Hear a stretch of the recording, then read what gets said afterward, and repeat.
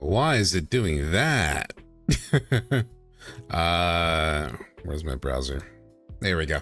Hi everybody. A lot of new stuff this week. No green screen, because I was playing around with different scenes. So you'll see my reaction setup is also new.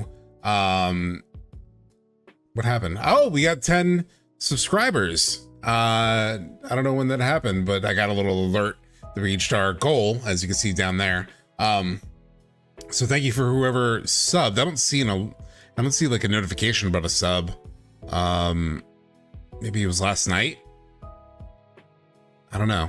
Interesting. Anyway, so I was playing with reaction. So you'll see, oh, hey, Red Sarge, thank you. I didn't get a notification in my feed about a subscriber, but okay, thank you. So I set up a new screen that you'll see. Oh, there it is right there. There it is. It popped late. But you'll see I set up a new sort of setup. Wait, it's over here. So when I react to videos and stuff, it'll be down here.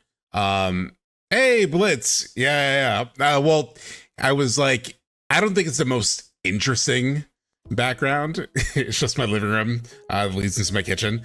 But I was looking for, oh, thanks. Yeah, the transitions. I got a, hey, Del. I got a, what's it called? Like a package. I bought like a package. Hey, Eric who, how so smooth can you give me? Well, I bought the package. I bought a package for like this template. And now I've like messed around with it a little bit. So now I have my real background, just my living room and my kitchen. I live in a studio, so I don't have like a ton of space. But just like fighting with setting up the green screen and then the delay that I've had. I don't know. Also, everyone in chat, I just checked my sync with my lips and, you know, sound. I've been having troubles every week, Blitz. Usually it's while I'm playing the game, but hopefully my sync is good right now. I did a couple recordings. The sync is perfect. Yeah, I did a couple of recordings. I removed all the sort of like background stuff because the filters I assumed would get in the way. So hopefully it stays working well. I think the big problem is when I start playing games and my GPU is like churning. It just messes with my camera too. But hopefully, since I'm not doing anything else with the camera, there's just a straight camera feed, it'll all be good. Nice. The only other thing I can think of is a memory leak over time from streaming and playing games. Yeah, I assume usually the desync happens after I've been playing a game for like hours.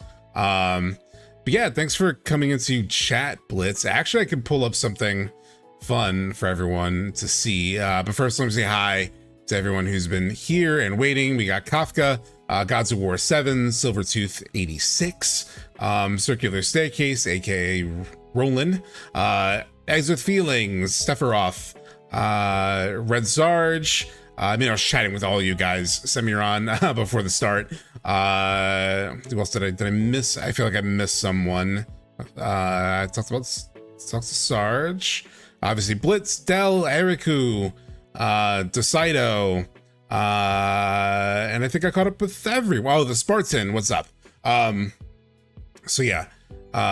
Hey, Chrono Drifter, what's going on? I'll chat as much as I can, make something break and unsync. Yeah, it's usually, hey, KS Coakley, it's usually Circular Staircase's fault. He's literally haunting me in the way that the Circular Staircase in Rebirth is haunting me. But I've set up a fun new thingamabob, with, as you can see, this new setup. So this will be for when I'm reacting to stuff. And so having my background as an actual, you know, square box was actually helpful for this. So if we want to pull up, for example, this browser, I can pull up something that, since Blitz is here, so he had posted a video last week or so. Let me actually get to grab the link to the video.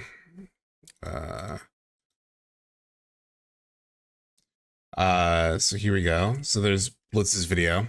And in it, at one point, he mentions this trip that we took. And seeing elements from museums in our real world and how it's realized in this game is kind of mind-blowing. Literally, if you go to New York City and you go to the new World Trade Center, there is a diagram set up almost exactly like this. Same with the Edge building too. I went there with SubTXT and we saved Aerith together. Look at that. Yo, we are in the Shinra Tower right now. There's Blitz. There's Blitz. There's the power of Mako energy. I fully embraced the cringe. And just made the cringe jokes. And seeing elements from museums about that museum. Well, it wasn't even a museum. It was just like a tourist location. And they have like this little intro walkthrough, and they go like, hey, we built this city. It's basically about like how green it is. So it's technically the opposite of Midgar. I'm sure there's lies in it of how sustainable it is. But yeah, supposedly it's all like powered by a raindrop or some shit. So that's like how it works. Was a joke intended with a cooling fan? It's crazy.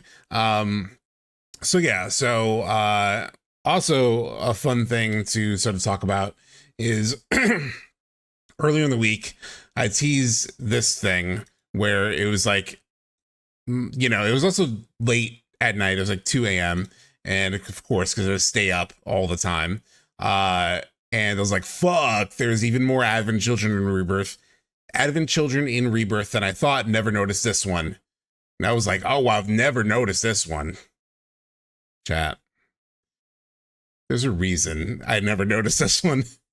So I was watching Frankie Lalia's uploads of her playthrough of Rebirth, which are hilarious. They're so good. But so at one point I was like, I reached this scene, and I played this, right? So I'll play it for a second. So you can also catch up with like how I got fooled in this moment. So I was watching this. Oh, he's protecting them! And as Frankie points out, Barrett is like protecting the robes, which for whatever reason, I just didn't really notice. I don't know why.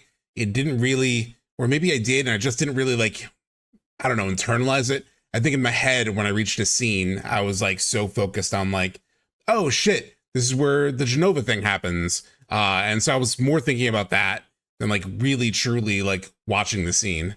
So. Oh, hey, Barrett. Oh, he's protecting them! Aww. So she points out he's protecting them, which he says, but I'm busting my ass trying to keep these guys alive. And then Titov comes around, and I just realized how truly dark this moment is, right? Like Barrett was just working his ass off to save these guys, and then suddenly, pop. It just literally wipes them all out in one shot, which, for good reason in a way, right? Like they could be a threat to his boat, which I understood that, but I don't know, for whatever reason, the darkness of this didn't really hit me, and I don't know why it didn't really hit me. But yeah, the Tifa with the gun is perfect for this. So it didn't really hit me. I don't know why it didn't hit me. So I was like, oh wow, there really is like something really dark and crazy in this scene of like Barrett was protecting them. They were going through they were going through like such lengths to protect these robe guys, and then suddenly this dude comes around and just murks them. So I was like, oh wow, I really need to like, for the sake of my passengers, maybe in like scenes where I'm like, I think I know what's going on, I just need to pay even closer attention, right? Guys? And then obviously the Genova thing happens, right? Here's where it gets, where I thought it would get interesting. Oh my god, is he showing up? He is! Oh my god. she's a monster. So these flashes happen when Sephiroth starts describing Genova, right? They say she's a monster. that she can peer inside you into the very depths of your soul. And suddenly, That she I was like, oh. those you hate, It's like, wait, I don't remember. Whoa, what was that? Whoa, what was that? you love. I was like, did I miss this? And they call her And so like, those you hate. I like rewound, That she can, and I was like going like slow motion through these, right? she can become those you hate. Wait, where it is? Let me like, hold on. So like, I popped it into like 0.25 speed, and yeah, there's AC clips, right? Like, that's AC clip. There are other things that are like AC clips. There's one of like Cloud staring at his hand. That's an AC clip. That's an AC clip right there.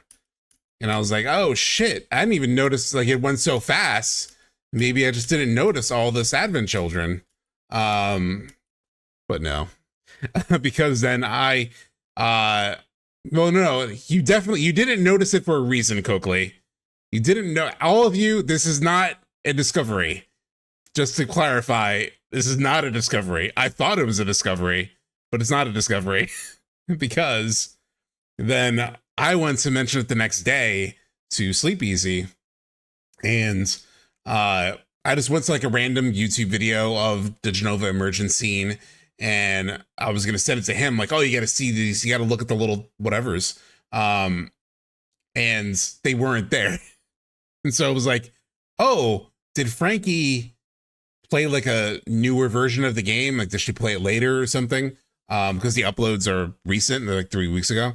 So it's like, maybe she played, like, maybe there was an update to the game, but I was like, well, I played it like toward the end of last year.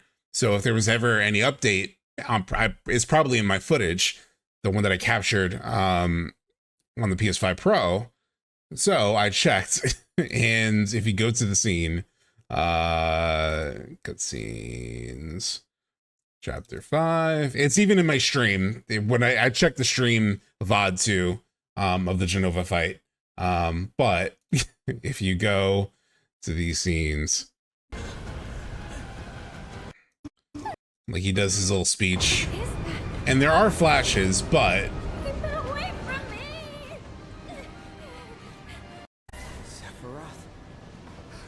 this is what actually happens. They say she's a monster.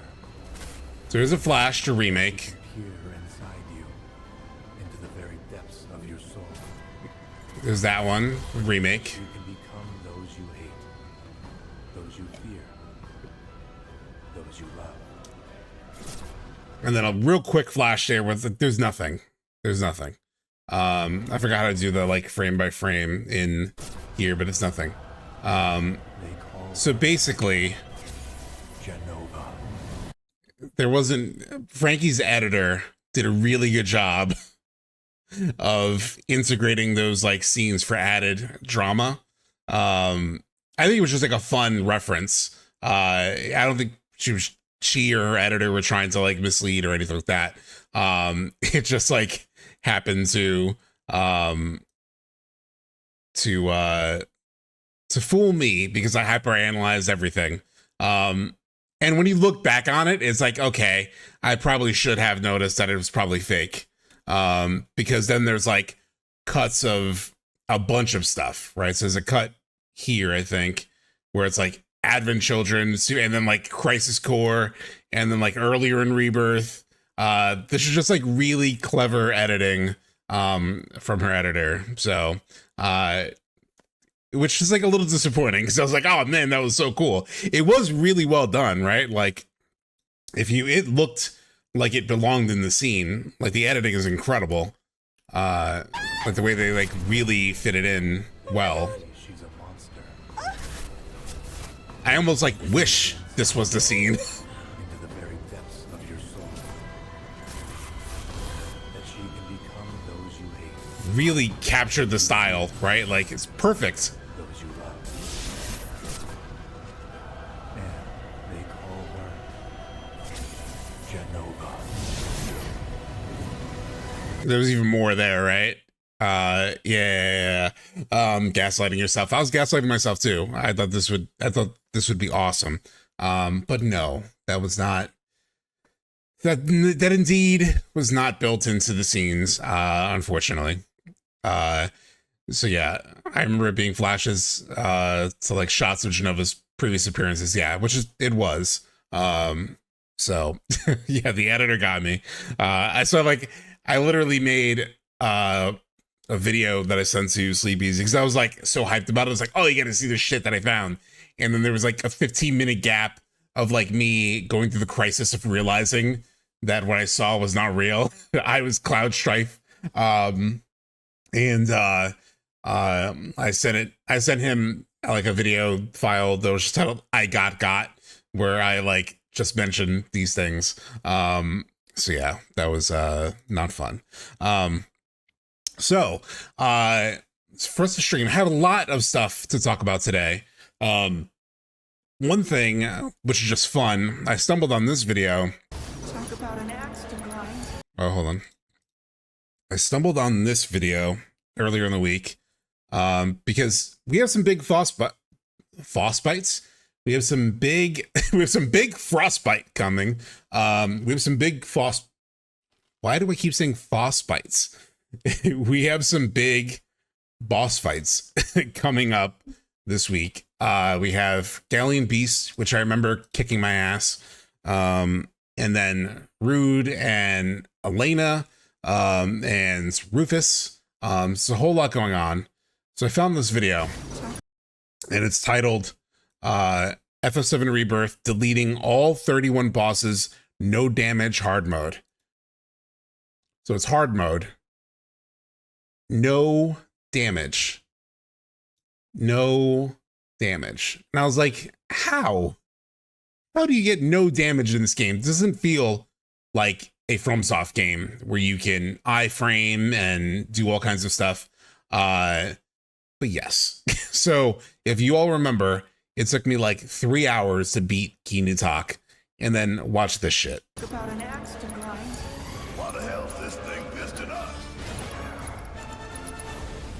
Try taking it easy. So he stops him, which is smart. Although I feel like stop gets less effective over time. Like if you use it multiple times, I've noticed that at least. Gets him pressured within seconds.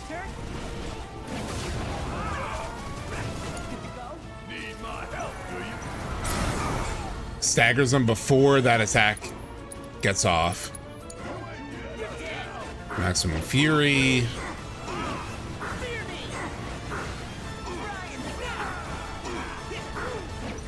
Certain equipment like Marlboro Orb makes stop and detrimental effects. Oh, really? This stuff infuriates me. Like, how dare you be this good? Yeah. No damage is crazy, but hard mode isn't all that hard. I hadn't played Rebirth in a year and still beat hard mode with relative ease. Okay, Del. Well, now you're just flexing on us, okay? I've done pretty well in most boss fights, except for Ginatak. Really kicked my ass. And also, what was the other one? I keep forgetting. And chat always reminds me of the one that whipped my ass. It wasn't Junon, although the Junon one was a little tough. What was that other boss that kicked my butt? Mithril Golem, first time, like in my playthrough on the PS5 Pro, I died a million times to Mithril Golem. But this time on stream, I think I beat Mithril Golem first time, right? You do any of the VR challenge fights yet? No. So I haven't. So I'm waiting. I think I'm gonna do like the whole story.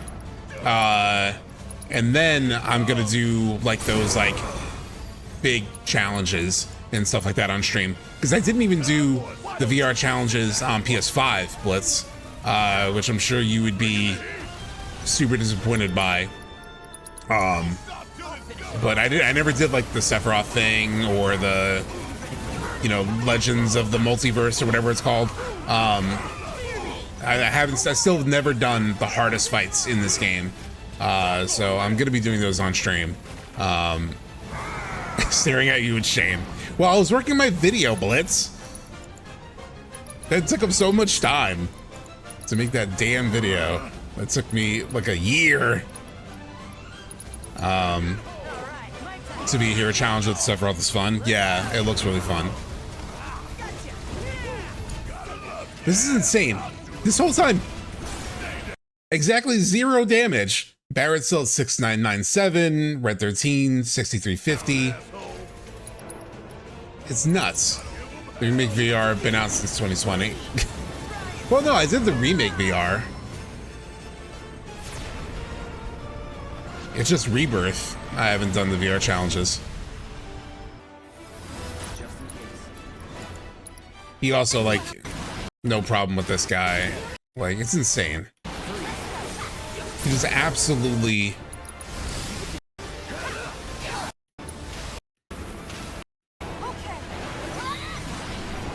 I'm just like mind blown when I watch this like no damage run.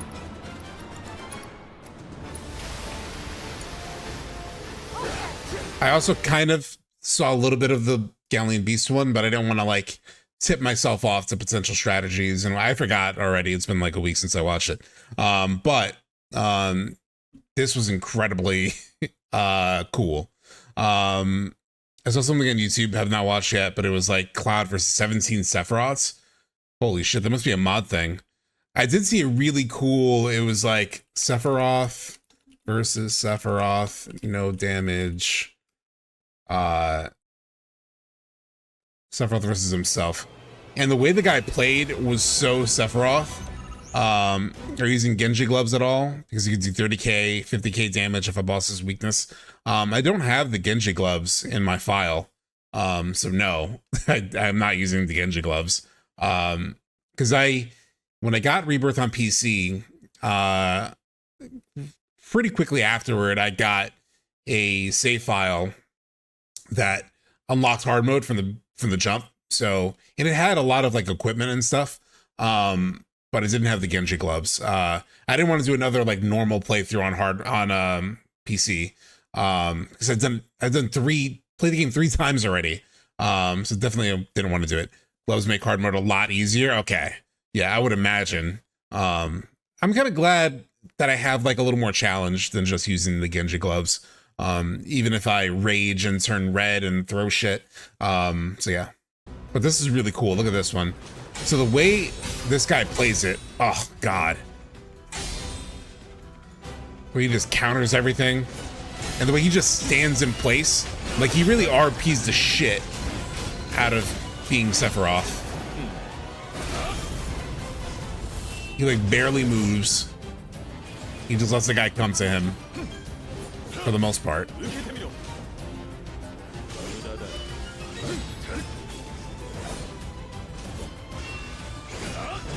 I'm wearing red in preparation, yeah. For all the red you'll see on screen as I die. This is so sick.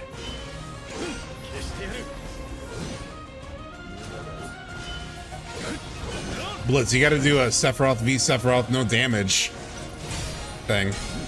Look at that, it's like, that was so well timed, so it's on that, I forget what that name of that move is. But he parried that perfect. This video is by Doofus Shinra.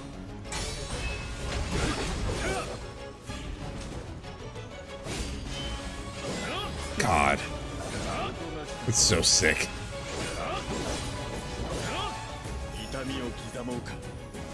I've seen enough Ghost Young Sephiroth in part 3. Yeah, when I got my PC, that's when I did replay on hard. That's gonna save file. I don't want to, yeah. Dude. I kind of like the idea of like making hard mode where there's like a special hard mode unlocked like after you beat the game, especially with the way that they do the hard mode in Rebirth, where it's like no items and all that. Like, I don't know if it would really be possible to play through the normal mode, because you don't have any materia, you're still getting materia on your first playthrough. So without a lot of materia, I don't know how you would do a hard mode with no items. But I do wish there'd be a way to sort of get like a standard hard mode, and then this becomes like hard mode plus or something where you also can't. It just makes the fights literally harder. I guess that's what Dynamic tried to be, and it was kind of tough, but not really. I didn't find Dynamic that difficult.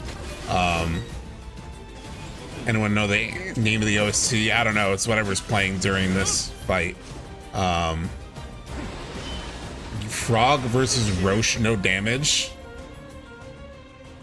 What?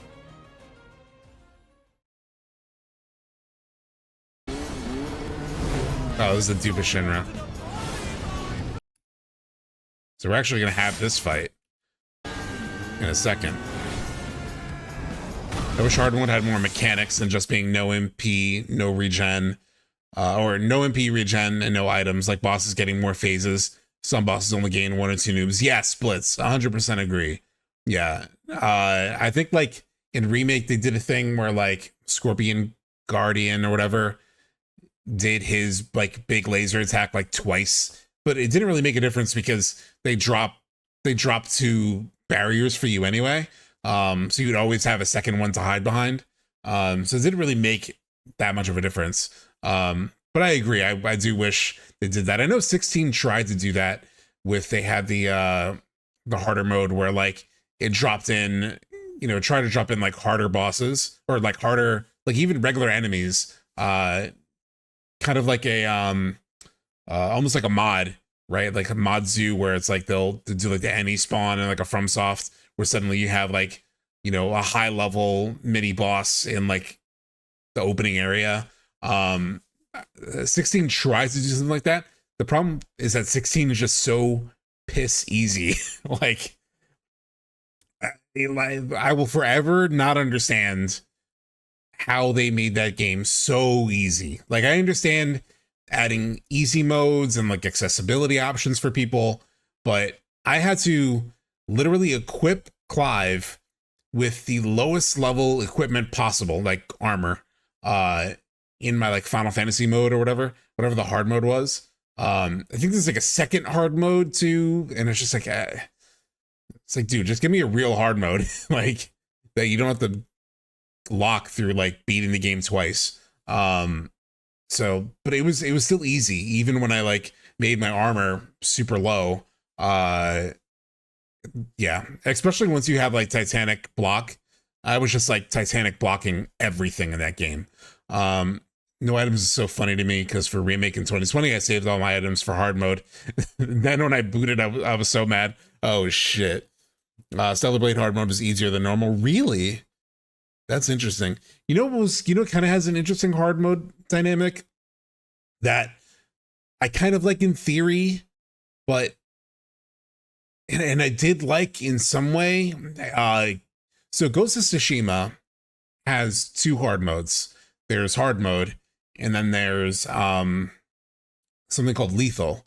And I was playing hard mode from the start of the game, and hard mode makes like enemy attacks hit harder and also buffs the enemies. So you have to really attack them a lot and do a lot of damage to them.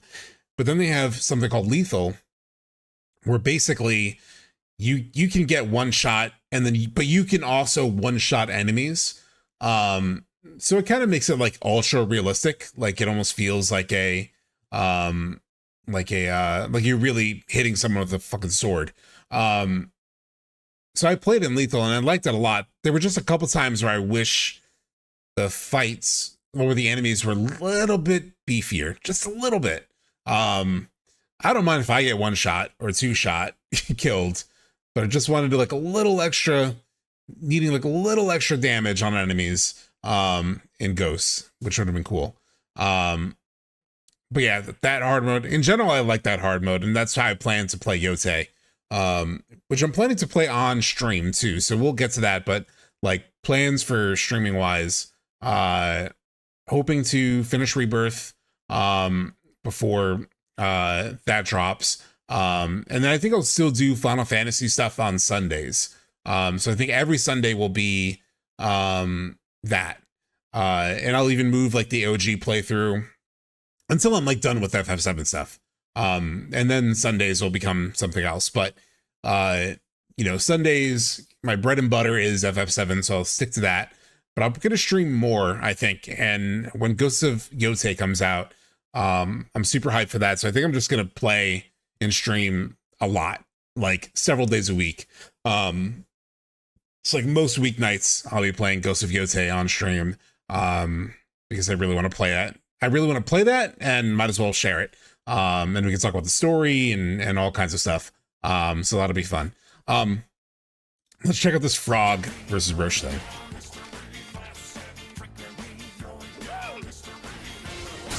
This is diabolical.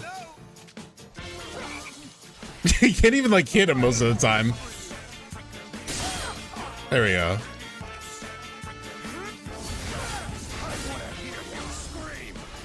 The hitbox is tiny on this frog. Holy shit, he's building that pressure fast. Shit.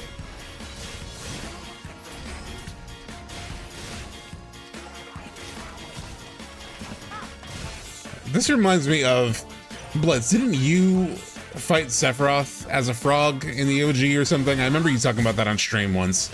I think it was in the podcast with like Max and everyone, of like just this insanity of like Safer Sephiroth turning you into a frog and then you're just like fucked.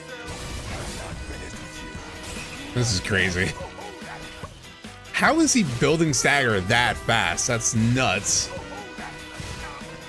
It's funny because there is that accessory. There is that accessory to turn you into a frog. And I think I said it earlier in another stream where I was like, why would you ever use that accessory? Well, apparently being enfeebled kind of rocks. Why does it look, it does look easier than actually fighting him. You're not a frog for the cutscene, unfortunately.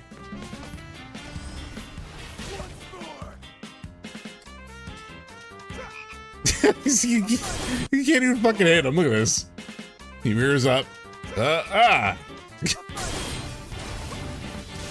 Spoiler alert, it's not that easy. Well, he makes it look easy then. Sure, this Cloud, yeah. You've been playing this game the wrong way, yeah. He's about to wash him super quick. It's nuts. That's really funny. So we have a lot of stuff to do today. So let me jump to the next thing in the agenda. So this was, will you restream and comment the forthcoming Ever Crisis event? I don't know. Isn't it like only in Japanese too? I think it's like a Japanese event, isn't it? Do they have, is there even like an English? Because I saw like the Square Enix stream like waiting thing. It looked like it was only the Japanese version. So I'm like wondering if it's like a Japanese language only stream and then we'll get like updates translated afterward. But I don't know. I mean, I don't really play Ever Crisis and I'm like not too hopeful about any big announcement for it. So I'm not sure. I'm really not sure. So let's do the, so I was watching this. So this was, damn it. I'm not going to go last because my answer is very. So this was a conversation at Mag West, I think it was. Let me just get this full screen and then I'll just adjust this.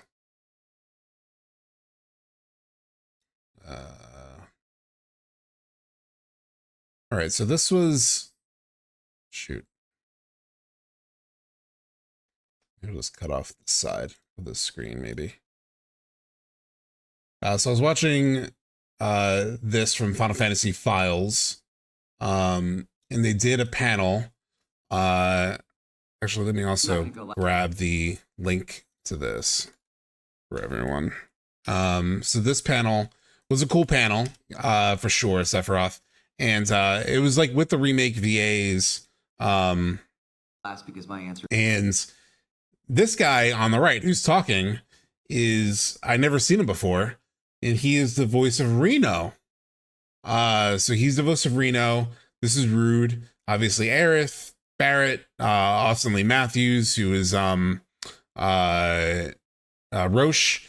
And this guy who plays Rude also played, I don't know if anybody saw Cyberpunk Edge Runners, but he played a character called Maine in Cyberpunk Edge Runners. So if you saw Cyberpunk Edge Runners, that's him too, the guy who played Rude. So that was like a little fun fact that I found because I looked up his IMDb. So yeah, very cool.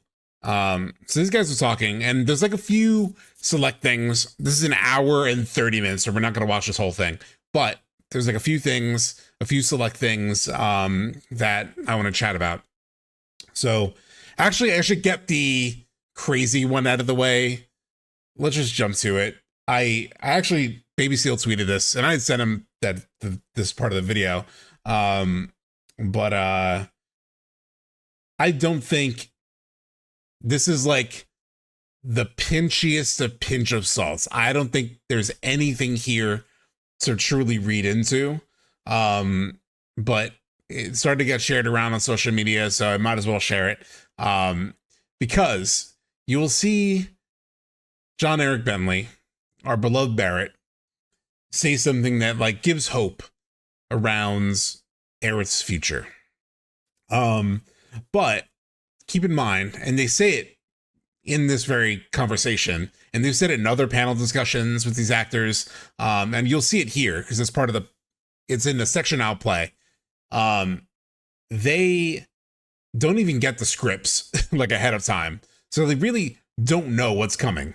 They genuinely have no clue what is coming. You know, I don't know if they've gotten whispers in the background about things or something, but I doubt it. So they genuinely, you know, don't get the scripts until like they arrive at the day, and it's like whatever they're recording that day is what they read.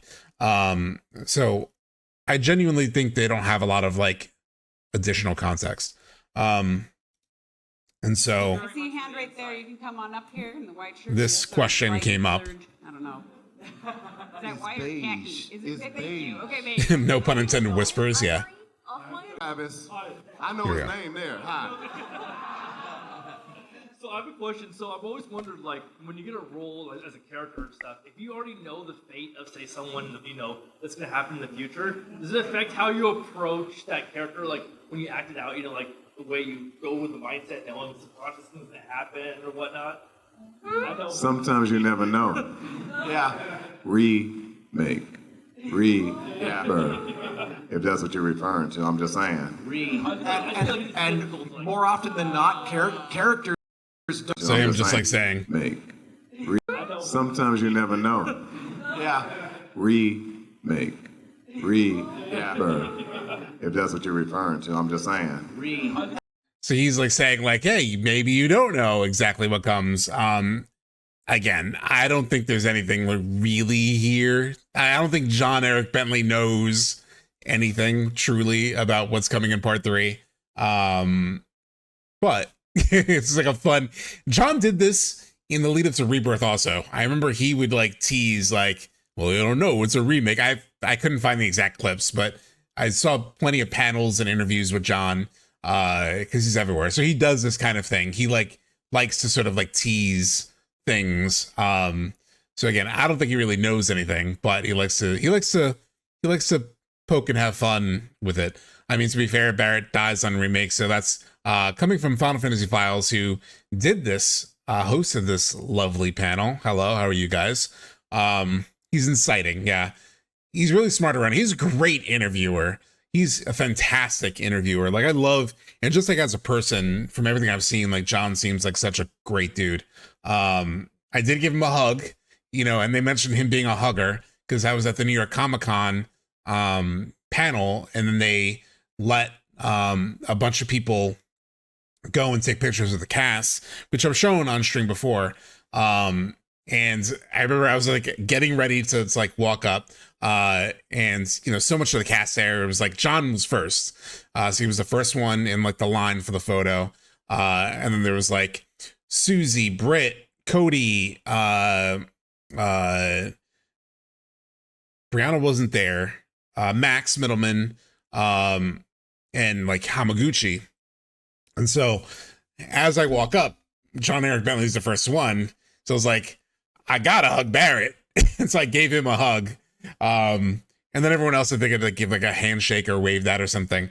But he just seems like a hug guy. And then in interviews like this one, he mentioned it at one point where he's like, I'm a hug guy. I'm a hugger. I hug everyone. So yeah. So at one point I was like, was that cool that I went for a hug? But yeah, he's like a big hugger guy apparently. So, and more often than not, characters don't know where they're headed. They don't. So the actual like rest of this answer is great. It's like, you know, you don't really know, and you can't really play that in your performance, which makes a lot of sense. But yeah, so I wanted to jump to this part where it was like favorite Final Fantasy character. So Brianna actually And I love her had a fire. great. I love that she's just a total say. problem. Maybe a little bit too. I did it up here. So this is Of course, funny, actually. My other favorite character is from 7, but I'll switch it up here. I'm gonna go to Final Fantasy 14. Ooh, Yeah. you play 14? I do.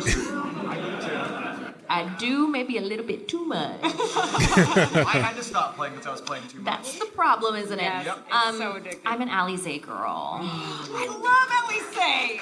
Alize is also like one of my favorite characters, if not my favorite character in 14. Alize is like such a great character. Like really like funny and sassy and smart and just like such a great character. Like Alize, there are like so many scenes. There's like one scene, I'm sure anybody who's played 14, where it's the end of it's 5.3.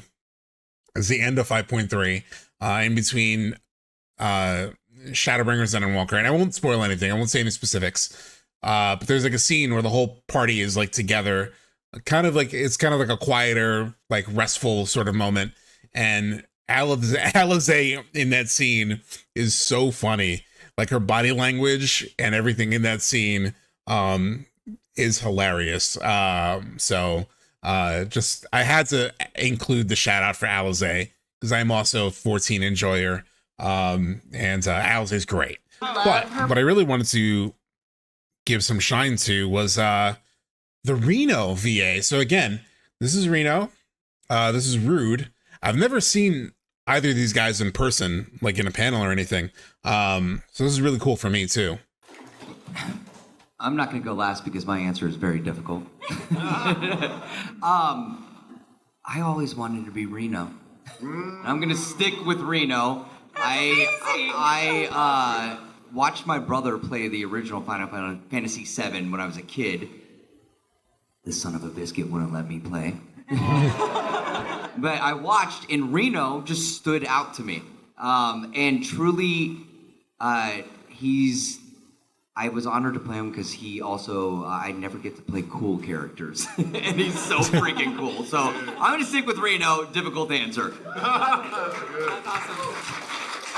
And doesn't he kill it?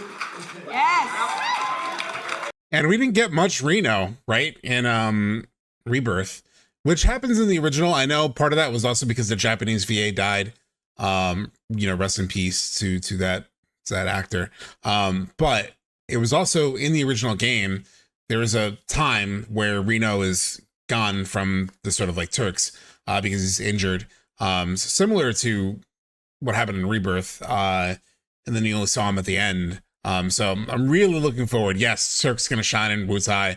I'm really looking forward to more Reno. You really felt Reno's absence a bit in this game in Rebirth because he's such a big personality. So it'll be fun to have Reno back in part 3. And the Rude actor, his voice is so close to his like real voice is pretty close to his it's no wonder that his voice is so deep in the role.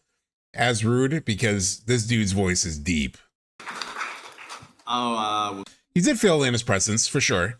That wasn't like a shot at Elena or anything. But you know, it was like, you know, it's like when you saw him at the end, it's like, oh yeah, Reno. I honestly like Reno is in Rebirth because we get more Elena. It was good for her to like establish her and bring her in for sure. Yeah, looking forward to Reno and a continuance of remake.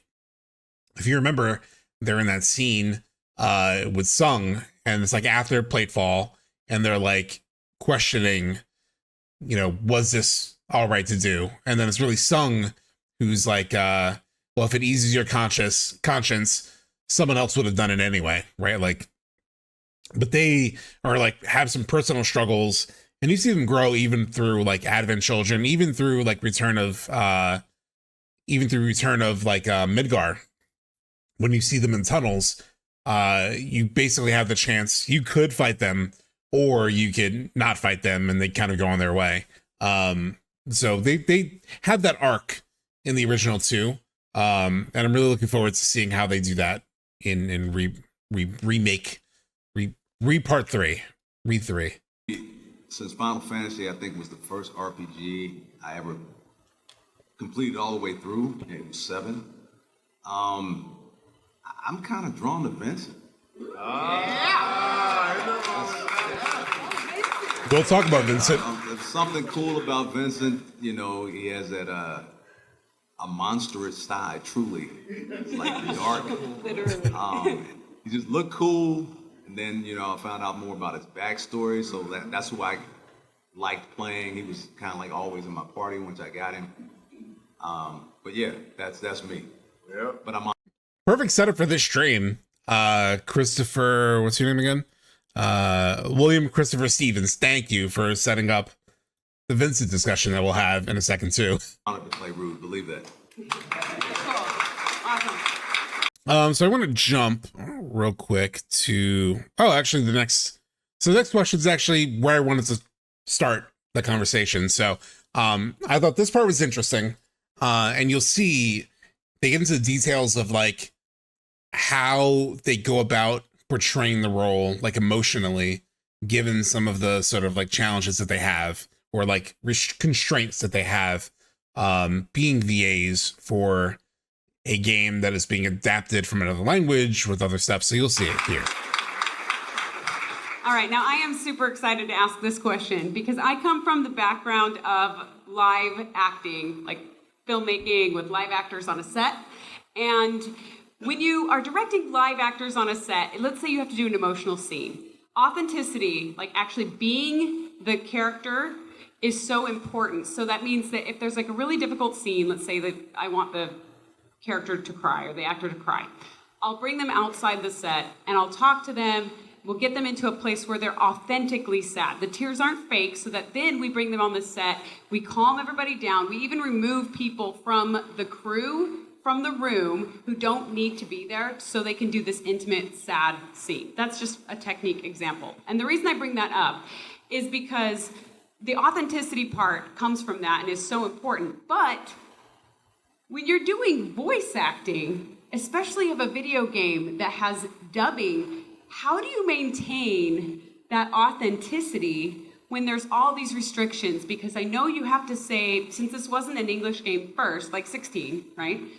Since this wasn't an English game first, you have to 16 was in English be able first. To be in an authentic place while So the still first like reading saying of the it line in exactly a certain time. was dictated by the and English sometimes actors exactly and a certain script. way. How do you maintain authenticity and be able to do that? Like that blows my mind.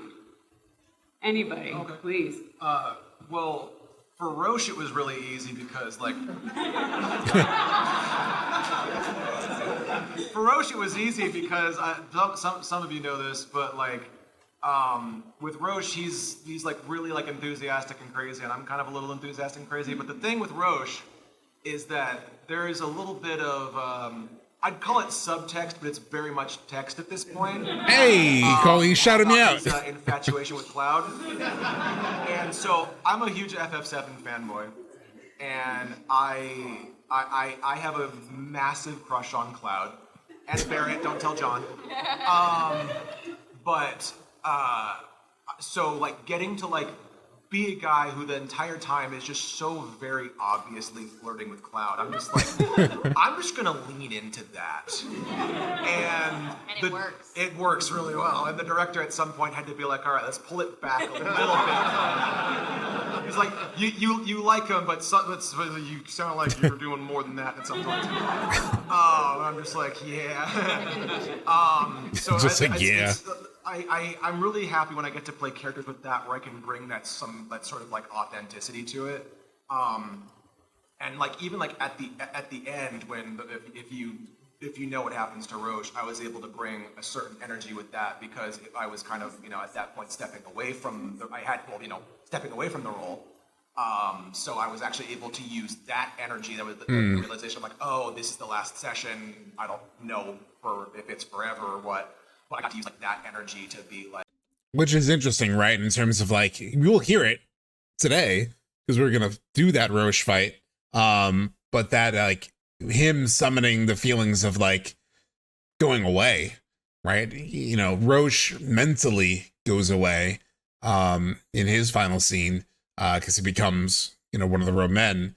So he's not really himself anymore. So he gets to tap into the feelings of himself, sort of like putting the character to rest in a way in that scene. So even listening for that when we play that later will be fun.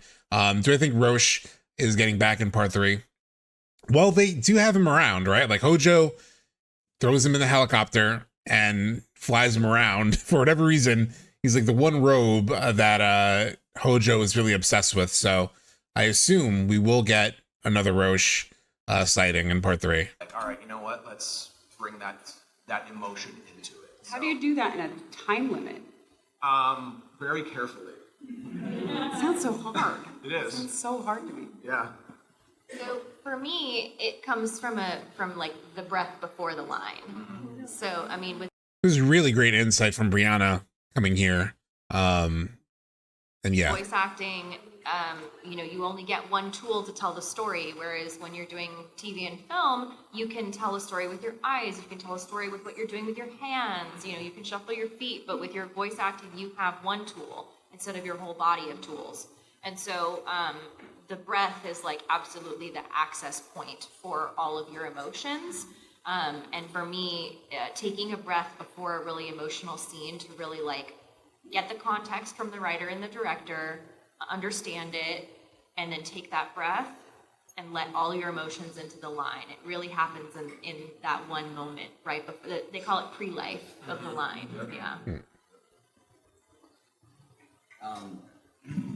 Maybe you'll know who said this, because I don't, but there's a quote on camera that says, the death of creativity is a budget. And that's how I kind of feel like with dubbing. I have this much, I'm stuck in this box, and it feels like a challenge to see how creative, how much I can bring myself into this box. They want you to match the tone of the original VA, they want you to match the length, and I do everything I can to push the boundaries with that and just see how far I can go. And then there's a couple more things. The pre-life is huge. I'll often say lines right before it, like, you son of a, and then it'll be like, beep, and like, it'll beat me in. I'm like, and go into the line from there and have that energy bring me into it. Even physically, sometimes jumping up and down, getting like really physical with it, so that you can hear that in my voice. And then I don't think this is a good. I think famously somebody I think they mentioned it in this panel at some point. I think it was like Benedict Cumberbatch or something when he was playing Smaug in The Hobbit, I guess, would like crawl around and shit. Even though it was just, I think he was in a booth technically, but or actually, I don't know. They may have mocapped. I don't know how they did that because I know they did Andy Serkis that way, but yeah, really like doing stuff with your body to get the right voice is interesting. But every director I work with dubbing, they're like, oh, we already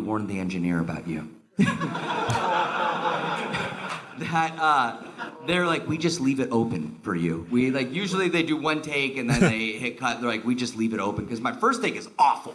I don't know if you guys are like this. It is awful.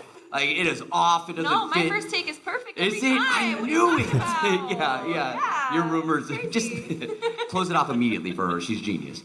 No, and so the first one's awful, and there's something about the repetition for me. I hear how awful it is, and I immediately know how to correct it. And the repetition of doing it feels like I get deeper and deeper into it. And I had never seen him before this panel. Like this. Also, you're by yourself. You're in this room by yourself. There's all these people watching you in this fish tank. You have your headphones on, and it's so intimate when you're talking. You can hear yourself, and there's something about that intimacy that I feel like brings the emotion out. Yeah. Do you feel that? I'm feeling it right now. It locks you in. Yeah. Okay. So, but yeah, I guess just to sum it up, it's luck, a lot of luck. Yeah, I was so glad that you guys had him and Rude. Like I mentioned at the start of this whole thing, I'm like, I haven't seen these two in any interviews, so this is fantastic. Great job at getting these guys. Wrong. Yeah, and I think the writer who's doing the you can so hear Rude tremendously because sometimes the words in Japanese don't convey over to the guys who are doing the translation, and they're trying to find the right words to give the character also within the time. And we'll come back to this in a second in terms of what he's talking about. This is one of the main things I want to focus on in this interview. But he talks about like sometimes the Japanese doesn't really convey what you would want and expect in the English. And John talks about that later. And I have a fun clip, an extra clip, that brings this to life. For Rude, because he's so reserved at times, and he doesn't really express fully all the emotions. You might just get some brief conflict moments from him. But yeah, it is really like, the moment before, what just happened in the scene, what's happened previously, your relationships to the various characters. Interesting. Everybody you fight is not you might not have the same emotional weight, just like you see with him fighting Tifa. It's like pulling punches. His voice is kind of golden, Eriku, right? Like, if you need a guy with this kind of voice, his like natural voice is golden. Like his voice is so good. Punches and stuff like that. So yeah, it just. He's a New York guy too. I looked it up. Personally, for me, depending on what's happening before the scene, during the scene, what's transpired throughout the various episodes, that informed me. All four of these unbelievable actors just gave a lesson on what it means to be prepared, what it means to have classes, what it means to know your tool. And I hope many of you who are inspired to be voiceover actors, I know I see a couple out there who mentioned it to me, you got to hear these and take them and understand it's not just getting up and reading a script. You have to do a lot more prep than what you think to bring things to life, because all of us have a passion, and almost every actor that I know in our project right now, we're doing it because we want to get it right for y'all.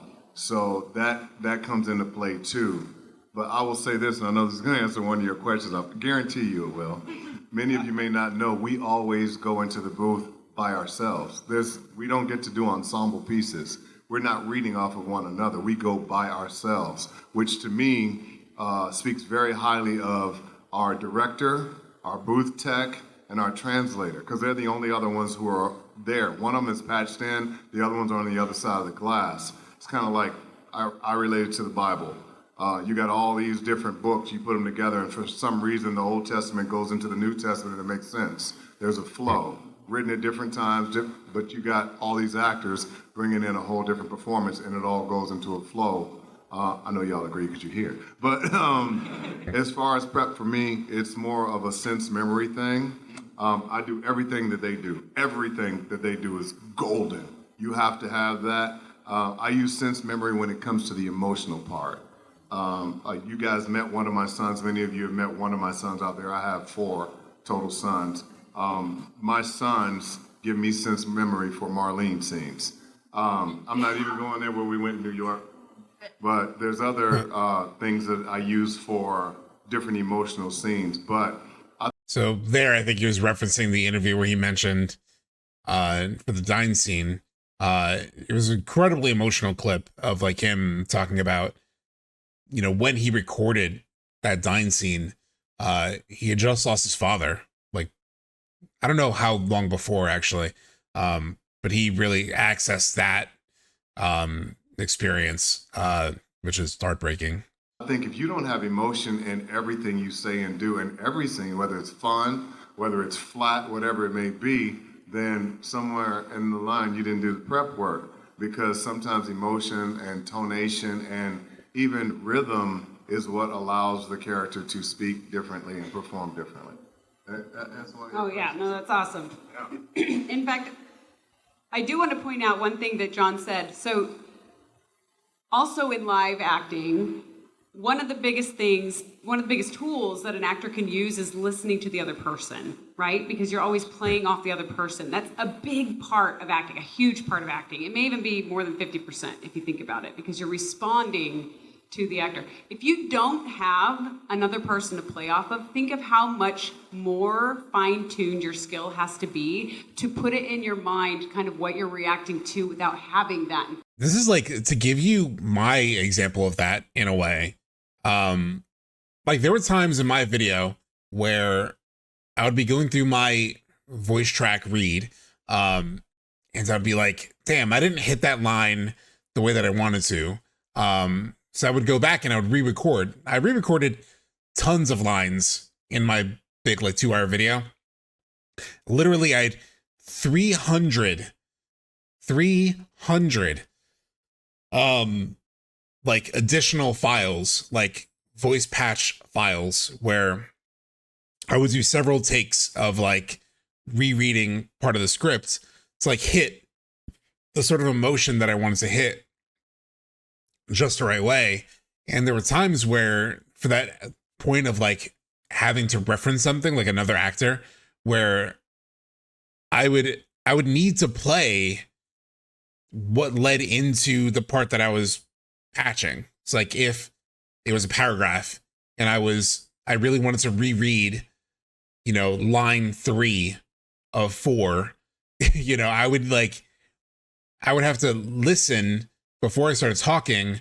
I would have to like play the part leading up to where I would come in for the fixed line, so I can have the same energy, because there were times where I just tried to do it without listening as a reference to like the lines that came before.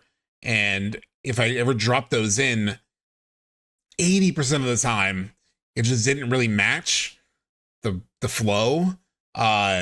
So like, it was really difficult to like record knowing the line, having written the line. It was like dead in front of me. I'd recorded it before, I just listened to it.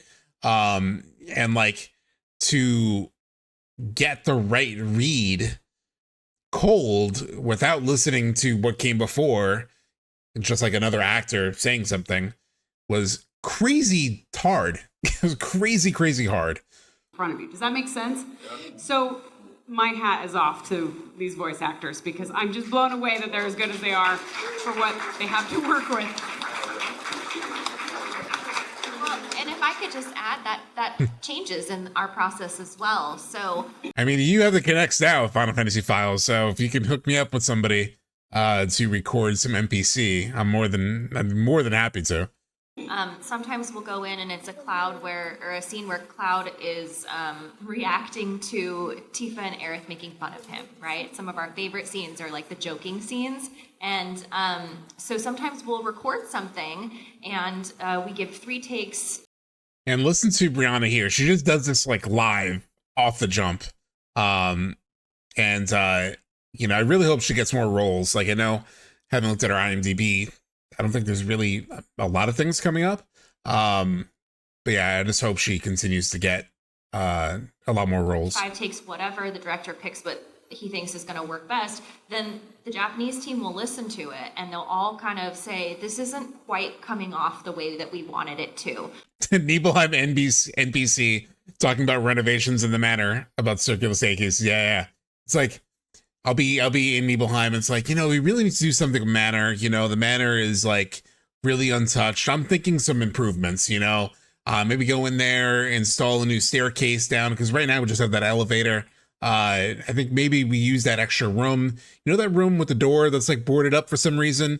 There's nothing on the other side of it. I think we could take that. We could just like, set up a nice spiral staircase, Let's retake it. And so we do sometimes get back in the booth after another actor and say, okay, let's retake this line and get.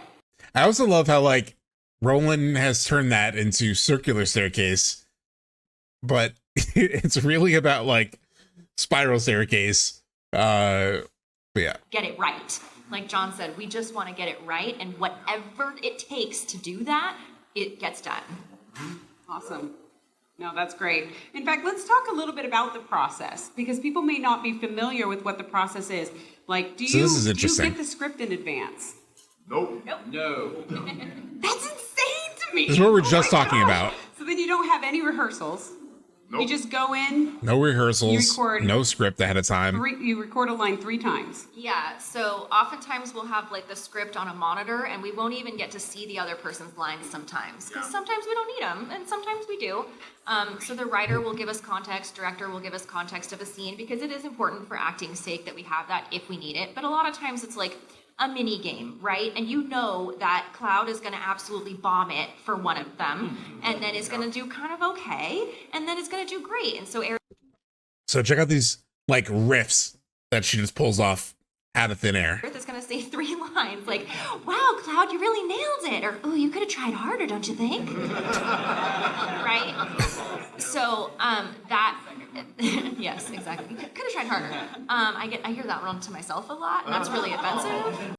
Those are all so good off the rip too. Like, thanks, Aerith, self. So sometimes we get that context and sometimes we don't. Oh God, yeah, Dell. It has to be so difficult to get a feel for a character as an actor without a script, for sure. I mean, I do know that like there are times where like actors, because they talk about it elsewhere too, where like they won't know, or they like purposefully try not to know what their arc is, because they can only play the moment. Like I've heard other interviews with other actors, like live action actors, who said similar things of like, kind of like their character, they in some ways don't want to know everything at times, or like they kind of try to like flush things out of their head if they do know, because they're trying to like stay authentic to where their character is in a moment, which makes sense, right? Like you can't play an arc before you arc. But they give us what we need, and we'll go in and we just say the line, wow, you really could have tried harder. You really could have tried harder. Well, you could have tried harder. We just say it 3 different ways, and then the director will take from that. We also listen to the Japanese voice actors for every single line that we do, because that informs everything that we do. Yeah. So that's all part of it. That's so fascinating. In a weird way, tell the truth. So John comes in. John comes in and brings up something that I can really sense in the remake trilogy that I think has plagued some other FF7 projects in the competition, but I'll let it play. Line, and it's long, and you got like 4 or 5 words. And then sometimes you listen to the Japanese line, and it'll be a line like this. But that's how we would deliver it. But that sounded like this! And it's like, how do you... And they've already done the mocap, because we don't do the mocap either. So now we have to translate what we're hearing, how long we have to say it. Like, you're right, it's a box. And then we have to look at what they did if we have it on camera, because sometimes we don't get it where they've already mocapped it or, rendered it. So we're just like, all right, how am I supposed to match that to this and then undercut that? And so you're talking about on the fly, you're doing things on the fly. So that's why I say prepared. So like, just to reiterate this. And you got like, tell the truth. Because sometimes you listen to the Japanese line and it's long and you got like 4 or 5 words. And then the emotionality of it, where he's like, I will read something, and then how I would say it in English would be maybe a bit quieter or a bit different. And then the Japanese that they have to match, technically, go at a way different register. And oftentimes there's like body language stuff involved too. Sometimes you listen to the Japanese line and it'll be a line like this. But that's how we would deliver it. But that sounded like this!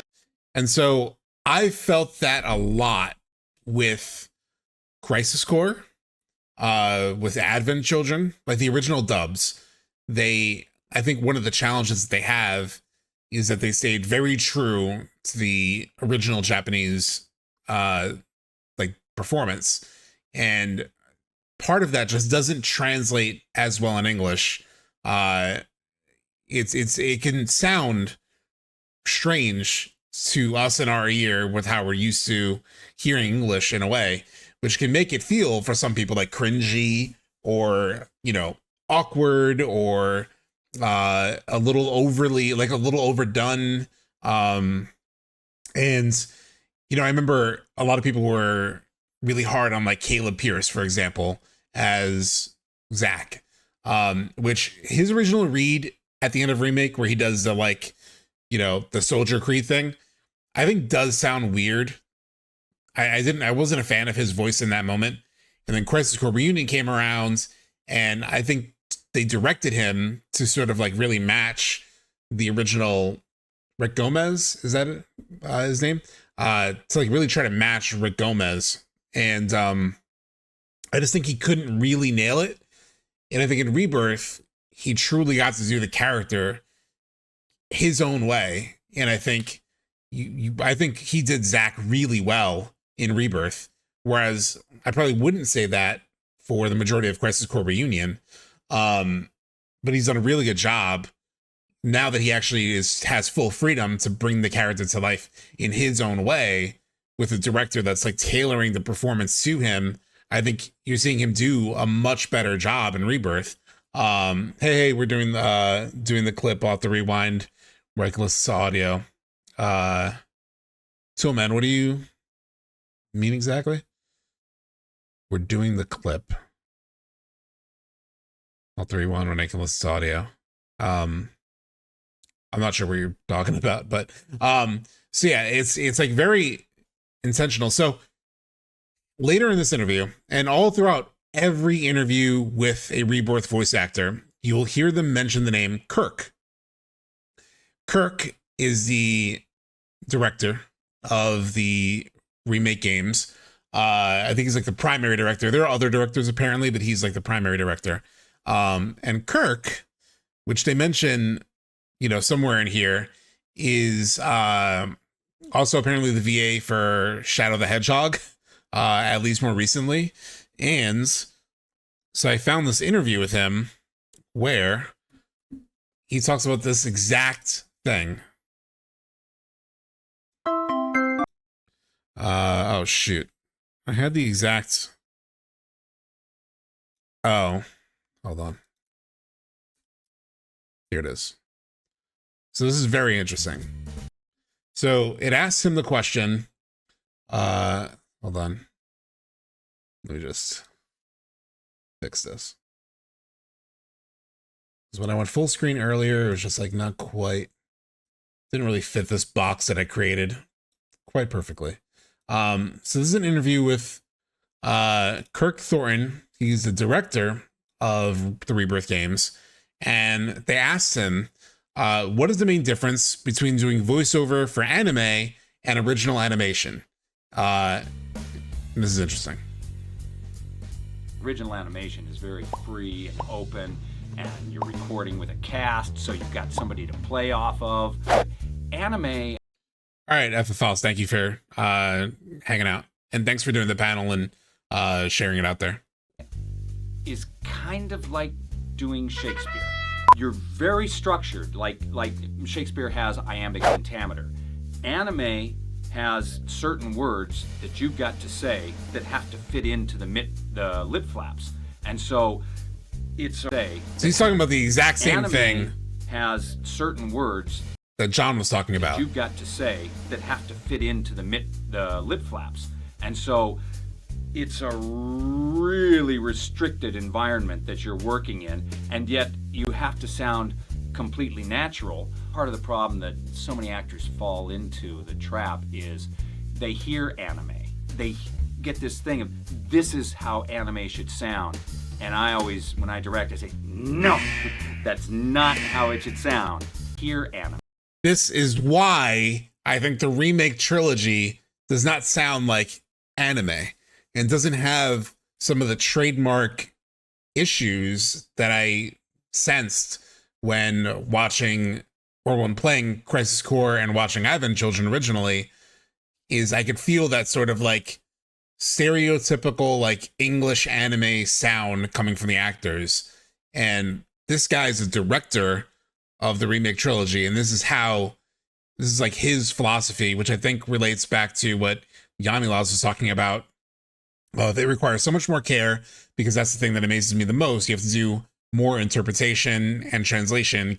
This is an issue at times with dubs of anime. It's gotten way better because anime is so much bigger now, and I think you're seeing a lot of that care come through in the remake trilogy.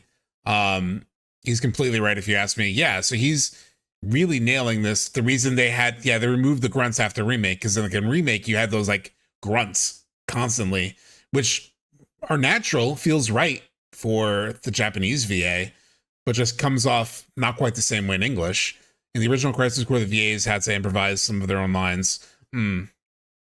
So problem that so many actors fall in. You have to sound really again, this is his philosophy. Environment that you're working in, and yet you have to sound completely natural. Part of the problem that so many actors fall into, the trap, is they hear anime. They get this thing of, this is how anime should sound. And I always, when I direct, I say, no, that's not how it should sound. It should be honest and organic, and you shouldn't be trying to imitate something. You should just try to be that something. So I think they nail that, right, in Remake and Rebirth. So I haven't played the Japanese version of Remake and Rebirth. I tried at one point with Remake. I did like chapter 1 in Japanese, and I just preferred the English, actually, which surprised me a little bit. Didn't really surprise me, because I thought the English acting was so good that like that part didn't confuse me. But with like Advent Children, for example, I kind of refuse to watch it in English. Like, I think Advent Children is so much better in Japanese. I think it's like night and day better in Japanese. And I'm not a hardcore like subs versus dubs. There are some things I prefer dubbed, actually. Even because like sometimes like reading the subtitles, things go so fast sometimes that like, it's not as fun. Or it's kind of hard to keep up. There's some stuff that I watch in Japanese with the English subtitles, but there's sometimes where I do the reverse. It just depends on how much I like the English version. So in Advent Children, for example, I think the Japanese is significantly better. But with the remake games, I'm actually totally fine with what's it called?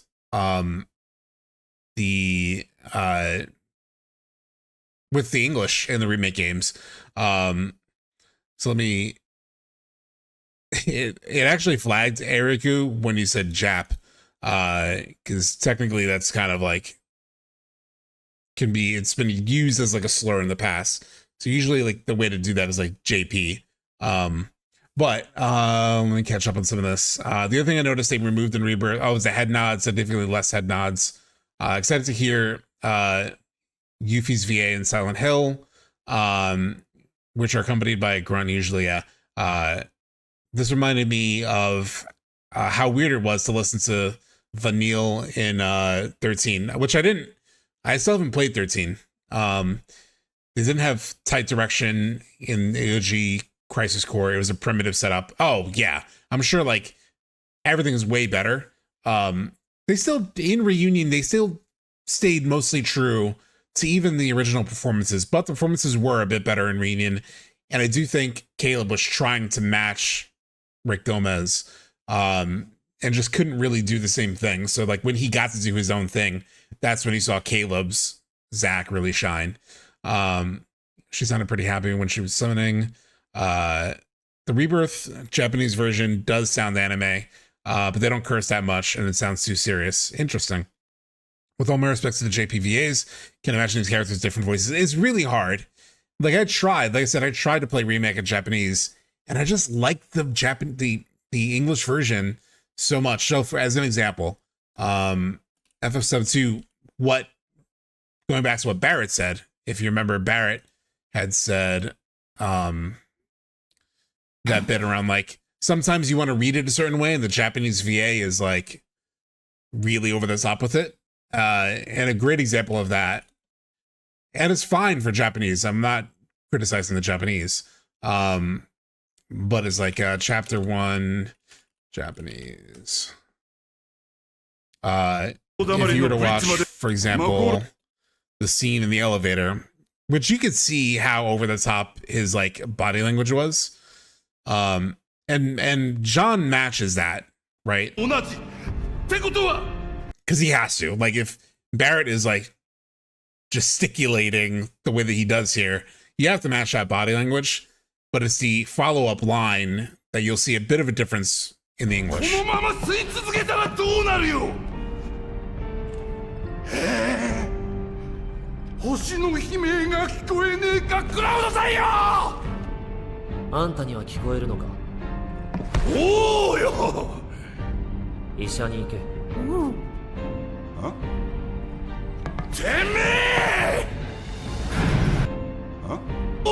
it's like this, especially right here, this line.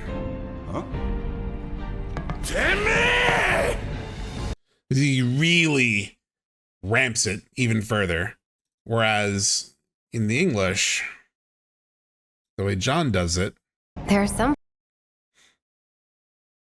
I mean, it's very similar in the build-up, in the lead-up. No, you can't.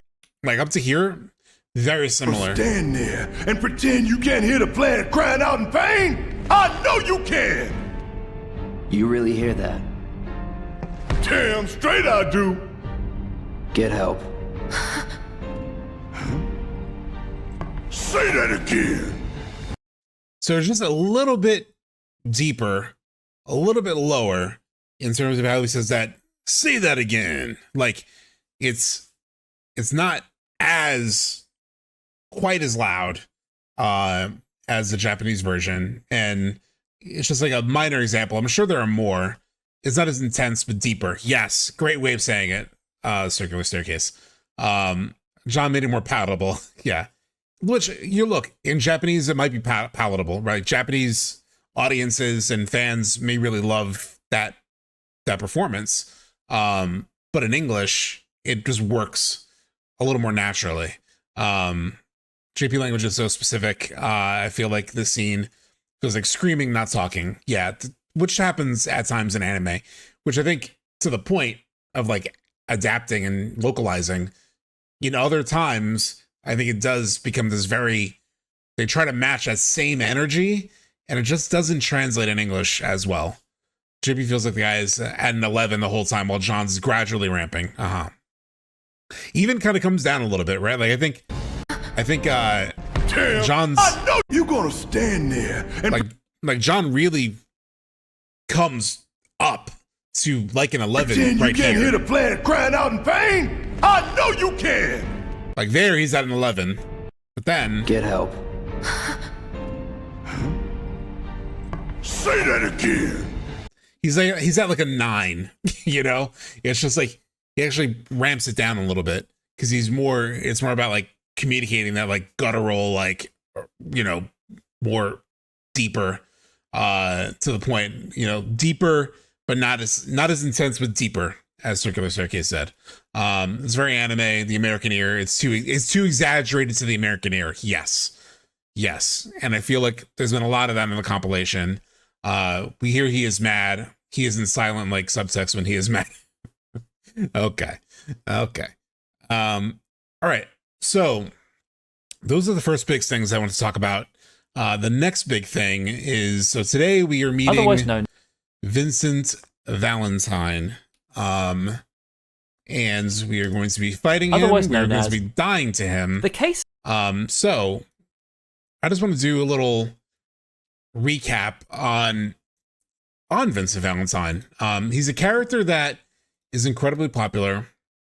I'm going to give the incredibly unpopular opinion that I like Vincent a lot. I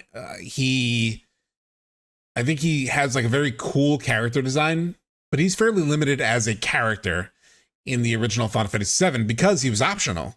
So I feel like a lot of the love for him is also because of the design of his character. And so I'm very excited about how the remake trilogy can really like flesh him out even more as a character. And there is some, like, I think his backstory is like the core roots of his backstory are really good and really interesting. But I'm like very interested in like actually seeing that play out in remake. So we'll jump into this in a second. I need to run to the bathroom. But we will get back to this. The entire life of Vincent Valentine from Final Fantasy Union. Here's the link. And we will jump into this in a second.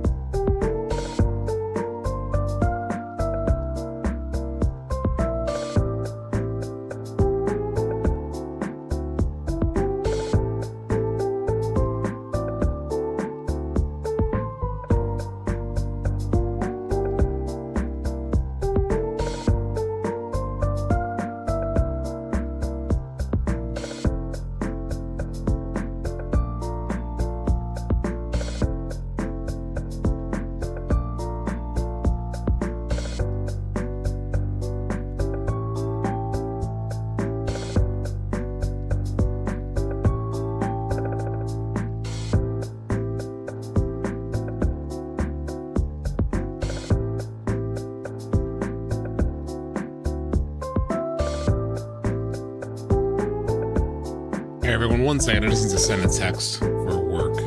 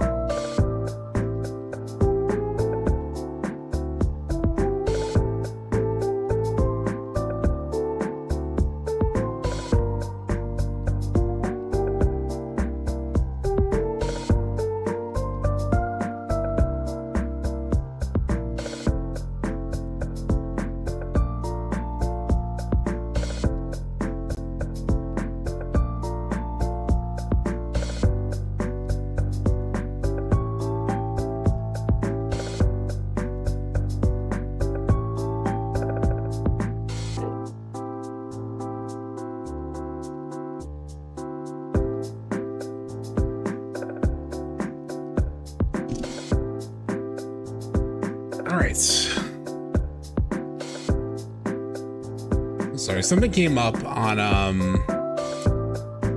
what's it called? Something came up for work on Friday, and I realized I had to send a message out about that. Let me just catch up with anything in chat while I was away. Let me scroll up. There we go. All right. Look, man, Vincent's design is cool, but the character is very flawed because he's optional in his own game, does not do him justice. Yeah, he doesn't really get a lot of, like, time. All right, just 1 second. I need to send this.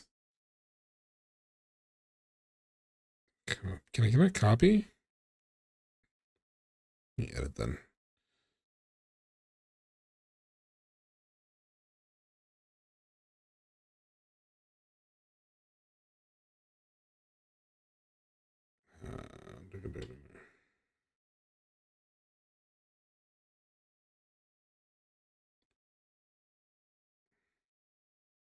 One second. It's very annoying on a holiday weekend to have to do this, but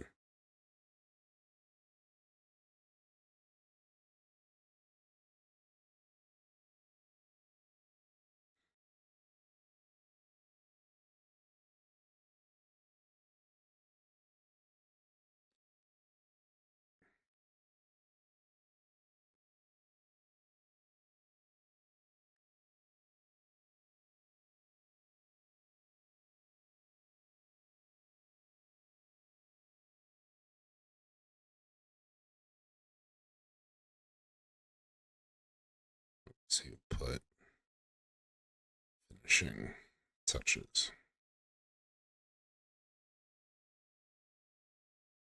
Okay. Sorry.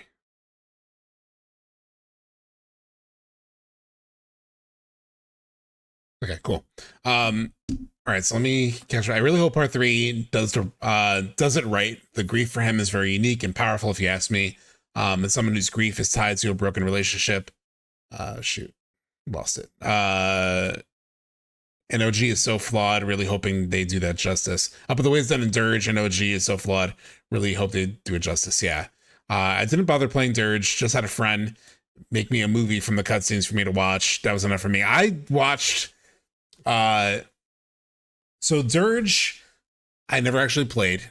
I've only ever watched, years ago I watched one, and then I also watched the Max playthrough.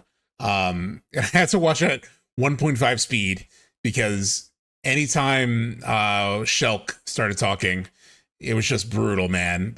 She just talks so slow. For some reason in Dirge, Shulk talks like this. Every line takes 27 years to deliver. I do not understand why it's like that. So yeah. Same, I haven't played it myself, but the cutscenes tell me enough. Yeah, just watched a movie version of it. I got Dirge on day 1 and knocked it out over the weekend while my family was on a mini vacation. That's nice. It's the redheaded stepchild of the compilation. With Dirge gameplay, you just miss small corridors, ending with a big boss fight. Each segment takes like 30 minutes if you don't die. I have toyed with the idea of playing it on stream. So I don't know, maybe. just for the sake of like completionism. But I also don't know if I want to deal with that pain. Looking how infinite potential of Vincent is in terms of combat, this got me excited. Beyond my thoughts, it almost feels like the whole battle system has to be tailored to what he's able to do, because I have high hopes we can control Galleon and his other limits. So I'm pretty sure, yes, I'm pretty sure you can. My gut is that when Vincent does Galleon Beast like limit, unlike a lot of other limits, right, it's going to be like a summon. He's like a playable summon. Like he even currently as a boss is about the size of a summon. So yeah. Keatseth has a segment 2 in Rebirth. It's just unbearable to 1 in Rebirth. It's very similar.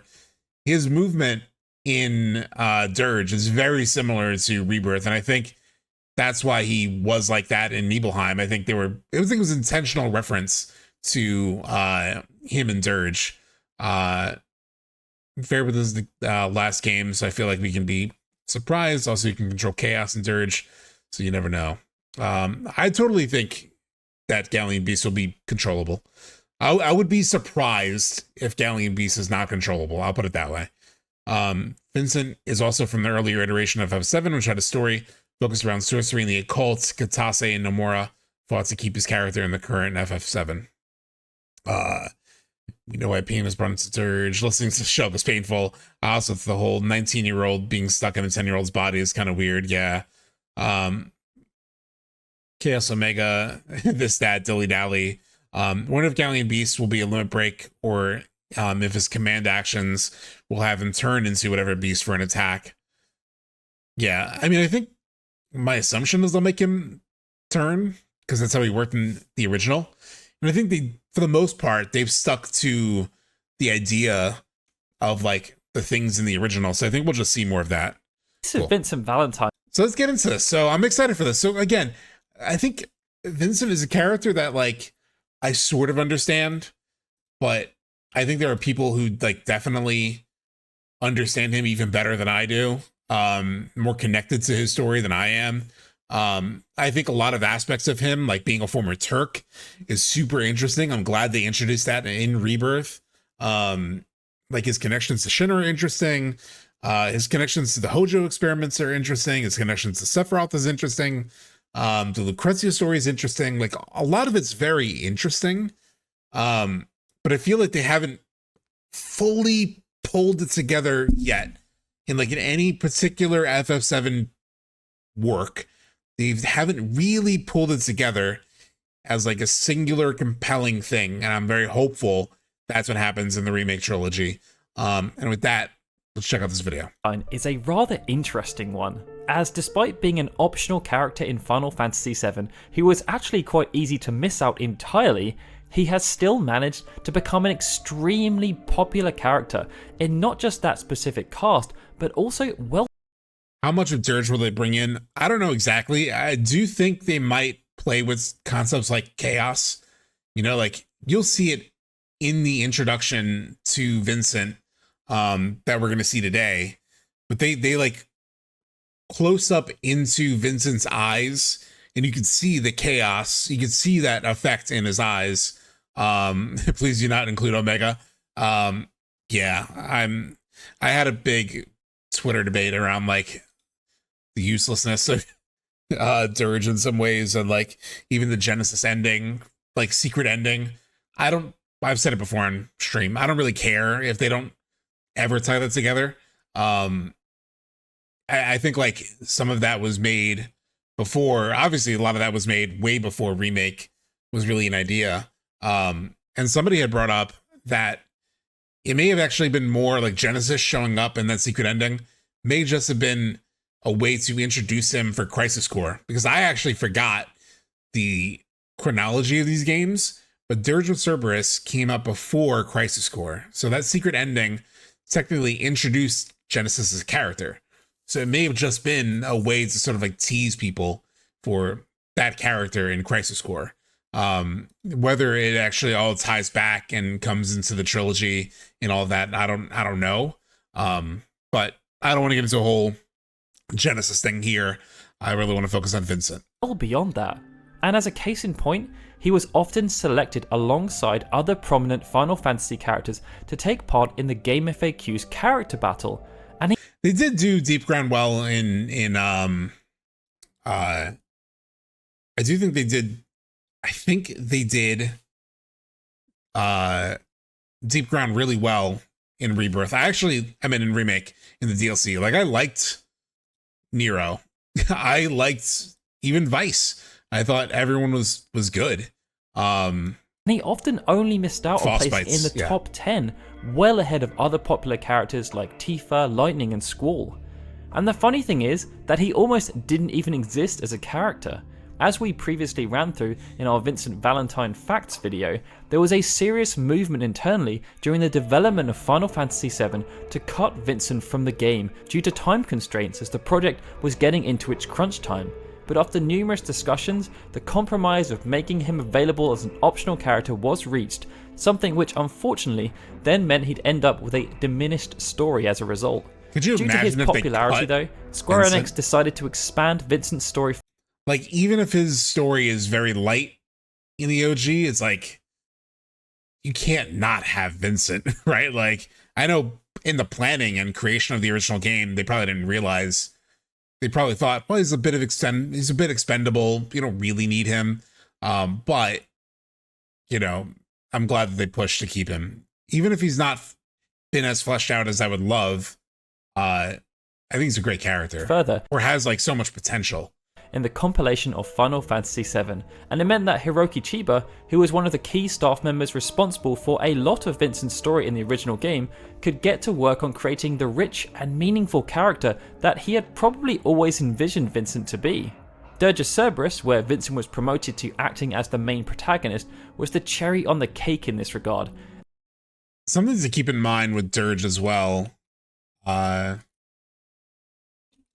is that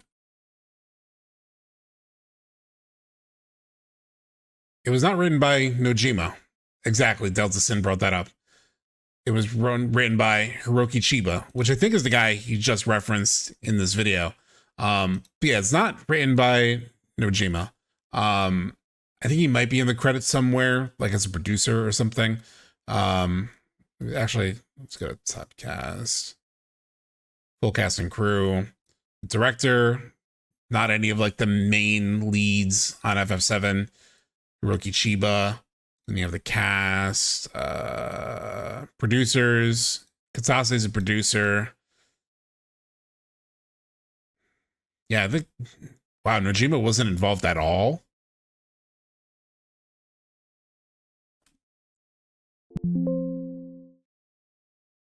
Because is she gonna do a special thanks? I mean, supervised by Nojima, but I don't know. I think he was more consulted. Exactly, Delta. I think he was pretty distant from this.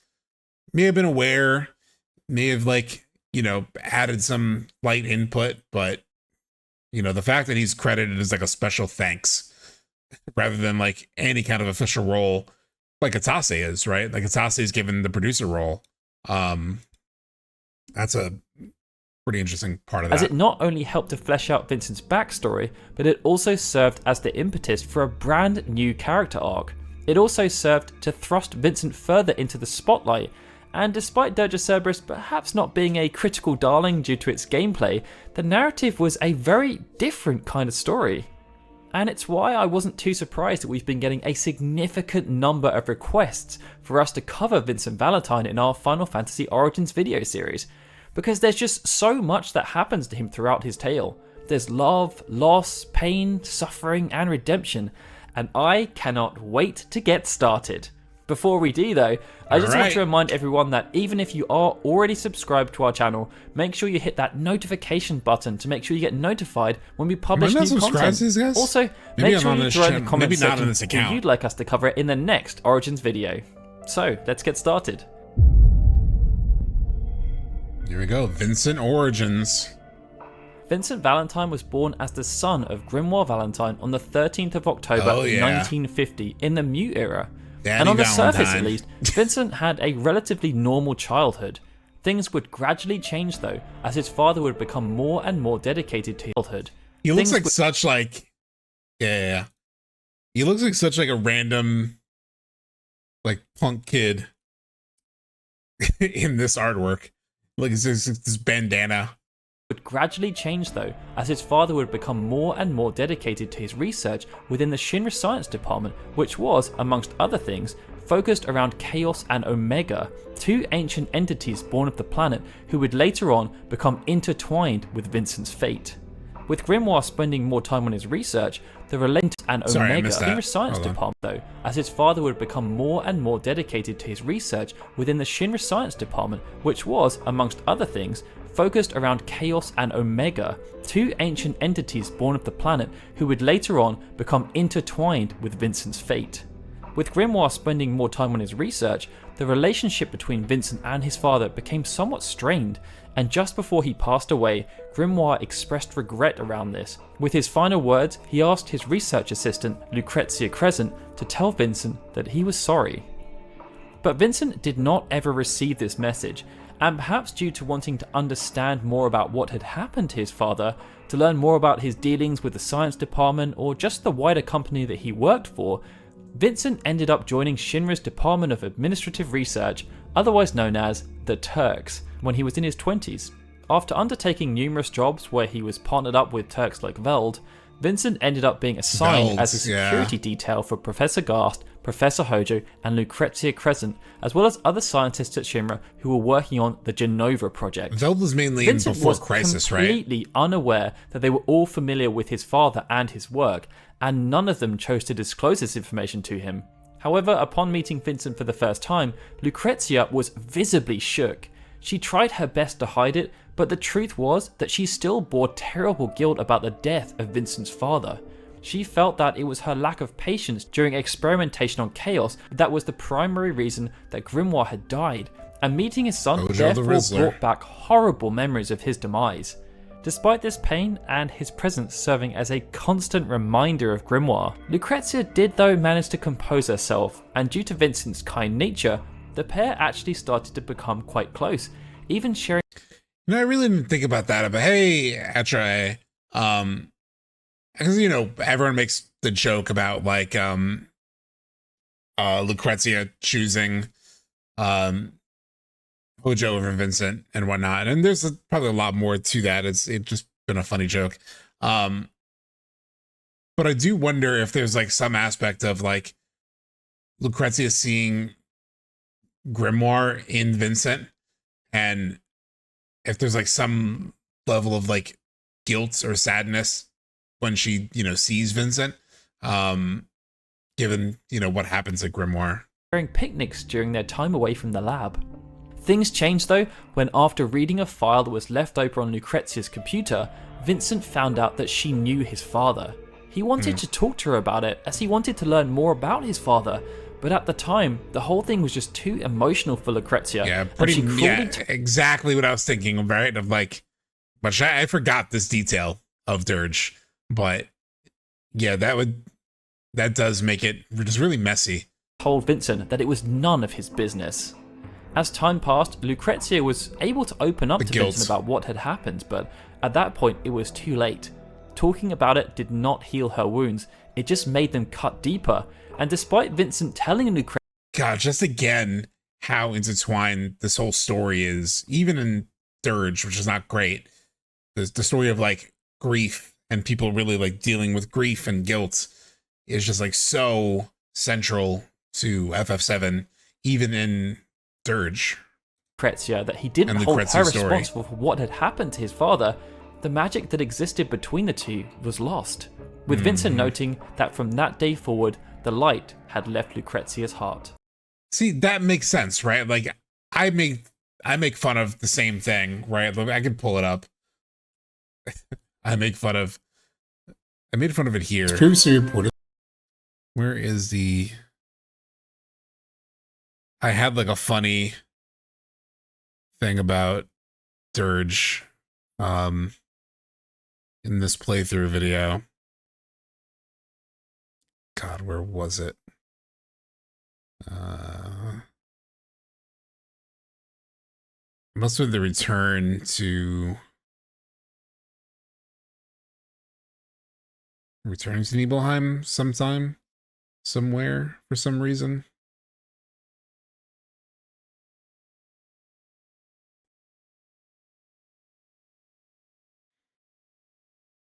I think it's like before the Zack stuff, you can see the Vincent scene too. Shoot. I should have looked this up before. In space, not there.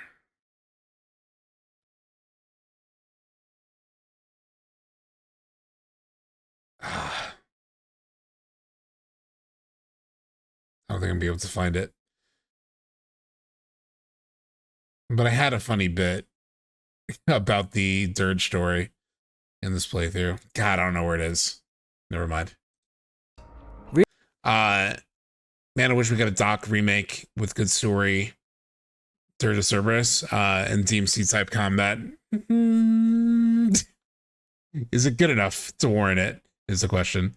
I would not mind a little retcon that actually explains that Sephiroth is actually Lucrezia and Vincent's love child, but Hojo just thinks he is.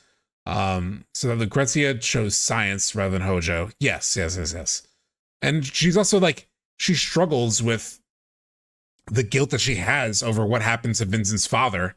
And it says right here, right? And despite Vincent telling Lucrezia that he didn't hold her responsible for what had happened to his father, the magic that existed between the two was lost, with Vincent noting that from that day forward, the light had left Lucrezia's heart. Realizing that she could no longer be with Vincent, Lucrezia instead chose to be with Professor Hojo. It was something that was very difficult for Vincent to take, but there was little he could do about it. He had already attempted to console and make her feel more comfortable with what had happened in the past, but she just wasn't ready to look past that, and instead wanted to focus on herself and her work, albeit with a newfound self-destructive streak. Exactly. The way they describe Nero as a facsimile of the Genova Project helps see through the overcomplications in Dirge's lore. Basically, they wanted to rehash the ideas in OG, but do so in a way that is mostly separate from the OG story. This saw her agree to an extreme experiment. As having become pregnant with Hojo's child, the pair decided to submit their unborn fetus to the Genova Project for an experiment called Project S, or Project Sephiroth.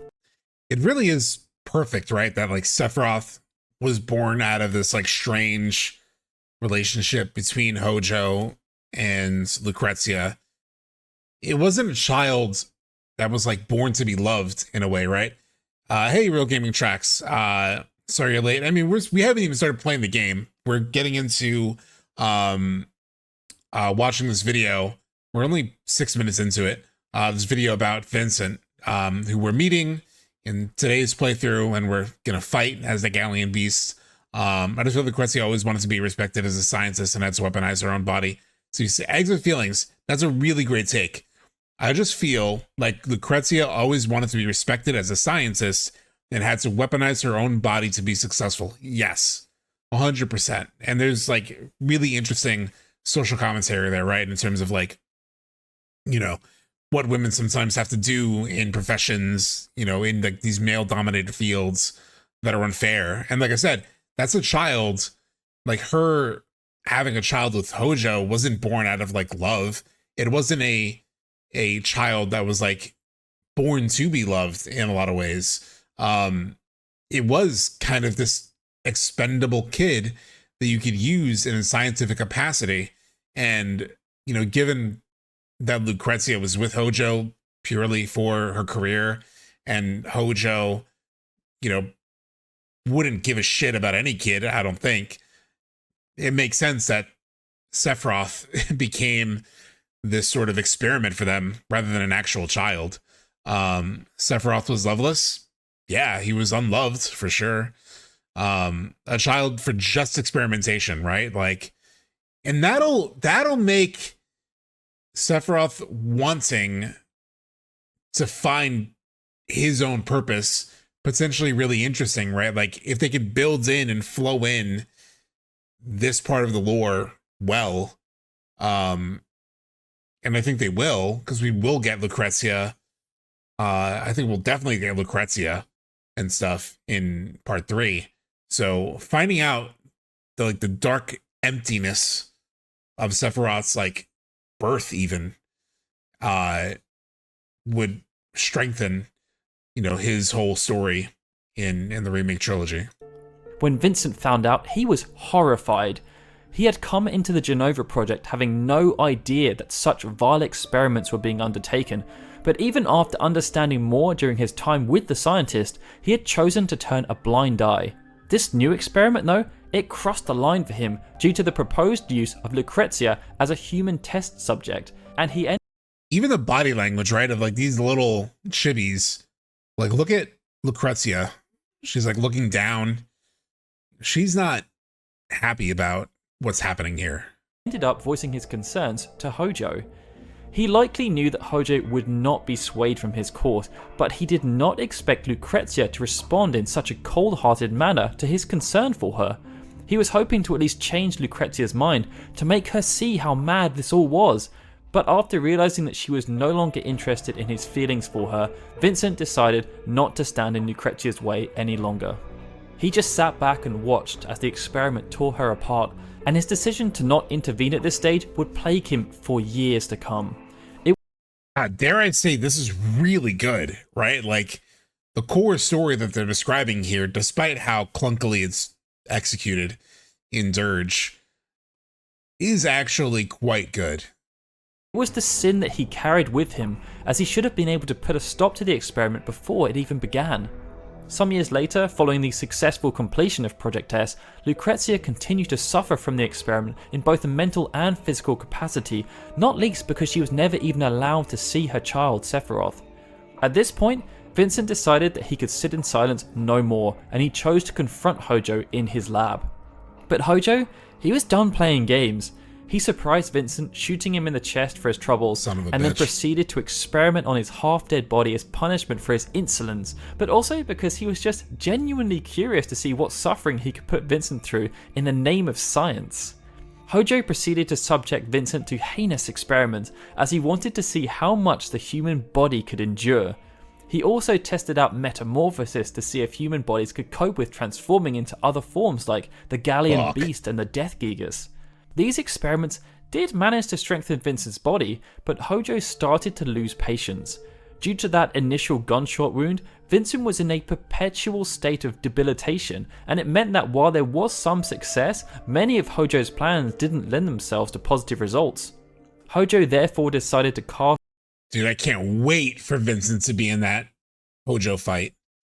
Cannot wait for that. Vincent aside as a failure. But Lucrezia took it upon herself to try to cast Vincent. And the mirroring with Cloud there, right? In terms of like the failed experiment, you're a failure. Aside as a failure. But Lucrezia took it upon herself to try and save Vincent. As time had passed, she had become aware of just how asinine her previous actions were, and now seeing Cloud, Vincent, Nanaki, Forced Party, Toolman. That is perfect. That has to be the party that goes up against Hojo. It's all of his experiments, maybe failures, but yeah, his experiments, right? Cloud experimented on, Vincent experimented on, Red 13 and Naki experimented on, all against their will. More clearly, she realized that her true feelings were for Vincent. Oh, really? The Discord link's not working? Hold on, let me get the link again. Let's see.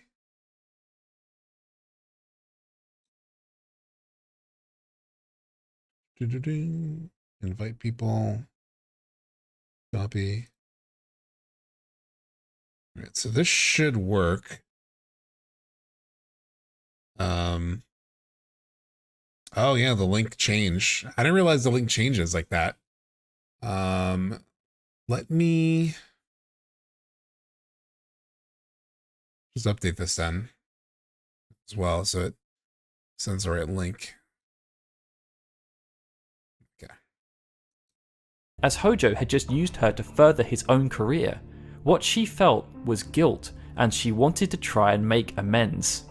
Lucrezia initially tried more conventional means, but success was limited and she became more desperate.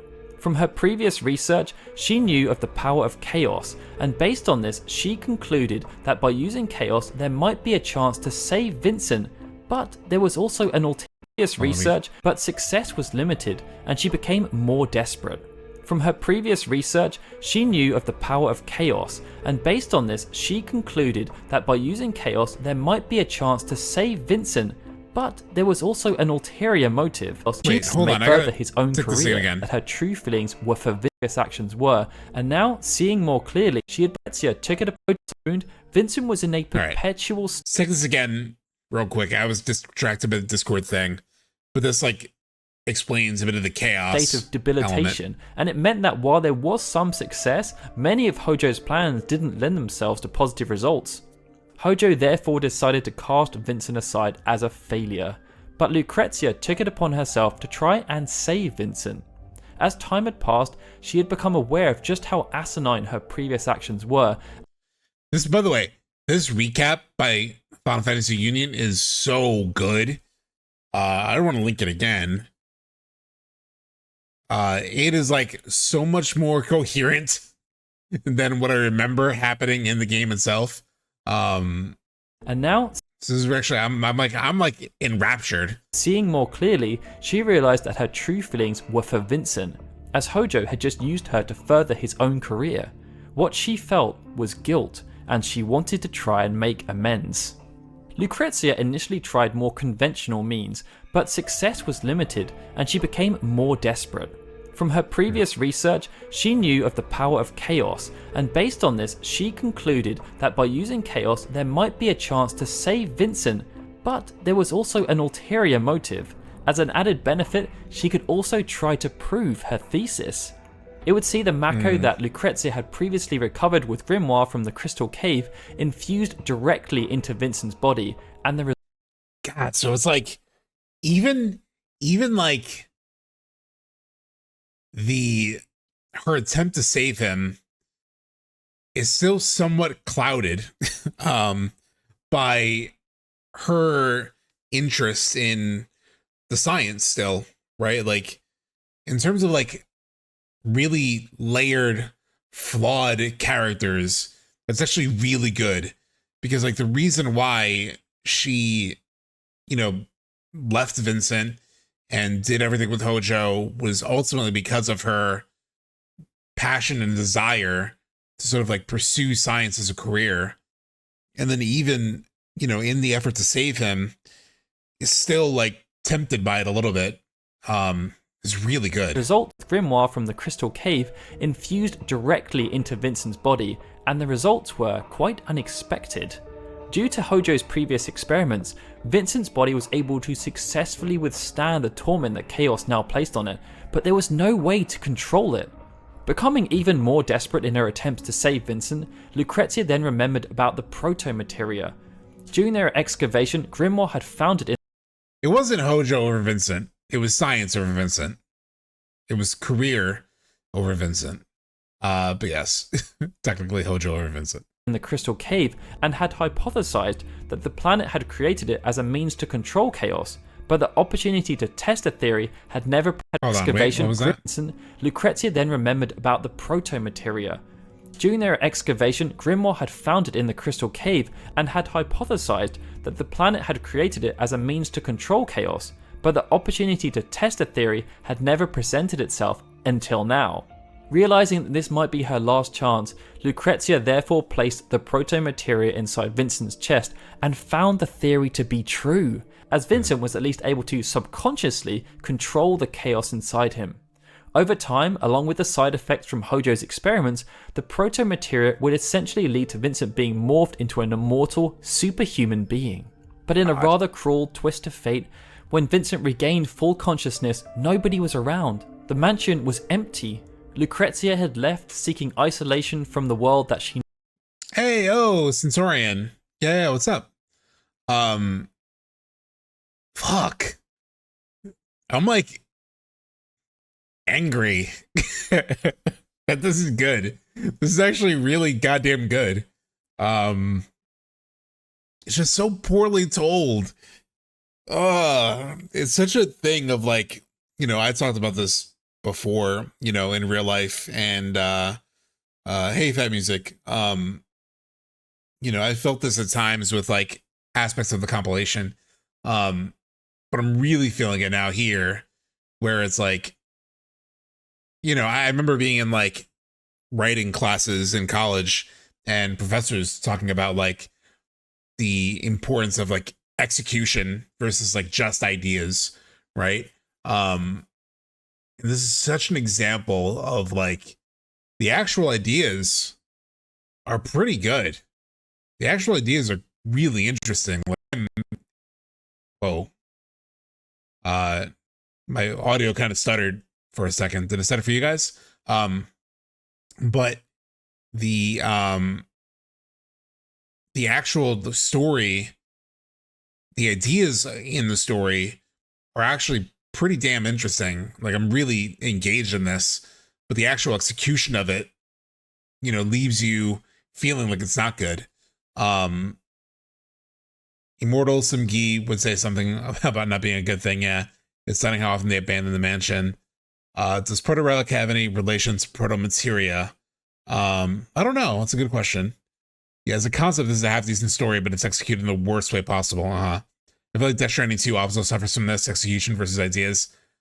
I haven't played that yet. I've been playing, well, I was playing the first Death Stranding, and I was really enjoying it, but Before Crisis is like this cool character lore stuff into mediocre 2000s mobile game. Fat Music, can someone catch me up? I was playing basketball and I'm now dead. Well, I'm glad you're playing basketball. I'm also a basketball player. We talked about a bunch of things. We talked about we watched up like no damage runs of like boss fights in Rebirth, which is insane.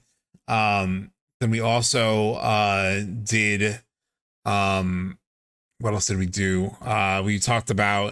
We went through like some of the Final Fantasy Files VA panel together, and commented on some of the things in there. We didn't do the whole panel because it's like an hour and a half, but a lot of stuff. Story wise, I think DS1 is much better. Really interesting.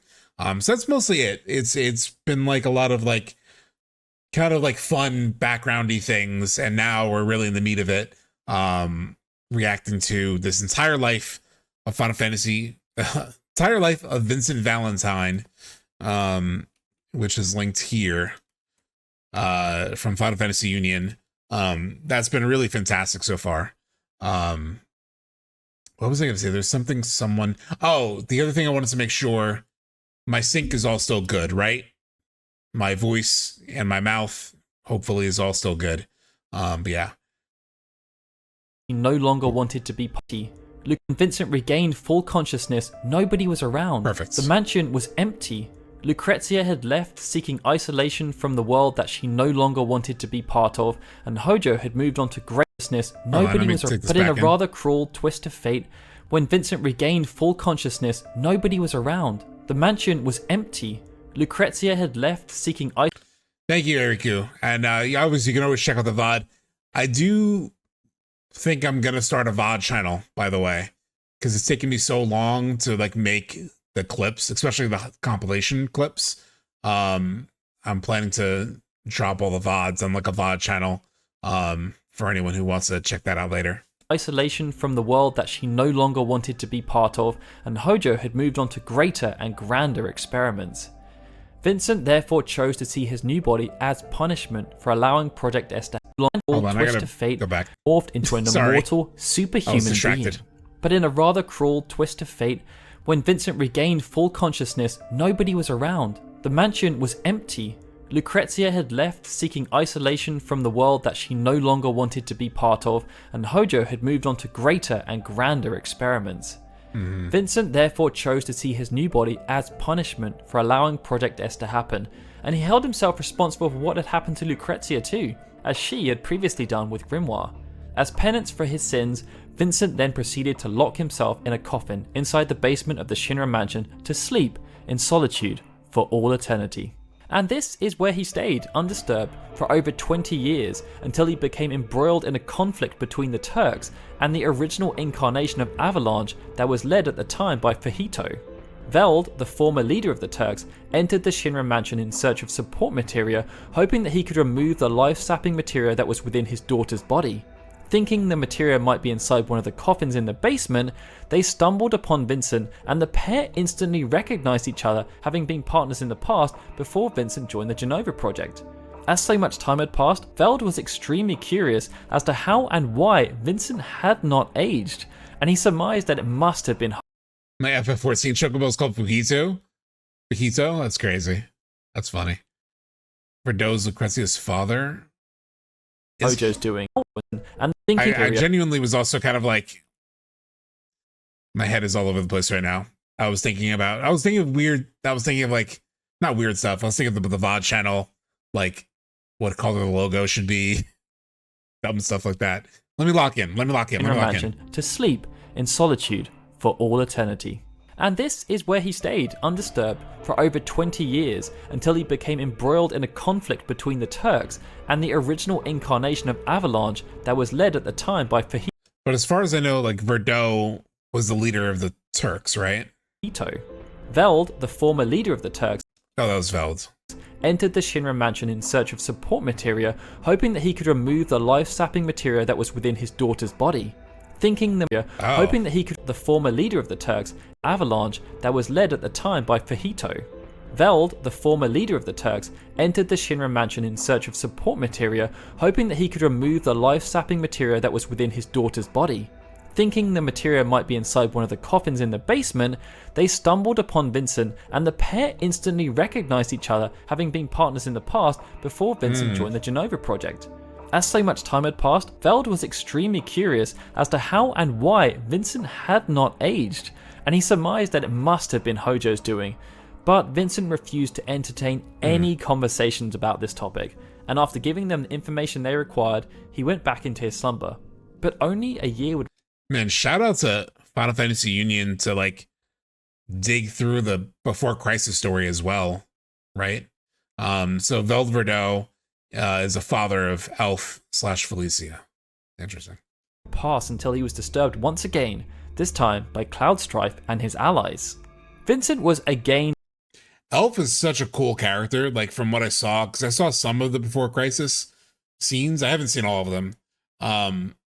But Elf was so interesting. I really liked her character a lot. Dismissive of this interruption, instantly asking them to leave. But when Cloud mentioned Sephiroth, he was keen to learn more.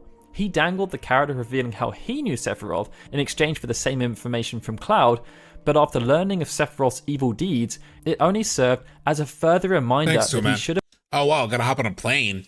Safe flight.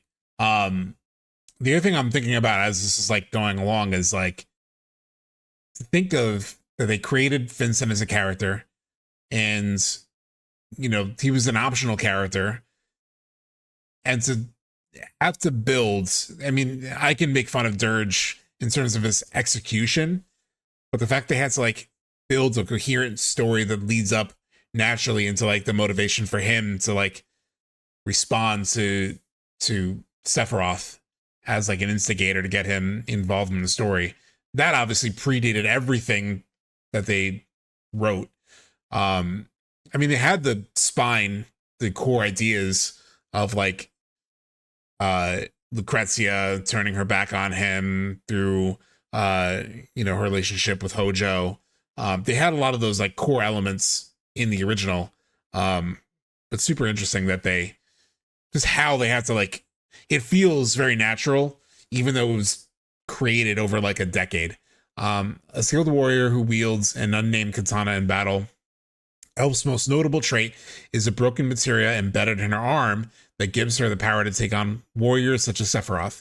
However, unbeknownst to her, the materia drains her life energy to compensate for its broken state and will eventually kill her if it's not removed, according to the Final Fantasy wiki.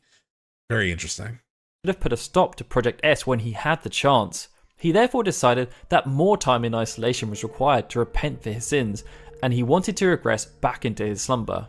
But after having a short time to reflect, Vincent decided, as he had done previously, that the time for silence was over. He needed to act once again and after Damn right. stopping Cloud and learning that the group were going after Hojo, he decided to go with them, seeking some kind of vengeance for the atrocities that had been committed.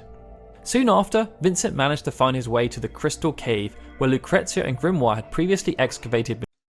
I know, Wick. We talked about that at the beginning of this video. They mentioned it, that they were almost scrapped. Which, from a game design perspective, I kind of understand, right? If the characters that you're not definitely going to use, and they made this damn game in like 9 months, literally, then it's like, do we put the time and energy to make sure this fits into the game or not? I can easily see them saying, like, you know what, it's not good enough, it's not complete enough, let's just like ditch it. Thankfully they didn't.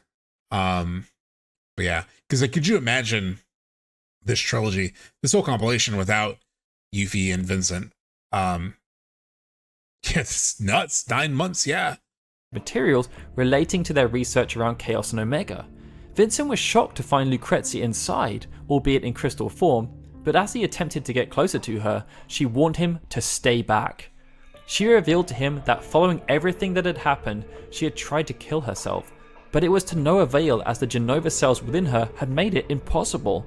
Seeing how much she had suffered and was continuing to suffer, when Lucrezia inquired as to whether Sephiroth was still alive, Vincent therefore chose to save her from the pain of knowing what he had become and lied, telling her that Sephiroth had died 5 years prior in Nibelheim. Vincent then proceeded with his quest to stop Hojo, and when they learnt that he had surfaced in Midgar and was appearing to help Sephiroth, the group launched an assault. Hojo's time had arrived. When they confronted him at the controls of the Sister Ray, Hojo was typically self-absorbed, barely concerned with the lesser minds who were attempting to speak and reason with him. And something he said during his grandiose explanation struck a nerve with Vincent. The two had serious animosity as it was. After all, Vincent had long been opposed to Hojo's experiments, and he had also been shot by the... I don't know if I would want to fight an enraged Lucrezia. I think her story is pretty tragic, right? Yeah, I don't know if that would be a positive, like, I don't know how satisfying that would be. You know, I definitely like feel for Lucrezia.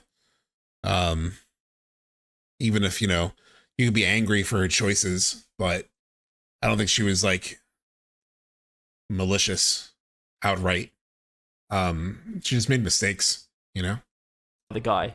But when Hojo refused to even acknowledge Lucrezia, simply referring to her as the woman that he used to further his own cause, Vincent was... What a fucking asshole. ...was incensed. And it was in this moment that he realized it shouldn't have been him repenting all those years, it should have been Hojo. Hojo, though, continued to be dismissive, as he was already planning his next move. Yes, he was trying to help Sephiroth, but only so he could set his next plan in motion, to become the most powerful force on the planet. Having learnt about Chaos and Omega from the research of Grimoire and Lucrezia, Hojo hoped to summon and become Omega Weapon, the ultimate weapon on Gaia that could absorb the lifestream. He had therefore injected himself with Genova cells, something he'd done to try and perfect to become the most powerful Sephiroth, as he was already planning his next move. Yes, he was trying to help Sephiroth, but only so he could set his next plan in motion to become the most powerful force on the planet.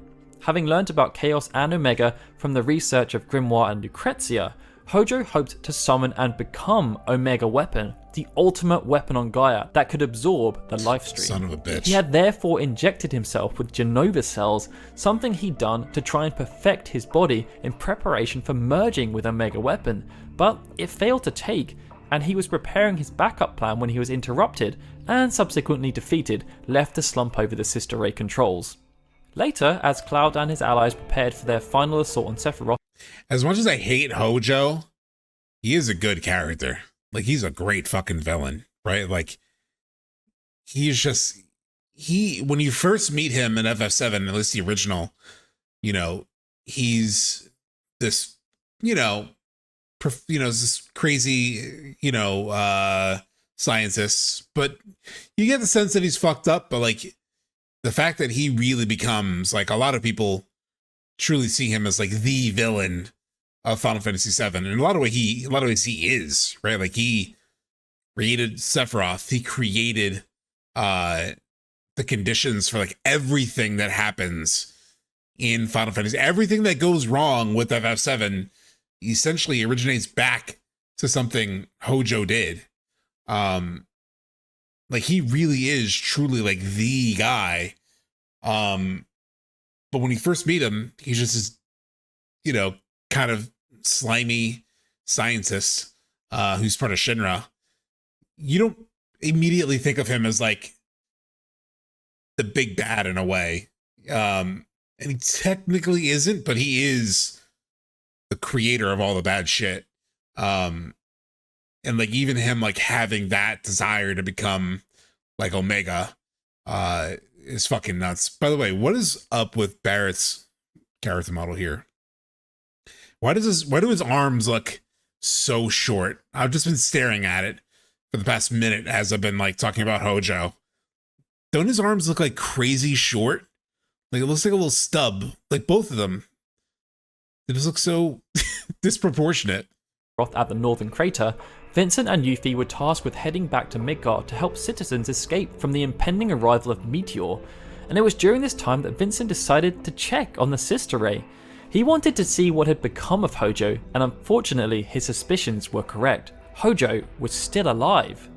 Making his way to the top of the tower, Vincent was determined to finish the job, but just as he was about to pull the trigger, lightning struck the sister ray. He recovered to find Hojo no longer there, as he had uploaded himself to the worldwide network, and realizing that there was nothing more he could do, Vincent returned to helping evacuate people from Midgar.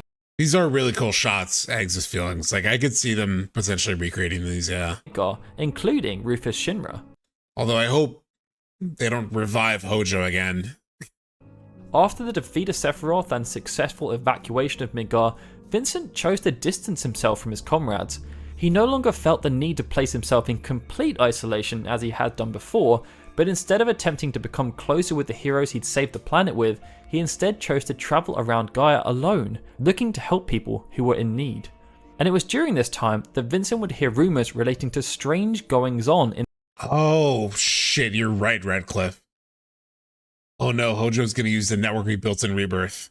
Yeah, like fucking Chadley. Fucking Chadley! In the Forgotten Capital. Upon investigating, he was able to rescue Seng and Elena, saving them from certain death following their torture sessions at the hands of the remnants of Sephiroth. Not too long after, Vincent was again called into action at the Forgotten Capital, this time rescuing Cloud after he was bested by the three remnants in combat.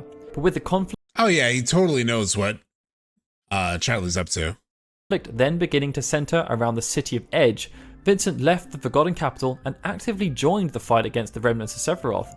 He played a vital role in helping his friends defeat Bahamut Sin, which had been summoned by Kadaj, but following the fight he withdrew to the Shira, Cid's new airship. Here, he watched on as Cloud squared off against a reborn Sephiroth. Many of the others wanted to help.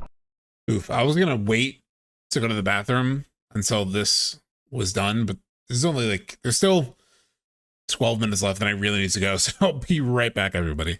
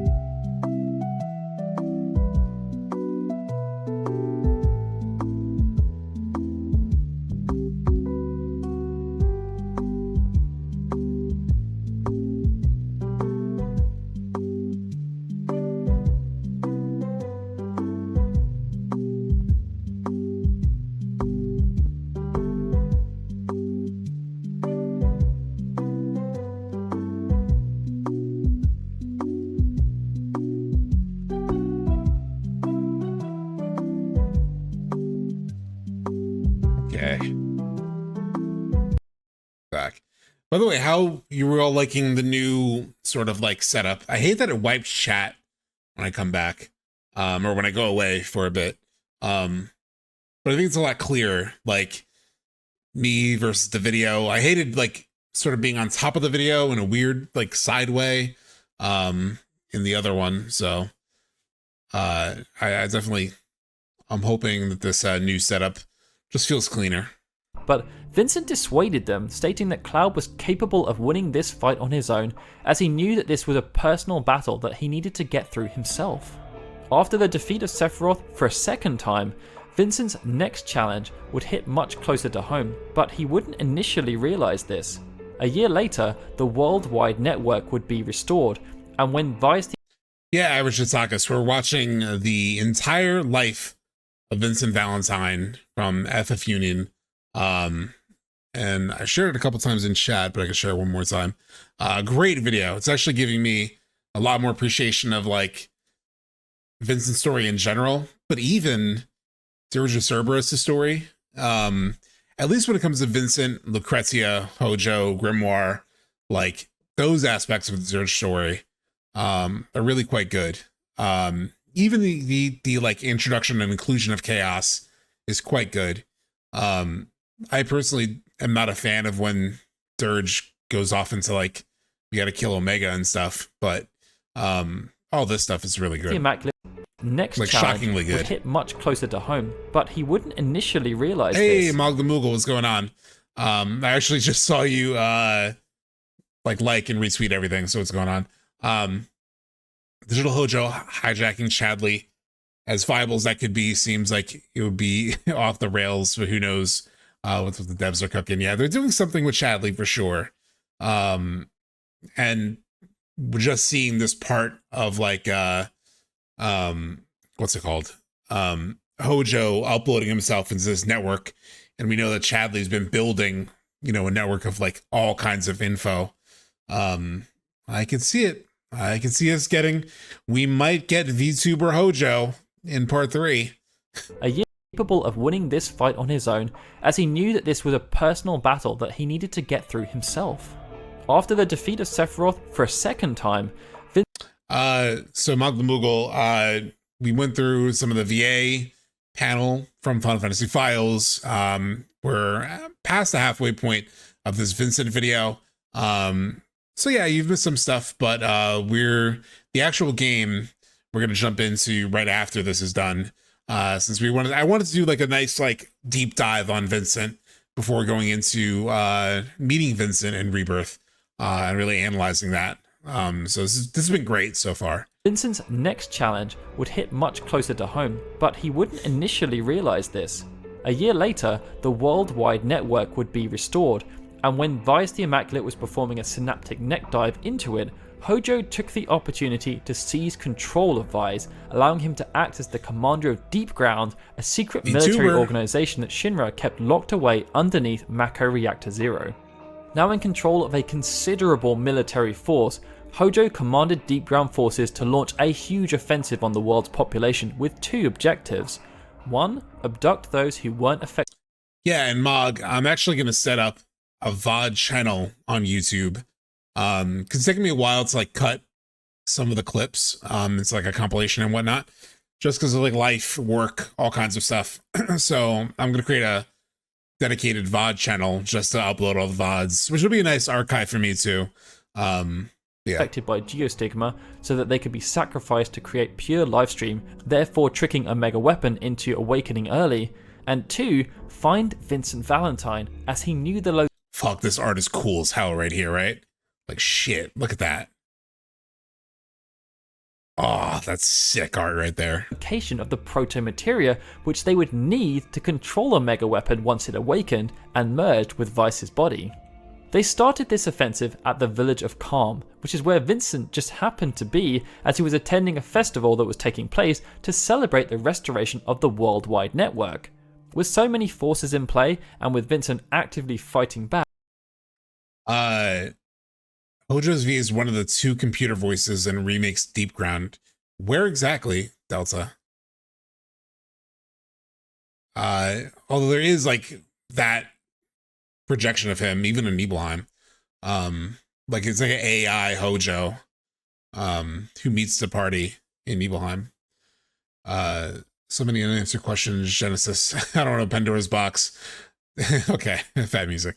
It therefore didn't take Deep Ground forces too long to find him. This attracted the attention of the Sviets, an elite group of soldiers within Deep Ground forces, and it meant that Vincent was accosted by Shulk the Transparent and Azul the Cerulean.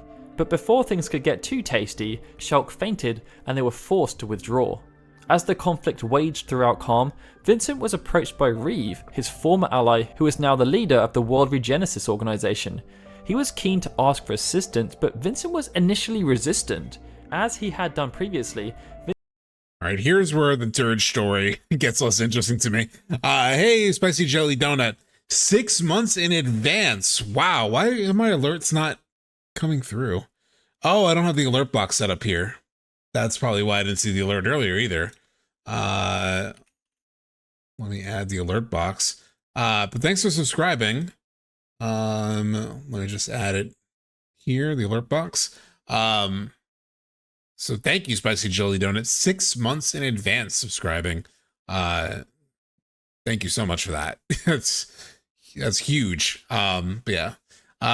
There's these combat trials that Yuffie and Sonon go through, and that part is a different computer voice from the rest of the facility. When I get to face Hojo, I'll have Vincent in my party. Oh, Mog, you missed that. So somebody in chat brought up earlier that the ideal party for when we face off with Hojo in part 3 would be Cloud, Vincent, and Nanaki is like big 3 experiments.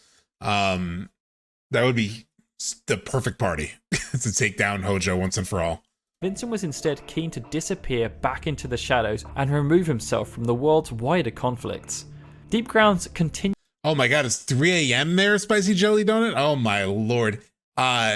So yeah, I just as you mentioned, or I mentioned earlier, I don't know if you were here, but about like 5 minutes ago I mentioned it. I'm gonna set up a dedicated VOD channel on YouTube as well.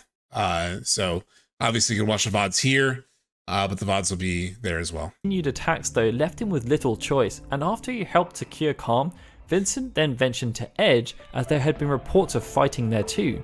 When he arrived though, the city was deserted. Deciding to investigate, Vincent stumbled upon Shalua Rui, a WRO scientist who was looking for her sister, and after venturing further into the city, he came face to face with another member of the Sviet, Rosso the Crimson. Tasked with the same mission as Shulk and Azul, she pressed Vincent for the location of the proto-materia, but after Vincent refused to divulge any information, Rosso turned aggressive and caught Vincent off guard with her raw power. It forced Vincent to transform into chaos in order to defend himself, which led Rosso to withdraw. But it also revealed to her that the Alright, cool, see you later, Centaurion. See you later. Proto-materia was housed inside Vincent's body. With their target now fully acquired, the Sviets became much more aggressive with their attempts to acquire the proto-materia. It led to them storming the WRO headquarters as they knew Vincent had been taken there to recover following the skirmish with Rosso. The assault this time was led by Shulk and Azul, but despite doing considerable damage to the complex, Vincent was able to sedate Shulk and subdue Azul. After the conflict, Vincent was left with many unanswered questions about his past. He was obviously aware that experiments had been performed on him after his fateful encounter with Hojo decades prior, but he knew very little about his powers and how he could control them. He therefore decided to venture back to the Shinra mansion in search of answers, as he hoped to learn more about Omega and Chaos by sifting through the research that was conducted by Lucrezia and his father.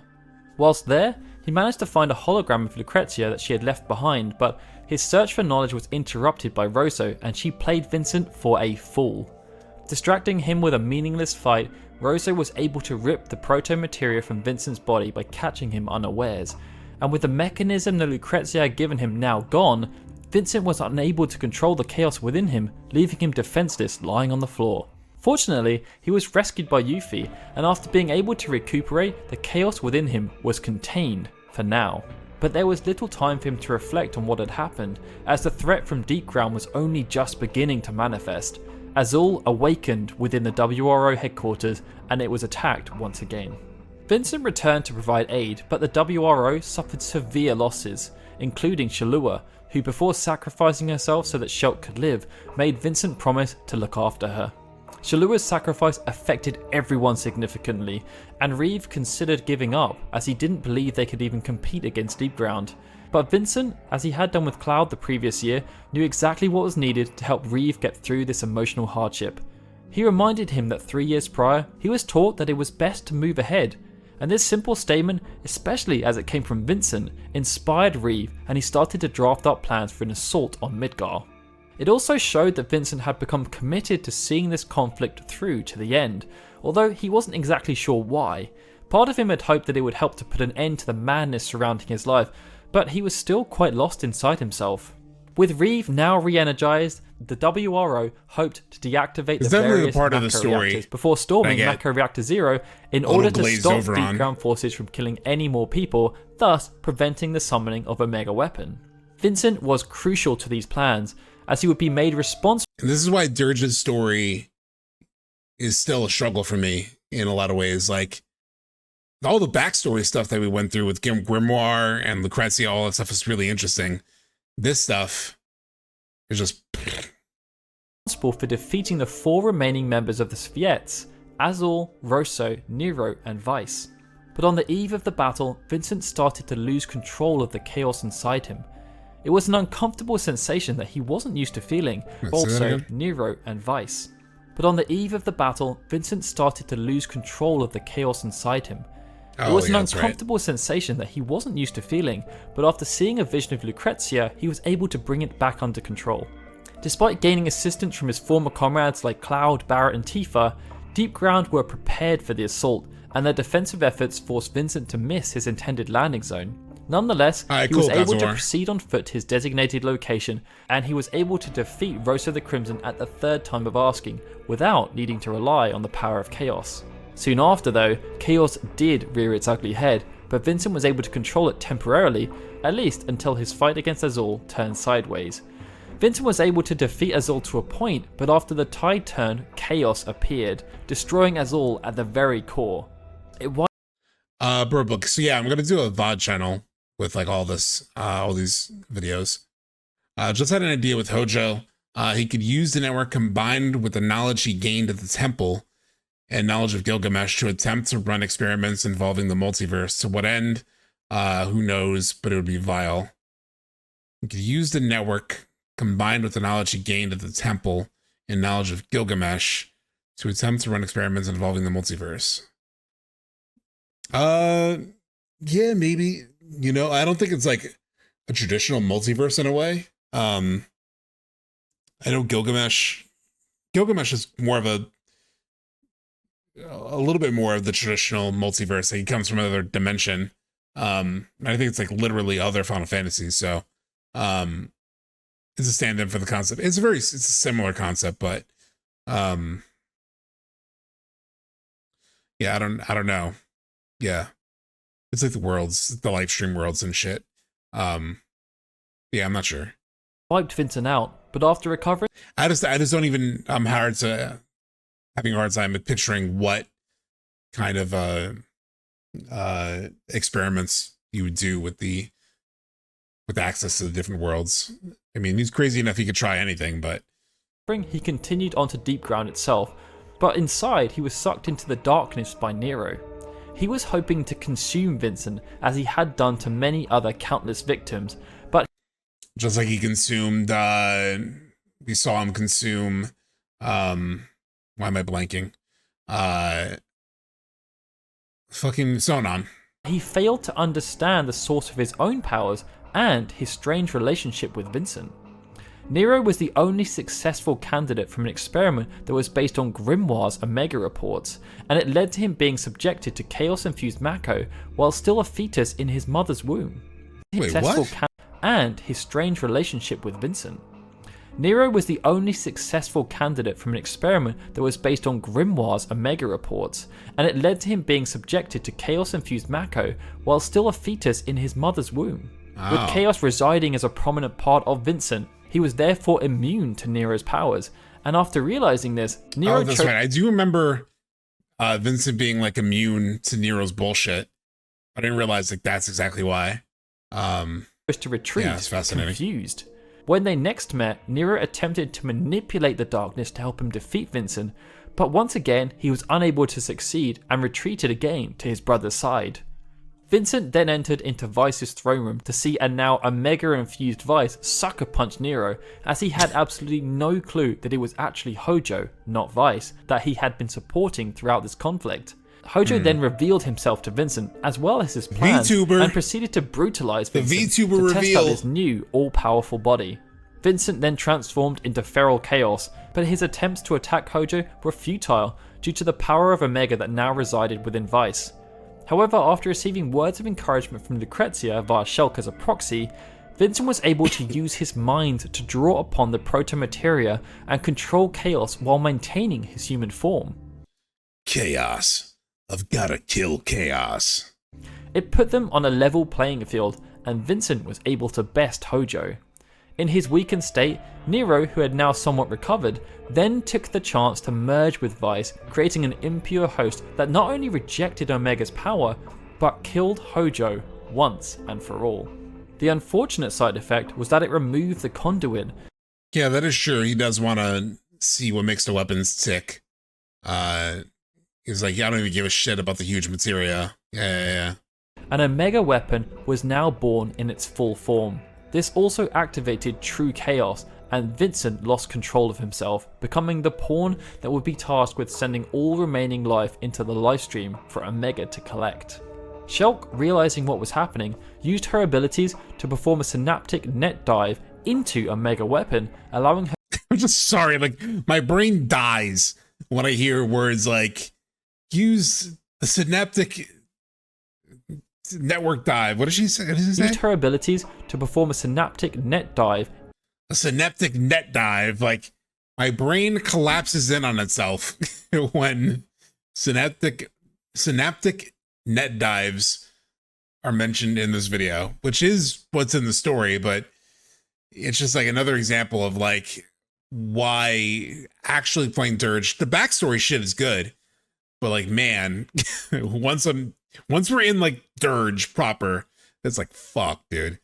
Into Omega weapon, allowing her to connect— My brain dies when I hear frostbites. Yeah, we'll get used to it. —with Lucrezia and retrieve the proto-materia for Vincent. Using fragments from within the network that Shulk had found, Vincent was then able to get a degree of closure around everything that had happened with Lucrezia. I mean, yeah, it's like basically like jacking in, and there's like, I do that in Cyberpunk, right? And even that has like terminology like edge running.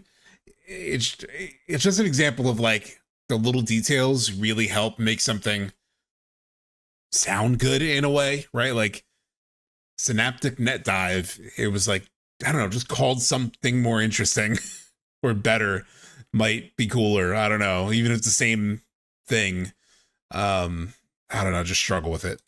He connected with her, as in the fragments she left behind, Lucrezia apologized for all of the suffering that she had caused him throughout the closure. What happened here? Fragments from with Lucrezia and retrieve the proto-materia into Omega weapon, allowing her to connect with Lucrezia and retrieve the proto-materia for Vincent. Omega weapon was happening live into the live stream for Omega to collect. Shulk realized— I was so busy talking shit that I kind of missed this, and it sounded vaguely interesting. What was happening, used her abilities to perform a synaptic net dive into Omega weapon, allowing her to connect with Lucrezia and retrieve the proto-materia for Vincent. Using fragments from within the network that Shulk had found, Vincent was then able to get a degree of closure around everything that had happened with Lucrezia. He connected with her, as in the fragments she left behind, Lucrezia apologized for all of the suffering that she had caused him throughout the years. It is almost like similar to memories, like these like synaptic net dive, versions of people are kind of similar to, the reflections of people basically in these dream worlds or these like live stream worlds that we see in Rebirth, right? Where she's like seemingly consciously apologizing to Vincent. From the death of his father to manipulating and hurting him emotionally and then using him to complete her thesis. And lastly, above all, she conveyed that she was just happy that he was able to survive. These words inspired Vincent, and he resolved to defeat a mega weapon and save the planet. And he was aided in this mission with the help of his friends, who were able to destroy the various macro reactors around Midgar. With a mega weapon then looking to escape and ascend into space, Vincent chose to sacrifice himself to force it to stop. But he was able to survive, albeit at the loss of his chaos powers. His friends were desperate to learn if he had survived following the conflict, and Cloud went out searching for any sign of Vincent. But Vincent had somewhat regressed to his former self and chose to keep his status a secret, at least until he had visited the Crystal Cave in order to thank Lucrezia for saving his life and ultimately allowing him to save the world. And that neat little conclusion brings us to the end of Vincent Valentine's story. No doubt when the Final Fantasy VII Remake releases, things will be fleshed out quite considerably, but I just really hope they flesh out his rivalry with Hojo. I think it's very easy to feel sympathetic towards Vincent as a character. His time on the Jenova project caused severe damage to him mentally, and both Lucrezia and Hojo were very much responsible for this. But after his self-imposed exile, he was able to somewhat integrate back into society, ultimately fulfilling an extremely useful role in the fight for humanity's survival. And I think it's this frailty that makes Vincent such an endearing and popular character. Sure, the way he behaves does give him an allure of mystery, but once you dig deeper and understand more about his past, it's difficult not to see him for what he truly is, an outsider who just wants to belong but doesn't really know how anymore. It's why the ending was quite satisfying for me, as it showed that even without an impending crisis on the horizon, Vincent was finally opening up to becoming a more active part of the group that he'd shared so much with. Either way, that marks the end of this Origins video.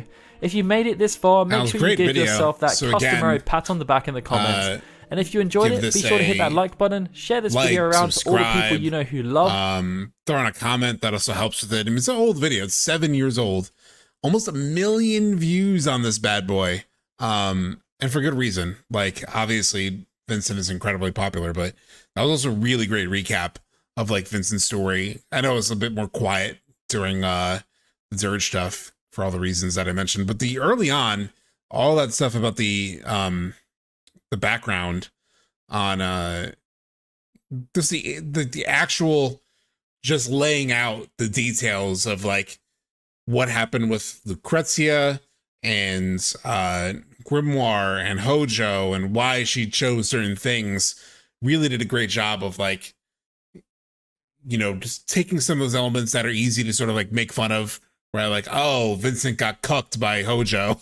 Like those things that are easy to make fun of. It actually just plainly laid out sort of the logic behind it, the character motivations behind it. All that stuff is really interesting. It makes me also I want to do that Vincent side quests where he talks a bit about Lucrezia and stuff. And I think I have additional now some like additional background for that. That was really good. So really great video. I'm very happy I ended up deciding to watch this on stream with you all. And I think it perfectly prepares us and sets us up to get into Rebirth, where we meet Vincent. Was there ever a confirmation to any relationship to the real life Vincent Valentine? Is there a real life Vincent Valentine? I don't know of any real life Vincent Valentine, so there's no way for me to answer that. So yeah, I erase those memories. Don't talk about Vincent like that. Yeah. All right, cool. So we'll jump into the game next. I'm gonna sit back down and let's get set up. So we'll go into in-game. What is this scene that's up? Oh, it's a media browser. I have a little bit of a new setup on for the in-game scenes. So since I now have my full background and everything, added a little border around it, around my camera. Oh shoot. The wire for my controller is getting caught and stuff. Move that around. Pull that this way. There we go. Okay. So we're back. We are back indeed. Bring up the volume mixer.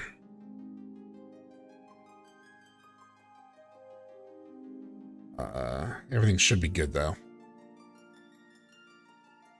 Oh yeah, let me bring up the chat overlay, which is helpful for me. Except for when I have to do material loadouts, then that's when the chat overlay gets in the way, but it also is better to have you guys here in front of me on the monitor. All right. Cool. So new setup. I mean, very similar. It's really just my camera. And then I have this like little follower sub count thing that I added that's a little less, it's not as big as like the traditional subscription goal thing. How many tries will it take? A lot, most likely. If my last playthrough was any indication of it, probably a lot. Actually, we should probably do material management now, get it out of the way, right? Who ends up in the party? Kate Sith, me, and I might need to come back. Oh yeah, Aerith is 0. I don't think I'm gonna fight with Aerith anyway. Yeah. Maybe we'll head back, we'll meet with Cloud. Yeah, let's go back and let's meet with Cloud, and then we'll, once we see what the party is, I'll mess around with materia. You haven't seen this fight in hard mode? This fight is nutty in hard mode. Mostly because Galleon Beast just hits hard as hell. Like the very first time I did this in hard mode, I died in roughly a minute and 20 seconds, something like that. It was pretty bad. It was pretty rough. All right, here we go. Well, well, well. Look who the cat dragged in. Hey there. So, find that terminal? Beating Galleon Beast was so fun though. Well, we can but try again. No sense stewing on past mistakes.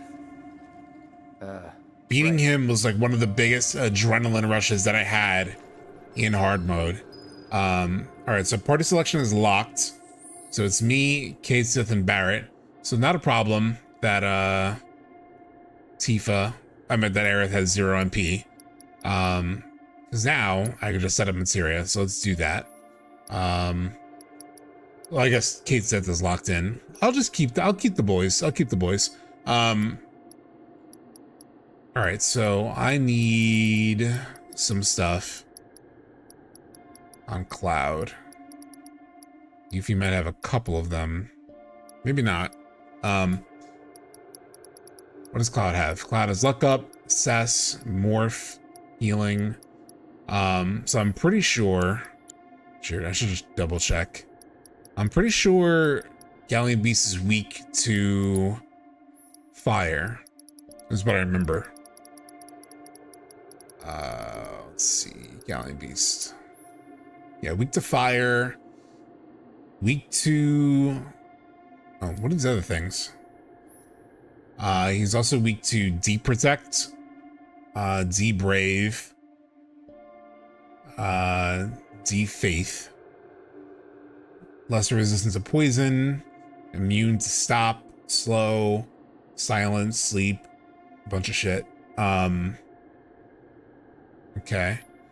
Inflicting enough damage will pressure him, making him flinch during inner turmoil or chaotic consumption will make him easier to pressure until he recovers. That's good to know. I want to switch Barrett, has almost no MP. Oh, really? Shoot. It's really just Kate Sith that you have to keep. You're right, Barrett has 3 MP. Okay. Well, Kate Sith's locked, but that's fine. I guess I could switch. Oh, I can't. Shoot.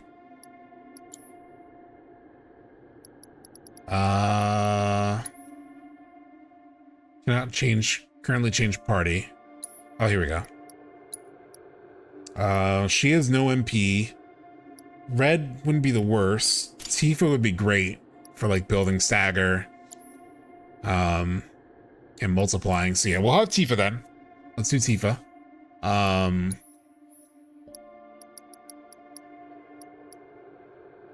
should have healing magnify. What's the MP situation on Sith? 26. Damn, she only has 58. Aerith is 0. Red is full on MP. Ugh, that's nice. You know what? I'll still keep Tifa, and I'll have her with, rather than fire elemental, I will have her set up with fire absorb, like MP absorb. Oh, he already has fire equipped. Let's move fire up. Yeah, let's hook her up with a fire MP absorption so that she can get MP back. That will also hook her up with healing. But to cry here way back in 2015, this is what I pictured the game will look like, and it's better than I ever could imagine. It's amazing, right? Like, with the exception of the missing spiral staircases, aka circular staircases, it's a really great hello, yeah, a really great delivery of like those core ideas. Okay, anything else Aerith has that would be good? She has Shaka already. Synergy support materia slightly increases synergy. It's pretty good. Revival, she would definitely need revival. Limit siphon.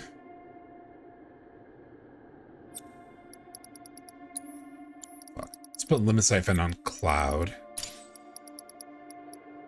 Time materia is kind of useless here. Chakra. I don't really need another HP up. She has like, oh, she has 2 MP ups. Maybe use that? Let's see. Let's see what else there is.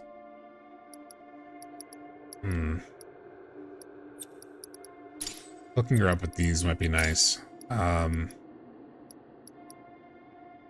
would love for Cloud to cause an emotional argument between Tifa and Barrett, where he wants to give up on him. She calls him a hypocrite for wanting to save Dyne. Ooh, that does sound pretty good, actually. CP boost. Yeah, he doesn't have that. Barrett, what do you have? ATB assists and AP up. God, I do want to get that leveled up.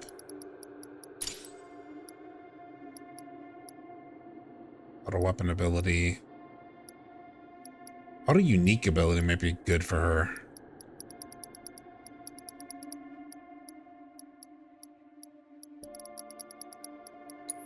Let's do auto unique ability on her.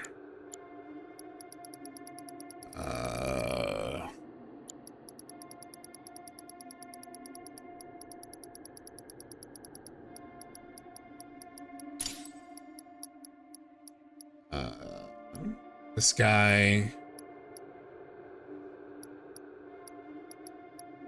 What else should he have?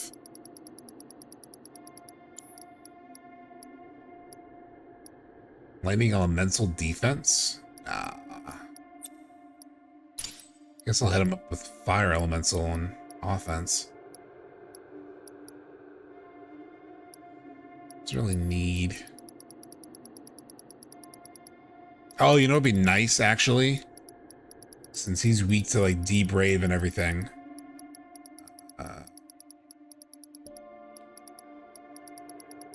Here we go. Oh, he already has this empowerment. Oh, okay, perfect. Sorry, just checking chat every now and then. What else would be good to have? Poison doesn't really work on him. Binding stuff doesn't work on him. Time stuff doesn't work on him. Already have disempowerment.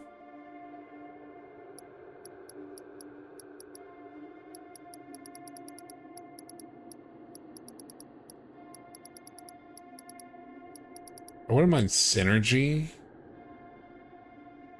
What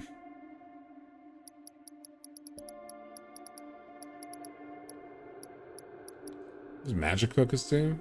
Increases the potency. Maybe you can have prayer on Kaseth. And do I have another like ATB boost?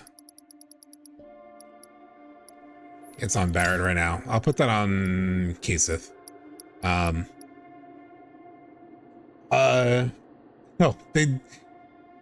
the bot was like catching you for saying murder. But you're fine. We catch up with chat. I'll let for, oh yeah, I already read that. Then we can see the group give on Cloud after expanded relations. That Cloud is a cloak. It's really tough because even Barrett has been like very protective of the robed guys. So I don't know. I don't know if he would like turn on him. I can't wait until Reeve Kaseth confronts Barrett about how close his cynical views are to Dines when they talked about the reactor bombing at the beginning of the story. Oh yeah. When he like has that conversation about like, oh, I did it because of my own like wanting to get revenge on Shinra. I mean, he's been very protective to the point. Hey, Mock, to the point that Steph is making. Barrett's been very protective of the roped guys the whole game. So yeah, I kind of don't see that happening. She will be the last person. She will be like the most convinced that she could save him, right? Like that's even what she stated in the Gangaga scene, right? It's like, it's my turn, I'm gonna save you. She will not give up on him whatsoever. That's definitely true. What else can I give him?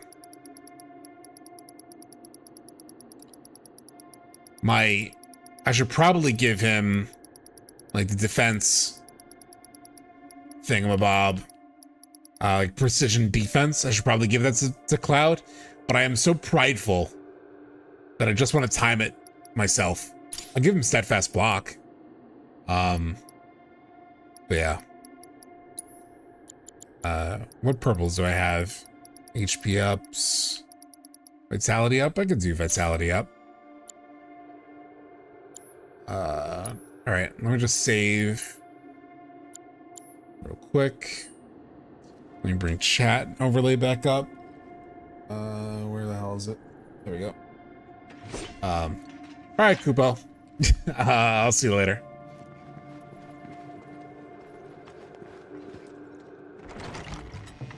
Here we go, y'all.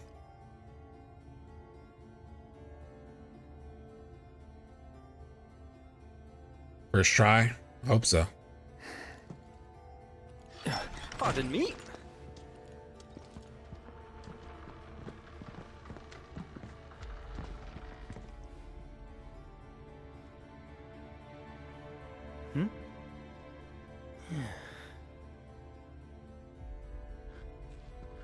The core's a bit. The timing's a little ridiculous without the materia. We're gonna try it.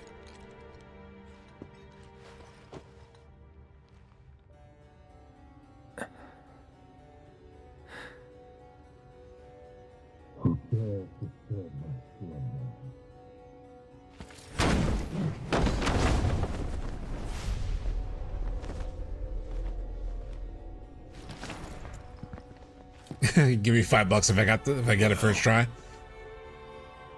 Doesn't matter. Who are you? You can do a gift sub. Vincent Valentine. I'm security. Security. It is a little strange. Here. Be brief. Your terminal. How it just seems like he's like here as like he's like playing up security, despite I don't know. What do you all think of like him staying here and like protecting the manor? It's a little, I don't know, like even after like watching everything we saw in his backstory, what do you think motivates him to like do that or play that role up? I just feel like he would naturally have issues with Shinra and stuff, and maybe it's more just like he's stuck in his guilt and he doesn't know what to do, so he's just staying here. He's not even thinking about Shinra. I don't know. He doesn't want to give information. That makes sense.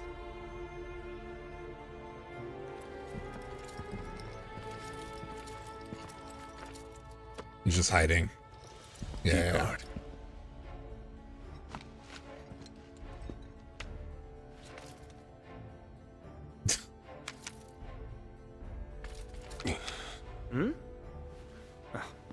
It haunts me knowing Vincent was just chilling in the manor while Sephiroth was crashing on the library nearby. Yeah. So it's a reflex. Yeah. It's the last shot he had. Oh.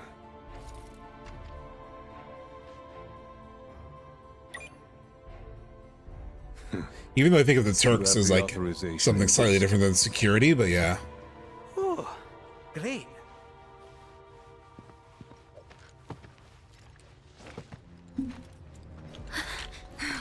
Pulls a blicky on him. Though you're clearly not Murasaki. Oh shit. Explain yourself. It's a bit of a long story, Probably a lot and to we'd tell love ya. to tell you all about it, but there's something we really need to look up first. Can't go letting our foe win the information war, eh? Your foe? And who might that You can see the chaos in his eyes, right? I'm actually gonna say Shinra because that gives you like some different insight. Shinra. Oh, Everett, don't you mean? For Everett.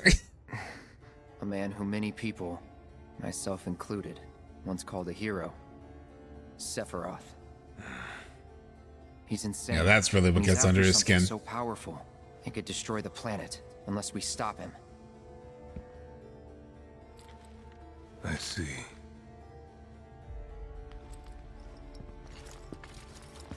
More like for Everett. Then I've one more sin to atone for. Love every K line, yeah.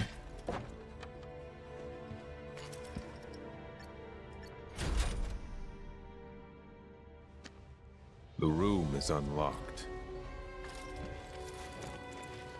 Use it as you see fit, Mr. Murasaki.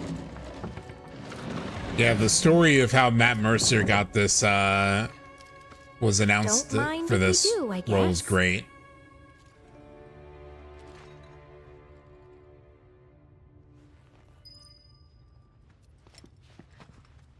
All right, let's take a quick rest.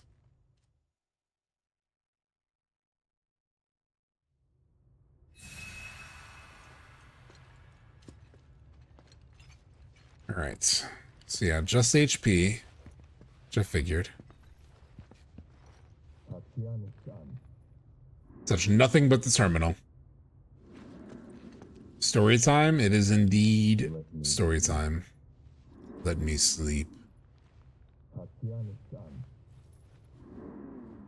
Alright. It's not much here. I can't run through that? Okay. Might as well open this chest, why not? Might be equipment or something. Turbo ether. Perfect. Now I can get my MP back. Ah, shit, I can't use it. Ah, fuck. I mean, Matt Mercer has how he had the roll story time. I mean, I could pull that up. I was thinking about it, actually. Might as well. Fuck it. What are these streams if not me, like, nerding out over every damn detail? Let's find it. Matt Mercer gets Vincent.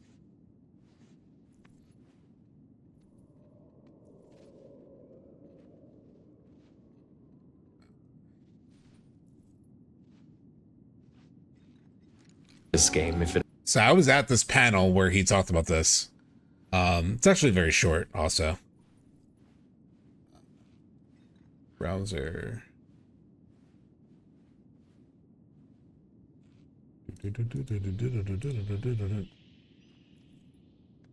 Okay. Oh shit.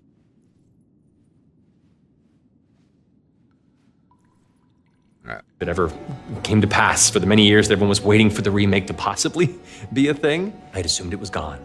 I assumed that it would, it was just one. Oh wait, hold on. We're auditioning for it, and it is now coming back to haunt it. I'm thankfully very familiar with Final Fantasy VII. I remember auditioning for it and wanting very, very badly to get this role. I had dreams back when I started out as a voice actor about one day having an opportunity to read for this game if it ever came to pass, for the many years that everyone was waiting for the remake to possibly be a thing. Oh wait, I assumed ad? it was gone. I assumed.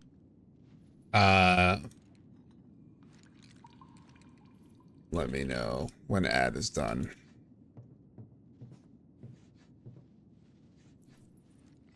So yeah, I'll just get it's done. All right. It was just one of those that got away. Some of the people in the production knew how much this meant to me, and they got me in to do some more background voices on Rebirth. I was like, hey, well, at least I get to be a part of this one too. Come into the session, they're like, we're gonna go ahead and put up a little camera. They just get sort of facial motion capture reference. I'm like, okay, I will never let any of you see that video. I'll try to find it, guys. I got you. So I was at this panel actually at New York Comic Con, which is like, again, I'll never get over geeking out about that. But I remember the story, and I remember them saying this, like Cloud saying that, or Cody saying that, and I thought there's other moments where there's been like references to things behind the scenes, and it's like, oh, we'll show that one day, and they haven't, and so I was actually excited they made this and did show this. I think my fondest memory working on this game was when I realized who I was playing. You know what we're doing here? I know the game. So we've got you playing some NPC characters and variety of different stuff, and you know, it's pretty much just like you've done before. We'll play it. Which, by the way, is super common. Like, we were just at that VA panel, but even, you know, fairly high-profile actors like Matt Mercer, you just end up doing, like, if you roll through the IMDb of almost any VA, him, John, Susie, Britt, like pretty much anyone, even like what's her name, who's also on Critical Role, and played Abby in The Last of Us. Why is her name is blanking for whatever, but anyway, she's in everything.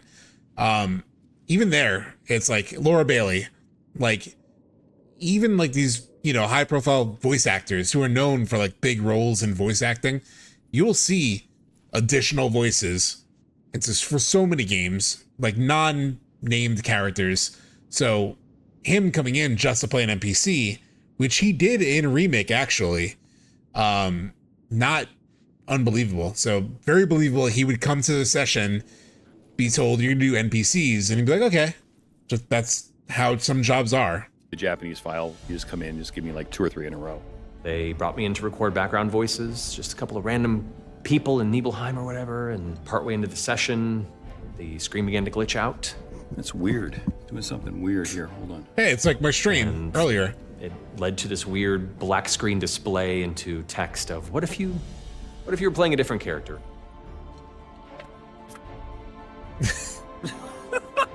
What the hell is this? And so they revealed to me in session that I was actually there to record Vincent instead of these background characters. No. Are you f***ing serious? In session that I was actually there to record Vincent instead of these background characters.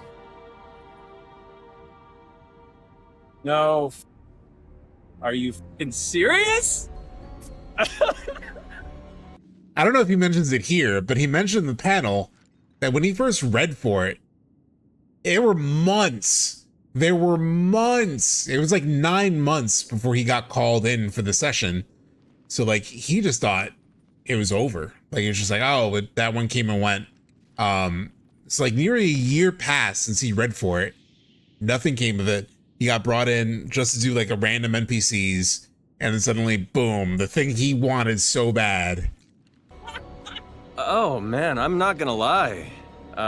This fucking means a lot to me. And it kind of broke me in a beautiful way. I think that's going to be a particular memory I carry with me for a very, very long time. Me. Look at this pure reaction. Are you fucking serious? Oh man, I'm not gonna lie. This fucking means a lot to me. And it kind of broke me in a beautiful way. I think that's going to be a particular memory I carry with me for a very, very long time. Very cool. Very cool. What's that Cody thing? Bad voice actor talks after VII Rebirth. Go check that later. Okay. So, which is why they move on to the next thing after auditioning. Yeah, sometimes don't hear back for a small eternity. Yeah. So sweet. Go beat his ass now. Okay. Okay.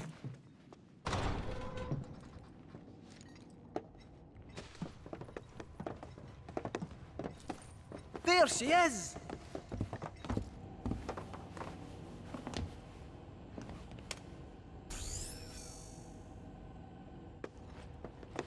Cloud, my boy! Still got that key card? I did save after my setup, yeah. Thanks for Gonna checking. need a bit of time with this. Might I suggest a spot of recon? So, I've talked about this before, but very annoying that you can't have any conversations with anyone here. So walk with Tifa, nothing. Walk to the back. How nothing was, you know, retrievable or like readable back here. Can't talk to Yuffie. Can't read anything. I was genuinely shocked. I can pick up fucking planet spirit manifestations in chunks of T of Lee Titanium and Sapphire. Their background NPCs. Their main character party quest members, and just nothing back here. Shocking. I'm still shocked that there's literally nothing that you can interact with back here. Absolutely nothing. That's just crazy to me. This SL thing is very cool. Like, no, can't converse with anybody, do anything. They just funnel you. Actually, the first time that I played this on PS5, I went straight for that door because I'm an idiot. And I was like, oh, that looks cool. Let me go walk through that. And then I thought, it's exactly farther. I thought I missed stuff.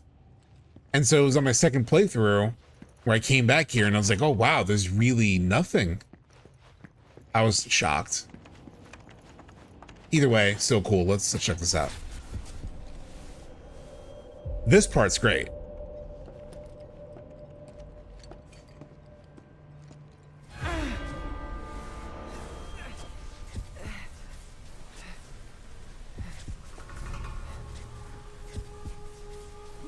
I thought my game was messed up when I couldn't talk to anyone. Makes sense. You would expect. You would expect. They even have like the relationship bubbles above their head. So you're like, oh, okay, this is a conversation opportunity. Nope.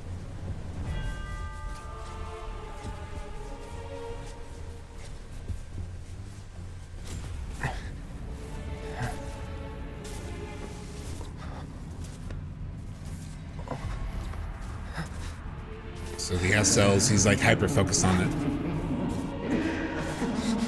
Ojo.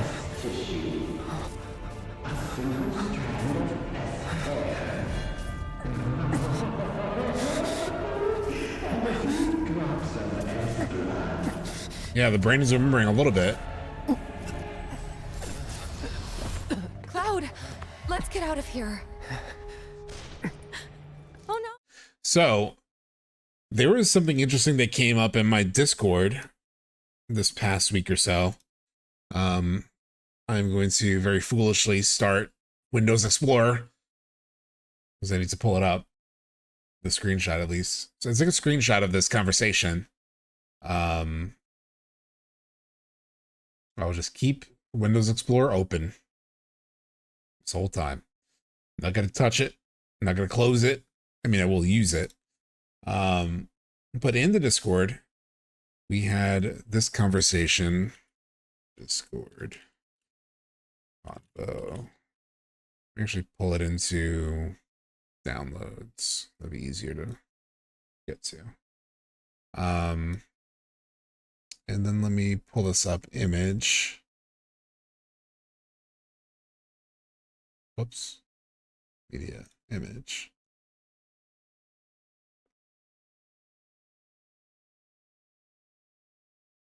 It's downloads. So this happened on the Discord. It was Zidane, who's here in chat. And I think a couple, oh no, just us, me and Zidane.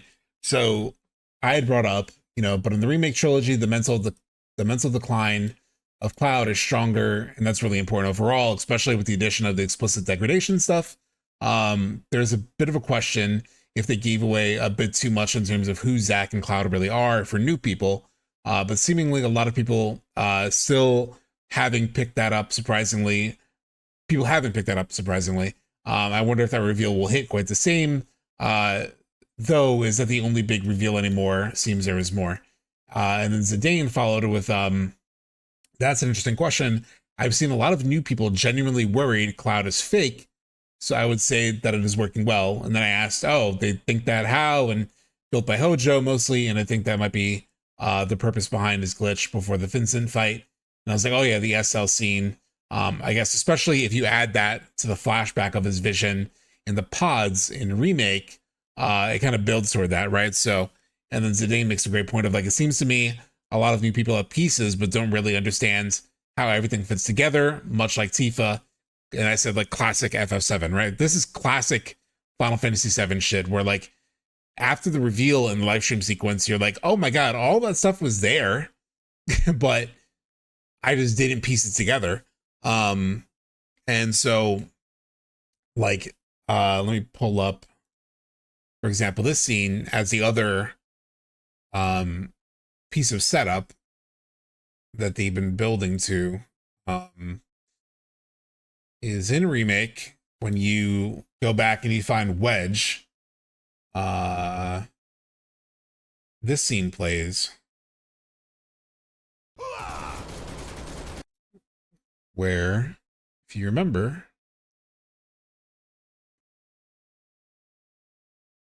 browser, why is browser still showing?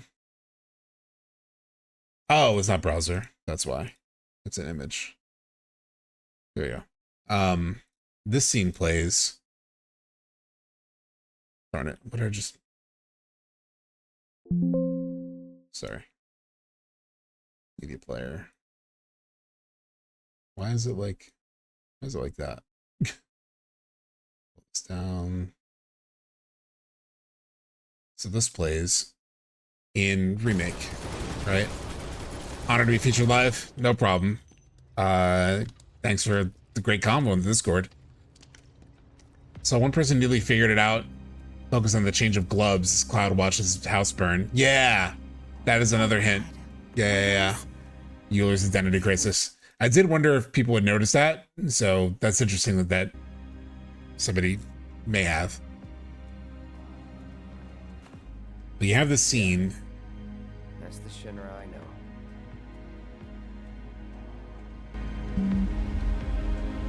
Ouch.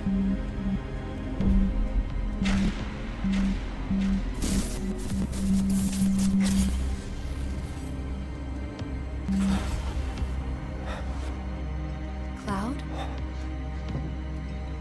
Yeah, it's like him having these visions, right, of the experiments done on him. Because I've been wondering if they are going to try to do the same thing in Remake as they did in the original, of like, oh, you were created, right, 5 years ago. Because right now they also they ended up talking about that moment in history between Cloud and Tifa at Mount Nebel. They've already discussed that, so they talked about a younger memory. Actually, shit. So, because in the original, okay. Hang with me. I may lose this thought midway through. I may realize how wrong it could be, but hold on, live cook. So in the original, you are told by Sephiroth, right, that you were an experiment, and you were built 5 years earlier, and let me just pull it up. Fuck it. Whirlwind Maze. It's in the Whirlwind Maze, which is a huge scene, right? So in the original Whirlwind Maze, Sephiroth says like, "Oh, you were created 5 years ago." He's gonna try to summon a super illusion. Da da da da da. So you finally understand. What are you trying to say? Trying to confuse me. I'm showing you his reality. What you remember is the illusion.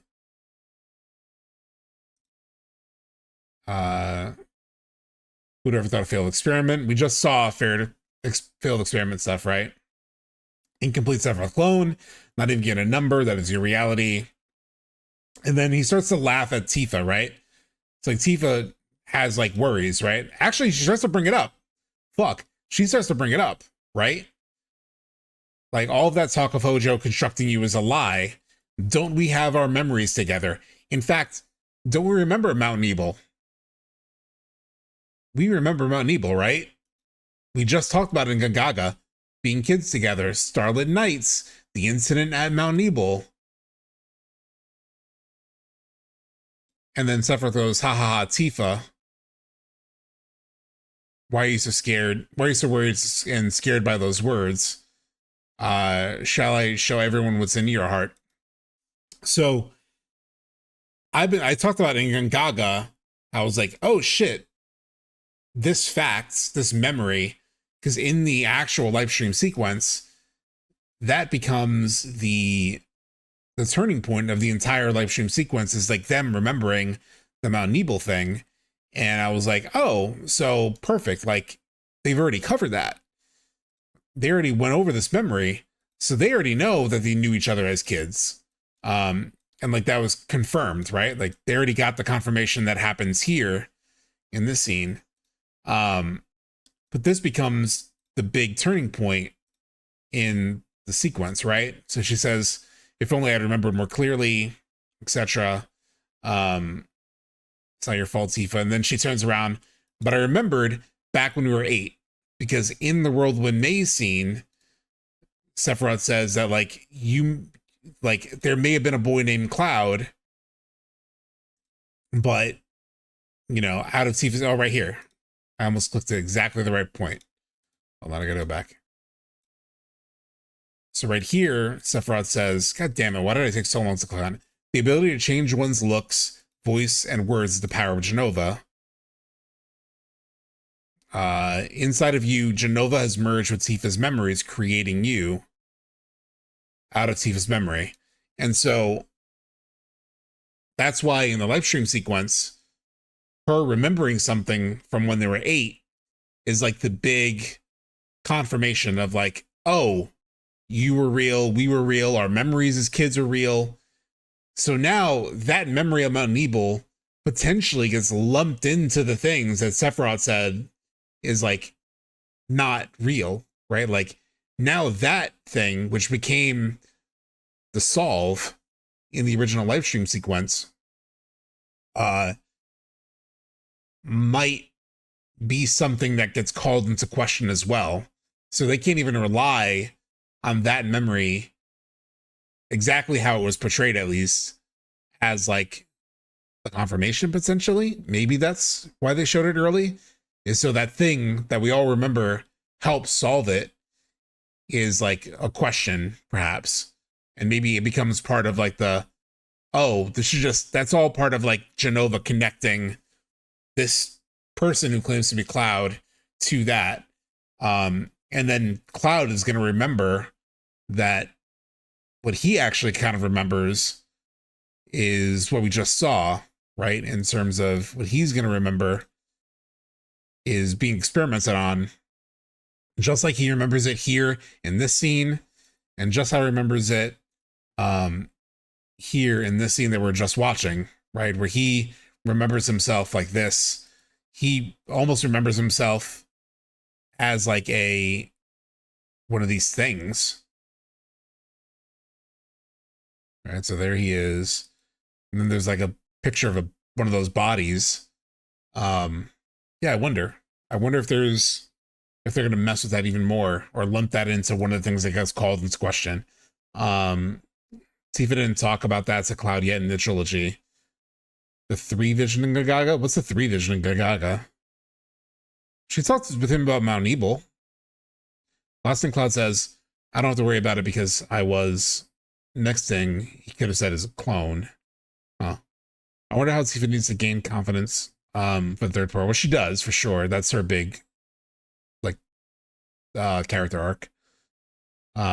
It's gonna have to be something deeper between them, I think. Yeah, so we talked about that in the Discord, where it may come down to like maybe the unpacking of maybe something from Traces. Yeah, could be something from Traces. It could be, you know, even more about like their relationship when they were younger, because remember, one of the things that they called into question in the Calm flashback was that dinner that was supposed to happen with Tifa's dad. So maybe there's something related to that, and then that sort of unpacks, you know, that not only is Cloud a potential visual match for somebody in her memory, but also the truth of like their relationship as kids, which they have been setting up, right? They have been setting that up all throughout, like since chapter 1 of Remake. If you remember, it's one of the first things that happens in Remake, is this memory pops up, but it's a false memory, right? Like it's not accurate. It's like Cloud walking through Nibelheim and then being waved at, right? Like Tifa waves at him. Cloud! But we know that they weren't actually close. I mean, she could have asked that because he does technically ignore the group. So that could be real, but it's also like adds a little of the Mako. Either way, there's a question about like they didn't really know each other when they were kids, because you know Cloud was shy as shit, and whatnot. And then there's also the scene, where is it? When you're with Aerith and you go help the kids. Do I have that? Is that chapter 9 technically? No, it's chapter 8. Oh shoot. I don't have the clip saved. But if you remember, when you like save the kids, does it really not have it saved? I'm a bitch. Well, you all remember there's that scene where you go help the kids in Sector 5, and on the way back, you remember Tifa. I have to find it. Fuck. FF7 Remake, Chapter 8. There's this scene. I'm pretty sure it's here. Oh yeah. So where is it? I'm annoyed I don't have it in my own files though. Piss me off. It's right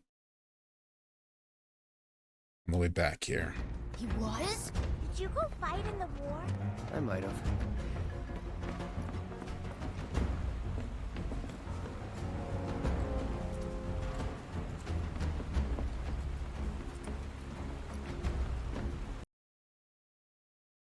Where, as you're going, yeah, this happens. It's like Cloud running along with Tifa and her friends. Tifa. Tifa? So they've been setting up a lot of these moments of like Cloud and Tifa's history together as kids. So I think they're going to still use it in some way, somehow. But maybe some more unpacking of like how close they actually were or weren't. And then, you know, the admission of like, you know, really impressing you was why I wanted to join Soldier. Like getting to like the emotional roots of like Cloud's insecurities and how that manifested in terms of his shyness and all of that might help, you know, because that's like the emotional reason behind all of that. I think Traces mentioned that they were over each other's houses frequently until they got a bit older, like 8 or 10. Oh, I have to reread Traces, yeah. Basically they were close until her mom passed away. Were they? Oh, that's right. He started like, I think you're right. I have to reread Traces.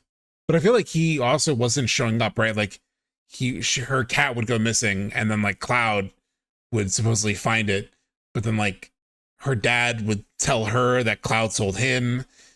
Like I remember there was like an avoidance. Maybe it was after the mom died. I don't know. But I do remember like Cloud avoiding her at one point. So either way, I think like delving into their past will be massive, but like just in terms of like the story of like Cloud being created, maybe they do keep that and they call into question even the memory in Gangaga somehow, and then it gets confirmed another way. I don't know. They were friends until the incident and Tifa's dad forced him to stay away. Oh. Yeah, I have to reread Traces.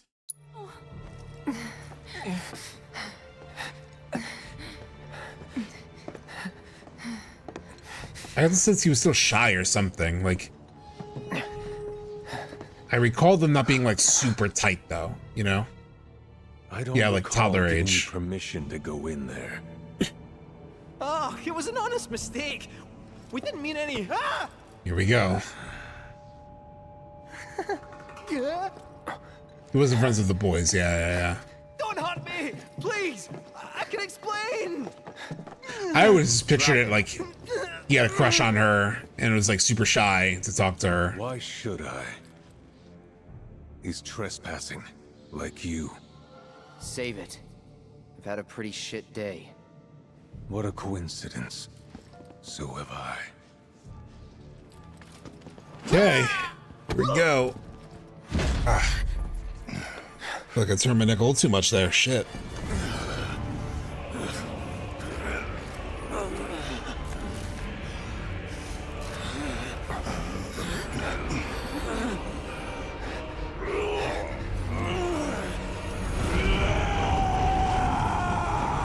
Here we go.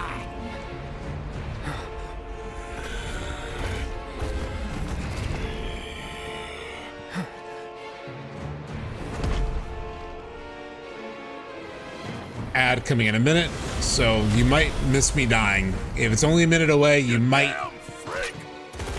miss my death in this frostbite.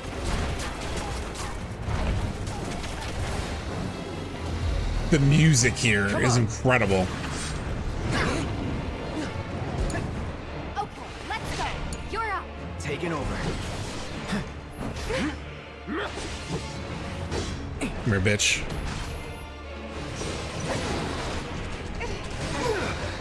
Shit.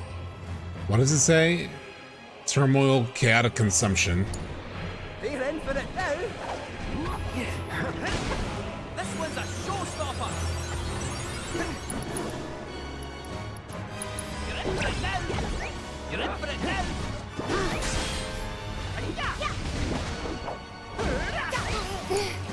I got Fuck.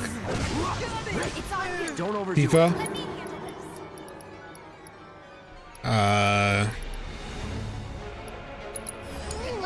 Hang back.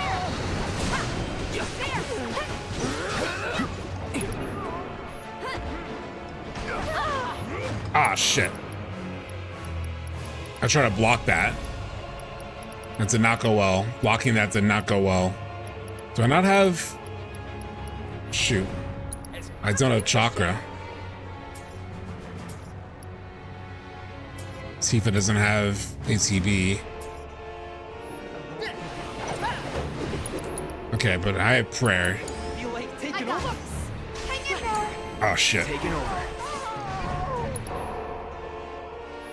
You steal flare. You're up.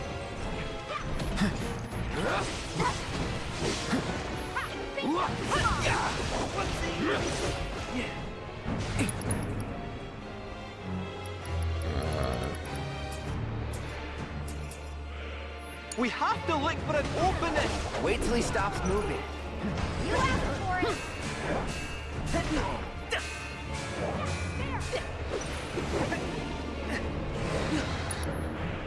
Okay. Debrave him. Got it? Give it up. I got this. Deal with it. Oh, get away, get away. Oh, wait.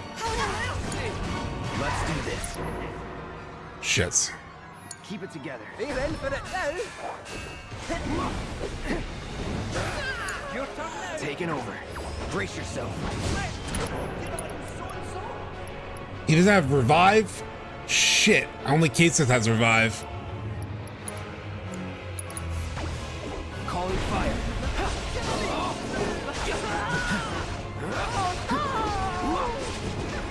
Get away from Kate Sith. You could have warned Deal with that. I'll fight tooth and claw for you. Shit. I just need a more My turn. Leave him alone. God damn it. I don't have fucking revive. Getting careless. Yeah, the music is so great. This is game over, huh? All right. One death, as expected. Fuck. I forgot to set that up. I don't know. You a sub? It was if I beat him, you owe me subs. Didn't go the other way. Aren't you subbed anyway? I don't recall giving you Can I like set up my shit again? permission to go in there. Do I not have... I just go straight into the battle?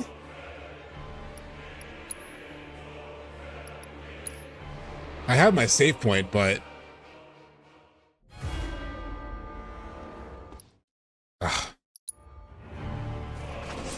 I gotta go to the goddamn, like, title menu to get to my save point.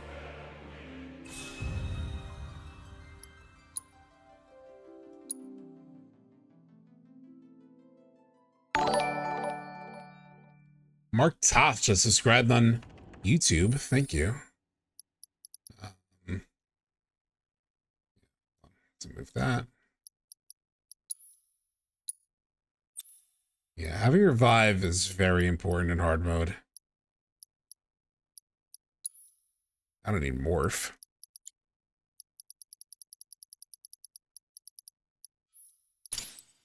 Okay. Everyone has revive, right? Kinseth has revive. She has revive. Okay. Put this back over. Okay. Save. You will need if you don't die. Look, I can't do no damage runs. These god tier people on YouTube.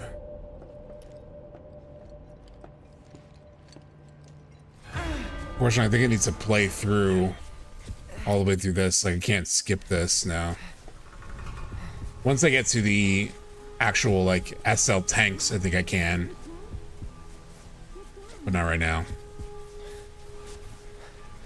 Nearly there. You know what I'm looking forward to? I'm looking forward to getting to the Loveless play and all that stuff. That'll be fun, right? Once we're past all this. Which I'm sure we'll get to. I'm pretty sure we'll get to that. I got this.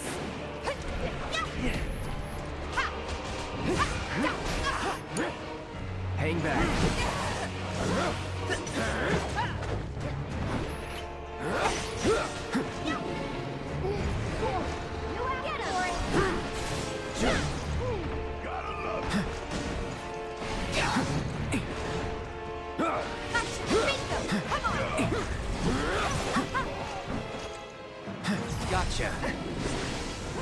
together. Shit. Fuck. We'll get through this.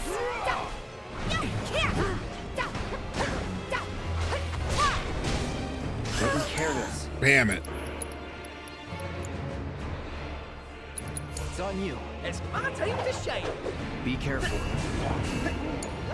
I'll watch yourself. My turn. Ah, I tried to deflect Keep it that. together. All right.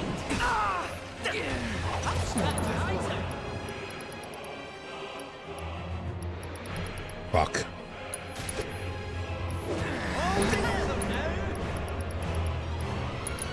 You like taking over? Damn it.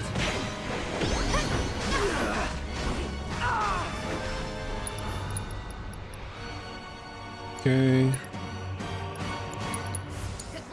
They're in for it now. We have to look for an opening. Wait till he stops moving.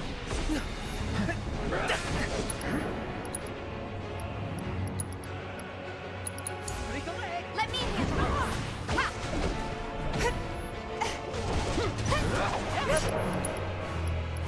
Okay, Kiraga. Fight through it. Come here, bitch. Do it, shall we?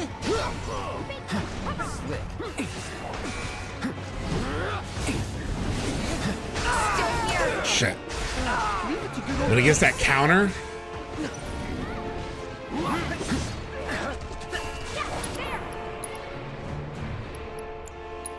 Wouldn't it mind, would you? Let's go. Here we go. It's on you. Hang back. Ready? Now let's switch it up. Shit. Get away, get away, get away. Just all set. Shit. We'll go now like this. Enough. Shit.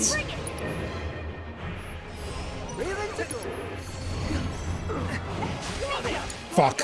I can still fight.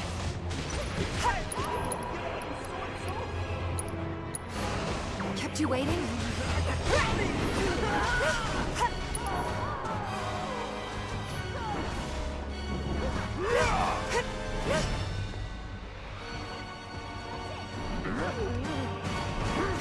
Take the lead? Taking over.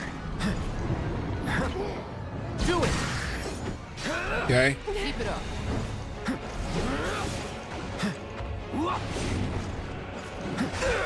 Fuck. We'll get through this. Giving it my all. Get off him.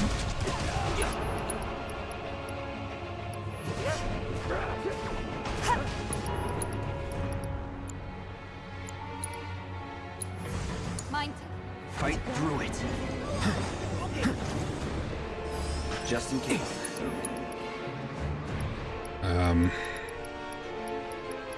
Shit, I don't have any saving. I don't have any curing shit. I forgot to put chakra on him.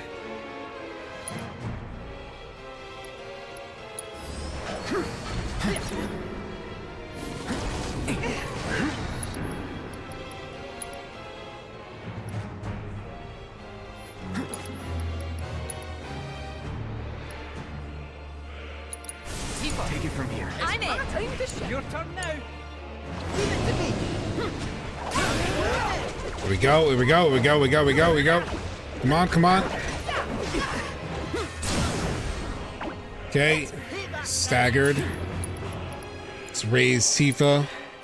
Show no mercy. All the time.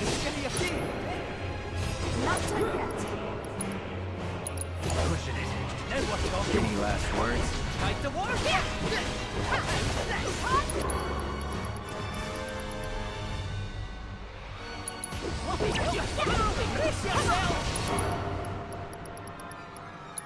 Have at it. Strike hard and fast. Okay. Your second Tifa and Silco Cloud was behind exactly what I was talking about when I said he AoE damage on physical close moves. Yeah. I also forgot to set up Cloud with any kind of healing, which is not smart. Especially now when everyone is dead except for him. Fuck. I screwed myself by not having... Oh! I have Kiraga. You kidding me? Feeling good.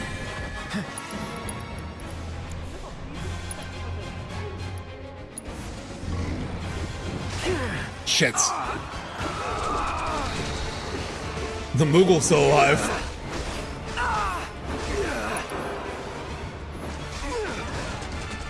Jesus. Jesus, he's juggling me. Gotta be careful. Damn it.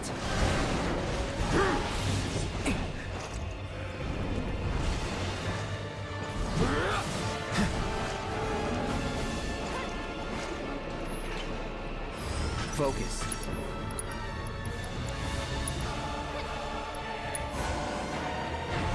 You okay? Don't kill her.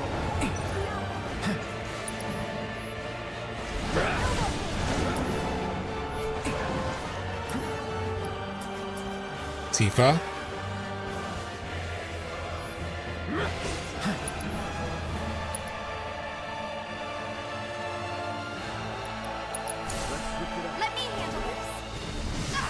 Shit. Shit. Gonna make me be sloppy. Good timing.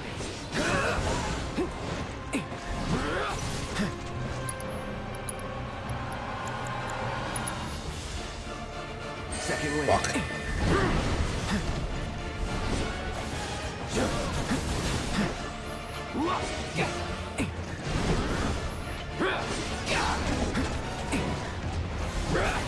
Fuck.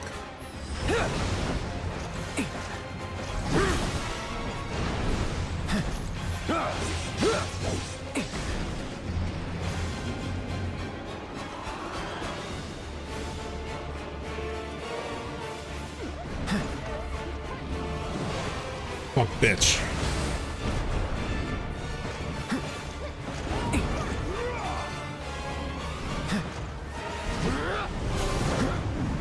You're up.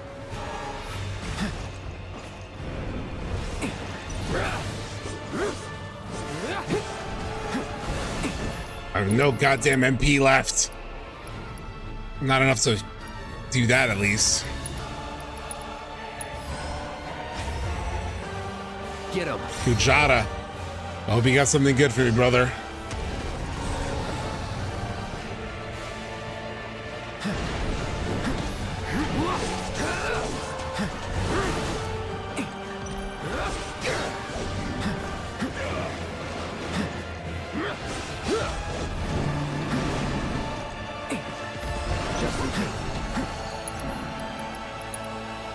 Summon. Where's the fiery energy? Sure. Shit. He got me. Not looking good. Gotcha. Fuck you. Come bring it. Ah, shit. Caught me. So much for being a mercenary. Feels like an FF16. It sounds like a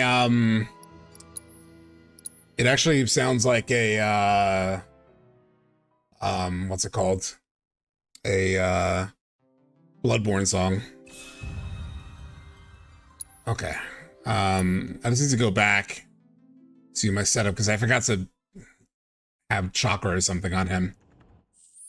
It would also be nice to have the expeditionary thingamabob that gives him like max limit break from the jump. Right now I have the safety bit, which I do not need. Now it's for some other shit. Hands expeditionary. Okay, that's all of them. Give a shit. It's like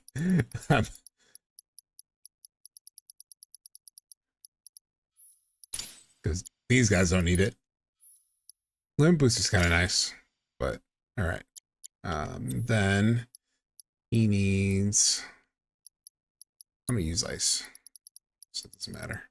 Just do what chakra? All right, I just need to run to the bathroom real quick. That was a good effort, yeah. Wasn't too bad. I have him kind of figured out, I think. Let me just 3 over to BRB as I run to the bathroom. Be back.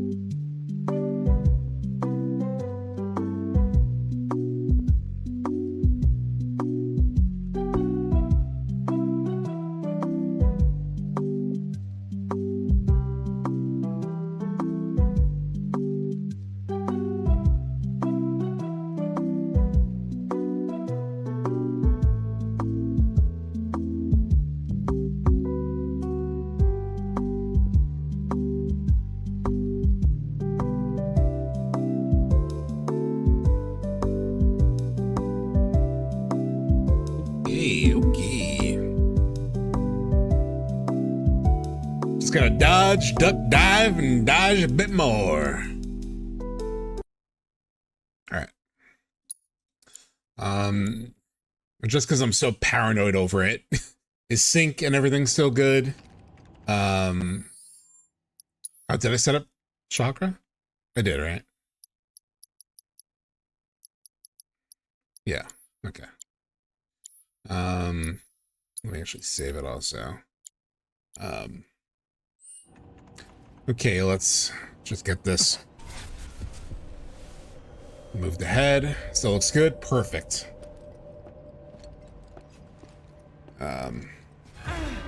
I do think it helps that like now I don't really have any, for now, I don't have any green screen or anything, so there's like fewer things to do with the camera. You know, even with the physical green screen, there were still 2 filters that were active. So I could have been messing with it too. So hopefully, fingers crossed.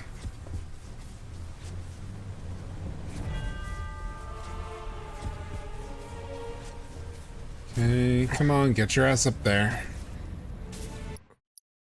Okay, now I can skip. Oh shit.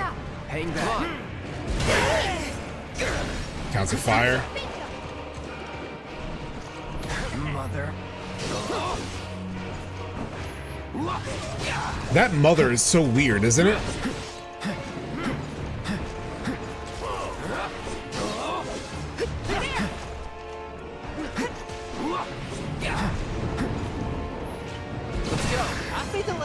Sending that right back at you.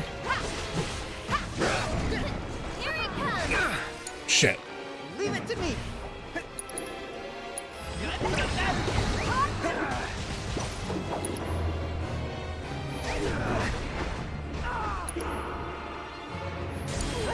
I got this.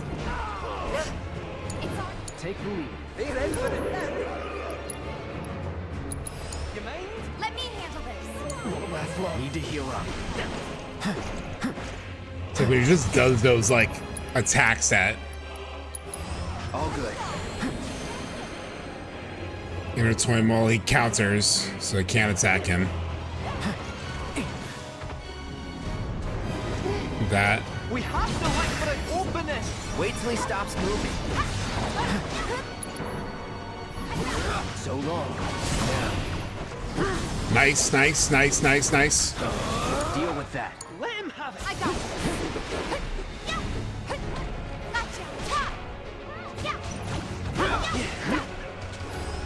You ready? You're up. I I got Oh, get away, get away.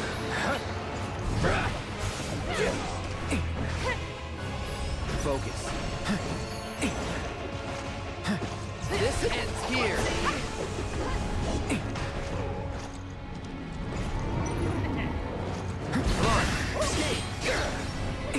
Got that. Okay. Kate said do something.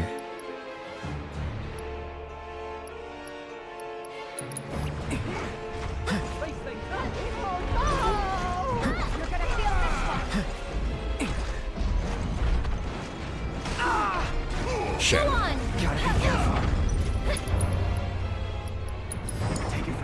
fight tooth and claw for you. Make it count now, you mind? Let me handle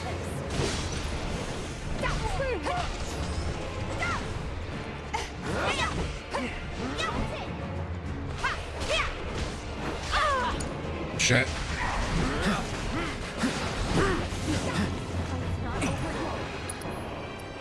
Kid Sith. Take the lead. Oh, do I have to? Hey, brother. Let's do this.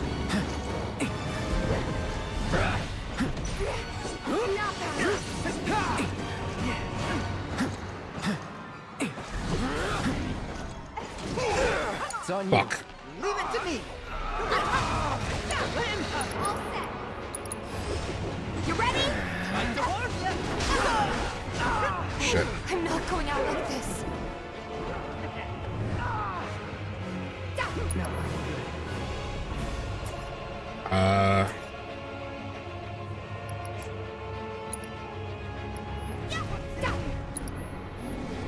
Shit.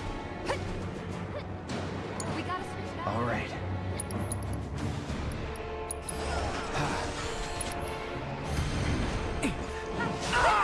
Fuck. They're in for it now.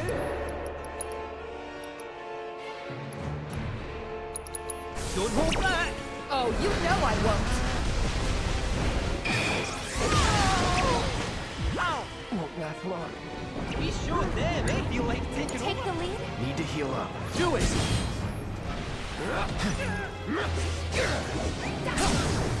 Got that. Stagger.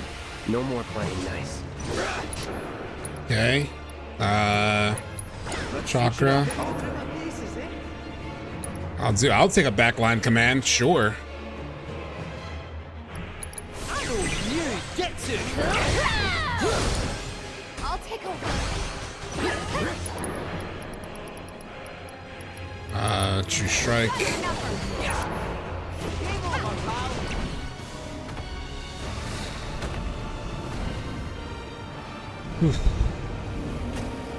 VK box to the head, yeah.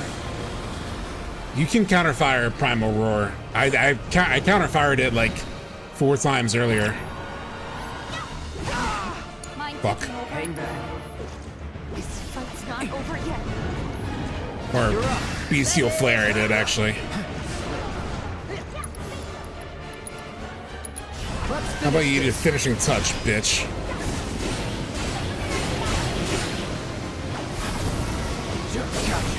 Keep it together. I need to pray badly.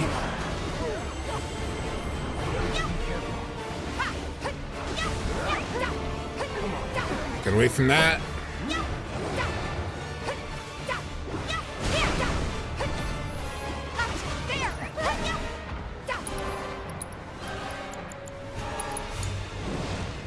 Chaotic Impulse. Get away from that. Fuck, Tifa.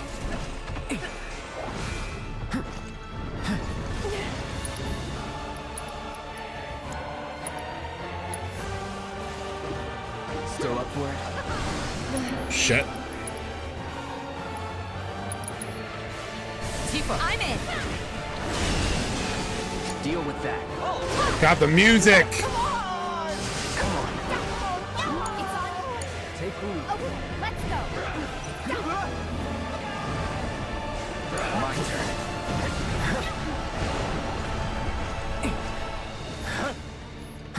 It's It's on you. I got this. Hit him with meteor strikes. Going for broke. It's on you. Hang back. That's it.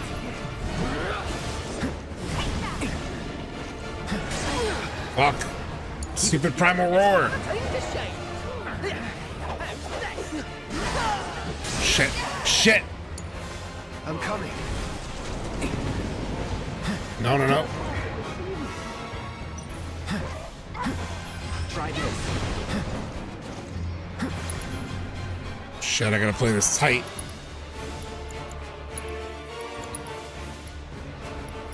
Kiraga and Tifa.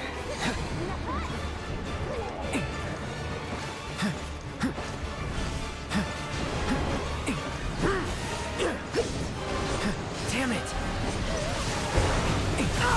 Don't Shit. overdo it. Let me handle this. Get away from that.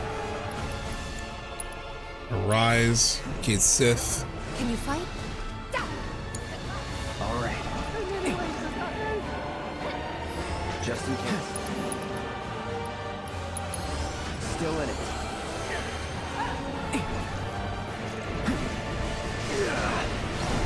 Oh, how did he get me with that?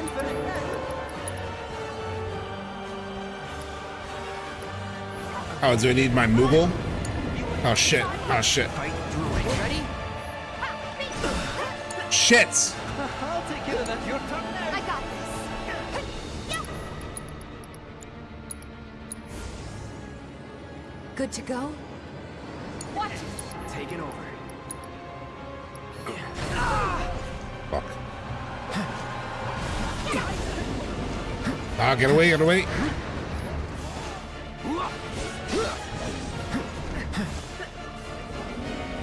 What's he got for me? Chaos Flare? What do we do? Fuck. There's no shame in running.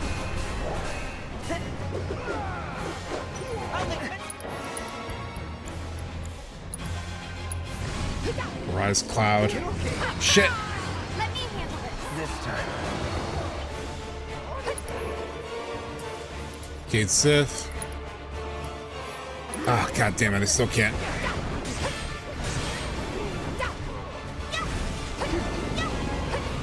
Shit. Hang back.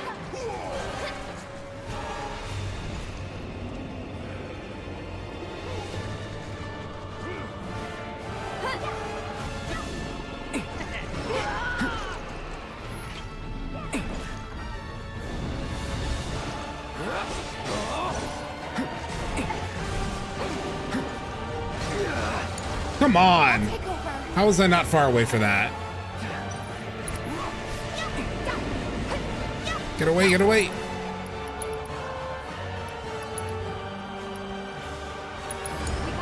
I got this. You're not getting away. Eat a finishing touch. You son of a bitch.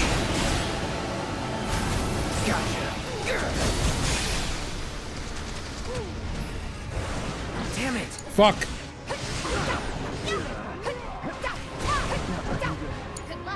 Great. Shit, he moved away from that. Take it from here. Okay, let's go. Shit. Need to heal up.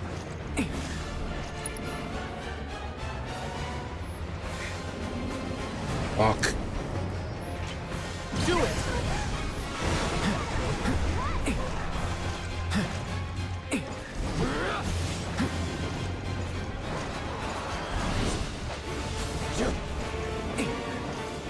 Go on. Let's be smart.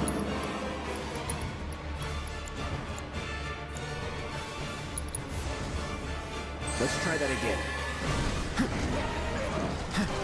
Shoot.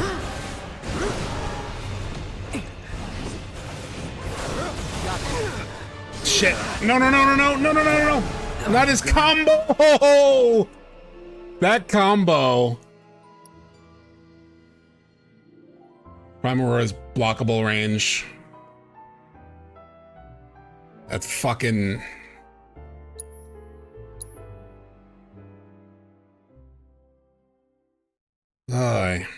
Wasn't that bad though. It's just like little executional things. Yeah, that thing is like a one hit. Once he gets you in that move. It's on you. You're up. My turn. Once he has you in the mix, Let's go. Shall we? you're very in trouble. Come on. I'll fight tooth and claw for you. Break a leg. All set. Go. Damn it.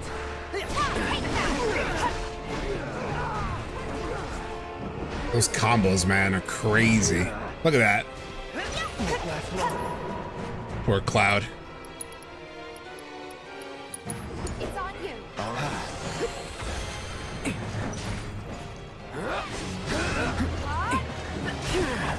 Oh, come on. You got me again with that shit? All together now. Brace yourself. I'll knock your block off.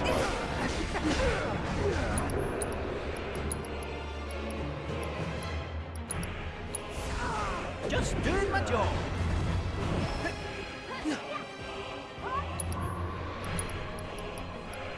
Okay. Let me handle this.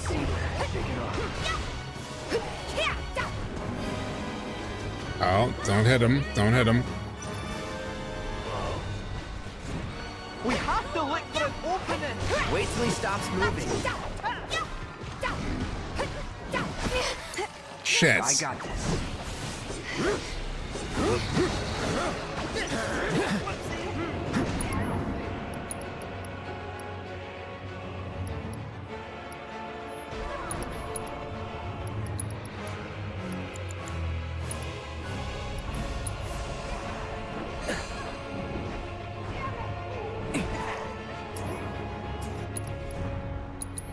It's on you.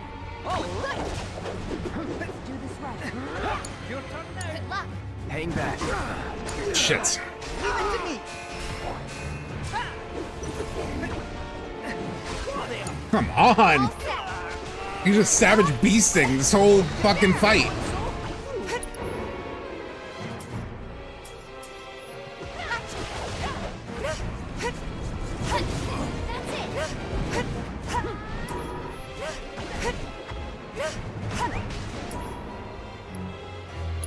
Hey, Seth. You have like no MP left. Piece of shit.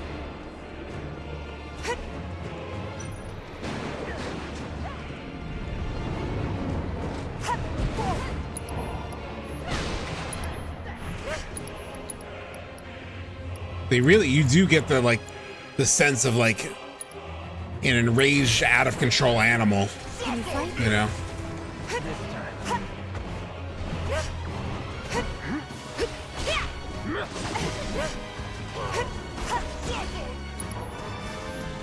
It's on you. Oh, shit. Do it. At your service. Send that back. Not bad. I don't have any synergies. Oh, It's on now. okay, okay, okay. Keep it together. Let him have it. Oh, let's go. Come on. Bring it.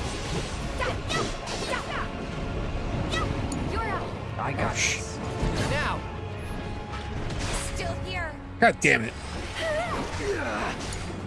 Fucking Kate Sith. You piece of shit. You screwed me by blocking that. Getting careless.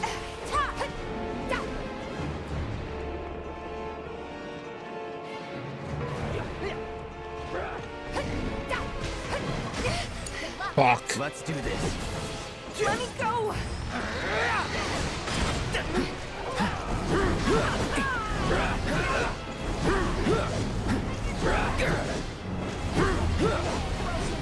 You need to hang in there, Tifa.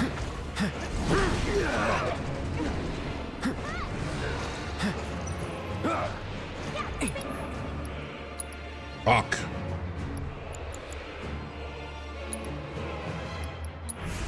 Take the lead. Everyone's hurting bad.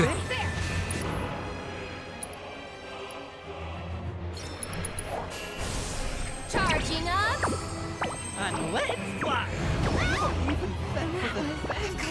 Oh, that wouldn't work.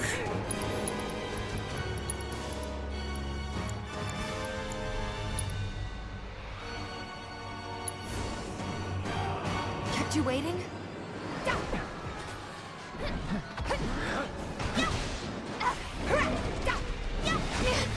Fucking piece of shit! Always with the savage beasts, which I've been avoiding pretty well.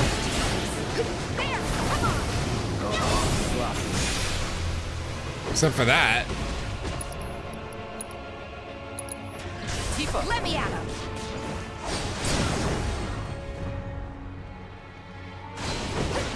Okay. Strike hard and fast.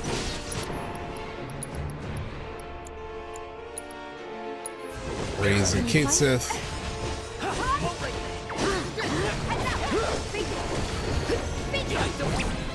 Alright, second phase.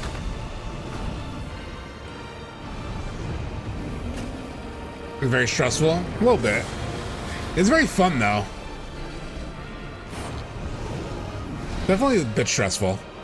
Especially when he gets all of his attacks off perfect.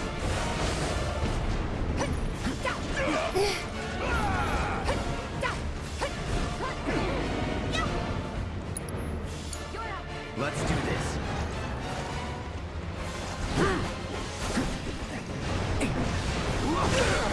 Shit, he's got that. Right.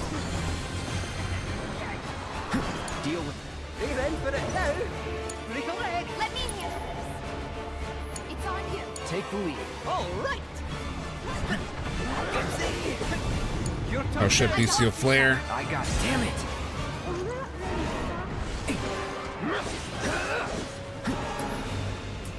Tifa, what do you got, girl? Not much. Ooh, Bahamut Arisen would be nice. Keep it together. Happy to be of service. Come on. I won't let you down. Fuck. Damn it. I'm coming.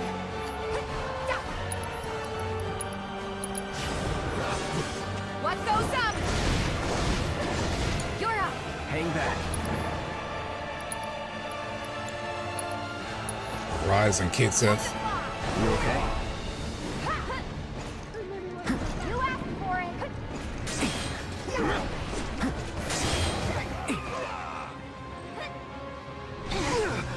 Shit. Fuck, fuck, fuck, fuck, fuck, fuck, fuck. Shit. All set. Blast your eyes out. You're not gonna want to let this. Shit.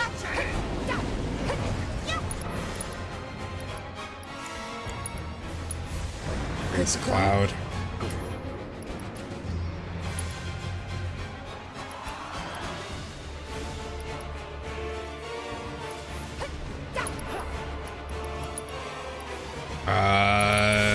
Having infinite MP would be very nice.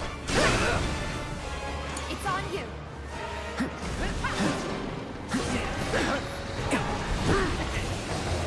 Shit! You leave it to me. I hate that we needed stupid fucking Moogle to do his stupid fucking limit break. Reel into the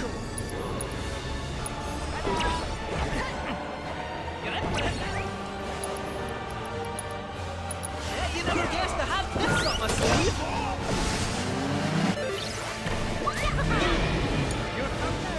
Let's go. Go for it.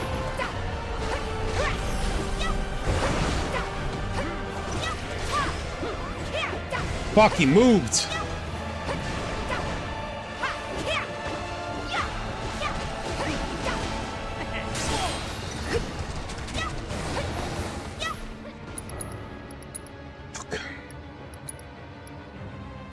Mind taking over? They need you, Kate.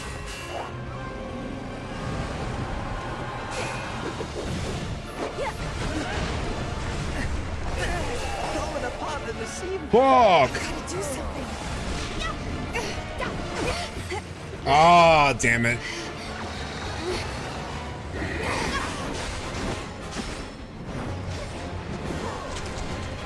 This can't be how it ends.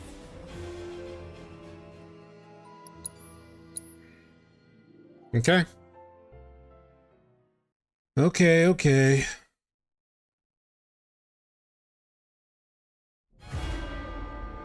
That was a pretty busted run from the beginning, though, because, like, Come on. he, Taking over. he kept getting that pin move down, you know?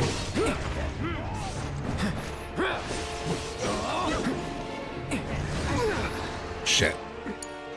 They're in for it now. Oh, shit. Hang back. Send that back. Fucker. All set.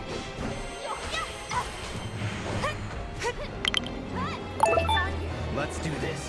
Thank you for subscribing, Julie.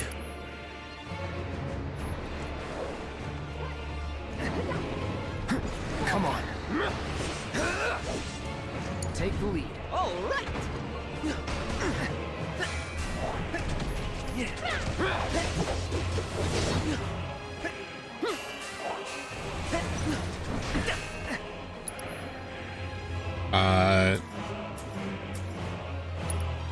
Cloud, hit him with Firebolt Blade while Kate Sith, I need you to hit him with D Brave. Cloud, hit him with Focus Thrust. Shit. He moved away. You ready? The toughest thing about him is his ability to, like, quickly evade moves. So you could plan shit as much as you want, but he moves so often. Oh shit. Don't think you'll walk away.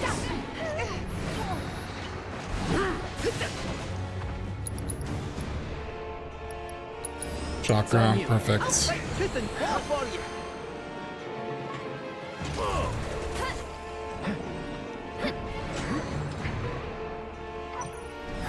I won't let you down.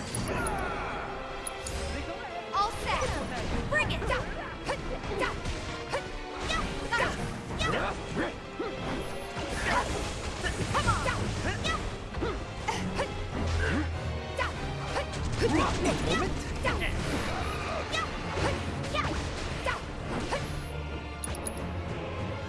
Okay. No more games. It's over. It's on. Oh shit. Let's do this. I was not really that close to that, but Turmoil again. All good. Chakra. That's Let's go. Here we go.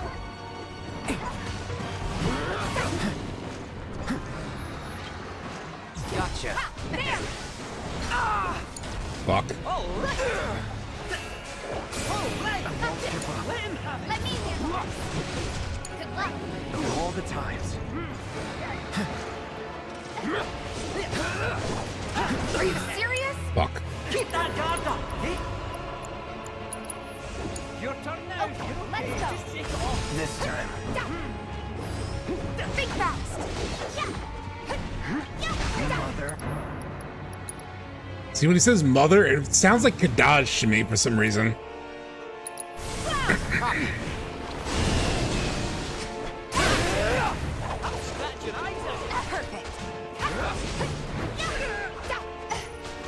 Hit him with that shit.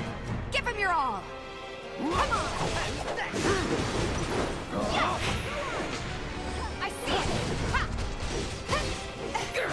Got your number. Break it.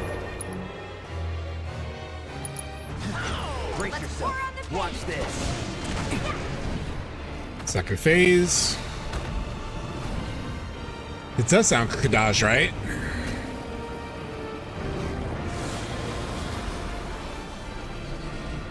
I heard it on my PS5 Pro playthrough, and I got gaslit into thinking it wasn't a thing. But I swear, man. Deal with that.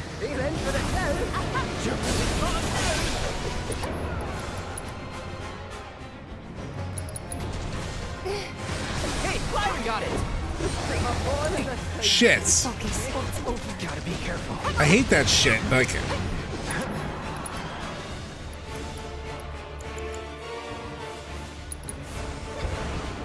it's like cure all got everyone.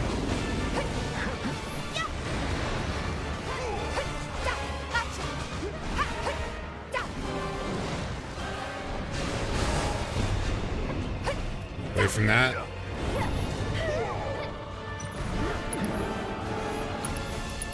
I just need to rise Kate Sith.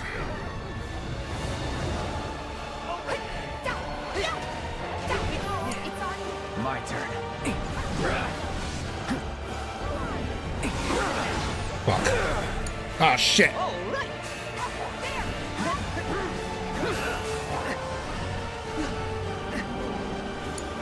I don't know. Watch yourself. Take it over.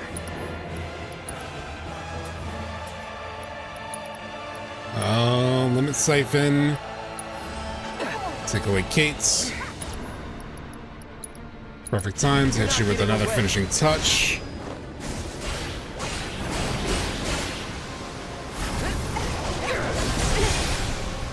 Don't overdo it. Leave it to me. The limit and beyond.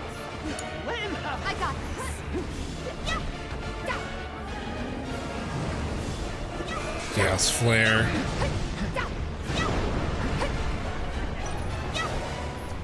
You're up. Take the lead. It's my time to shine.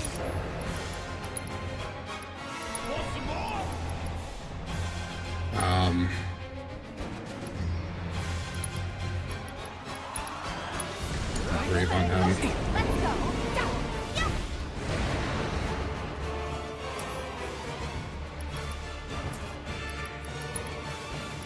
Needs 2 ATBs for that.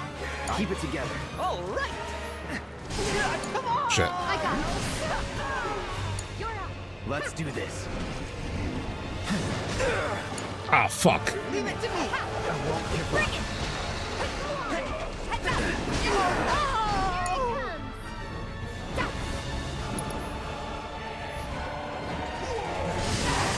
Oh, come on.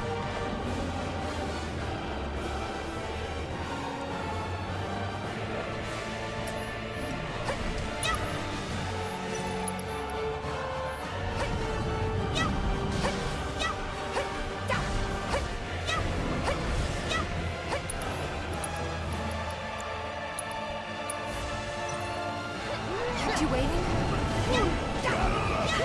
Good luck. Don't overdo it. All right. Try Exotic Alexander, maybe.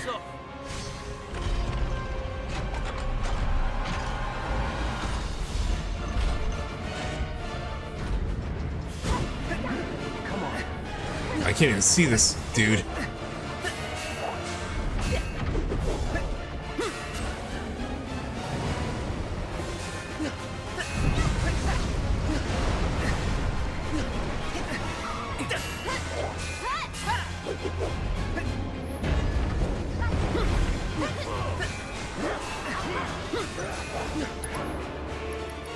Okay.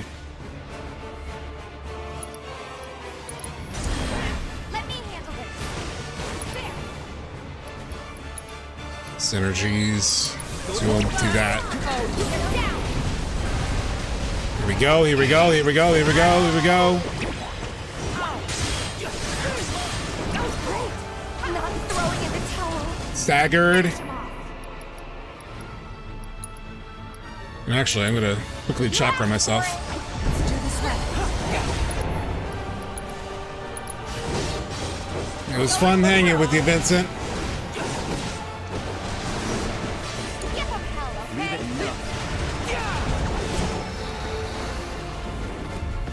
There we go. Vincent gathering aura is funny as hell. Yeah, he literally gathers aura, basically. Thanks for the GGs, y'all. That was fun. I love that fight. The music. I know your story. Such a fun fight. Vincent Valentine, former Turk. Stumbled on Hey, your Julie, file in the thank you company database. for the celebration. There's a reason you're alone in the dark down here. And that reason has something to do with Sephiroth. Am I right? That's none of Thank your you all. business. I only ask because you might want to come with us. I don't know whether Sephiroth is dead or alive or something in between. But I do know Dead or alive or that something in with this lot, between. I'll find out It seems to one be a way or running another. theme.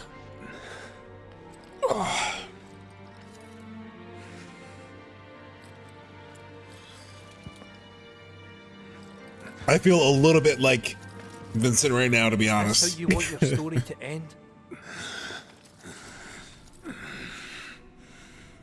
Look at the chaos in his eyes. It was really clear in the left eye when he was like looking straight ahead.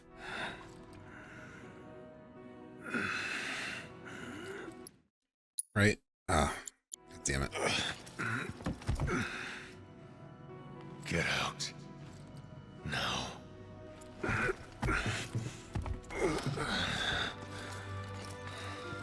Or around. Staircase. I gotta give you credit.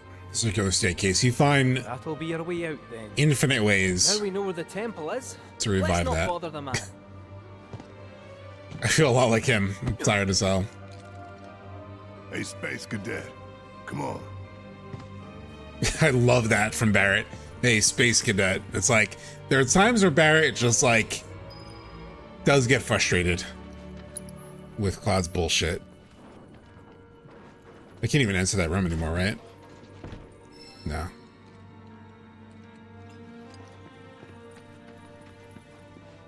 I think supposedly one of these like bits of graffiti mentions like Kadaj and shit. I don't think there's much to that, but I remember seeing someone post about that. Pandemonium.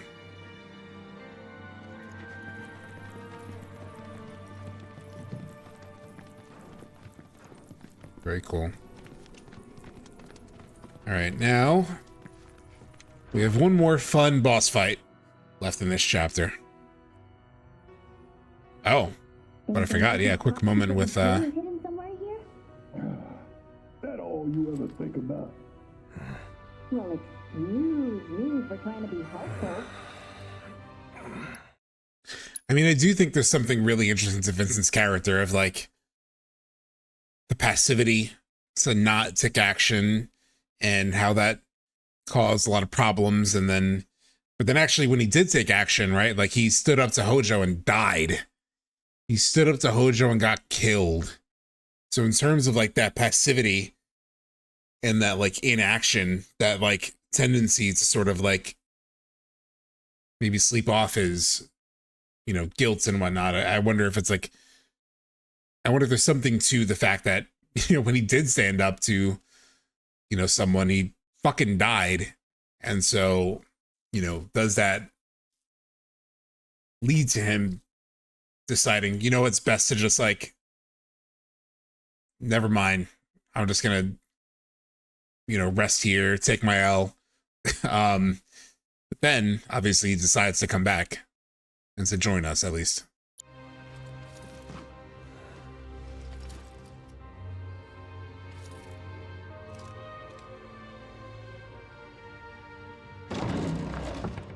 The music.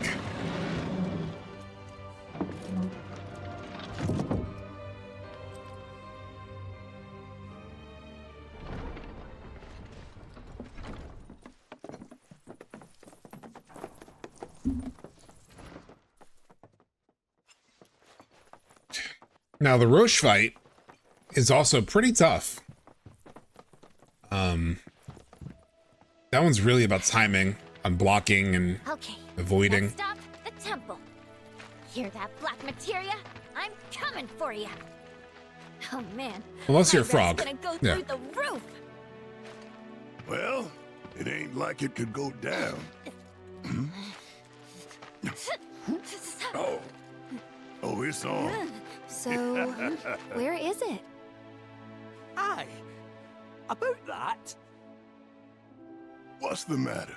You ain't been bluffing this whole time, have you? No, that's not it. We could go there right now if you really wanted. But before that, would you mind a quick trip to the saucer? What? Why would we want to There go we there? go. To even set Almost. foot inside the temple, we'll need to get our hands on a relic called the Keystone. Trouble is, it's been missing for nigh on 20 years. So, any guesses as to where it was last seen? The gold saucer. I know, it's a stretch, no denying that. But it's the only lead I've got. Then let's follow it. We trust you. You do? Thank you. Thank you. Thank you. What's great about the saucer? Well, he put his trust in someone, by the way, right? Like his red flags everywhere. He put his trust in someone, like the prediction, kind of. But the nice thing about the gold saucer after this round of fights, like Galleon Beast and Hojo's bosses even, and obviously now Roche, the nice thing about it is when you get to gold saucer and you do the Loveless play and everything, it's like such a nice, almost like relaxing moment after you've like earned your rest and a nice show after all that shit. All right, let me find, does this show like the multiple forms of Roche? Like, will it give me his, yeah. How do I get to the other version of him? Wait, Roche. How do I see his other version? Wait, what did I just do? Here we go. So he has no weaknesses. Okay. Doesn't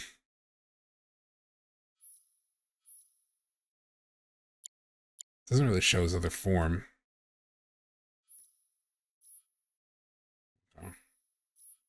Is he immune to stop? He has resistance to stop.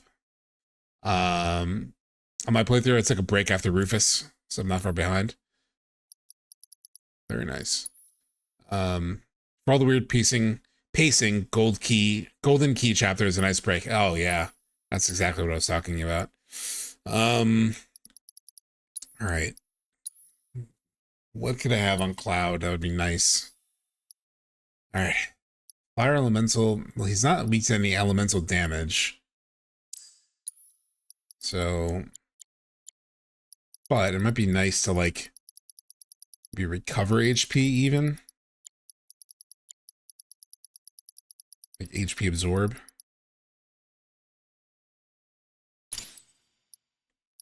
We hit him with like a fire.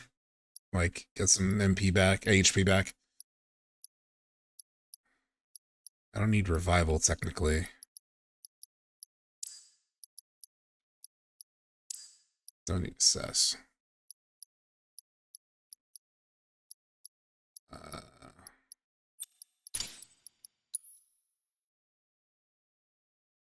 I hate how you have to fight the Turks 3 times between chapters 12 and 13. That was, I did think the Rude and Elena, wait. Yeah, I felt like Rude and Elena, like if they removed that from the Gold Saucer chapter, I think that would have been fine, because then you already fought them before, and then you get them in another form. You get like Reno and Rude, and then you get Elena and Sung in the temple chapter. So it was just one too many Turks fights, in my opinion. One too many Turks fights. And for me, I would have just removed the Rude and Elena part 2 in the Gold Saucer, because like it's just a little overkill. especially since you fought them already. I know it's like maybe them getting revenge or whatever, but then you do that, and then you do the Rufus fight. It's like, what are we doing?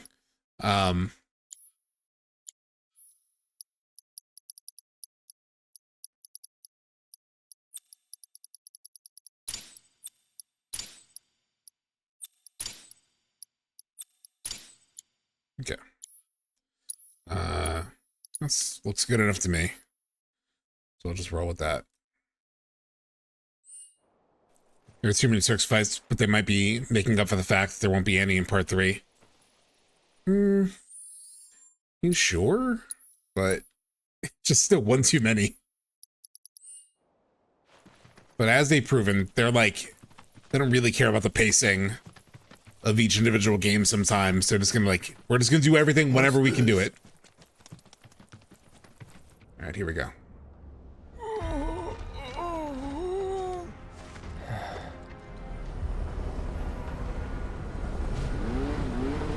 Sorry I'm so late to the party, my friend!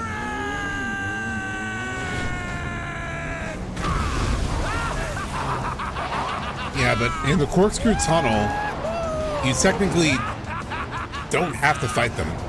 And you can get them to agree to not fight. In that scene. Why can't I? Our long-awaited reunion.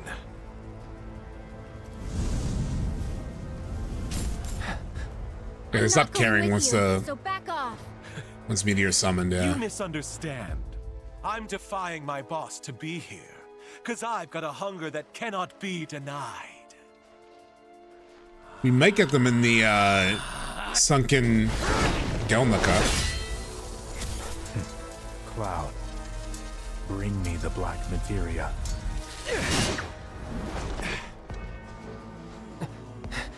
Because there is a Turks fight there. In the original. My desire to see you has driven me on. Sephiroth copy 4.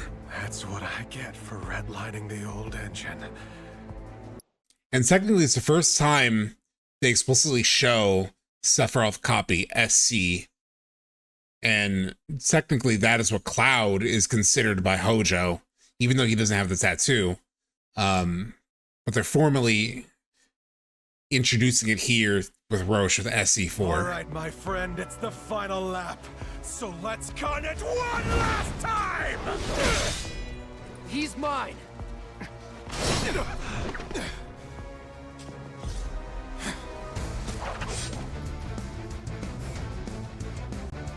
Alright, I gotta get used to your moveset.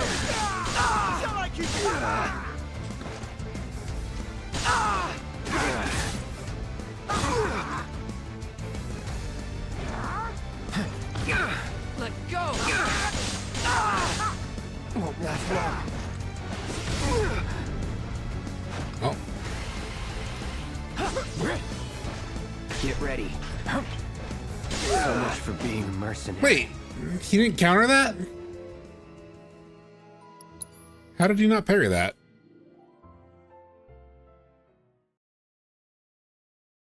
I'm used to dying to Roche quickly. Like, his combat is totally about learning his moveset.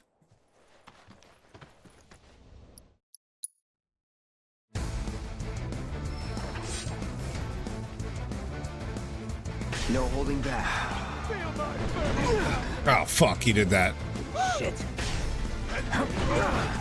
Stop it! Piece of shit.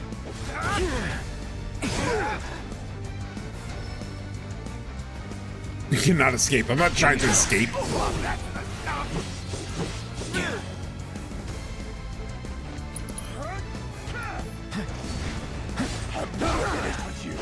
Fuck.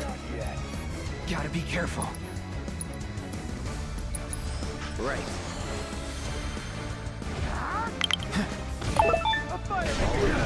Fuck! With that long distance move. Thanks for the subscribing, Easy Mid. Sorry, in the middle of like a heater right here. Pay attention. Oh, fucking. Won't last long.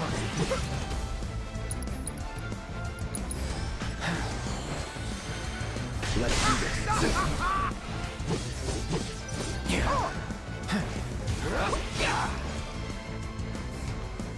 Come on. No holding back.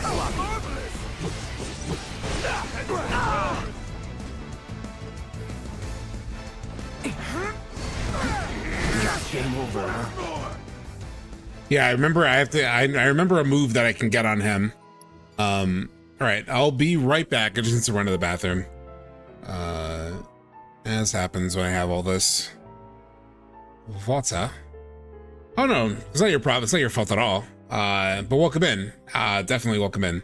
I'll just be right back real quick.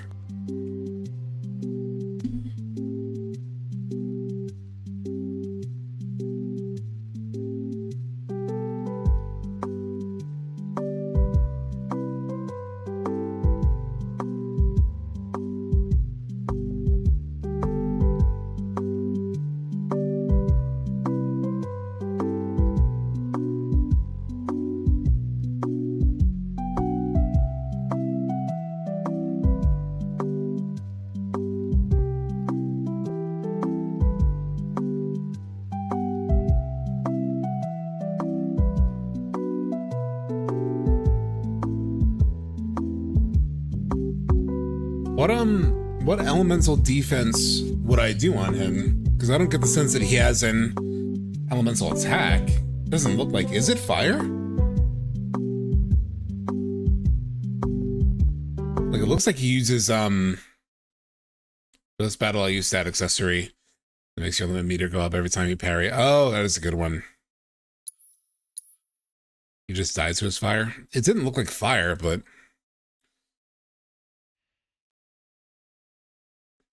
he doesn't have an elemental weakness. I checked.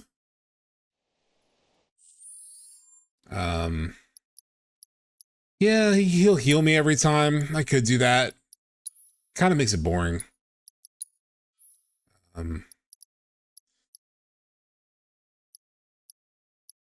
Which is the one that gives you...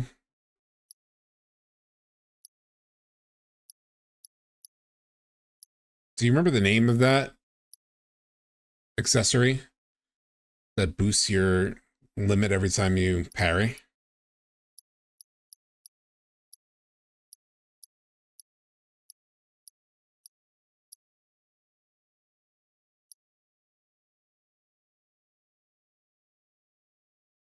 He's not weak to fire. I know for sure. I literally just checked it.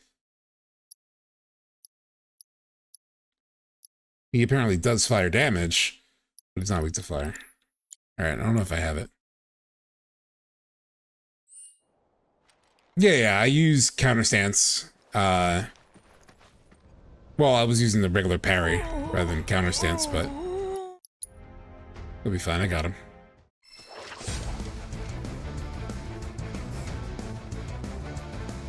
You gonna move? Get ready. Here we go. Marvelous. Shit.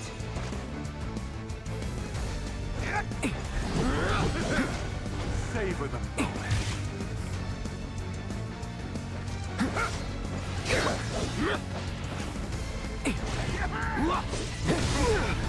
Oh shit.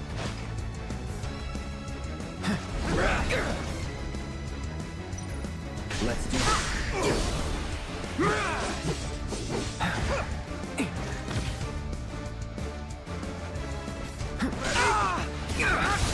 Damn it.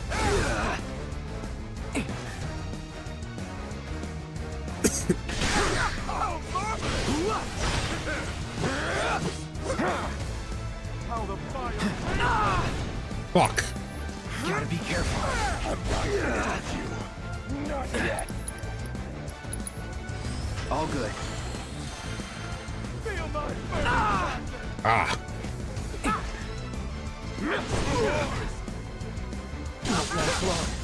That. Oh, you got? Damn it. Counter parry, perfect block. Yeah, I'm not a fan of using like the materia to like Counter, parry, and perfect block boosts limit. Depending on your HP pool. I kind of like how technical this fight is.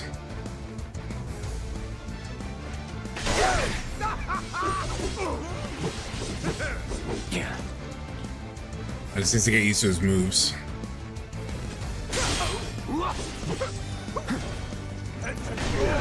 Ah, shit. Shit. No holding back.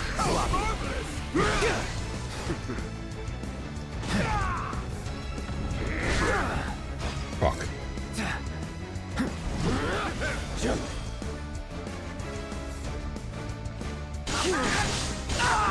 Damn it, I mistimed it. Gotta be careful. Still in it. Not looking good. Open up. A parting gift from me to you. The fuck is that move? Oh, I don't think I've really seen that before. Right. Here we go. Gotcha. Wonderful gift you've given to me. Not so fast. Let's do this.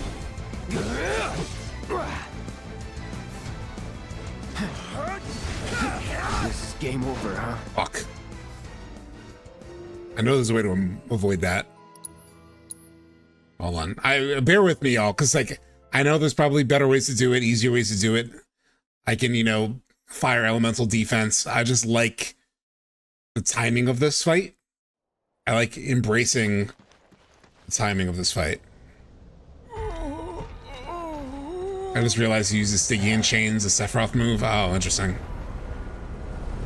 I had almost no MP when I did this fight. So late to the party. Oh, Draconic Ring. Get ready.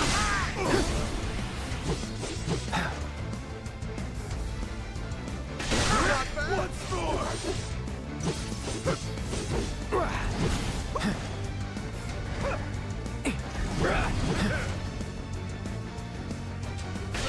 Oh, that's the stuff. Shit. No holding back.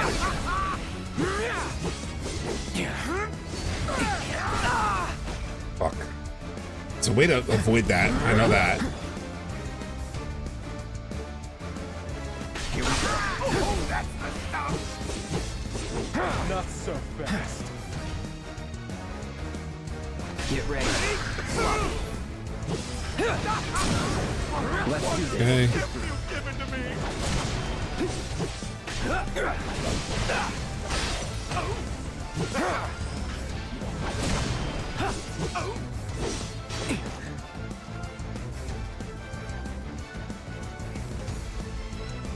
Come on, make a move. Let's do this. Gotcha.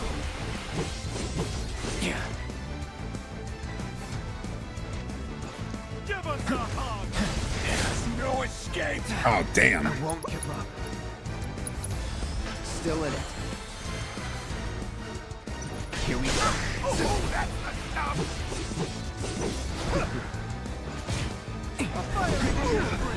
Shit. Let's do this. We're gonna take it to the end, Cloud.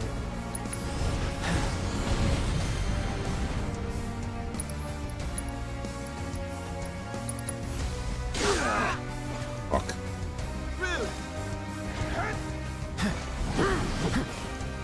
All right. How the fire Fucking. No holding back. Oh, that's the stuff. No holding back.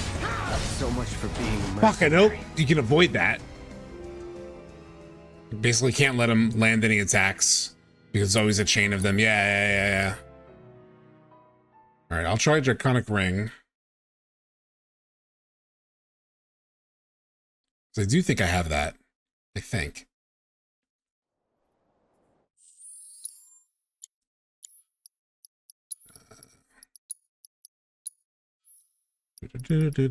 Oh, Draconic Ring's literally right above it. Increases the limit gauge on successful blocking. Perfect. Maybe I will do the fire thing, because it's kind of like a cheap-ass thing that he has. It doesn't do that much damage, so it'd just be nice to, like, that stupid attack doesn't get me. Especially because it is hard to avoid.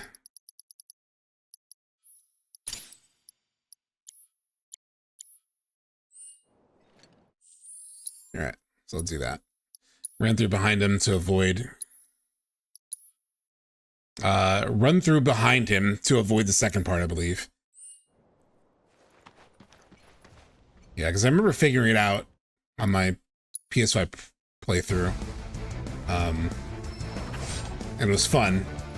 He's the type of fight that's like fun to just execute. Like you know what you're supposed to do, and then when you do it, it's like, ooh yeah, that feels good.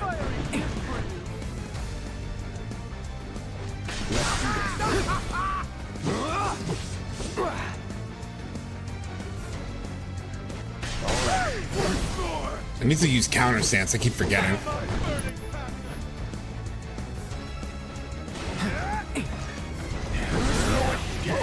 Yeah, that's the move.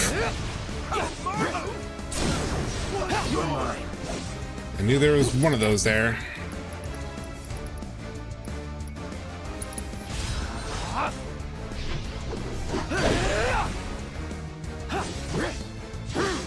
Let's do it.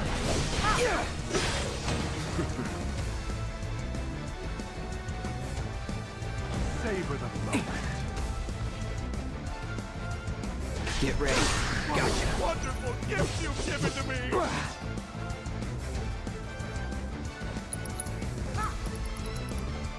Counter stance. Once more. No holding back. You know Fuck.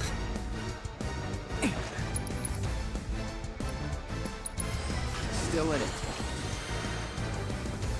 Come on.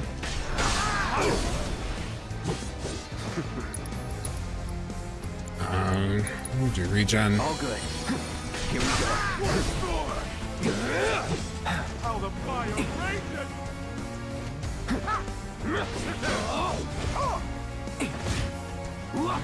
Don't shoot.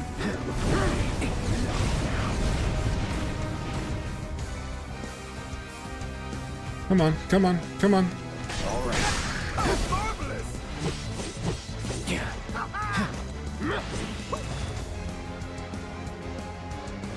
ready. Gotcha.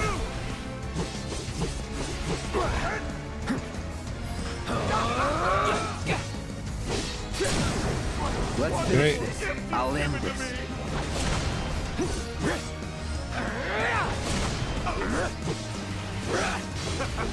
Easy money. Second phase. There we go.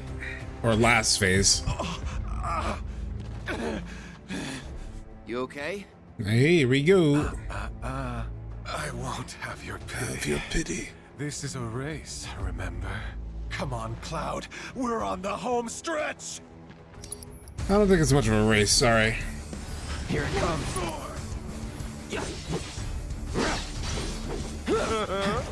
Don't get too wild. Shit.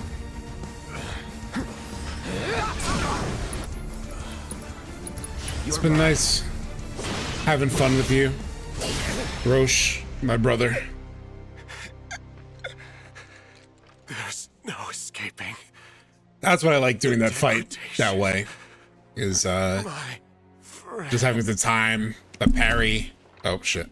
Having the time to parry and do all that, it's really fun.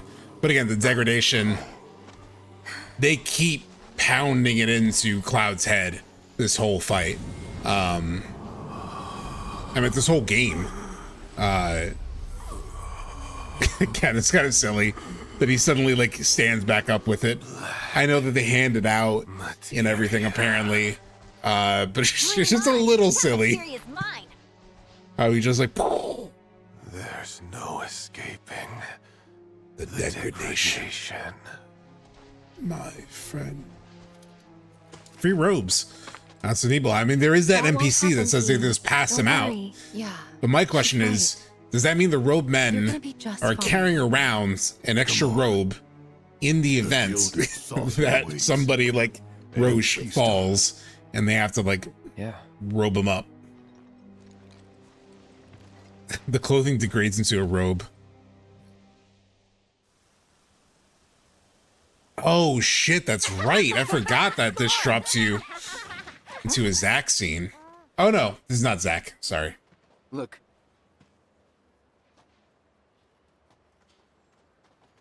This is Glenjamin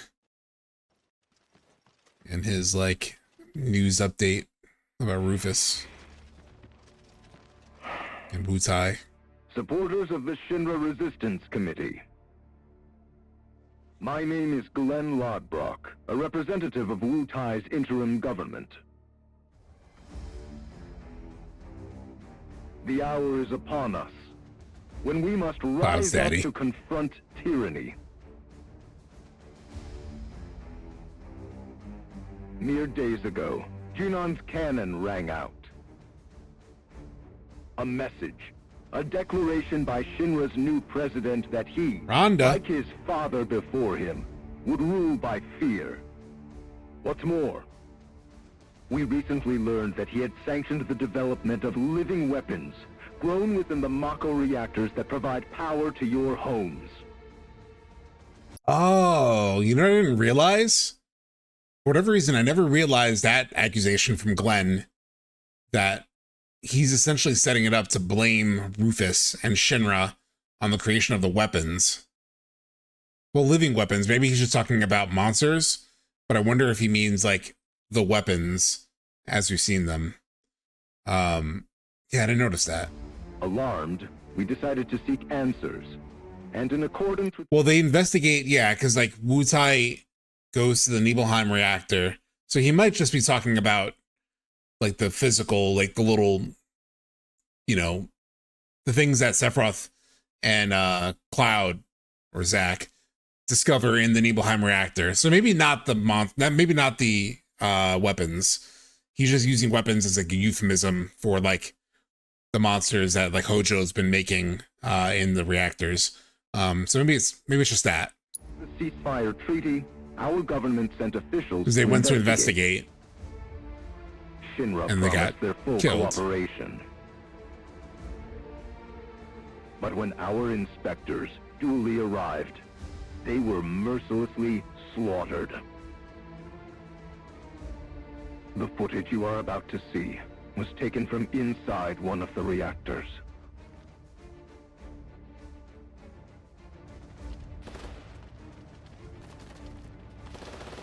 It's funny because like the less I think about Glenn in Ever Crisis, I just think solely about his usage here as like this manipulator, this Genova manipulator of the people to like stoke war and like finalize war. Military might.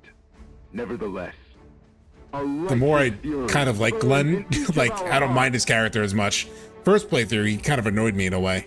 But here, I'm totally fine with him. To Midgar. And there, together, put the city of Mako and misery to the torch. If anything, I don't know how I feel about like the white blonde dude suddenly becomes like a representative in a way of Wutai. We are ready to and savior of Wutai. And to lead us. Wutai's commander. You have a feeling he's in pursuit of the Magnus Materia? Possibly.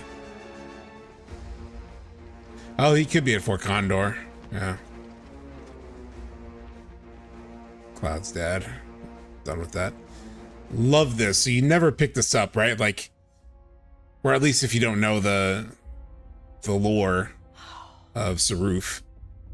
Just like the way it transitions to Rufus's face. Who exactly is this Saruf? The invisible man? How Rufus's hand, how he reacts to that question. He's very avoidant of it. Sung seems to know, I think. We have no intelligence to present at this time. Then you Which clearly makes sense. aren't looking hard enough. Look harder. Ma'am. What about that Glenn, what's his name? Glenn Lodbrok, ma'am. Maybe if they soldier, spend money on that class, set. A prototype. Yeah, so 15 here, years ago, he was sent to. So here they're giving, again, I talked about this before. As weird as it is, I have defended the usage of Glenn in Rebirth because everyone's like, oh God, you had to play a mobile game to sort of understand Glenn. No. Whether you like him as an actor, whether you like his character, they explain everything you need to know, literally even right here in this scene. 15 years ago, he was sent to Rador on a geological survey, which ended in failure and led to his defection. On a geological survey, which ended in failure and led to his defection. A spineless deserter nursing a grudge, then.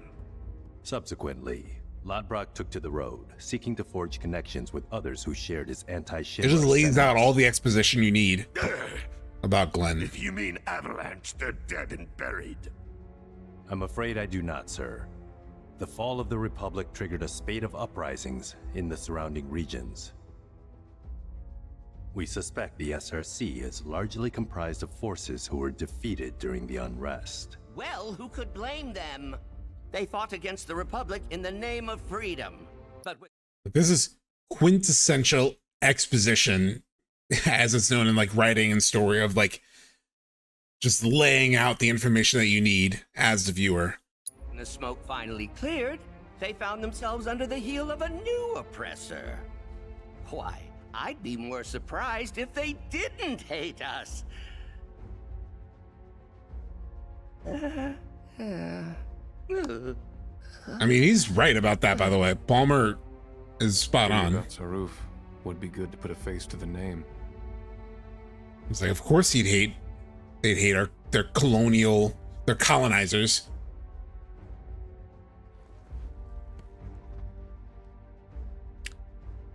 The Ancient is en route to the temple as we speak. Pursuing her is our top priority. She And will as far as I know, I don't us think to the promised land. I don't think Gigia One way or another. told Scarlet that regarding the Rufus. sir, He many will interpret hinted it it as at the declaration of soldiers war. who were trying to arrest him in the DLC. And given that it was a worldwide broadcast, And they it just sort would of be ignored prudent him. to issue a response. I intend to make a statement. Sung, if you would. Those lines where Palmer was too insightful. Yeah.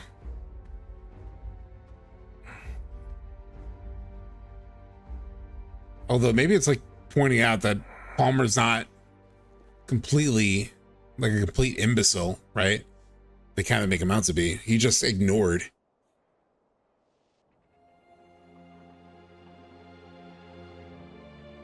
Okay. Wrapping up Nibelheim.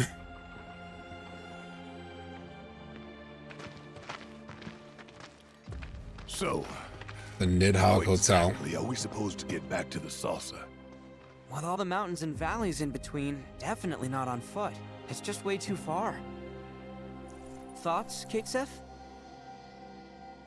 Hey. I think it's because of Reeve is like distracted, obviously, in the meeting. Cat, thoughts? I missed a Crisis Core reference. What was the reference? Well, you see... Look, smoke. Oh, the jab thing? Maybe Yeah. someone's She trying does to that alter later Sid? on her date If with so, Cloud, let's hitch technically. a ride. While talking about Crisis Core. Breaking news at this hour. Breaking news at this hour. In response to last night's illegal broadcast by the SRC, President Rufus Shinra held an emergency press conference this morning. In it, the president denounced see the what he said. SRC's claims as baseless propaganda and dismissed their alleged Mako reactor footage as a digital fabrication. The company has launched an investigation into the individual who delivered the address, as well as the nature of the organization he claims to represent. All right, so we are going to go to... There is side quests and stuff I would like to do here, but I think I'm gonna save that for another stream where I do a lot of like cleanup on like side quests. Like I would like to do the one that leads to Broden here. Obviously the Tifa one I would like to do. But I'm really eager to get on with the story also. So we're gonna get to that. I'm going to put some food to make, just because I haven't eaten today. And it is getting to about that time. It's almost 6 o'clock. Shit. Okay. All right. I'll be right back, y'all. Launched an investigation into the individual who delivered the address, as well as the nature of the organization he claims to represent. Breaking news at this hour.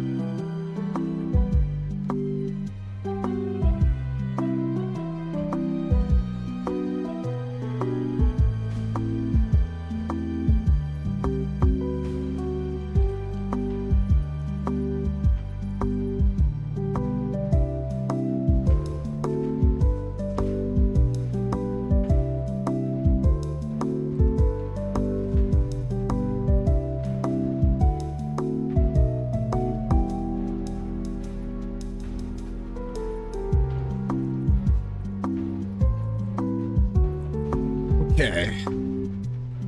Food is still heating up, but that's fine. It needs to sit for a second. It's just a microwavable meal. So it needs to sit anyway. Yeah, like I didn't eat breakfast. I woke up, I wasn't hungry, so I just skipped breakfast and then stream was at noon, so I didn't eat lunch.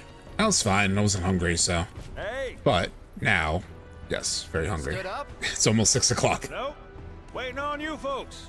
Something I want. It's actually perfect because we're gonna have gold saucers. I don't have to do gameplay and stuff. I can just watch.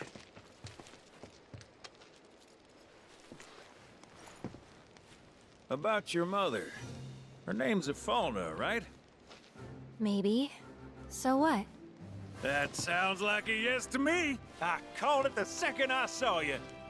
Boy, am I ever glad I sent up smoke. So obviously this is all new lore. Tell me, how's she doing? Good? Like him knowing her mother. I don't think there was any hint of that in the original or any other bit. Where it says nicotine patch? Yeah. You know, the whole reason I joined Shinra was to become a pilot. But I wound up as a gopher. His for some design is lazy great. grease monkeys. Had me running around HQ fixing lights and whatnot. One time, though, I came across a pretty young thing with a little girl in her arms. That was you, wasn't it? Probably. I prefer him being with less one note, actually. That was what? All's a small. So this always comes up. Circular staircase. I don't like what it's Sid's personality. So again, we talked about this a million years ago, but there's a scene in the original, and I almost don't want to bother pulling it up again because I've pulled it up a million times. But sure, I can quickly pull it up. I won't linger on this too long because I've talked about it a million times. But there's this like scene in the original where it sort of like lays out a whole different way to sort of like view Sid. Or like you don't even notice it is missable. It's completely missable. But let me just find it real quick. It's when you get the high wind, and you commandeer the high wind, and you let me just pull it up. Browser.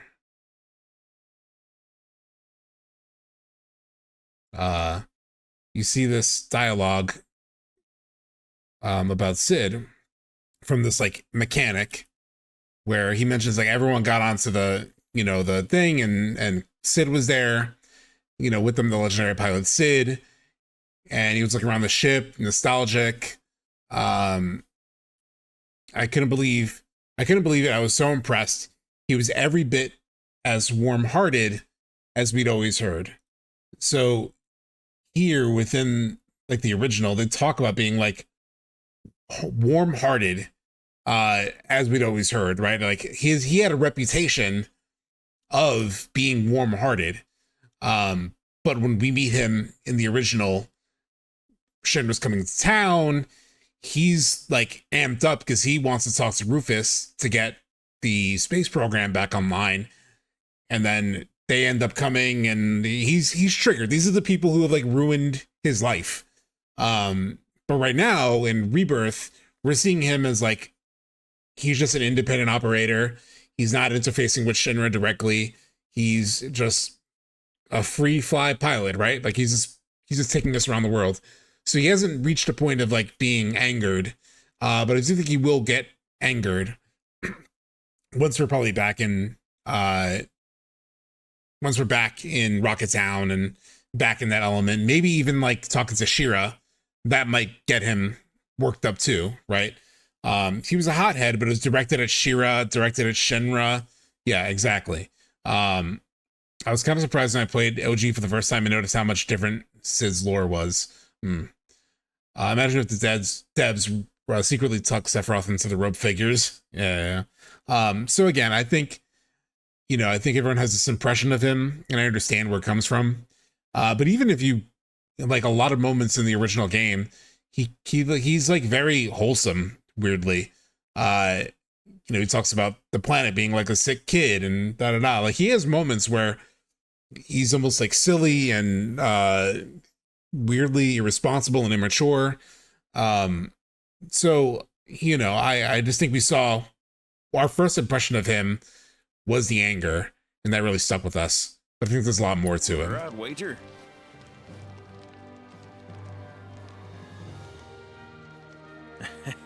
The initial impression, more than made an impression. Damn. It set his entire character for people. That's a crying shame. Truly. So I've kind of warmed to, It's Eric. as long as they really land that in part 3, as long as they really like land that angry side of him, Why? then I will probably really enjoy this more dimensional version of Sid. Flying us around will be more than plenty. Thanks. But I do need him to get angry. I do need him to say, "Shut up and drink your goddamn tea." You could take us to the saucer for free. That's a great point, Bunkai. Like, it's like Barrett, right? At the beginning, you think he's a caricature of the angry black man, but as it turns out, his ire for Shinra is very understandable. Like, and if you remember, especially with the original, and from understanding, especially in Japan, but in general, I've heard this a lot. Like, people had very one-dimensional definitions of Barrett and like views of him as a character. And I think everyone sings the praises of the remake trilogy for like making him even feel even more dimensional. Obviously, John Eric Bentley is a big factor with that too. But everyone's really attached to like, no, give me angry Sid. And I get that, and I hope we get that. But he's more than just that. So yeah, and we're seeing that now, and we're seeing them build that now here in this game. It's on me. When you want to head to the saucer, just give me a holler. Like, it's maybe a little too nice, right? Like, he's even like, you know, I'll take you to the gold saucer for free. In this case, it's because of his history with Aerith and her mom. But hey, good to go? Let's get on with it.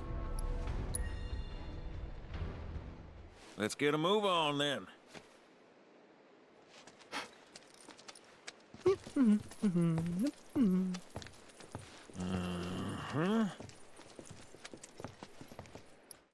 Actually, I'm gonna get my food. 1 second. Not even gonna put BRB.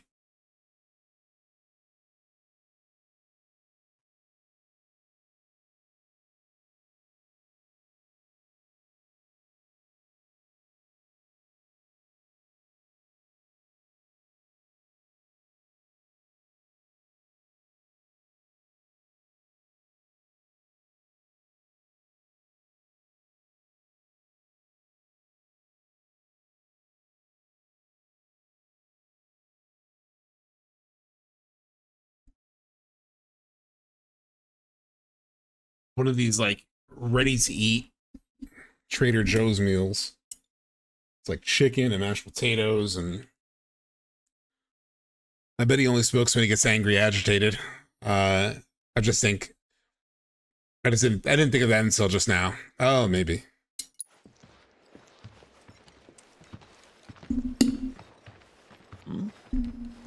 Huh. An 8? An 8th?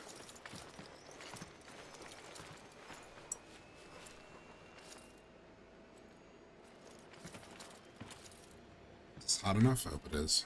You said that Sephiroth is your foe. I have a history with him. Unfinished business. Yeah, you do. He bothering you? Want me to give him the boot? Try to screw us over, and you're a dead man.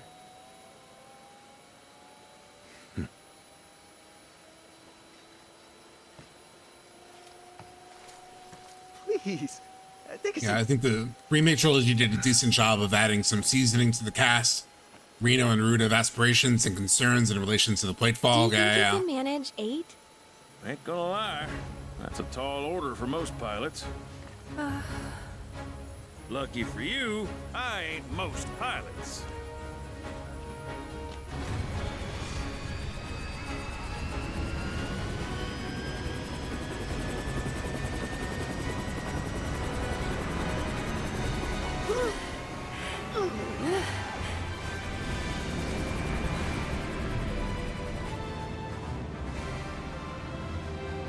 Hey, Sid.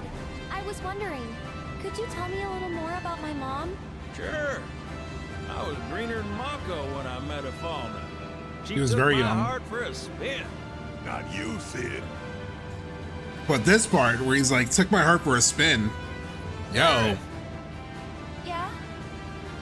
What happened to your mother? She get sick? Doctors always said she had a weak constitution, and trying to escape didn't help. I think she just pushed herself too hard, all so that I could be free. I'm sorry. At least she went out on her own terms. And in Traces of Two Pass, Even she if was you like didn't, you should honor her very memory by reliant enjoying the life she on gave you. drugs. Thanks. Like drugs that Hojo was giving her, but I also imagine there's like an element of like withdrawal and stuff. Y'all heard?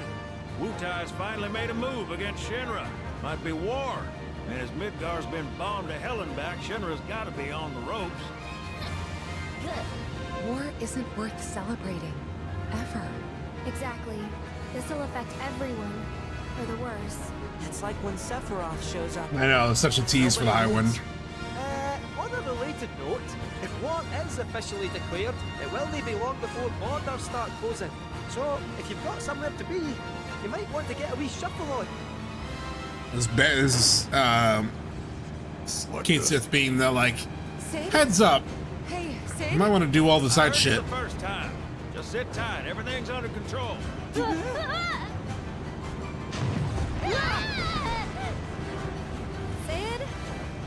I said just sit tight. This beauty's maintained by an expert and piloted by a professional. Y'all are in good hands.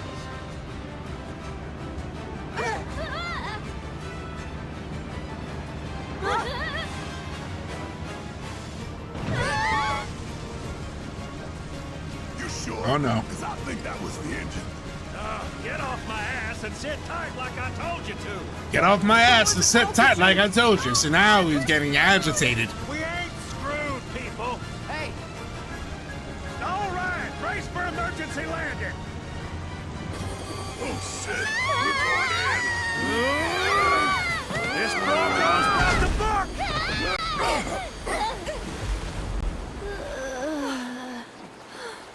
Backseat flying. Any landing you can swim away from. You almost killed us!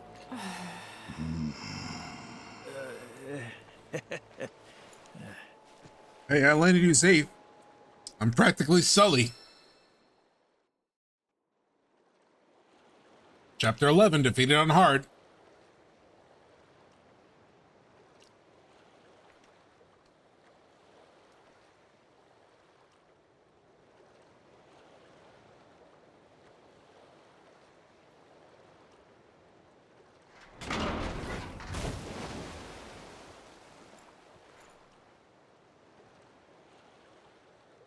So I'm very interested by the fact that,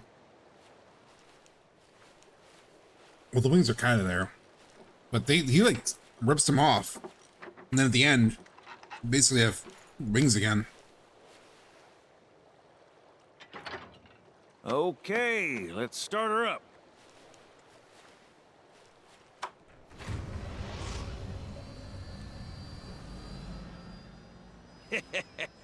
Sounds good. Yeah, but I know, me too, the wings are Sephiroth. still broken. And what of it? Only one man has mastered the land, air, and sea. You're looking at him. You got that?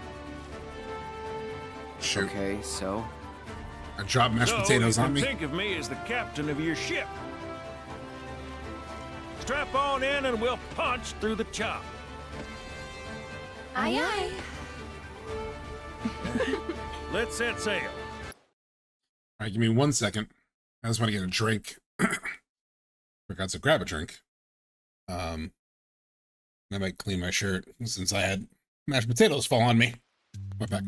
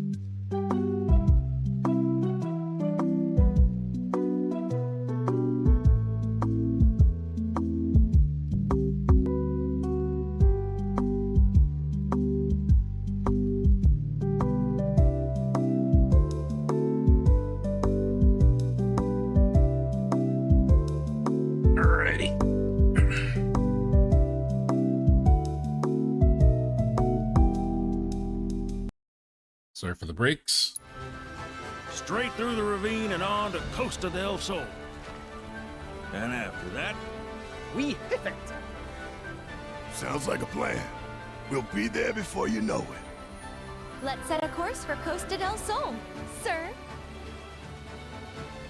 Roger that. Full speed ahead. All right. Kate, mind filling us in on the Keystone before we arrive? Gladly. About 20 years back, one of my more eccentric colleagues convinced the company to build a museum for his... So here we get lore about Dio. He's He's like an eccentric, one of the more eccentric employees. Antiques. The reliquary, they called it. Pretty cool, eh? Now, according to company records, the keystone was housed there. Wait a second. I thought you said it was at the gold saucer. Aye, I'm getting to that. Never fret. Where was it? Oh, right. So, the museum turned out to be a total flop. Closed as soon as it opened. But It's so cool to like between cutting the ribbon and where blowing you're up the windows, riding past all these like moments. Like obviously this is where we had the Yuffie Barrett minecart thing. Like right there is where it broke off. Huh? How do you know that name? Let's just say. Like we're riding past all of the. I mean, you know these lines. It's about Dio and shit.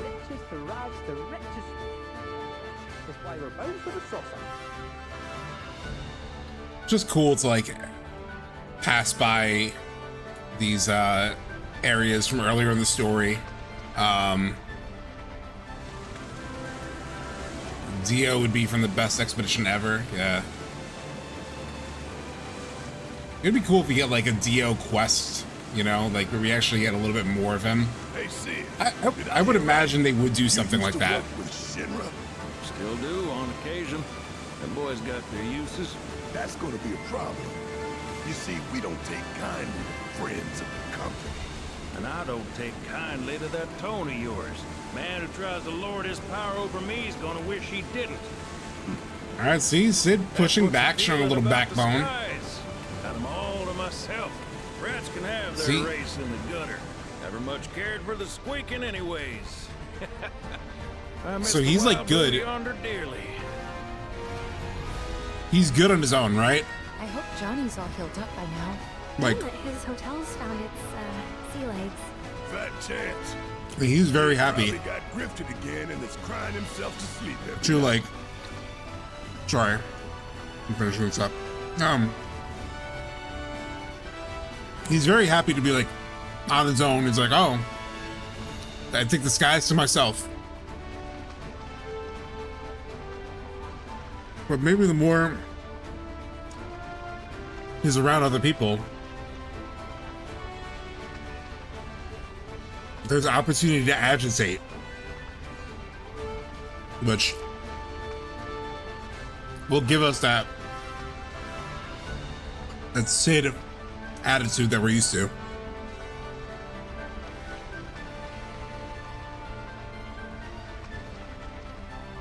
All right. I was so incredibly hungry. I'm so sorry. I just needed to consume. All right. Set. Here. All right.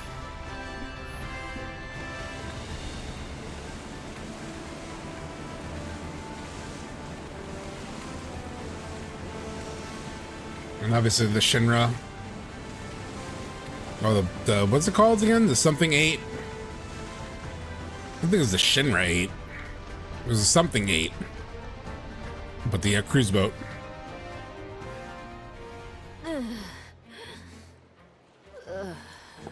What's that, Shinra 8? Thank you for choosing Bronco Cruises. We sincerely hope you enjoyed your trip with us. Cruises? I thought it was Bronco Airlines. I love his views on people who have more power than him. Seriously, we really appreciate you ferrying us around. You're most welcome. Hey, y'all are headed to the saucer, ain't you? I might could tag along, take in the splendor. What do you think? Of course. Girl always knows just what to say. Am I right? By the way, is Sync still all good with my voice and my bass? Where's Vincent? I'm just gonna continually double check that. But hopefully. Another loner. As if one wasn't enough of a pain in my ass. Yeah, one's more than enough. I love this, like, the realization here from Cloud. You mean me? Yeah, dude.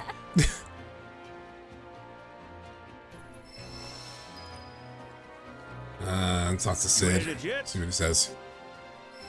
Oh no. I don't want to board the tiny Bronco. Look at look at this little. Come on, you loner. All right. Let's head over to Gold Saucer. Let me know if there's any issues with my voice sync or anything. Let him aura farm. Yeah. Ah, shit. You have to go to Gold Saucer. Where is that again? Over here. Yeah, he's definitely aura farming. That's what he does. Still good. Oh my god. I feel like I'm gonna jinx it. But knock on wood. Should split up to look for Dio. Will do. If I catch you goofing off, so help me out. For whatever reason, that reminded me of Monsters Inc., where it's like, da-da-da, so help me. The timelines are still aligned. You got a nice. Minute? There's something I failed to mention about the Temple of the Ancients.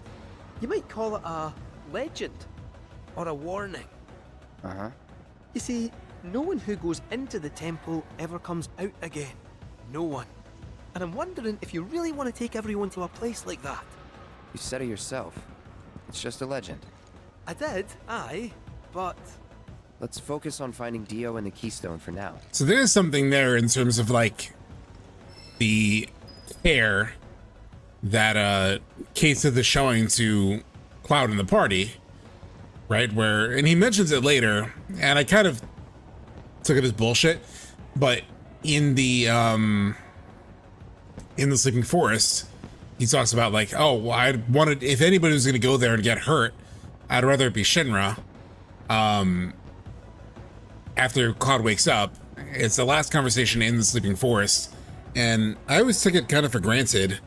I just kind of assumed he was just, like, kind of cover his ass, but there might be something to it, right? Like, right him there, he just says, you may not want to go in there with the whole crew, you know, because nobody comes out. And so it does add to the logic of him in the Sleeping Forest saying that line of, like, you know, I gave it to them because I didn't want you guys to get hurt. So maybe there's something to that.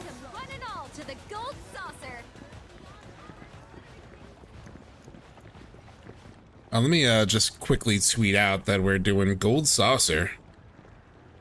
So that's always an exciting chapter for people. Let's repost. Wait. Repost the main one. Quotes. We are in the Gold Saucer. I'm really excited for this chapter. This is the chapter where I stopped my hard playthrough. Because I already did select my date. But that's for me to know and you to find out. Does that mean I'm a dumbass? For what? Cloud was kind of dismissive of the concern. Yeah. So yeah, I got my date lined up. Don't you worry.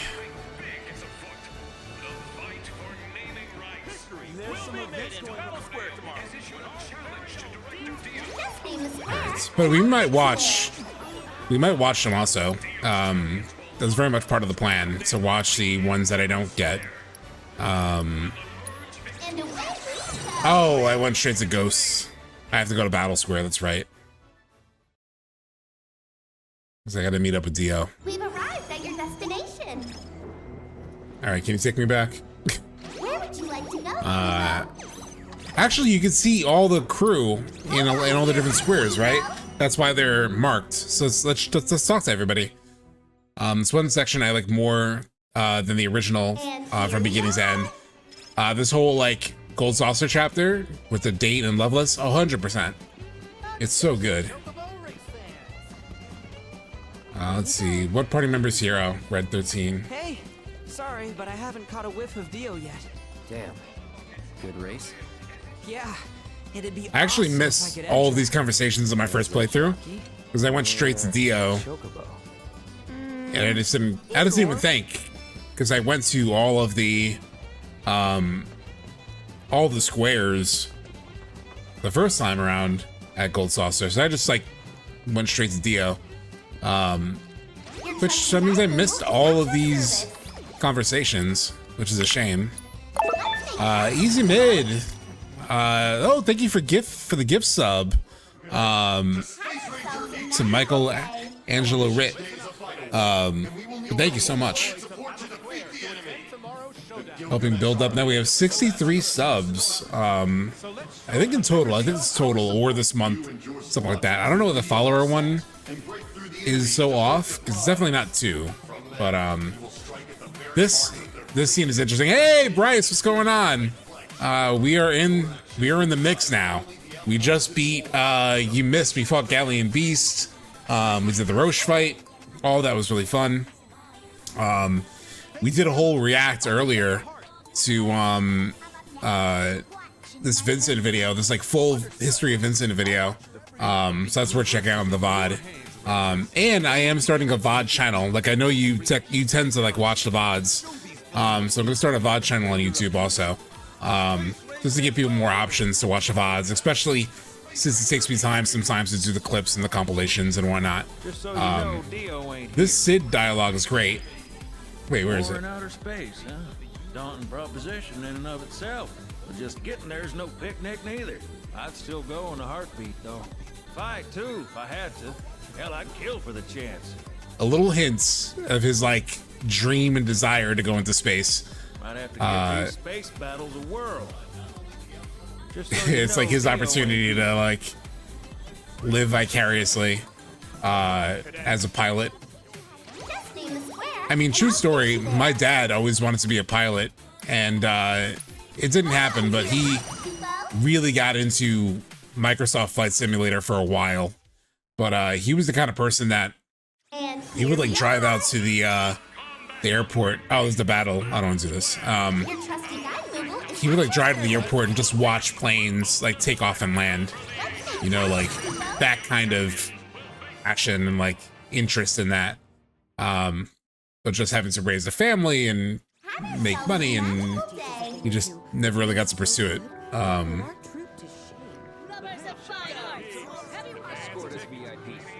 So, but at least he got to do like the no sign of Dio whatsoever. like Flight Simulator and stuff. While we're talking, did you know this is where Jessie used to perform?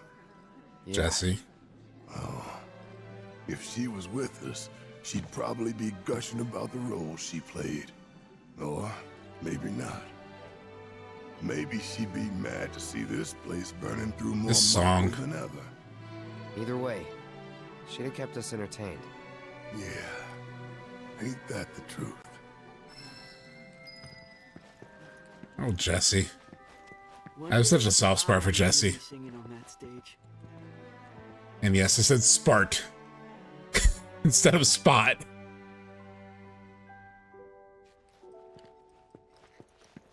I like that all of the Avalanche crew got to like have a moment where they remember Jessie.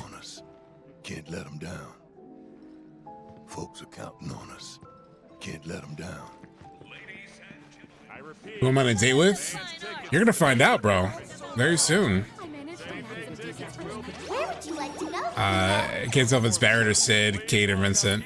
Well, it's none of those. I thought she was a great addition, improvement, and remix. She was. Jessie was like, And here we are. you know, just so fun.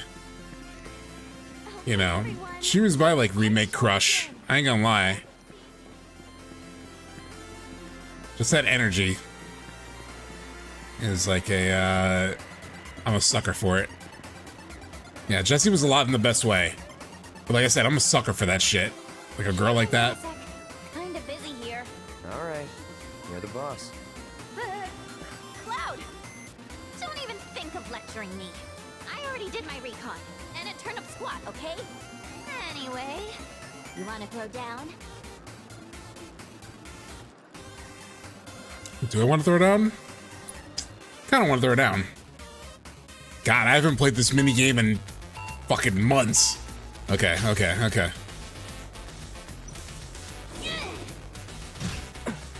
Which way do I go? Oh, L down. Okay. Okay.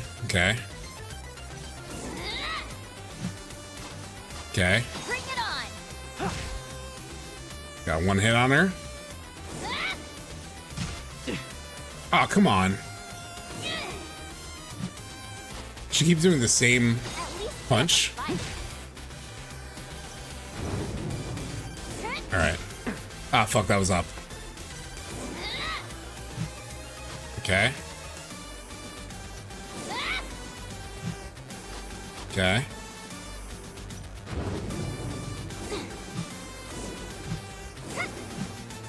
Okay.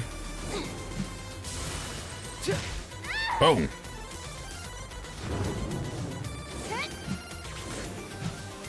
Okay. All right. Bring it, Yuffie. Ah, shit. She brought it.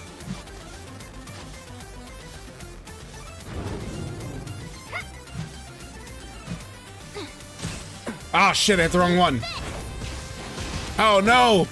She got me. Gonna restart. I don't want her to, I don't want to give her the satisfaction.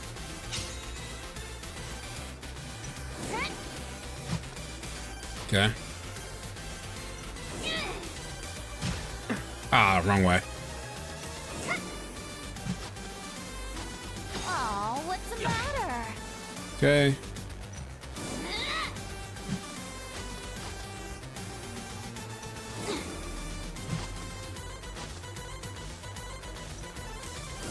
I mean, she's pretty easy.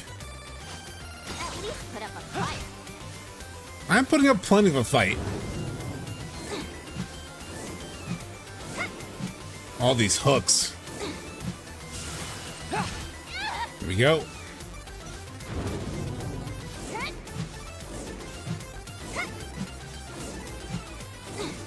She's just hooking the whole way. Except for there. Come on.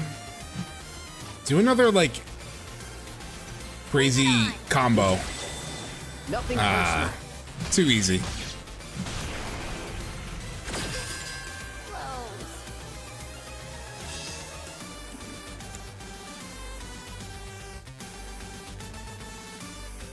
Yeah, she was doing, like, right hooks and left hooks. Credit where it's due, because I fucking... what's the term? Or when you, like, save scum? I basically save scum. So I kind of cheated, but whatever. All right, teleporter robot. Where would you like to go? Take us to the next place. I want to go to the next place. Oh, here is like Vincent, right? Let's want to see him real quick. Have yourselves a magical day. He's back here, yeah. Screams of Dio's not here. Excellent design. Very cozy. If we're to stay the night, I call the coffin. I call the coffin. I can't wait to see who wins. And then our poor girl right here. Let's turn into this thing.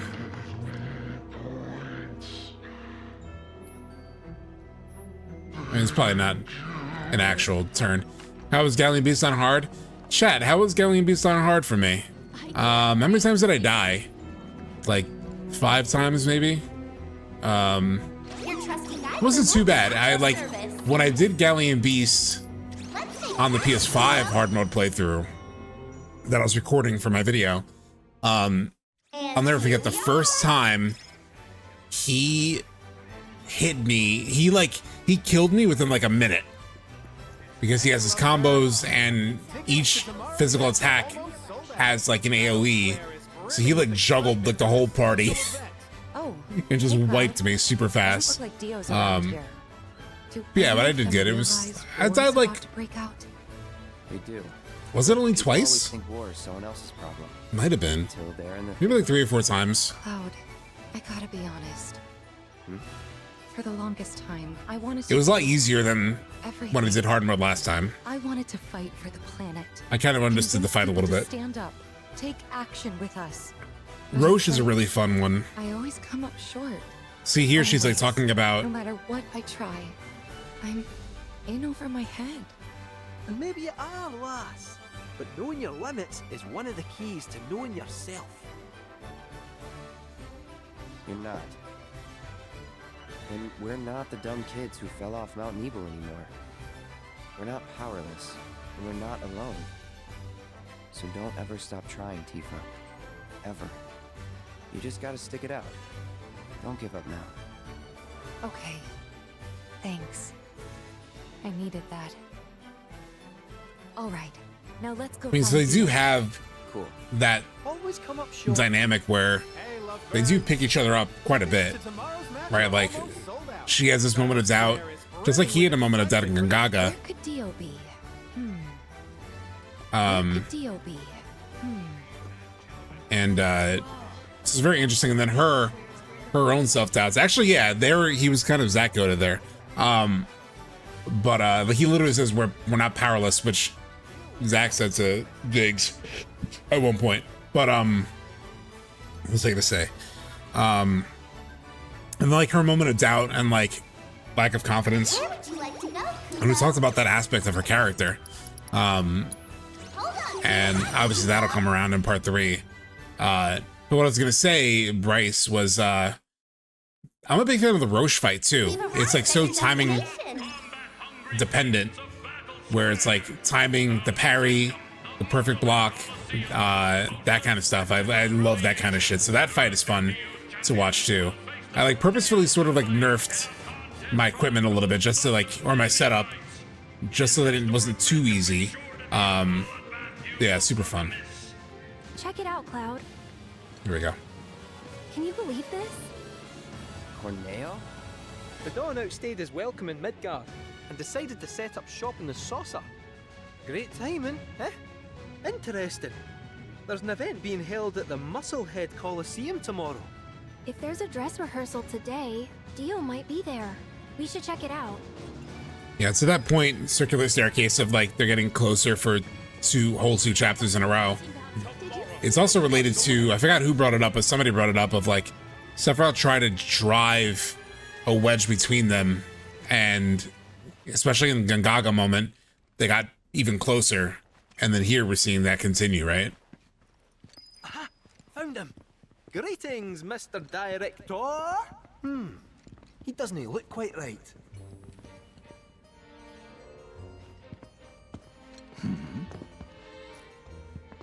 Well, if it isn't our friendly fugitives, you're looking hale and hearty. What happened to you? I made Rude. a painful discovery that the Turks are stronger than they look. Yeah, as we're gonna find out in this chapter when fucking Rude and Elena kick my ass like they did last time I played this in hard mode. To that wee keystone thingy. We need to get our hands on it. Was part of your collection, last we heard. It was, yes. And in fact still is. Point of order. My ancestors owned it. Don't you think that makes me its rightful owner? Good point. A Cetra, are you? That, my dear, is a bold claim.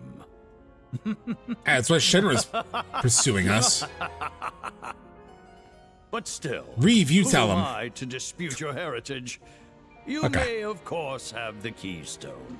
That is, on one condition. You must take part in our exclusive event, the Fight for Naming Rights. Dio's champions versus the Corneo family. I totally forgot that there's like all those fights before the Turks fight. Like the isn't it like Tonberries? The Donberry, Abzu. Oh, I forgot about all those fights. Party people! It's a challenge from the Dawn! Signed and notarized! Give the people what they want. Take it, entertain! The Donberry. Look at me. I can barely lift a finger. And here I was lamenting my lot in life when you came along. 'Tis fate. Nay, divine intervention. What say you? Will you be my champions and go to war against Don Corneo? I'll do it. I'll fight. They should have made him more buff. We win, we get the keystone, right? As agreed. All the dev time they could have put into the circular staircase. Then we're in. They put into his muscles, Then we have actually. ourselves a deal.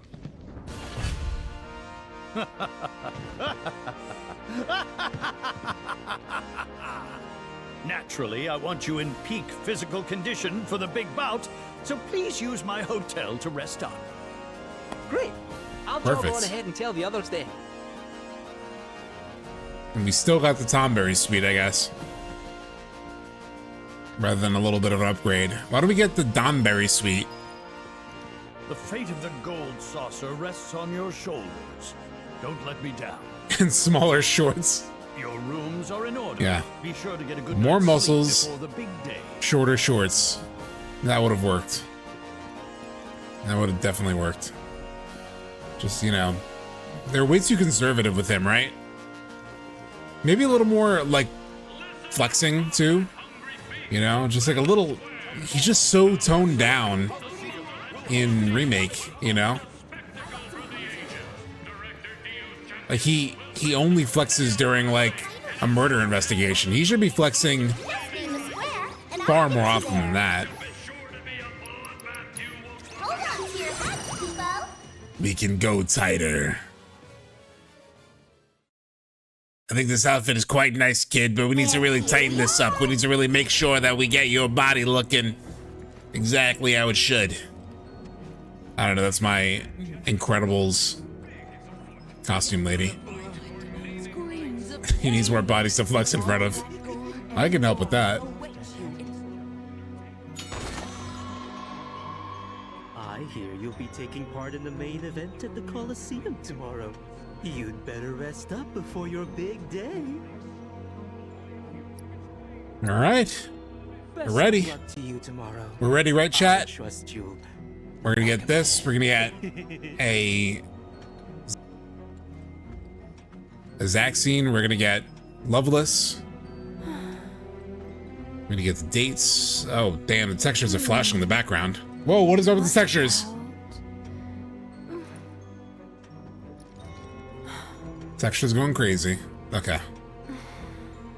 Come on, think.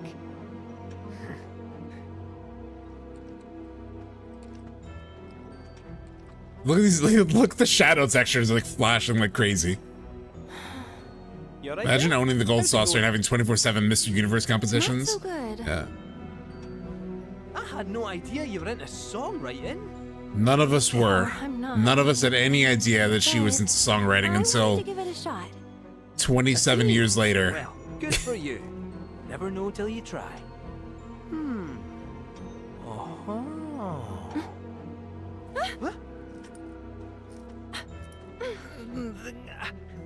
They say curiosity killed the cat.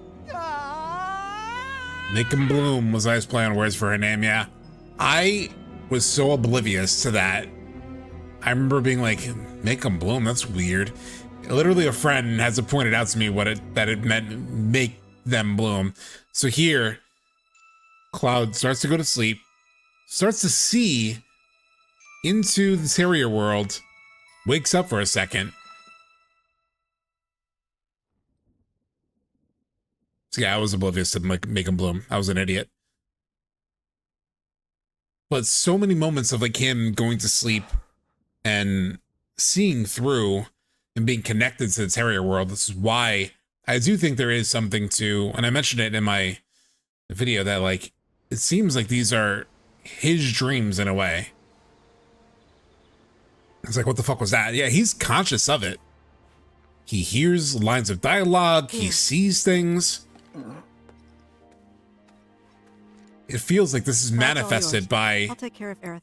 It feels like this world may have been created or like put into being through the, you know, destruction of fate, and possibly even through intervention from like Aerith or Sephiroth. But it seems like it's born out of Cloud's grief over not saving, not finding some way to save Zack, finding the, you know, the guilt of like him dying, and probably wishing that Zack didn't die is probably in his subconscious and helped birth this world. Even if it was activated by something else, it seemed like it's created by Cloud and his subconscious like dreams of like, oh fuck, this guy died for me and he shouldn't have. He's not even aware of it right now, right? Like he thinks Zack died in the river, but he's very much, we know that he holds on to that. And maybe having him sort of like face that even more directly in the remake trilogy, it'll be a way for him to sort of like put to rest both Zack and Aerith at the end of all this, so that he doesn't have that lingering stuff hanging over him in Advent Children, where we see moments where he's remembering Zack, we see moments where he's remembering Aerith and like sad about it, right? Like feels like he's failed. And even Zack's words to Cloud in the room in that first flashback, or that first flash to his world, where it's like, sorry, feels like I failed you, is like a projection of Cloud's sense of like failure. So yeah. Yes, ma'am. So let's make some fucking water upstairs. Myra? Nothing? Nothing? Nothing? Okay.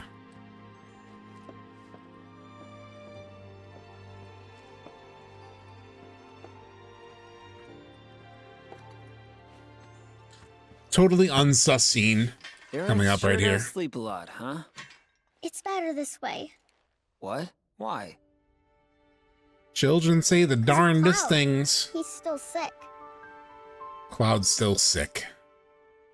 Please, you gotta make Cloud get better. You gotta. I mean, I'd love to, but... You said it's better for Aerith to stay asleep because Cloud's sick. Why's that?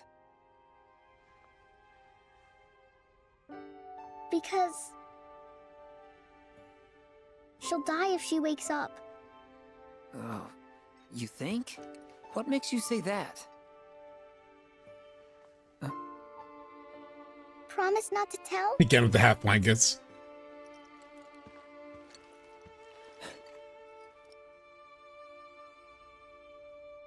When she wakes up, a scary man is gonna kill her.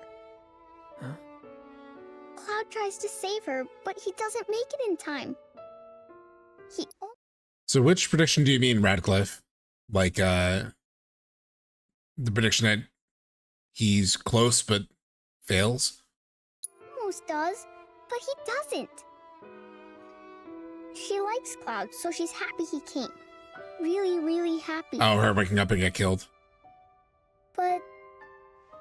I mean, she does technically wake up, though in another dog world, another stamp world, and then her character does die in our world.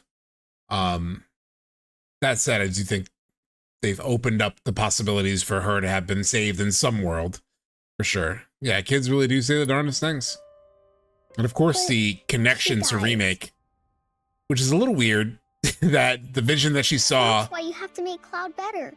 If he's in Seventh Heaven, you can't save Aerith.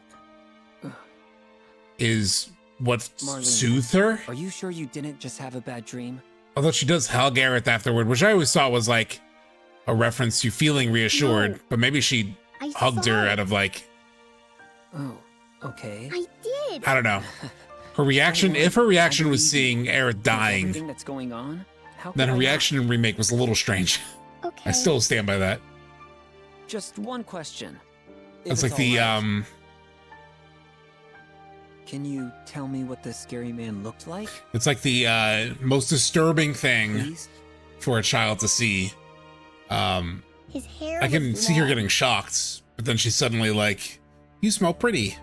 and She's short. very reassured.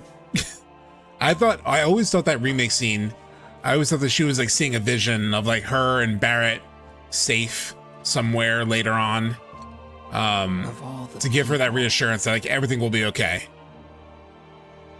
But apparently it wasn't. Yeah, Cloud does need to get better mentally. And then we see Make 'em Bloom starting in this world where Elmira Zach, sees this flower. Did you see? They're blooming. Make 'em bloom. Would you look at that?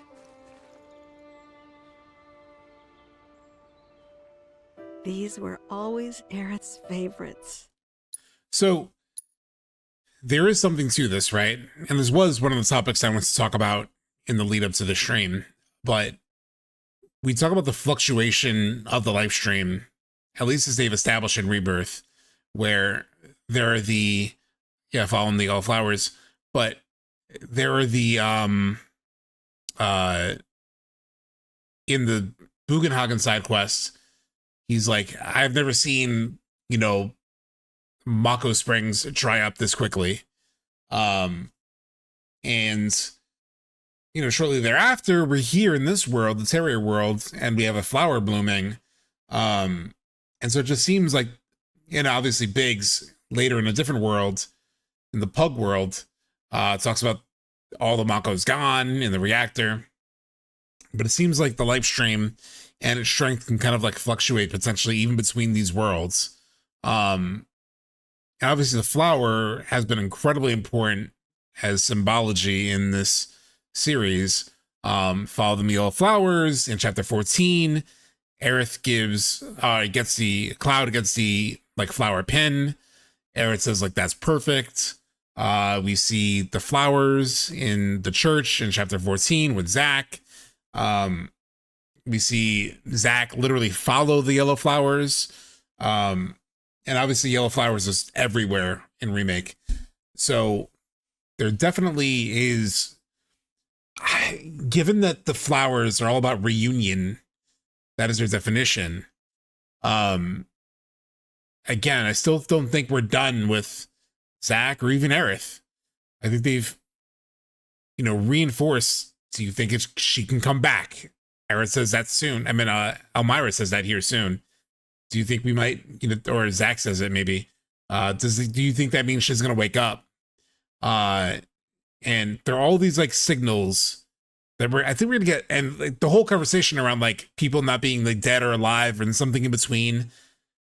Again, I think they're just setting up for some kind of way to interact with Aerith in some way in part 3. Doesn't mean that she'll come back to life and be revived, but I think they've definitely laid enough groundwork for reunion, beyond Genova reunion, but like reunion of people and the fluidity of the live stream, and so forth. So still a lot of mystery here, but surely the pin will come back at some point. Otherwise, why do it? I remember when Aerith stepped out of the white portal. You do not know how many times I double checked that scene just to make sure she wasn't wearing the yellow pin. I was like, oh, is that yellow pin Aerith? And it's not. But yeah, I think that yellow pin it should come around. It could just be another reference of a yellow flower, but I assume it'll come back around sometime somewhere.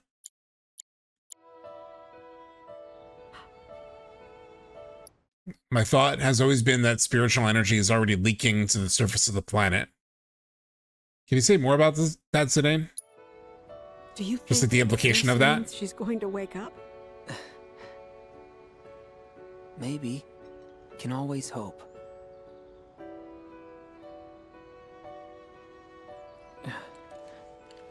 So much talk about hope. There's always hope. Elmira, I've got to go away for a bit. Need to talk to someone about Cloud. Again, I don't think that means someone? A doctor? Aerith is going to be revived by all of this. He's, Although it's not totally off the table. But, I do think we're going to see some version of her and Zack close enough, being, I suppose. like, Well, hurry on pretty back, fucking okay? involved in part 3. It's hard enough looking after these two with your help, but without it... Without you, I'd be a wreck. It's just like Don't such worry, a I'm going Elmira bye-bye. thing. Shouldn't take long. Just keep an eye on him while It's I'm a gone, joke okay? ship, but it's kind of funny. Oh, and if Aerith does wake up, please don't let her leave. Just like with that line of like, without you, I'd be a wreck. No Just like- promises. That it lends girl itself snuck to out it. more times than I can count. It's a joke. It's not serious. Don't let her. It's like me with Cloud and Rhonda.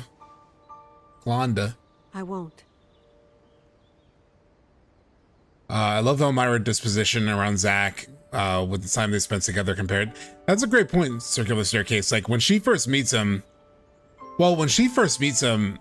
she's carrying their history too, right? Like she is not happy about the feeling that Zack left her with by disappearing for so long. It's why she like warned Cloud off in Remake, where it's like, you know, you better get the fuck out of my house. It's not good for Aerith. Just like you boys are trouble, right? Like you soldiers.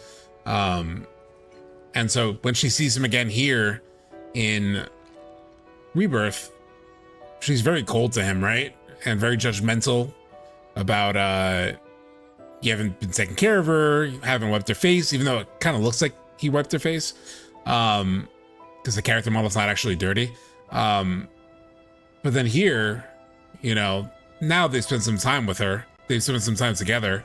And yeah, they are like, she's definitely way kinder to him now than earlier. I thought Zack Elmira date MTG Curtis. No, definitely not. It was a very convincing fake. People are good at Photoshop. People are good at Photoshop, especially when they're like committed to trolling the FF7 community, I think.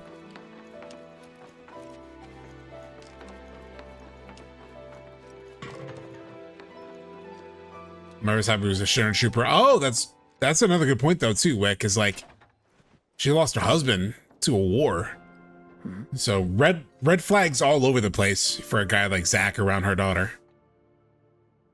I thought about what you said. Couldn't stop thinking about it, actually. About how it's up to each of us to find our own purpose in life. Because in Avalanche, I think I found mine. We don't have a whole lot of time. So tonight's gotta be the night. Do yourself a favor and steer clear of Reactor 6.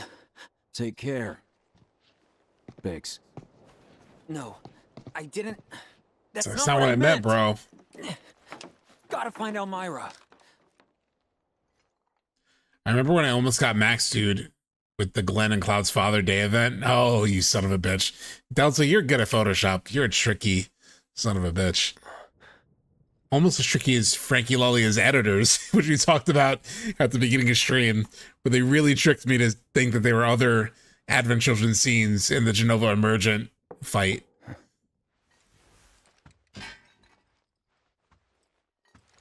That's one good thing on the VOD channel. I'll be able to like stitch together the first part of stream with the second part of stream into one video because of my computer crashing. I just need to refill on drinks. So give me 1 second. And we will find out who the date is. It's Rhonda. All right, see y'all.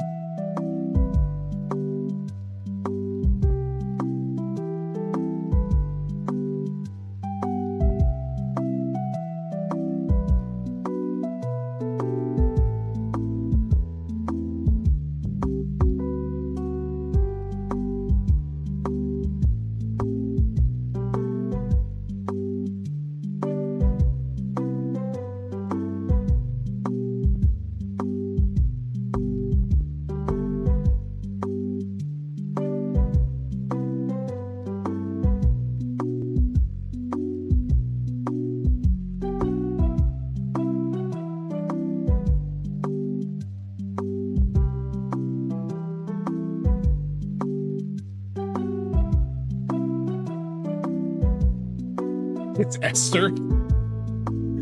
Fake Aerith. Esther. That's hilarious.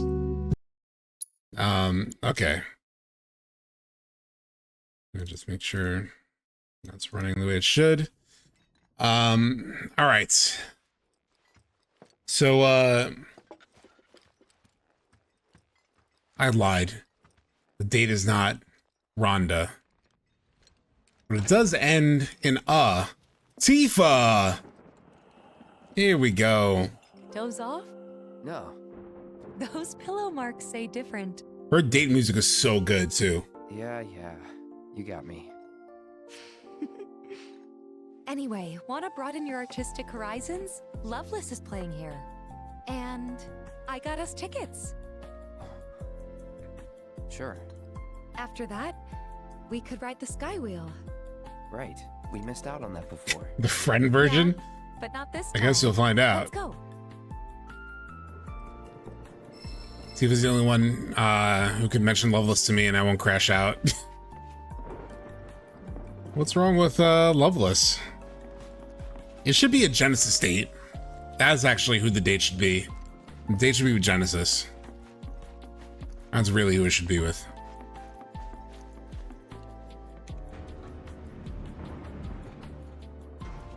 Poor Genesis, he missed the show. It's called G Edition and everything. Mod it. Yeah.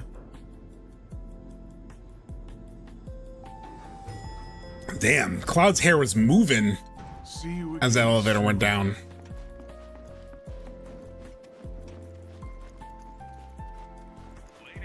No, we teleported the whole way. Let's actually run through. Spend some quality time. Although I don't think there's any actual like dialogue, right? If you decide to run around. It would have been nice if there was like some extra dialogue if you run there, you know?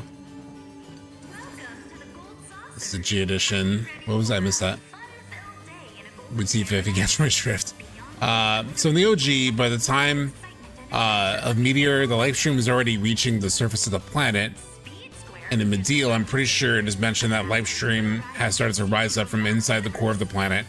I believe it's during Ultima's attack, so my thought is that this is happening earlier because of Sephiroth's shenanigans.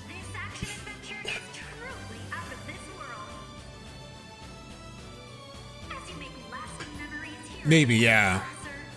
I'm just trying to think of like the live stream and its interaction with the surface is different between like the main Beagle world and the place, the Terrier world, which like all the flowers are dead, and it's not like the live stream is evident in Pug world where Biggs is later.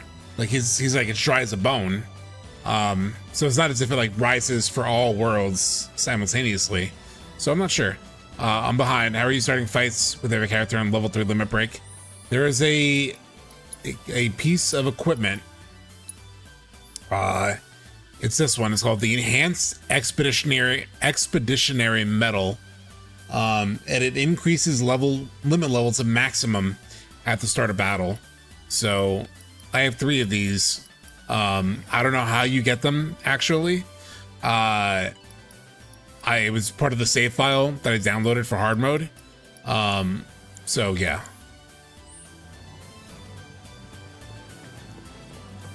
Yeah, it happens in the live stream Rising to the Surface happens in Rador, right?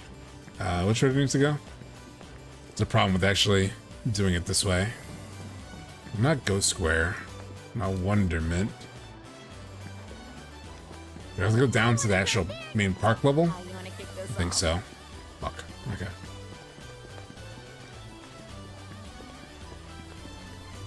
I don't know how to get more than one. What the fuck? I don't know, dude. It came in the file that I got.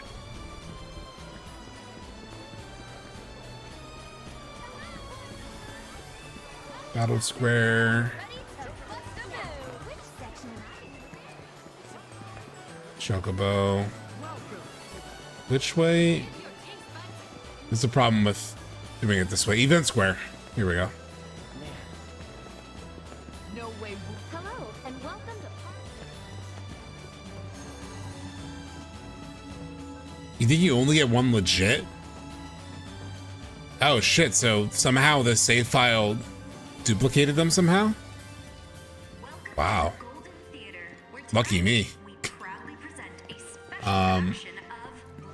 So there's also a special version of each of the characters' themes in the event square. So it's the one when you get out in the hotel, is that like lo-fi? And there's this one. I'll be quiet. I repeat, advance tickets for tonight's performance have sold out. Same-day tickets will be available for purchase 1 hour before the show. Please line up here. It's a little more operatic. It has some like extra notes in it and stuff. It's a Tifa theme.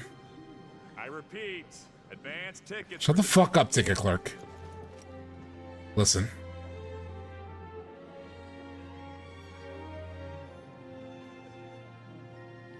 Has like little notes in the middle of it. Hold on. More violin also. Almost like a triangle, too.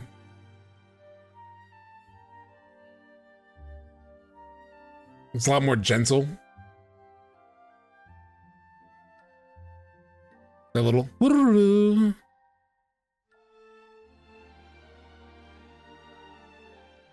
It's very nice version. They've been dragging their feet on the extended soundtrack, yeah. It's a really beautiful track. There's an NPC here that I want to point out to you guys. Teacher's NPC sounds like the teacher from Kim Possible. Okay, so I'm gonna go up to these NPCs, and they're gonna be having a conversation. That conversation sounds meta to me, but I want to see if you all pick up on it and what you think of it. It's this couple right over here with the green pants. I grew up in Sector 8, so trust me when I say I know everything about Loveless. I will tell them to shut the fuck up. The other ones are getting in the way of this dialogue. All right, listen. It's gonna come back around. The edition of the show allows for audience participation. Isn't that exciting? I grew up in Sector 8, so trust me when I say I know everything about Loveless. So he says, the G edition of the show allows for audience participation. Genesis, yeah.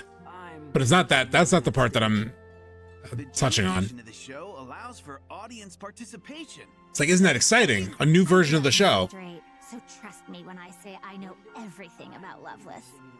I grew up in Sector 8, so I knew everything about Loveless. Trust me. This can't surprise me. Right? That's what she's saying. She's saying, like, I know the story since I was a kid. Nothing can surprise me.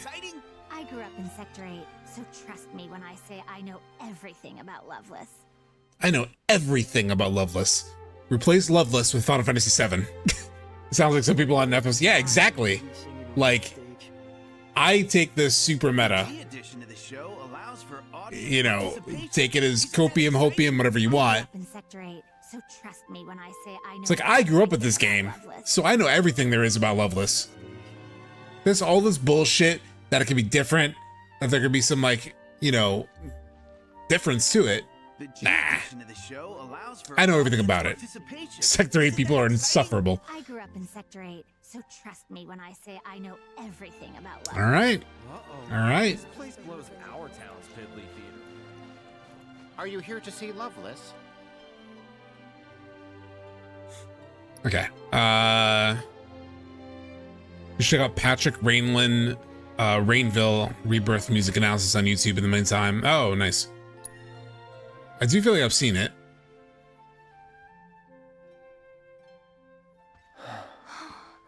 Attention, Event Square guests. Could make 'em bloom. Yeah. The one thing about that dialogue, if it is meta, it kind of gives some credence to like the whole audience participation, multiple endings potentially. Yeah, I will crash out if there are multiple endings. Come on. Please speak to a member of the staff at your earliest convenience. Thank you. Attention,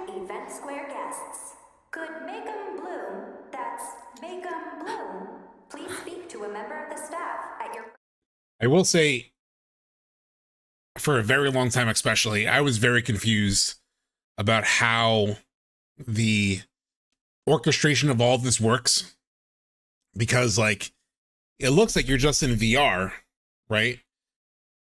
And I think I had a breakthrough on this. So they put on the glasses, they see the more opera version of Loveless, they take the glasses off, they clap, put the glasses back on for the show that we, you know, interact with, where we fight and whatnot.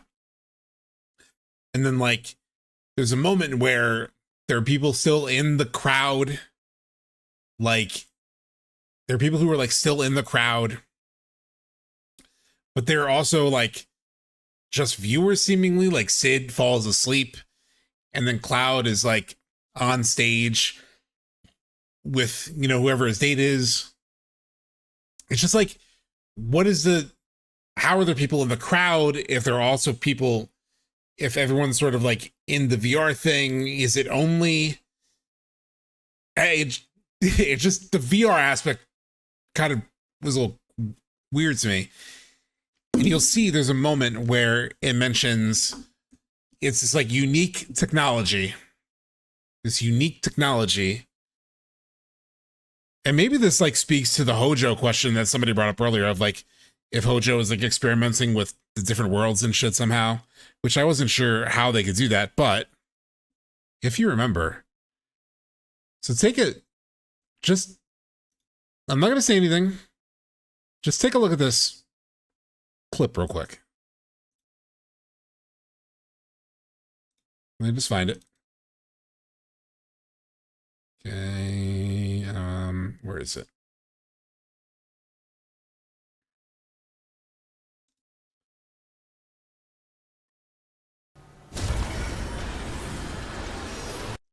So note this. Synaptic net dive? Maybe.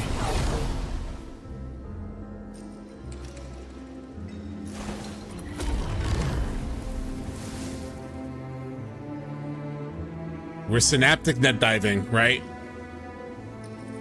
Wait for it. I think there's another one. Maybe not. Oh yeah. So these like tunnels, right? These tunnels. Oh God, that sounds terrible.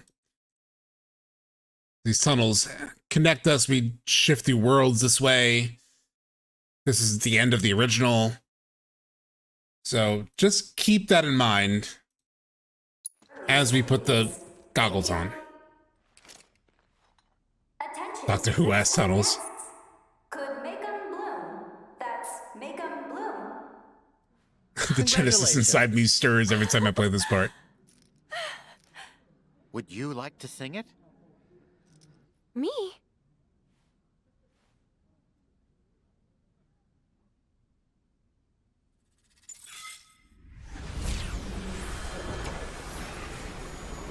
Tunnel. Same tunnel thing.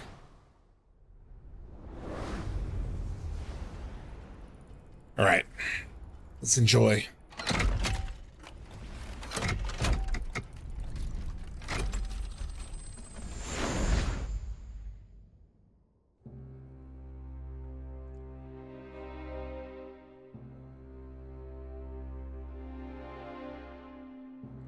This is legitimately just really good, right?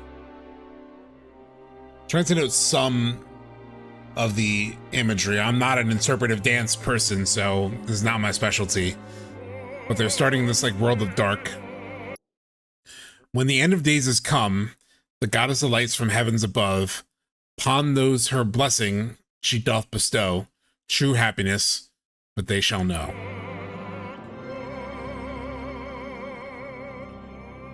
So they're in darkness, the goddess descends. Rainbows.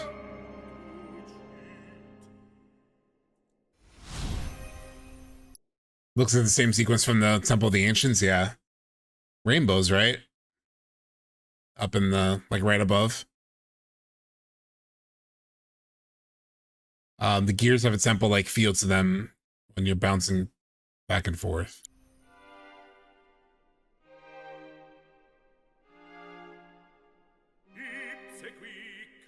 To claim her boon, a valiant three sally forth, heroes they would be.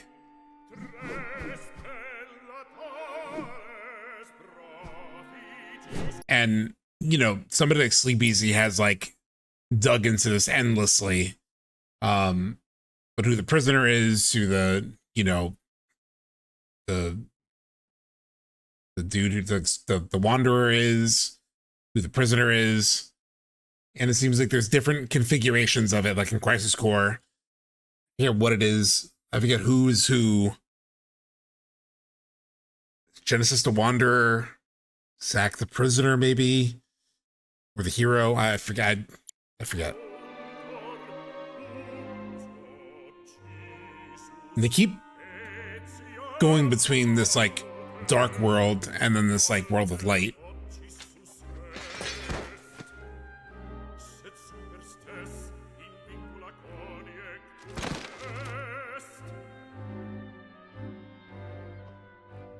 I mean, legitimately, Farthers, I do think Loveless plays an important role in where they're taking all of this. Bereft of his wings, he falls from grace, yet venerated is he in her embrace? Similar to the Satraco. Black and white does feel 14, yeah. The music in the final act is the same as the music from the Harbinger boss fight. I'll have to listen out for that.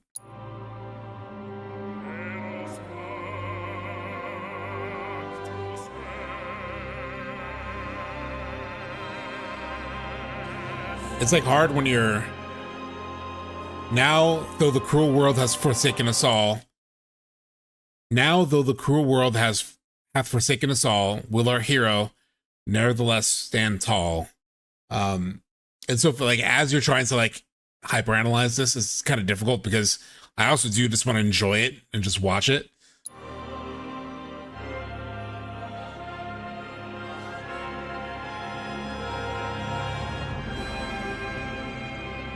The same two actors and characters in two different worlds, one consumed in dark, one consumed in light. And even these guys seem like we're struggling versus these is like much more celebratory.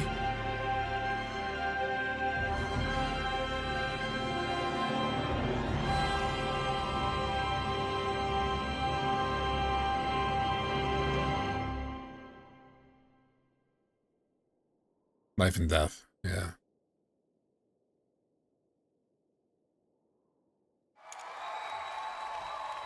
Either way, just as like a piece of dance. And I don't know shit about dance, but it's very good. I also just noticed like seen her look more beautiful. Yeah. She's a real star. Not Tifa. But the like Red 13 just like sitting straight up in his chair. I didn't really notice that before. With our revolutionary technology, you will become the hero of the story. Only you can fell the Dragon King and win the princess's heart.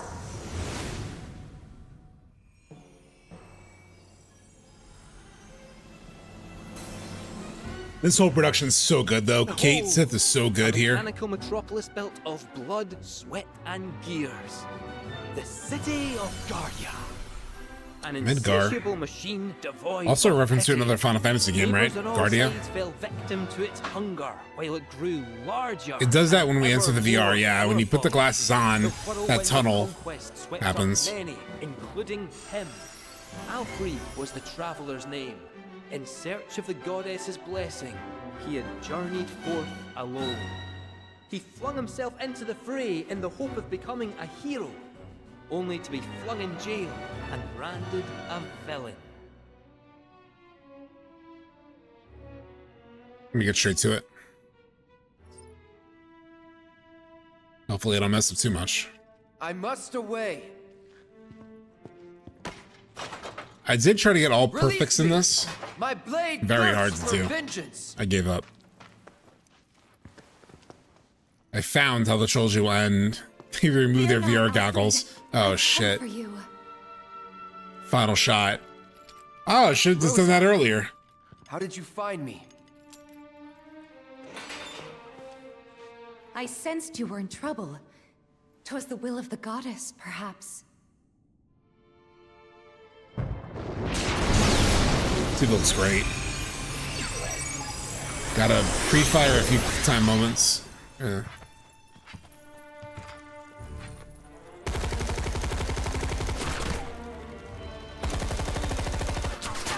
It was Chadley all along. Pray take not another step, gentle princess.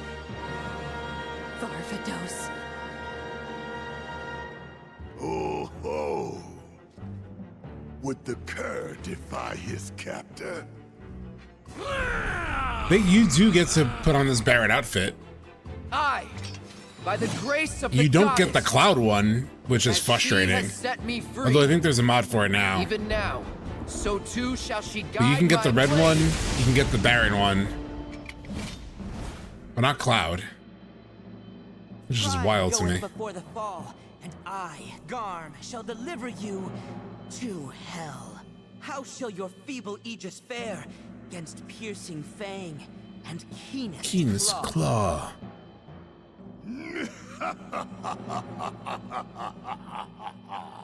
You know not whom you face, nor that you stand in his dominion. For I am Varvados. No, on PS5, you can get the Varvados. I'm like 99% sure you can get the Varvados drip on the PS5. You have to get, it's like a gold saucer redemption. With like gold saucer points, you can get it. You can get his and you can get Red 13. I'm like 99% sure. What I was mad about was not getting Clouds. Yeah, I'm pretty sure. I don't know, look it up. I'm pretty sure. I did get it.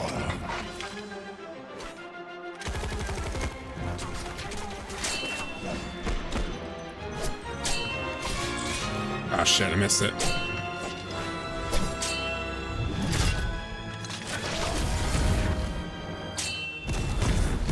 Damn, I'm not getting any greats. There we go.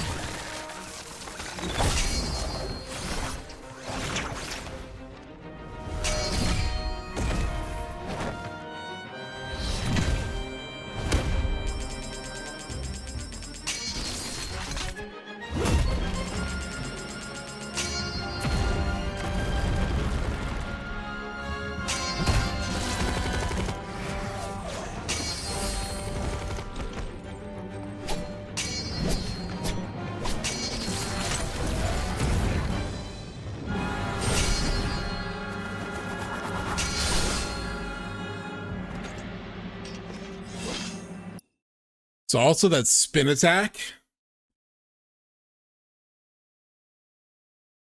That spin attack. Did you all recognize where that happens again? It is actually... Fuck, where exactly is it? I know it's in the chapter 14 fights. I know the chapter 2 well. I had to leave for 2 minutes to do exact would move and come back in on. Yeah. Fuck, I forgot exactly which fight he does that. But there is a fight in chapter 14 where he does that same move, that same spinning attack. I think it's on Sephiroth Reborn, but I forget exactly. I was gonna pull it up, and then I was like, shit, I don't remember exactly. Bravo! It's one of them. What a splendid show! Never have I seen a swordsman dance with such grace and skill. The goddess must have seen fit to grant him a sliver of her strength. Perhaps his dreams of becoming a hero may yet be fulfilled. Now then. No, they're gonna stay dreams for a second. Noble Alfred. Though I am but a humble fool, some talent in divination do I possess. Anything you wish to know? Really well I written. shall gladly reveal. The whole like divination thing. Does it say anything? Oh no, he doesn't.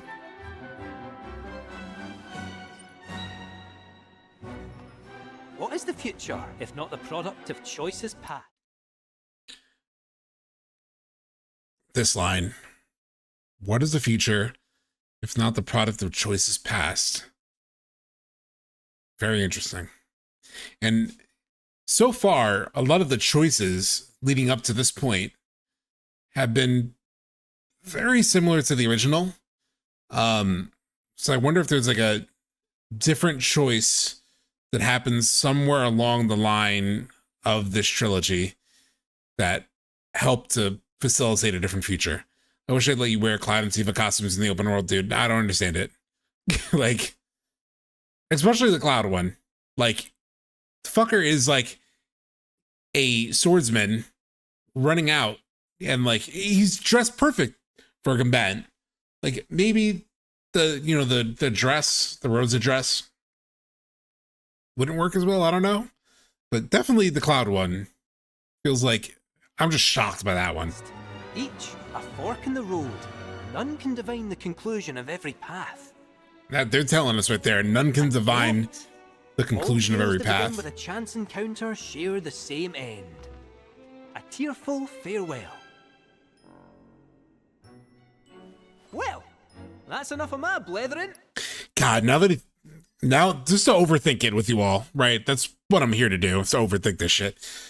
Because it says like a chance encounter inevitably leads to the same end, a tearful farewell. And it seemed like everything was leading up to that, right? Here's the thing. You know, definitely no chance encounter with Tifa. Well, actually, I guess there is, right? Like, she sees him in Midgar randomly. Like, finds him at the train station. It's a bit of a chance encounter. And with someone like Aerith, it was definitely a bit of a chance encounter in the original, but it's almost not a chance encounter in Remake because Sephiroth led him into like that alley, and the only real way forward from there was into Aerith's past. Well, actually beyond that, right? The Whisperers hold her in place. So it's almost not a chance encounter. It's almost forced in a way. So it's like, if it's not technically a chance encounter, will this have the same end? I don't know. I'm just spitballing. But just a thought. It's time we set the stage anew. It's my fourth time playing this game, so I'm just gonna like twist dialogue into crazy directions probably. May mine infernal fangs find their mark and taste of your flesh. Oh shit. I didn't realize it started with one of those.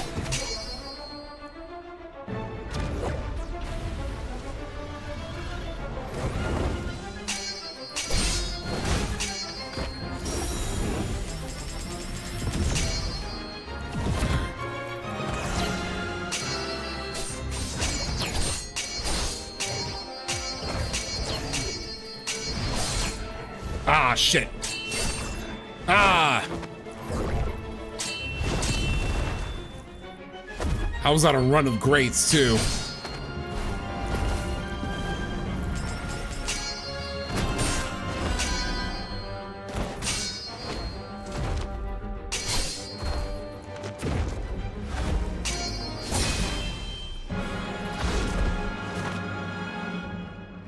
Sephiroth attempts to delay him. To make them not meet with the plot ghosts. Hold her there until he arrives. Yeah. This is so cool. A truly remarkable display of swordsmanship. Enough to prove his heroism once and for all. He had been unjustly imprisoned and stripped of his wings. Nevertheless, Alfred was resolved to press onward and reclaim the heavens. Now, without further ado... Stripped of his wings reminds me of like when he friends, lend me your betrays the party and like ends up in Mideel and all that. Princess's tale draws to a close. Only one act remains. Only one act does remain. One more game. Let's go. Sweet sorrow. But as they say, all good things must come to an end. Though No! it is our wish that this I don't want it to tale remain end. with you I do long want it to after end, we are but gone. it's gonna hurt. So, my friend, I keep thinking about it. I've been thinking join about us it in our lately. Conquest of despair? I'm just like seeing the credits scroll on part 3. I'm like really feeling it's over. Spectacular. Though our tale No be Barbados ship. loveless, Really? I could have we may swore. yet restore hope to this heartbroken world. The Dragon King Varvados fears only true love. And so I our swear I hero have it on Alfred PS5. will reveal to him its power. He will go to his beloved and proclaim their blessed bond with a kiss. Now, stand before your soulmate and let the world know your heart. I know, it is weird to think about. Yeah. Post-game depression is going to be crazy. But if it's a very satisfying ending, which is another reason that they might go for something kind of maybe slightly happy, I don't know. It gives them even more the reason to like, for you to go back as a player and just continue to replay, right? Triple back, yeah. They might have a triple back at launch, just to get as many people as possible to play the whole thing finally. Almost a kiss, and then Sephiroth is like, Face the charade. love is not but illusion. This fucking guy thinks everything is an illusion. Goddess above, let my blade strike true.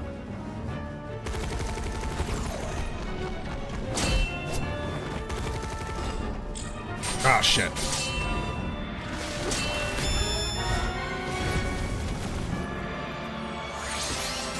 Oh, shit.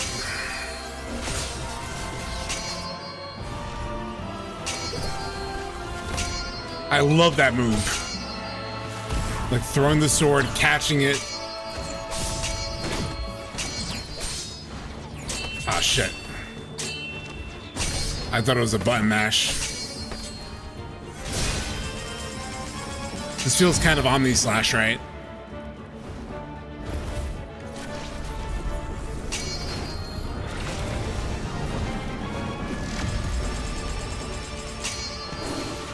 Okay.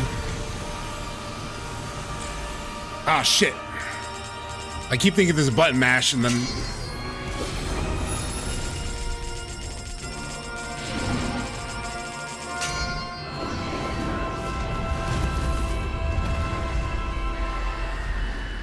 Definitely not SS rank. Very AC, yeah. AC Omni Slash. S.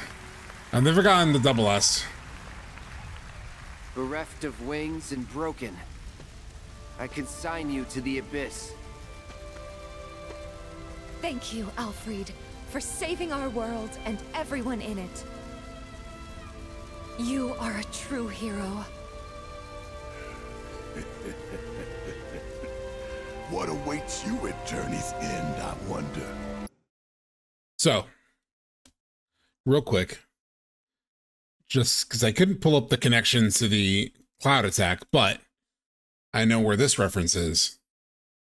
So this scene, Barbados, aka Sephiroth, on his knee, it's basically 1-for-1. Even the laughing is basically a 1-for-1 for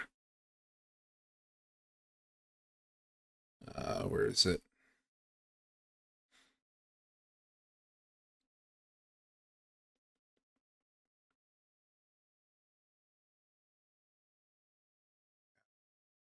I'm gonna name this.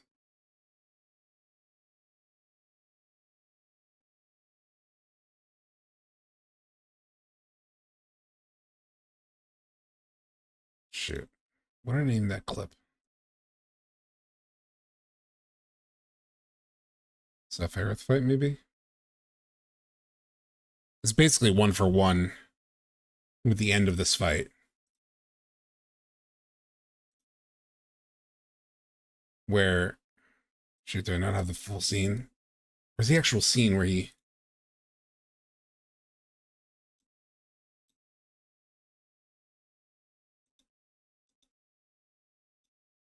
Fuck. How do I have this named?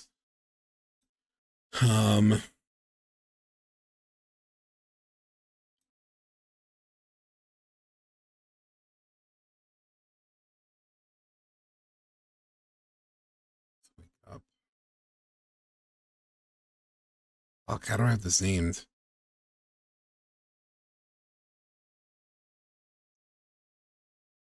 Final fight cutscenes. It's basically, yeah, it's a 1-for-1 for this, right? Like Varvados ends up sliding back on his knee is the end of the Loveless fight. And then right here, I saw what you at the end of the fight, slides back, falls to his knee.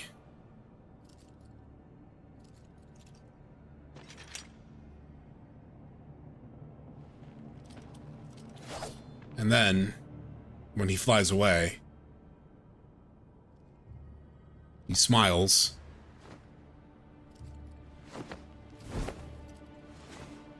A little laugh. Just like Varvados, right? Here, he's on his knee, and he's laughing. And he says, "What awaits you at journey's end, I wonder?" Will the goddess grant you her blessing?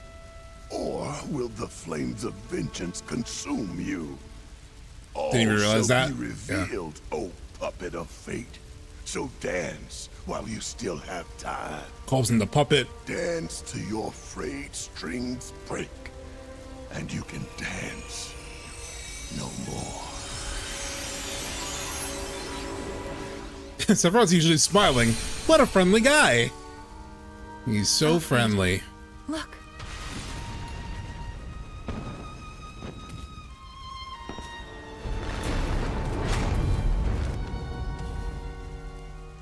Must you go? Those I hold dear are waiting. I don't understand. I cannot. But please be safe. Rest assured, I shall return. You needn't FF7 promise that you'll return? wait, Turn the for I know timelines. that I will find you here.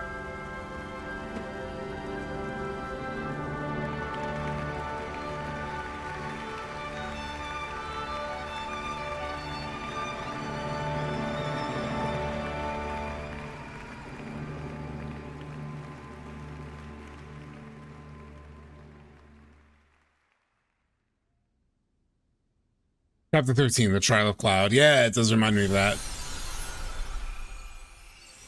Obviously, a lot of that dialogue does remind me of, like, Aerith and Cloud parting at the end of Chapter 14. That's not a shipping thing. It's just, you know, he's like, I gotta go back. And then she has to disappear, right? You got this. See, Cloud, that's how you do it. That's how you encourage, not creepy smiles. Walking city streets with worn cobblestones. And Brianna White's got a voice, doesn't she? To rhythms all their own. Life passing me by, not thinking how the years have flown. Until I met you. Zlapsky, I brought that up in my video, actually. So yes, the katakana for for Rebirth. Rebirth also meant reverse. The people who said return would have a double meaning in Japan. Oh, I only just caught what you were saying. Huh. What is the return double meaning possibility? Do you know? Does anybody know? Toolman, if you're here. I knew you a lot of the Japanese stuff. Very curious about that.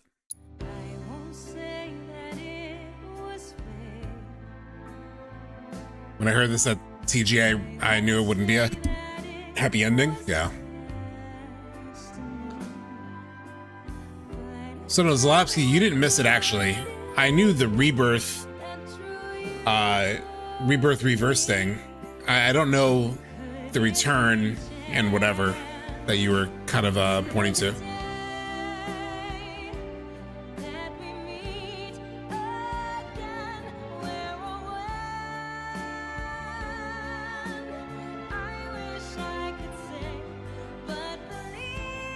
This does feel like a song that like hints toward some kind of. This does feel like a song that does hint towards some kind of part 3, like seeing the party again, right? Because like you know, the promise that we'll meet someday again kind of happens in Advent Children, maybe, but you know, I don't want to also boil this down to like Cloud or whatever, and I think they've officially said that she's singing this to the whole party, to like everyone that she knows, but it just feels like a song hinting at some kind of return, right? In Japanese, return can be expressed by different words depending on the context, primarily using kairu, meaning to return to one's home or origin, and moduru, meaning to go back to a place previously visited, or kaisu, meaning to return something. I mean, in that case, they're all return though, right? So not quite like the double meaning of like rebirth reverse, where it's kind of different words. Someday you'll come and find me. Yeah, she mentions that. Even Elmira. Tifa said you got this to Aerith. This is what Aerith said to Tifa when she whispered to Tifa. This is what Tifa, when she whispered to Aerith, you mean, in Gongaga. I just realized that she repeats Aerith's words there. Oh, was it? Yeah, I think it was you got this, right? I think that is the official translation. Yeah.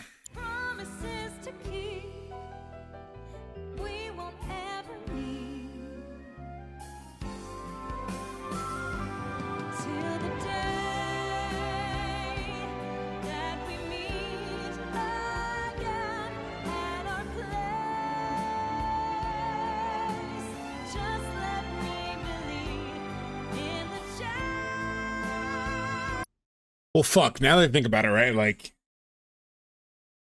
meet at our place.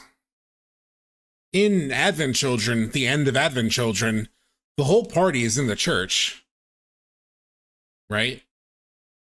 Even though I've talked constantly about, like, it not just leading to Advent Children. But at the end of Advent Children, the whole party is in the church. So...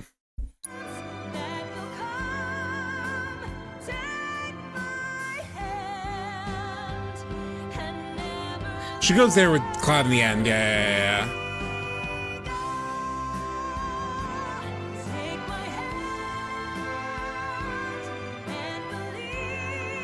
But I'm also talking about the other thing where I think Uematsu said technically this is toward the whole party. And then we do see other people that we've lost in the past here, right? Like we see Avalanche. Okay, here comes a handhold.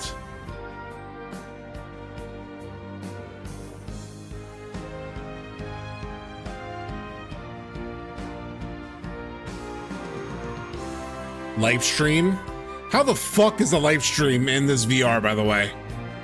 How is Biggs, Wedge, and Jesse showing up via live stream in VR? So many questions about the logistics of how all of this works, but I'll roll with it, I guess. Unless the VR goggles transported them through the tunnel thing into another world that's in the live stream, VR live stream. That's what it is. We figured it out. I mean, the first time I played this, I admit that the confusing logistics of the live stream took me out of it a little bit. I was just so confused. I was like, how are there people in the crowd without headsets on? And then you see people in the crowd with the headsets on. I'm like, how does all this work? I'm telling you, man, Hojo's about to use that restored network. Yeah. Fucking synaptic net dives That's the part 3 name. FF7 Resynaptic. Go on. Who the hell knows? Maybe there's no logic to it, Delta. They're just like, this would be cool. Fucking put on the headset. It all just works. People in the crowd standing up cheering. And then we see them in the next minute sitting in the chair, sleeping. Even Vince is in the corner being moody with a VR headset, but not just with a VR headset, because he's also there. I don't know how it works. I'm also playing Remake with my brother, and when Tifa broke a cement bridge, I said to myself, this girl cannot catch a break. Oh my god, she does break the bridge breaks in the sewers. Yeah, any bridge, Tifa is just doomed with like any bridge.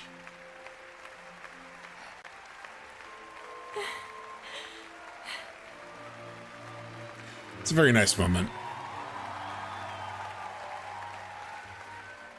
A very nice moment for all Make 'em Bloom. There was no logic. The scene was added late in development. Maybe. Wow. Yeah, because the song was added late. I can't wait. But they had the VR for the Loveless play and everything. Maybe next time you could take the stage. Attention! The Skywheel will be closing soon. Please line up and have your ticket ready. But I did hear that story that the song was a late addition. Thank you for joining us for tonight's special performance of Loveless. I wonder if she's related to Orlando. Like Orlando from FF Tactics. When did Tactics get in chat? Oh, Deep Ground Tactics. And then Dimensional Tactics. Ah, God, I wanted to watch the Tactics thing with you guys too. Not the whole thing, but the new opening movie and whatnot. That's definitely something. See, I want to play that on stream too, but it comes out literally days before Ghost of Yote. Orlando Bloom, the actor. So that's really annoying to me that both those games come out like side by side. So I want to stream both of them also. I don't know. Have to figure that one out. Is that up this way? No, Wonderment Square. How do I get to Skywheel? Up further? Skywheel. Here we go. Well, why not both? Sure. But like, how do I split them up? You know? I don't know how I'm gonna handle all. I'm gonna be streaming 7 days a week, so I can get enough Yote days, enough Tactics days. Just drowning in games.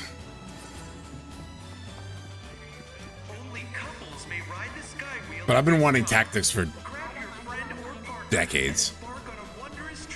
Fucking Chadley. Something about all these couples sets my heart aflutter.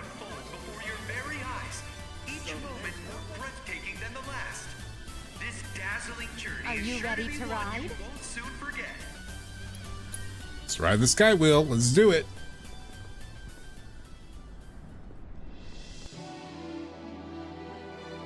I got Tactics on PC for Lions. A gondola's here. Yeah, I'm getting it on PC, I think. It'll be easier to stream too, technically. Well, after you. He doesn't have a heart. You first. Yeah. Cloud?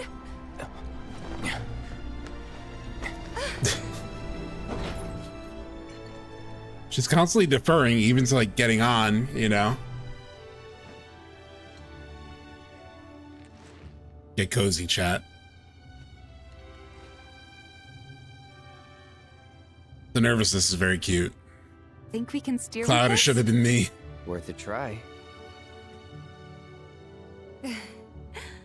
Here goes.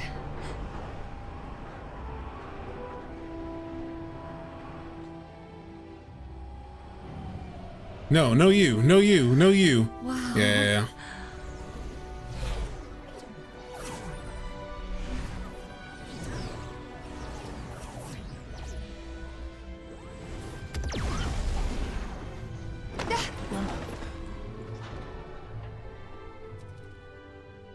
Well, Nice save.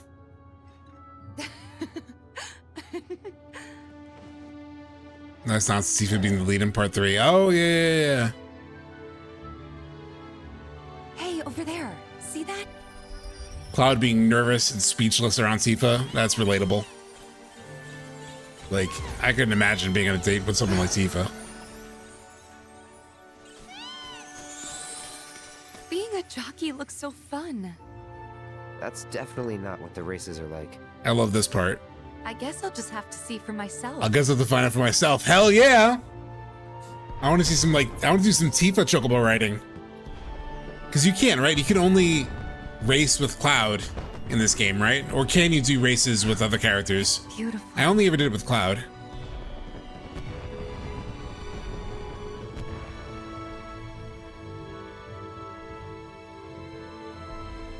Stare. And oh! Caught! We got caught! Scene is so tender, I love it. Yeah. And the nervousness. So, have you talked to Aerith? Stories wise, you have to. Aerith? I talked to Cloud. He said he remembers Zack. So How in they were both. friends 5 years ago. What? So both Aerith and Tifa recognize that this conversation happens, but they hide it. Not yet. Right. Ruining the mood, Cloud. Touchy subject, huh? She must still have feelings for Zack. Bro. I think it's a little more complicated than that. Hey, it's kind of weird us being here like this, isn't it? I don't think it's weirder that Tifa hides it. This is not the place to have that conversation. I mean, I guess it is. Kinda.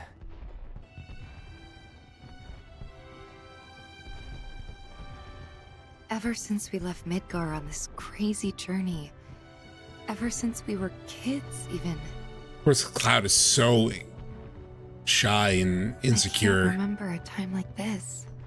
It's really Tifa that needs to. A time when we were this close.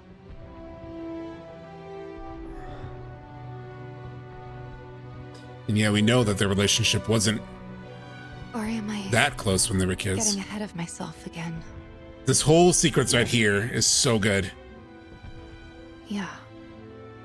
Am I Again. getting ahead of myself again? It's like she's so nervous about pushing for what she wants, or like making people uncomfortable, or reading things wrong.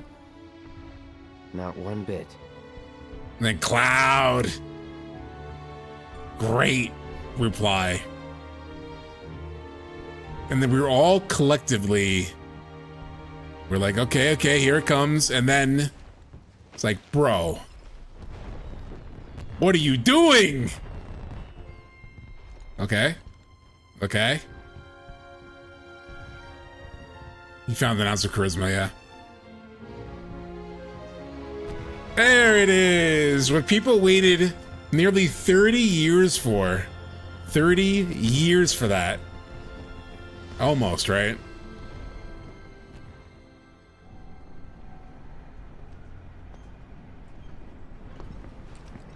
Let's get some emotes. Oh no, ads? Really? It's over. The scene's over, basically. I could pause it for the ads. I was jumping up and down. Yeah, that was like they got your ass too, because they had the hug moment, and you're like, oh, just a hug. Well, it's only the second game, so maybe they wouldn't go that far. But yeah, I mean, if you have the intimate, ending, if you earn that. But yeah, like I've seen so many reactions too, like all the reactions to the Tifa date. Usually it's, people who want them together. So it's like, there's always the like hug, like, oh, what the hell? And then the kiss happens and it's like, oh, okay. It's like everyone gets like, stopped like by that. They're like, oh, come on. And then every time the kiss comes in. So yeah, the misdirect is crazy. It was far more maturely done and well thought out than I would have expected, to be honest. Yeah. It also makes me really excited for the Highwind scene, right? Like, very curious how they do that. You know, they did this so well. And like there is like they did such a good job of like them discussing but also dancing around their relationship and like their feelings. It was really well done, like really relatable. I think everyone's been in a situation with like this where you're not entirely sure if the other person is on the same page, and you know, you're a little fearful of like getting hurt, getting rejected, you know, putting yourself out there. And so beautiful like dance between the two of them as they sort of like get to that moment. We should probably head back to our rooms. The nerves, the anticipation, the butterflies, yeah. Probably. Even here, like the awkwardness after, right, is also really realistic, really relatable. You know, you can have those moments where you're intimate with someone for the first time, and then right after, you're like, you're like, oh, that actually happened, and you Full can disclosure, have. Didn't know anything about this promised land. It's not But I completely do now. breaking the seal, and then everything is Wow, find smooth a after that. There is sometimes a little bit of you never know that uncertainty or like nervousness about it. Yeah, like what do we do now? Conclusions are based on a long Like you advance the relationship safe to assume that to this point now. It's like, oh, okay. How do we navigate this now? If the ancient's headed there, then it's gotta be the right place. Good thing we let her go.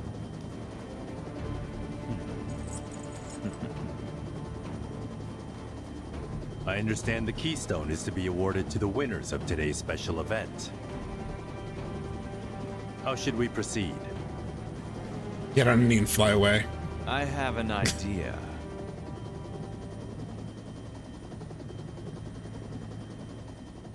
All right, setting us up for the fights. Yeah, they didn't really get to talk about what happened either after this. Yeah. All right, so he does the grip almost like the Shinra building, right? All right, so I'm gonna save, do a bathroom break. It's technically late for me usually, but here's the thing, chat. It's Memorial Day weekend. I don't have work tomorrow. So I'm feeling good. I'm having a good time. I say we watch the other dates. I give a crack at these fights. If they happen, they happen. Like if I get through them, I got through them. I'll try. If not, we'll finish the fights next week. But I'm ready to keep playing. I'm ready to keep gaming. So I'm gonna take a quick break. Let's use the bathroom and all that. You should all take a, let's call it like a 5-minute, well, let's say a, like a 3-minute break. Let's do 3 minutes. I don't want to leave it too long. Let's do 3 minutes. Let's all take care of ourselves. Maybe grab some snacks, whatever you need to do. And let's get to it. Gonna heat up some food. Perfect. So be back in a few minutes. See you all in just a bit.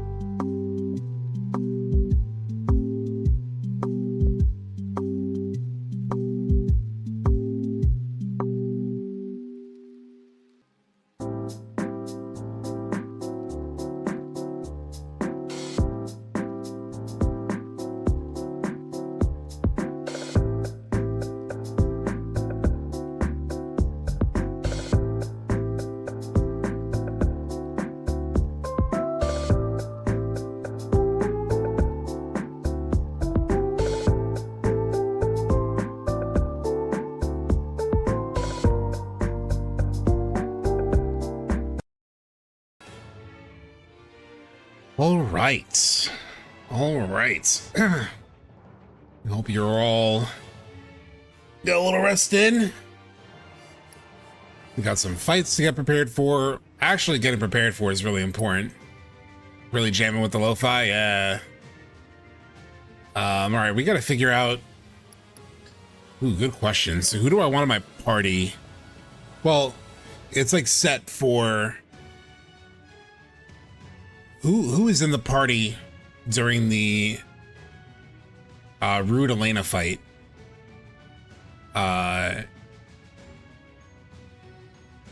Is it you and the girls?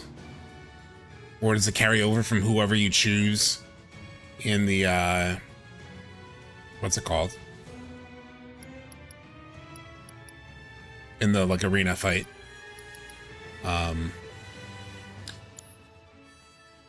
Date +1, so it's any, including against the Turks.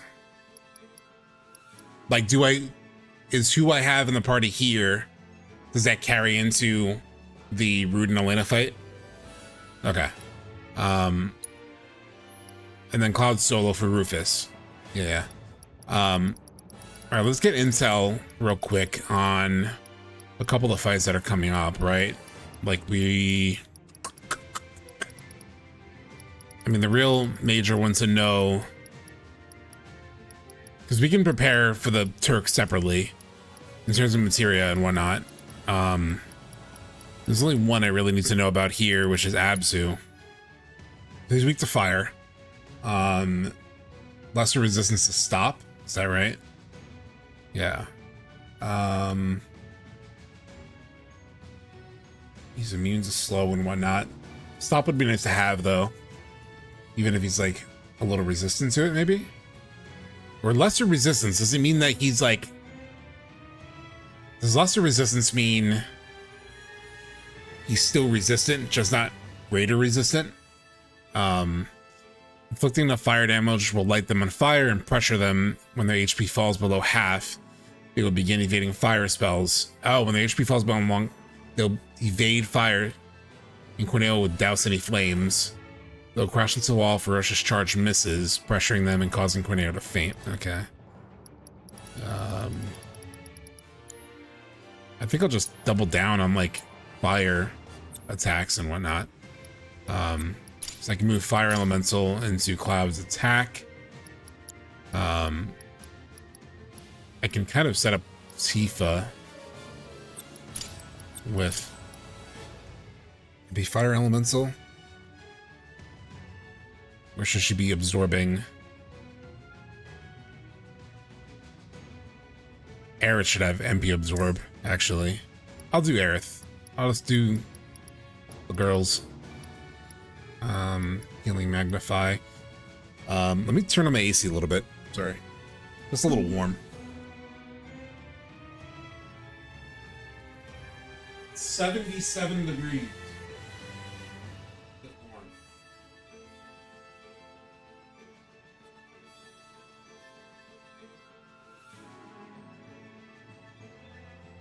Tomberry is also fire? Okay, perfect.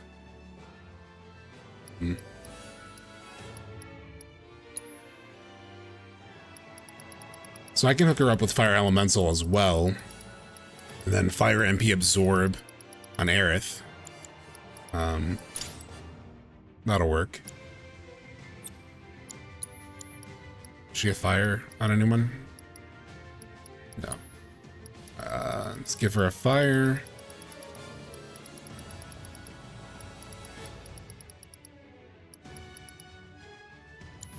Shit, you know who would be nice to have, maybe? Yuffie.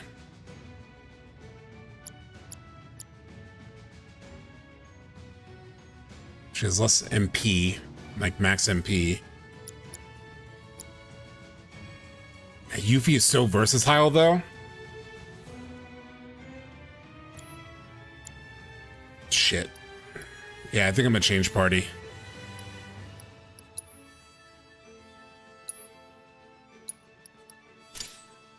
I think I'm gonna go Yuffie. Yuffie's just like so versatile.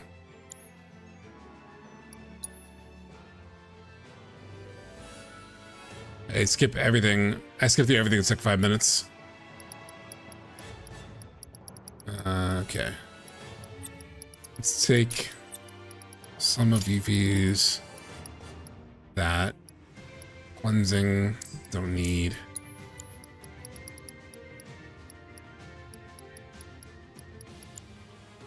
Shit. What did I do? Fuck. Okay. Yuffie must have fire. And what did I say? MP absorb. The wards are nice, obviously, from Aerith. But, just Yuffie having the elemental damage with her ninjutsu. So damn good, too.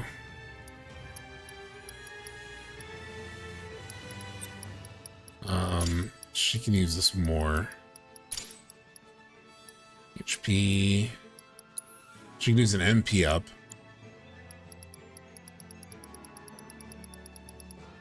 Sometimes the up materials are like purple, sometimes they're blue. It's like, come on, dude. Oh, Tifa's both of them. I'm gonna take one of Tifa's.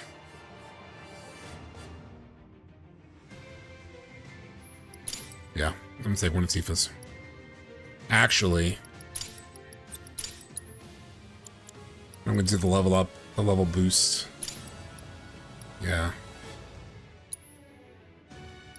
Is all the level boosts the same benefit? They're all maxed anyway. Yeah. And then who is healing?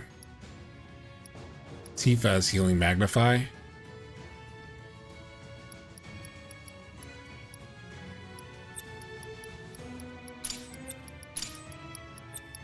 Maybe Yuffie should have that. ATB boost. Shit. Oh, I don't need that.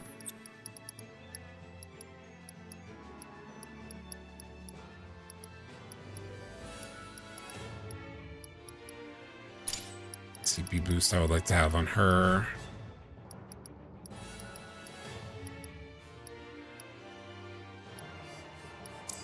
Don't really need these. You know, it'd be nice, actually.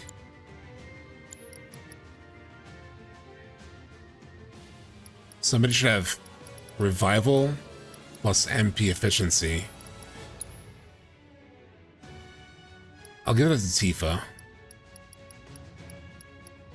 Sorry, I know, like, materia management is not the most fun. So I'm at least trying to, like, talk through it a little bit. Magic efficiency. Because right now, Arise takes 22 MP. So having some magic efficiency would be nice. Blues to change the behavior of a green. Purple's to change. Yellow. Yeah. Revive. Quick cast.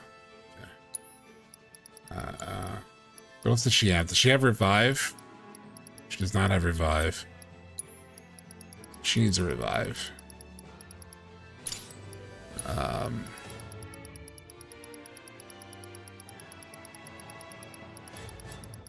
What else would be good to have?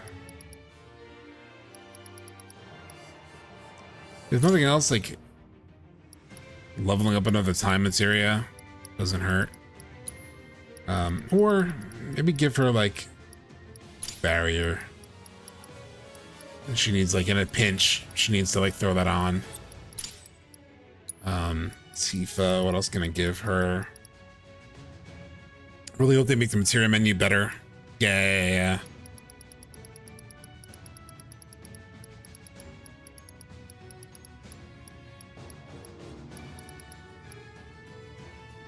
There's probably some crazy subversion. I never try subversion. Like, I feel like I'm missing out on like half the materia sometimes.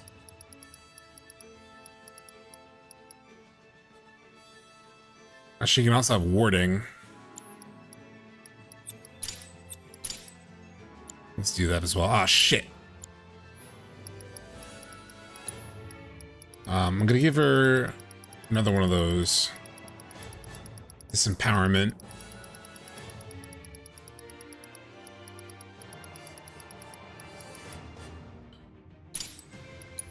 Plus, it's a blue. The warding. Since that's a nice little buff. And then Cloud. She has revival, right? She does. Cloud should have revival somewhere here. But he doesn't. Okay, so I need revive on Cloud as well.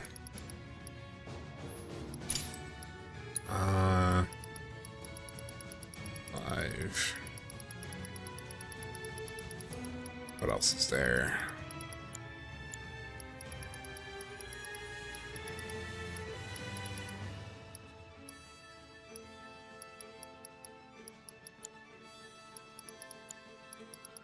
There's no way that would work, right? Like revival plus HP absorption, yeah, because you don't absorb any. Yeah, and attack. It's like, is there like some crazy busted thing I could do there? I often get a lot of ATB with him, so maybe even prayer on him isn't the worst. And he'll probably, oh, he might need that later too. All right, I think I'm set.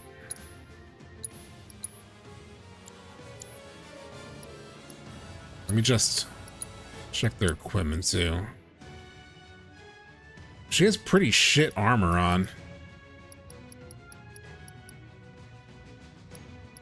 I guess it's pretty decent. Give her the Hades, maybe. Gives her a little bit of a boost. So right now she's at 30-30.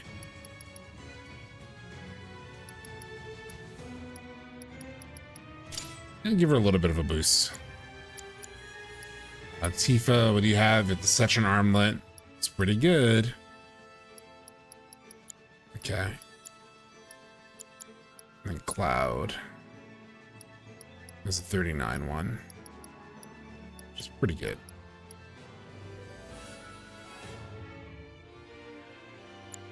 I can kind of fuck with the arm bangle for him. Enhanced arm bangle. Because when Rufus does damage, it's more physical damage, right? Quake is the answer for some hard VR. Yeah, I've heard that.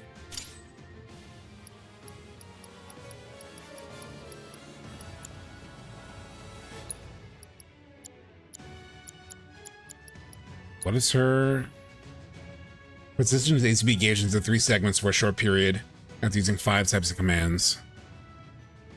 It's kind of nice. But I'm just gonna cheese it with the Expeditionary. I'm like, do I want Cloud to have Expeditionary? Or the one that builds ATB?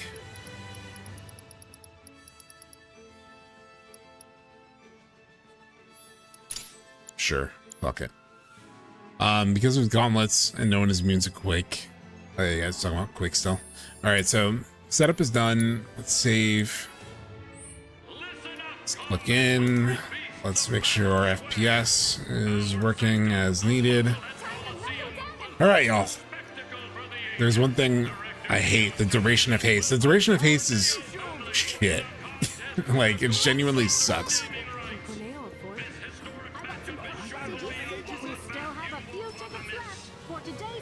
All right, here we go. We're only moments away from tonight's main event. Are you ready to rumble? Oh, let me pull chat back over. Okay. Yeah. Excellent. Best of luck to you in the arena. I have the meme, and it's done, and it's gone. I do it. Oh, the haste, yeah. I mean, maybe if you match it with like an accessory that lengthens buffs, maybe it's better. Ladies and gentlemen, welcome to the Gold Saucer's Palace of Power, the Musclehead Coliseum. Tonight, Don Corneo and yours truly will do That was my, does the game sound loud? It sounds loud right now to me. Is that just me, or like, am I competing with the game a lot? It's really loud, right? It felt loud. Okay.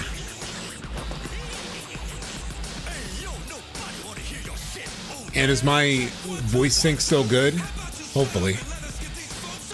I know I keep checking. But as you all know, I've just had so many problems. Thank you, Easy Mid. Or Esmid, I'm not sure. Yeah, I turned it down a little bit. I think it's like partially because this section's is loud, right?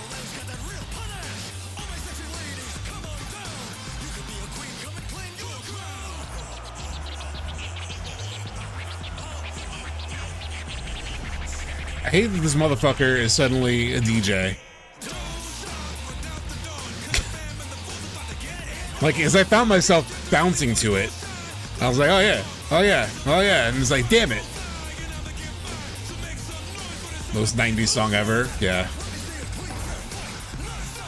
Oh, come on, frame rate. Come on. Wait, why is my mouse not showing up? There it is.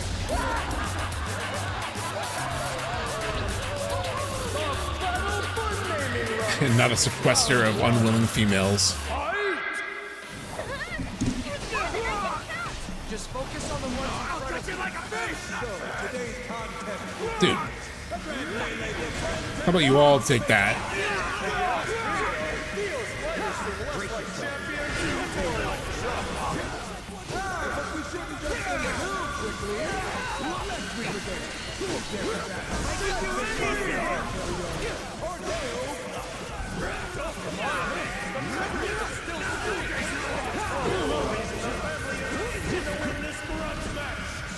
Who is blowing all this fucking fire?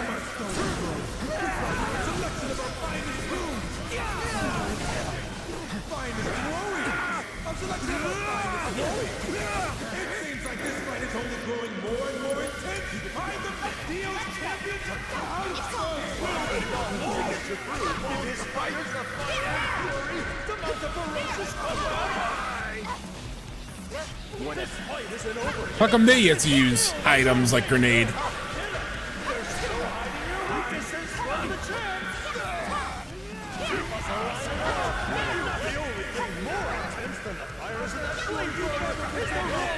Yeah, but this fucking fire throwers.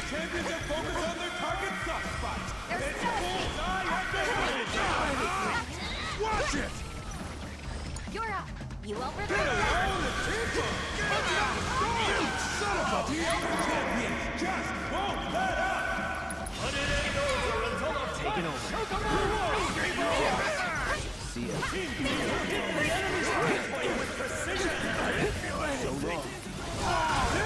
I'm tired of these flamethrowers.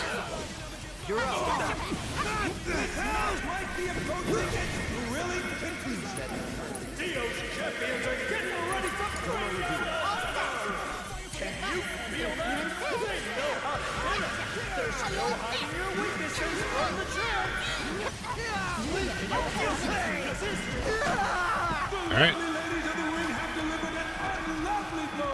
Love how holding square does the pull on everyone. Yeah. Oh, it's like an FF13 move. There's so many FF13 devs on this game too.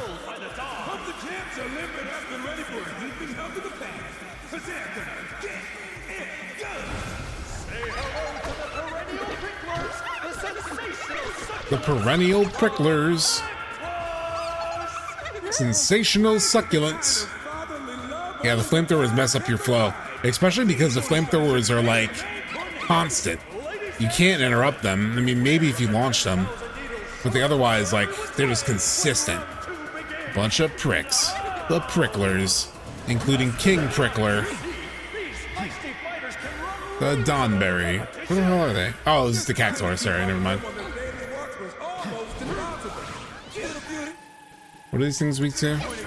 Nothing specific? Okay, let's The snow flurry, maybe. Alright, they're staggered.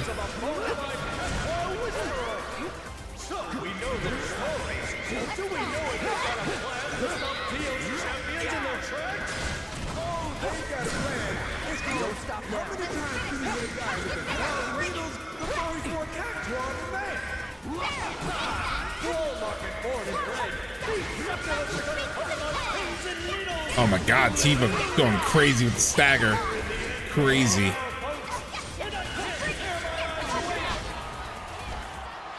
Alright, that was very quick. 1, 2, Sabato. Hold on tight, Roger. It's another Advent Children thing, right? Pete Sith writing Nanaki. Hey, fancy footwork. I'm just getting started. You know what else is crazy? Your FPS, dude. Losing one of my 9 lives to the likes of you. It's very inconsistent in this fight for whatever reason.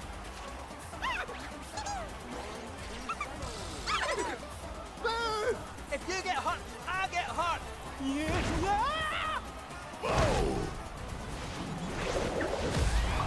An interspecies Rumble Combo. Looks like the Corneo family's in big trouble. Gotta hand it to him. That there was one hell of a play.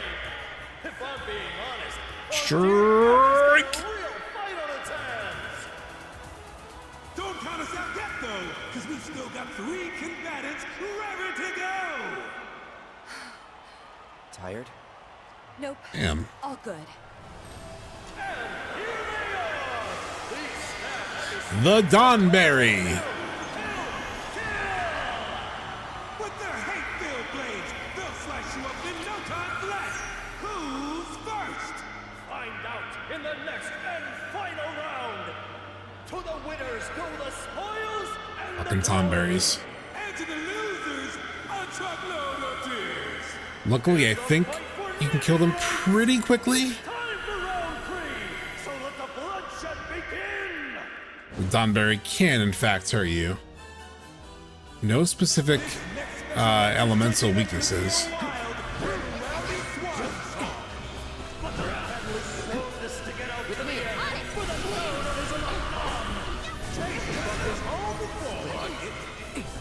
Stop with the damn Scourge. Stop it.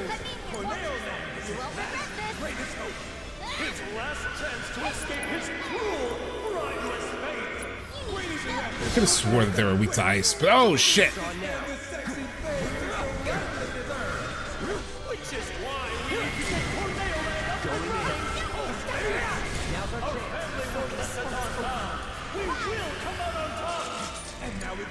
Oh shit! Put stop on her, that's crazy. They're gonna slice and dice these guys to bits and use those bits to build our family's future. Still up for it? Raise Yuffie. But it ain't over until the fat Fucker.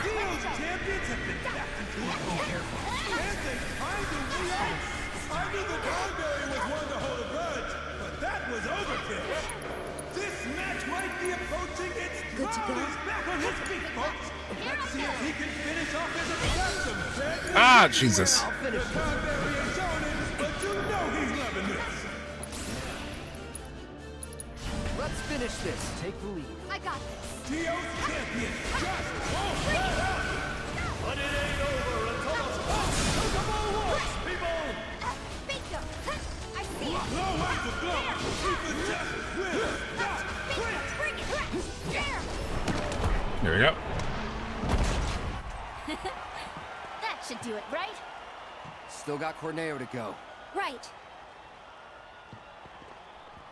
Okay. Corneo.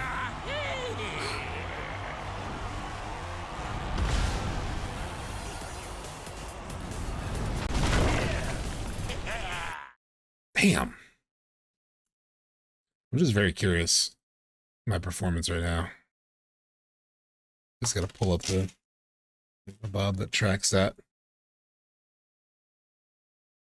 What is it called? Oh shoot, what's it called?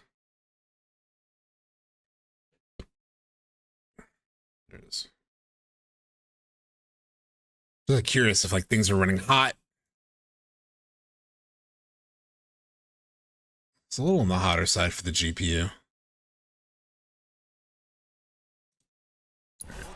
Now, who wants to be the first lucky lady?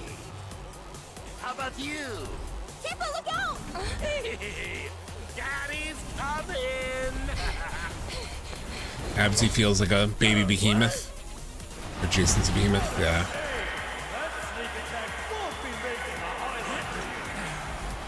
Probably after the Abzu fight, I might turn the game off for like a couple minutes, chat with you all, let the GPU, give the GPU like a break to cool down a little bit. Oh, we could watch the dates. That's what I'll do. I'll do the Abzu fight, turn the game off. We can watch the other dates, and then that'll give the GPU a minute to like recover a little bit. This guy's a total skis. Don't underestimate him. Time to stretch your stuff, ladies. And I wanna... We've been gaming like all day. Abzu's old, Neo's champions are new. The stadium is borrowed, and they'll all get black and blue. So let This is deformed behemoth. I'm not sure like the lore, exact lore. I can't read it exactly. Let's see. A seedy undercity businessman and his precious pet, both currently on the run from Shinra. Despite the Don's wanted status, he finds himself in the center of a heavily advertised battle with direct. That was just like regular lore. More about Corneo than anything. Inflicting enough fire damage will light them on fire and pressure them. When their HP falls below half, they'll begin evading fire spells. They will crash into a wall. Ferocious charge misses, which will pressure them. Okay.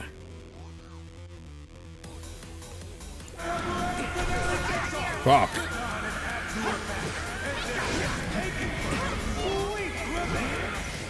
Damn.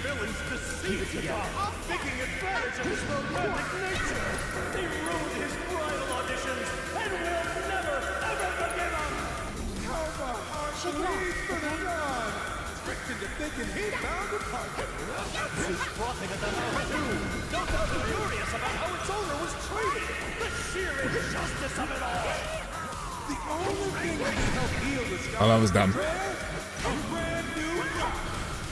So let's make some noise and cheer the Dino as he plays to win the game of love. I'm your one-stop club right Tifa hits like a bullet train.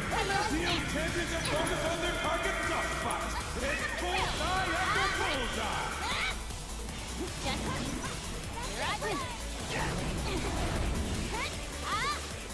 How you like this? Things are looking seriously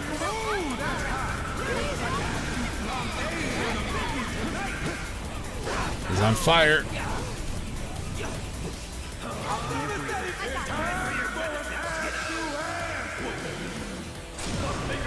There we go.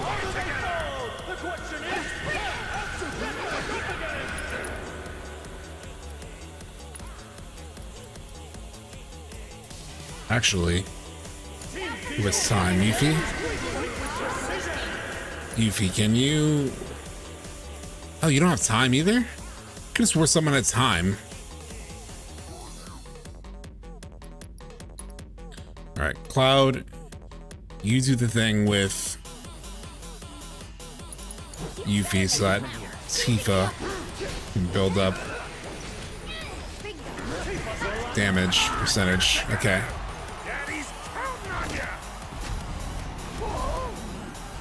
Just to put in perspective the healthy length of the stream, I've gone out and played basketball twice, dude. Jesus. I'm locked in, Fat Music. Shit.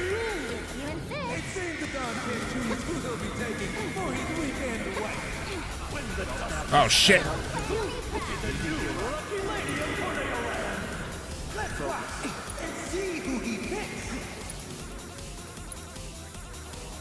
What is this? Oh, shit. Right.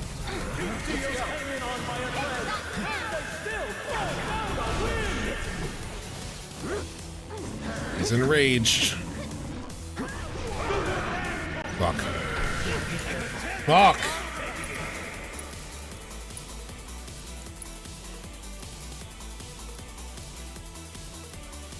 Oh, because he's reprieve activated.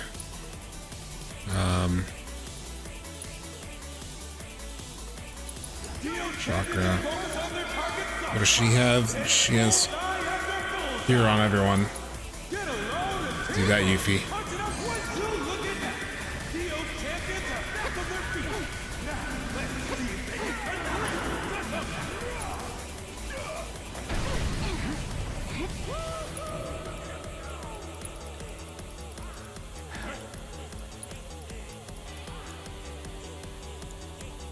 How about you show us what you got?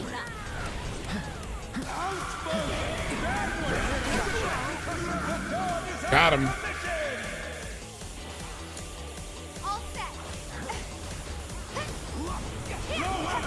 Shit. That's a very short-lived pressure.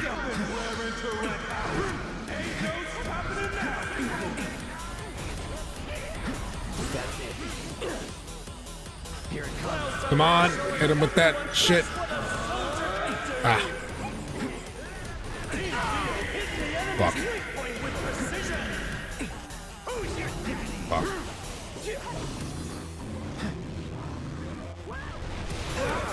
Damn it.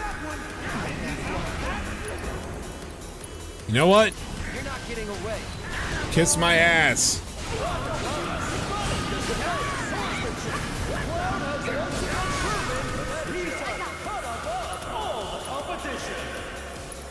Focus strike.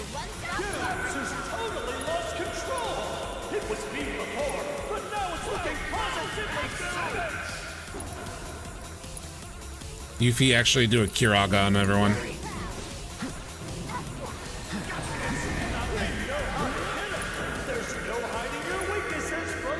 Let's do a synergy.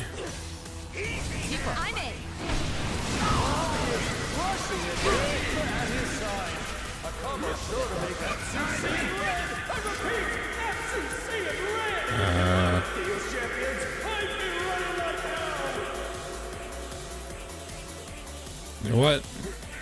Let's do another limit siphon.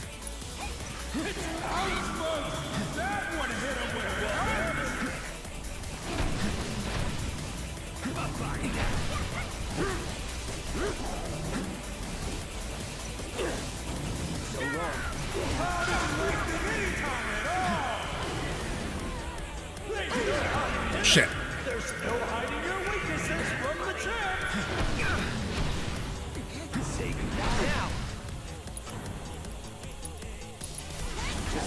All right.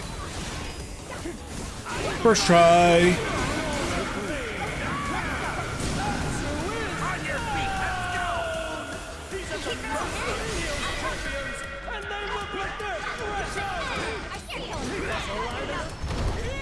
There we go. Hey. Now these next fights are the real We cutting them off? shit in this chapter. Or should we rip him off? That Miss Date Night. Well, you missed the Tifa date. But yeah, Miss Date Night, and then we're gonna so Loveless, the Tifa date. And then we're gonna I think I'm gonna take a break on the game now to let my GPU cool down a little bit. And we're gonna watch the other dates. You're all so mean, so petty, picking on a poor small business owner. Yeah, the next fights are the ones that I'm not sure if I'm gonna beat in this stream. Very possible that I don't. So, all of you can kiss my ass. But I would love to set it up so that from here on we have Temple and the ending. That would be ideal. Get toward the end game.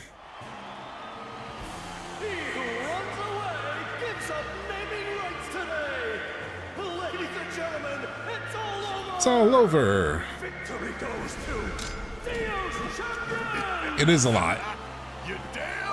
But I'm feeling in a good... I feel a little bit in the zone right now. Like, Galleon Beast we handled pretty well. Roche handled pretty well. Eric, this sequence wasn't that bad. Yeah.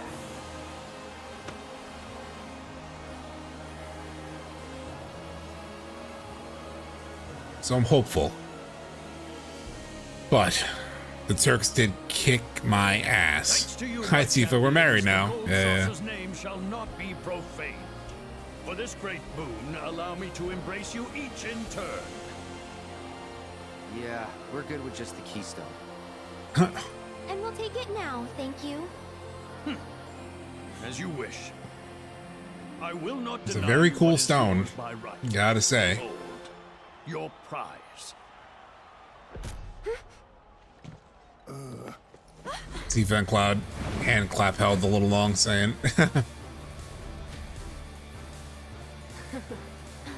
Seriously? You give that back right now. Oh, here we go.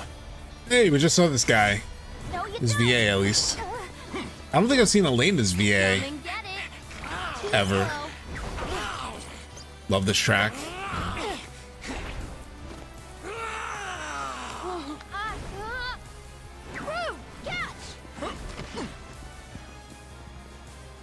They're literally like playing keep away. Shame on you. It's Shinra property. Cut the bullshit. Red! And then here. Huh?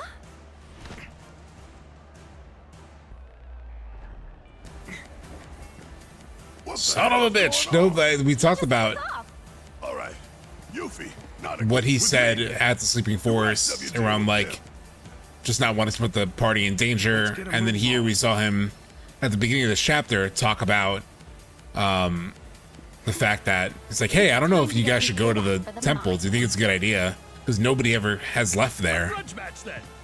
So there might be something to his bullshit excuse. And he didn't kidnap Marlene. Best change in the remake trilogy. Because to me, that's like unforgivable. That felt like something that they wrote into the original. Like, we need some way to break him away from the party. The bench music is incredible.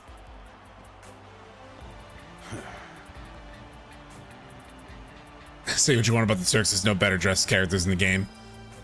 Alright, I gotta bump the music a little bit. This song, the first time I heard it, I was like,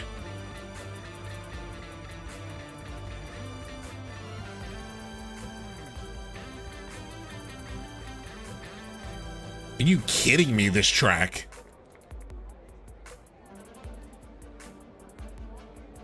God. You should have run.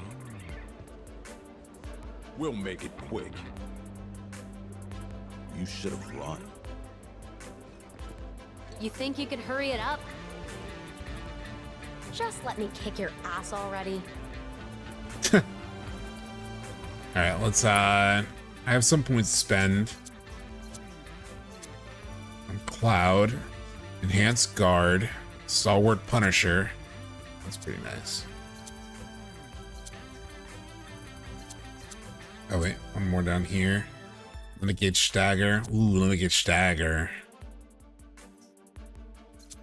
Let's do Renegade Stagger. It's pretty nice. Tifa only has 5, 10. Physical Safeguard. I'm gonna save his points. Oh shit, 50 points. Kate Sith. Oh my god, so I did the Nibelheim Kate Sith like gauntlet while he was incredibly under leveled in a way. Elena VA said the screams come very easy to her, but she doesn't usually curse, so the director had to keep making her swear because she couldn't do it casually enough. That's funny. Imagine if you put benches and vending machines in the high one. They might. Needs to be charge rate. I had Kate Sith so nerfed for that whole Nibelheim chapter. Elemental defense up might be nice. Luck up. He already has crazy luck. That also makes him so dangerous. is the amount of luck that he has. Let me gauge charge rate up. It's like 10 more SP. Reprieve. Ooh. That's pretty sick. I'll probably need that against fucking Bahamut later. Okay. Take a rest. Hey, sorry, this is off topic. I'm curious if you caught the E33 VA PAX panel. No, actually. I didn't know that happened, in fact. If you can send the link in the chat, that'd be nice. I can save that for later. Yeah, I didn't know about that. Yeah, definitely. I want to watch it. All right, let me quit the game for a second. Give the GPU a second to breathe because it feels like it's straining a little bit. And to be fair, we have been streaming for a very, very long time. Give the GPU a second. And we'll go to a reaction thing. We're going to do the other dates, which will be a good time. All right, let me just update this. The rest of the Rebirth dates. Okay. C33 panel. Let me save that for later. Save. Watch later. Okay. FF7 Rebirth all date scenes.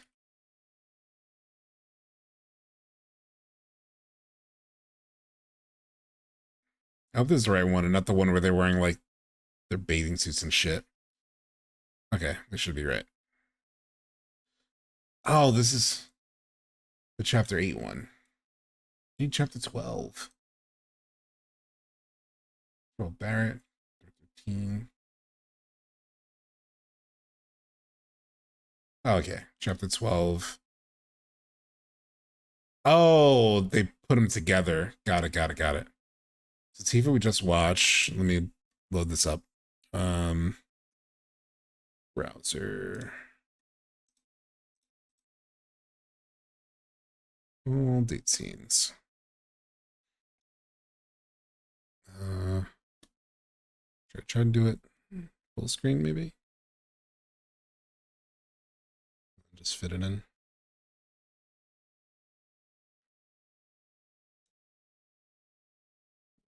It's a little too big. That's fine. Just cut it off a little bit. Oh, why is it cut off at the top like that? There we go.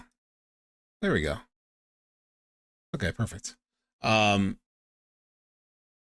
wonder. This side? No.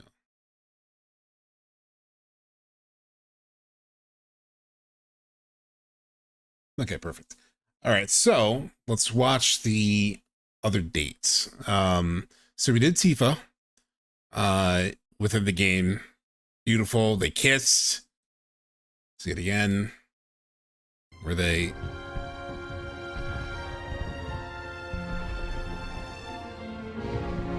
The goddess was the hug.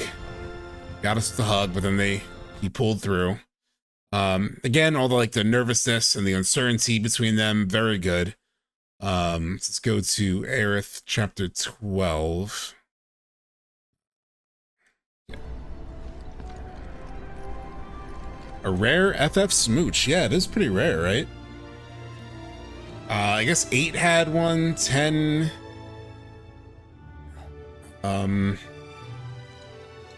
16. 9. Actually don't remember 9 very well. So I don't remember the kiss in 9.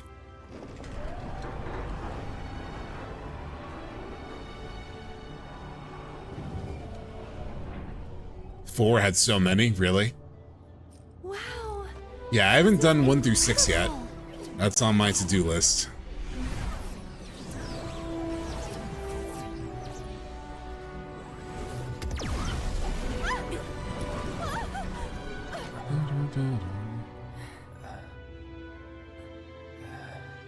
Very cute. The awkwardness after that.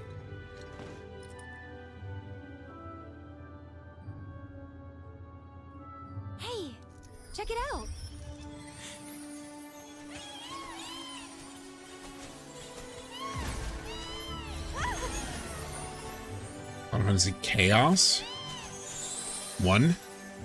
This is insane. Chocobo racing's nothing like that. Well, you would know. This is 4K. Looks kind of lower res, but yeah, Stranger's Paradise. It's all so much. But that was based on 1, Stranger's Paradise, right? Isn't it?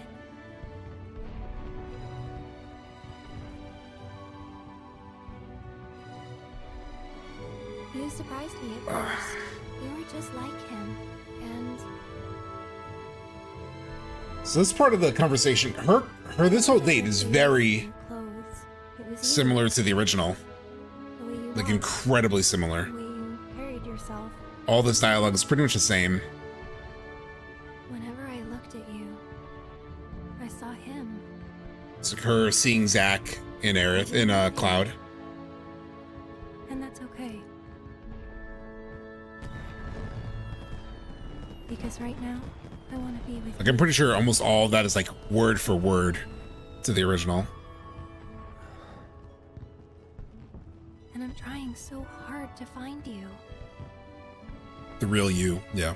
But I'm right here. Yeah, you are. Does she even say the real you thing? Or does she like hang there? Seems like she hangs there. Hey, did Tifa talk to you about, Or does she even say real you in the original? Or did she just say like I'm trying to find you? He remembers Zack. And then later in the forest, is it How the they real were you? friends 5 years ago. What? So again, just like the Tifa date showing that. At least And it's it like, had no, nothing important. nothing happened there. Oh. Again, just not the right time for that conversation. But it's almost like in both scenarios, Cloud is like filling the gap, you know? It's like that thing where you don't know what to say to the other person. Just till the ride's over. So it's like, so, did the person talk about you about the thing? It's very sweet, this date.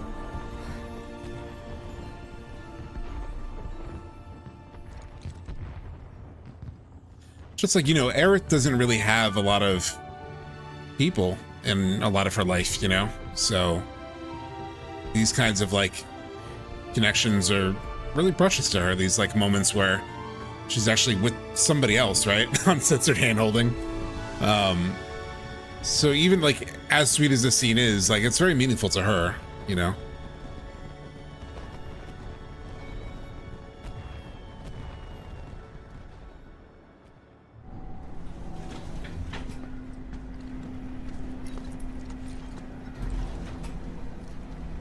Right, it's even why she cares so much for Song.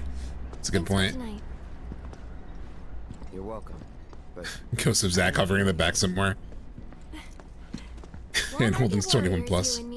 We'll show him tomorrow. This is a nice little callback to the Wall Market Warriors. Because yeah, they did fight and, you know, in Wall Market, a very similar sequence. So the first time I played Rebirth, I actually I was like gunning for the Aerith date because I was like, oh, maybe there might be some crazy shit during the gondola. Maybe she'll bring up the future, all that stuff. Didn't happen. It's like a word for word date. Like I expected some crazy shit in the Aerith date, like lore wise, and it was pretty much straightforward, right? Like it's the least crazy one. Yeah. Like I was like, because I don't really like get involved in the shipping thing regardless. But I was like, oh, I'm going to do the Aerith date because like they might have the craziest shit in there. And like I want the maximum emotion going to like the end of this game, knowing Forgotten Capital is the end of the game. And then you get that date and it's like, oh, it's just the least crazy one. It's just very straightforward. And then yeah, Red ends up being the one that's like nuts. Yeah, did every quest that ends up Aerith. On the Aerith will make an appearance, yeah. So I'll skip the chapter 8 date. Go straight to the gondola.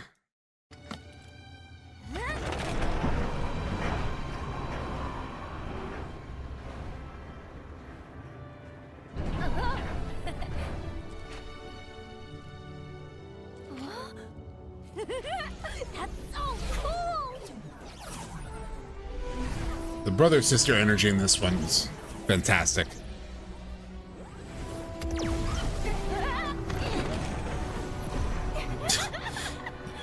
I was surprised that she embraced that, given her motion sickness, right?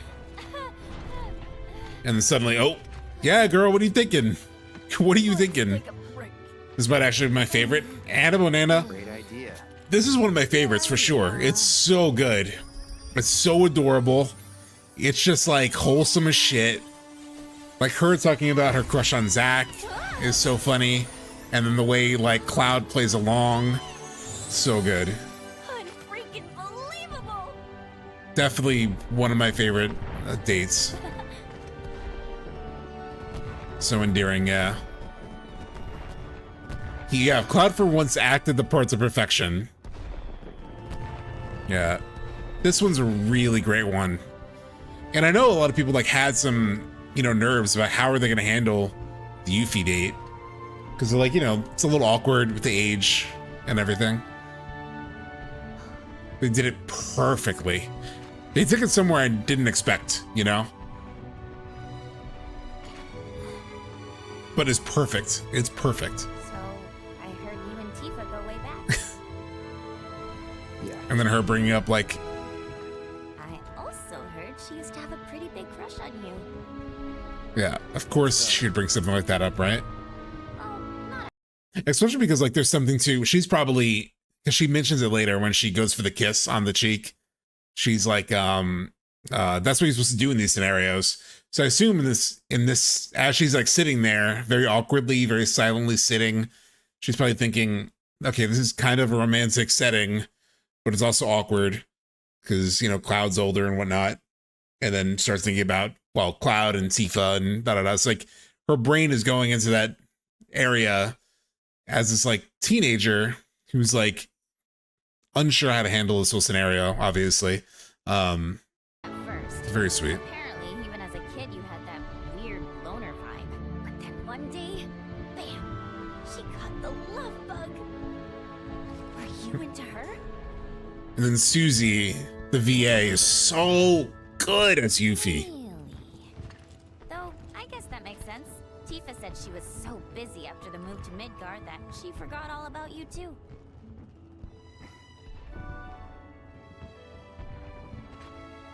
Like, sounds like a teenager, right? About you guys, but I get it. I had a thing for a soldier once. At least I think he was a soldier. Yeah, she's the Silent Hill F protagonist, yeah. Myself, so I hit him with my best moves.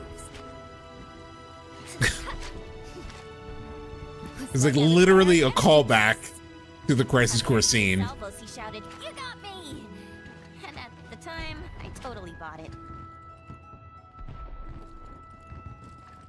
Of course, he was just playing along for a dumb kid.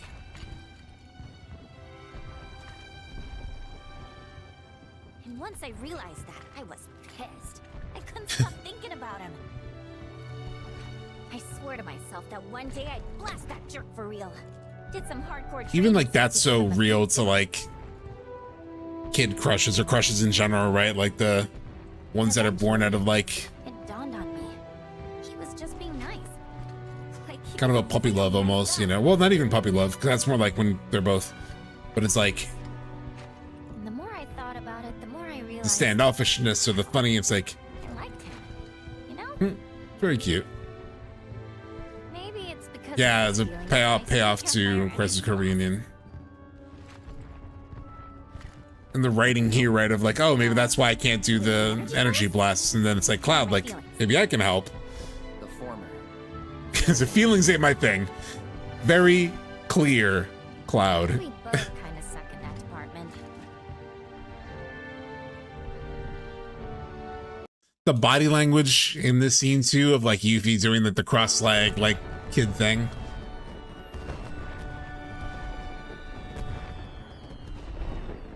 Or the Indian style, whatever it's called.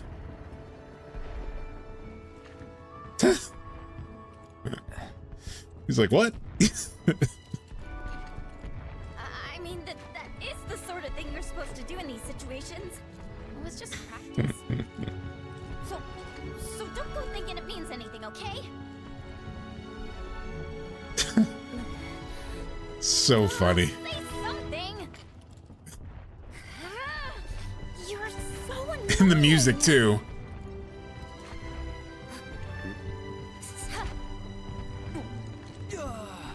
I was like, at this moment, I was like, Cloud? Are you doing it? Hell yeah, Cloud.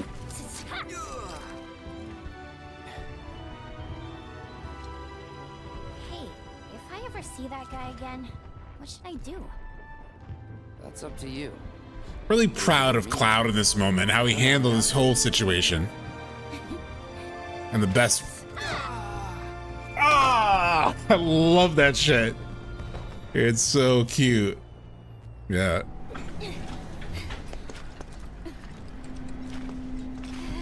Standing applause, no notes. So good. Yeah. She runs off. Oh, shit. So good. Hey. Barrett. Barretto. Oh, just go straight there, yeah. Back half of part 3 is gonna be full of Cloud moments like this. I can't wait. Oh, and like with the party too, yeah. Are you really doing this? Like some of the, I'm really looking forward to, one of the moments I'm really looking forward to in part 3 is when everyone goes away to like find what it is that they're, you know, what they want. I'm really looking forward to like when Cloud sends everyone off to like go for what you're fighting for, right? Go find what you're fighting for. And I'm hopeful that we actually get to see that scene with all the characters. That might be really cool if they actually let us like see that. Kind of like the inverse of the trials, right? Where rather than like have this like really emotionally tortuous moment with each of the characters, it'd be cool if we got to see them sort of like find or just have those really like important emotional moments with each. That could be really cool. Yeah, I hope Medeal's earlier for sure. I think there's so much to get through that it would make sense if Medeal is like pretty early on.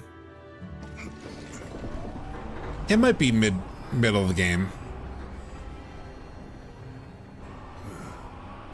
But I still feel there's so much to get through. Although a lot of things might resolve in the live stream sequence, right? Like a lot of the hanging things around like Zack and maybe even Aerith and whatever might be solved there. So they might collapse a lot of things. Get down. Hey. You trying to break it? Yeah, the running theme.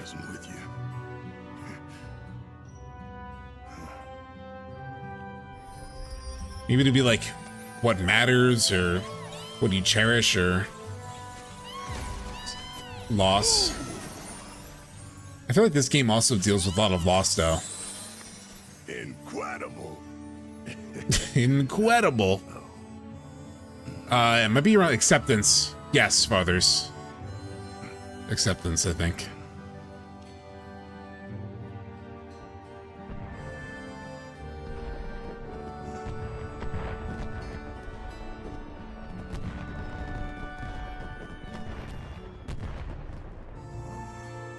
Seven seconds. It'll be 7 seconds long. Oh, it is John Bentley's birthday today. I did see a tweet about that. A happy birthday. It said John Eric Bentley.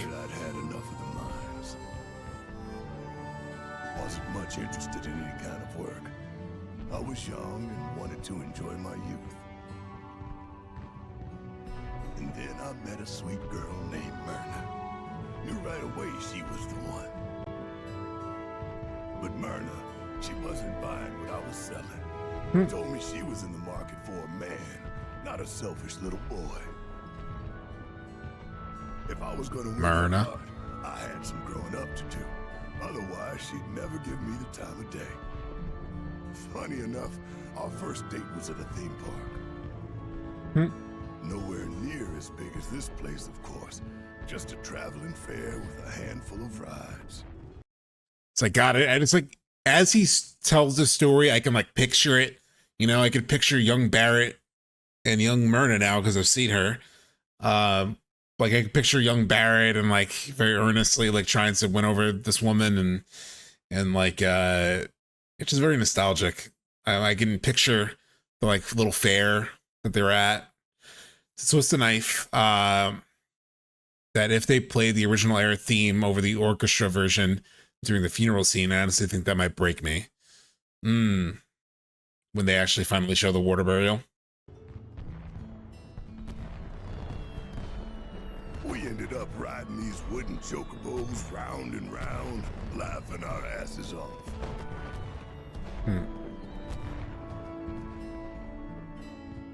It's these moments too where you really feel for what Barrett's lost, right? Boring you with my old stories. Wouldn't be the first time. Don't worry, I'm used to it.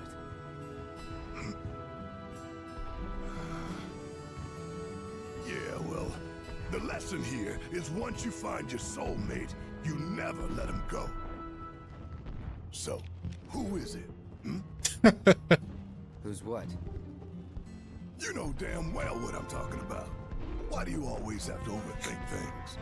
That ain't no way to live. You gotta just go for it sometimes. This is so meta. You mean like you do all the time?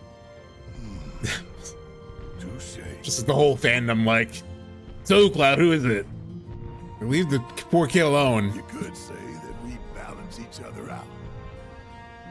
Clearly Sephiroth, yeah.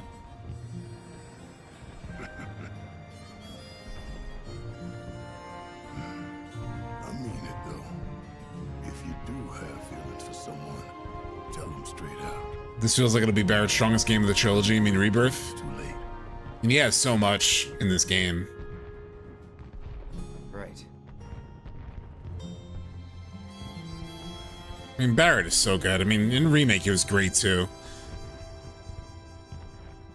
Like, I think, you know, I'm very happy that he's become, like, a real favorite of the whole party. Like, everybody loves Barrett. We talked about that earlier in terms of, like, adding dimension to him.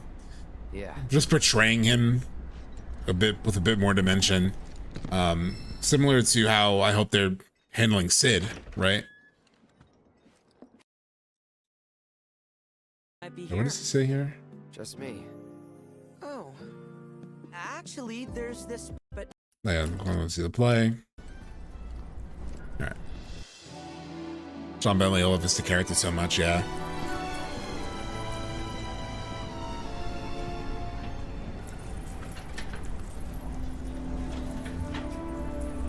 Come on, come on!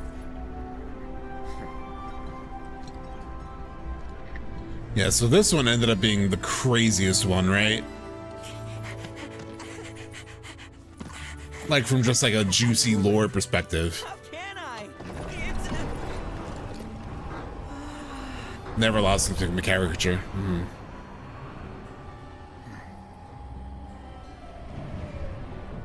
Out of all the scenes, this is the one where he cracks a smile. He comes in with that happy dog energy.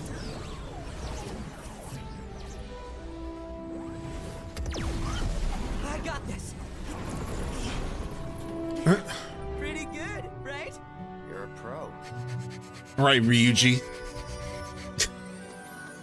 He sounded so much like Ryuji in that line.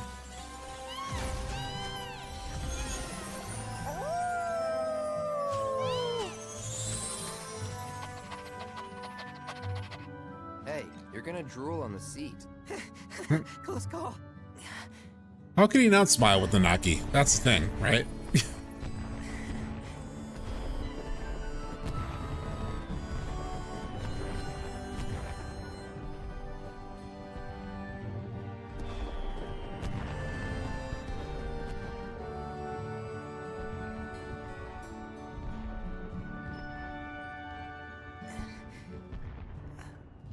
What's up? Oh yeah, Aerith didn't get to feel his paws. This doesn't leave the ride, okay? Here we go. It might sound crazy, but back in Midgar, Aerith and I could both see the future. Well, So just hard confirmation, finally. Like, it was clear that they could see the future, right? Like there was like some sense of like the future. And they stuck it in this scene, you know? And then of course it ends up in a scene where it's like, then the dates have their own thing where people are like, is it canon or not? And the devs are like, well, shit, we don't want people like taking the relationship shit into crazy directions. So they're like, oh, they're not really canon. It's fucking canon. Let's be real. Like, look at this. Like, it's talking about seeing the future. Definitely saw that play out. that would explain a lot. I'm guessing you can't anymore, though? Nope, not even a bit. Whatever Easy. we had, I think the Whispers took it from us when we left. Huh. It seems Arbiters of Fate can do whatever they want. So you told us. Oh, did I? Huh. I wonder if this means we'll eventually forget they even exist. Which people have, you know, taken to think that like, oh, we won't remember them. So does that mean everything will still wrap up, everything will still end up in Advent Children, and we'll just forget all about these Whisper things? An easy way to like wipe that slate away and be like, yeah, remake was just like a weird thing where some differences happen, but it didn't matter. There are people who legitimately want that, right? Like legitimately want, oh yeah, let's just end it the exact same way and let's explain away the Whisperers as like the characters forgot about them. There are people who really want that. Because they're very protective of the original story, and I get that. But man, how unsatisfying would that? I mean, I don't know. To me, that'd be really unsatisfying. Because I think things can change, and they still can forget the Whispers as well, you know? We'd be better off if we did, frankly. There's no point in wasting our time worrying about fate if we can't change it. So, Cloud saying that there, this was all over the marketing for Rebirth, and I was like very curious where they were going to oh, what happened? Oh, it's because I did that. This is all over the marketing of Rebirth. Let me find it real quick. Cloud Strife.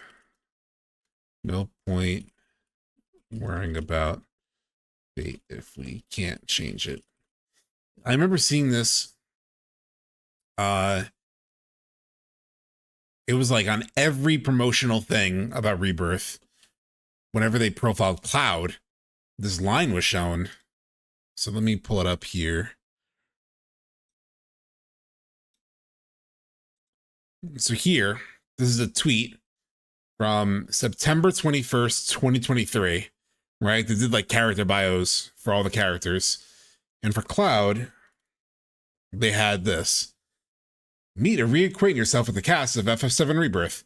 There's no point in wasting our time worrying about fate if we can't change it. I was like, huh?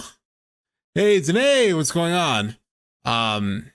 Today is a regular in Bryce's chat. Cross out Bryce. He was here earlier. I don't know if he's still here, but yeah, so like this line was everywhere in all their marketing. So here on Twitter, and they have like other lines like, there's a planet we're talking about. Do y'all know she's gonna pour her heart and soul into the fight? Line in Gaga. Ever wish you could just snap your fingers to forget the worst stuff? That's from, I think, the Cosmo Canyon. No, not Cosmo Canyon. I think it was Costa del. It was one of the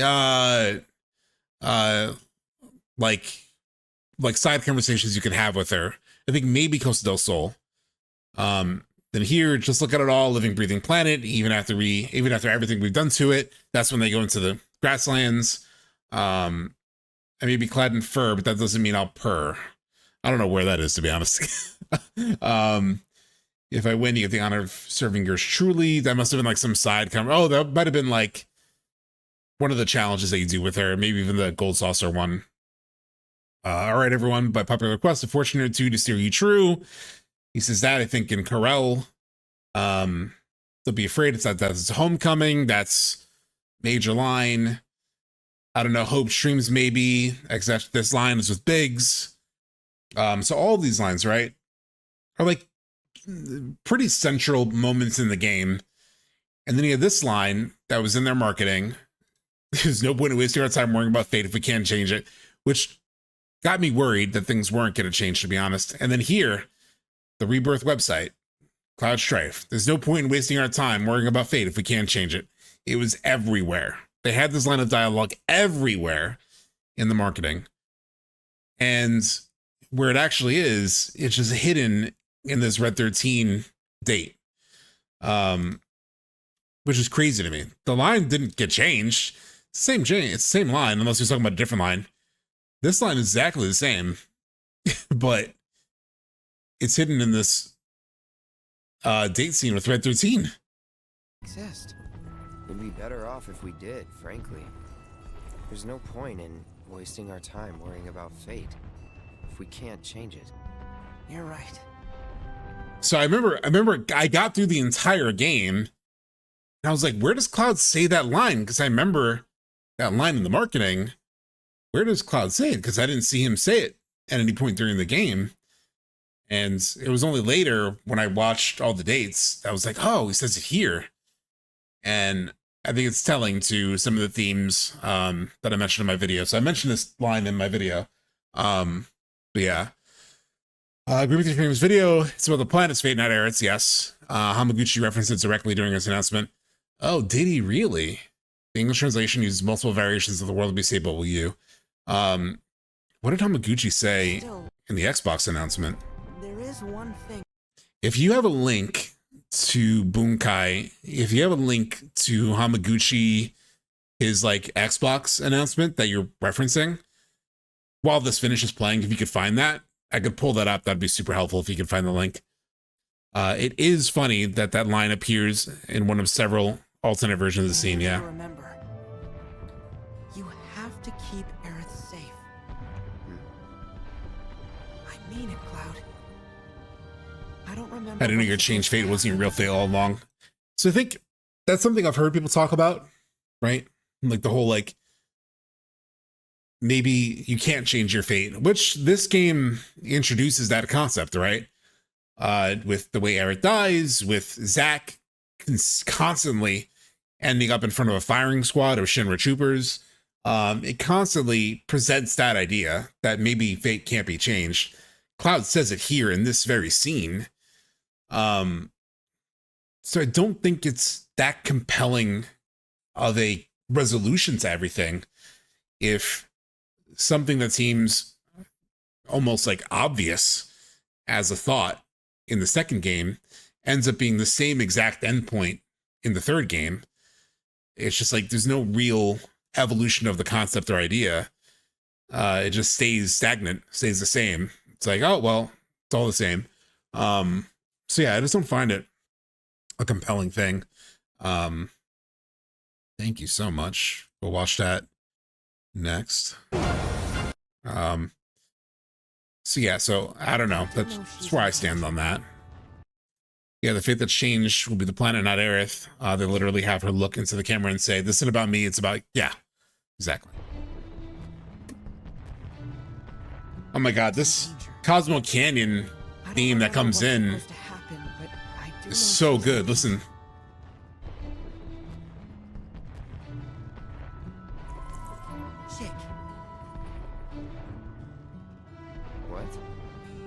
And the handshake.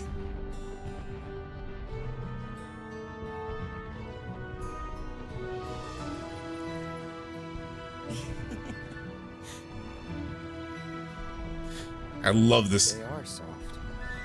Huh? Very funny. Nothing. Forget it. Call back to that conversation. But such a great version of the Cosmo Canyon theme there. All right, final date. Oh wait, one last thing. He goes back to the deep voice. Yeah. You're good company. Thanks. In remake, Cloud says to suffer out the world to be saved, but you won't. Yeah, he does.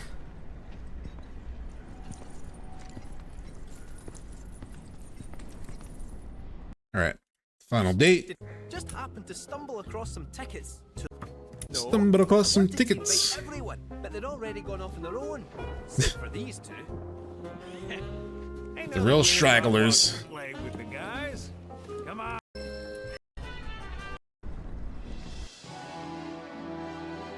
When I first saw this, I was like, this was the worst one by far, because it's just like so nothing. I like the idea of like Boys Night Out, but damn, Kate Sith has it rough.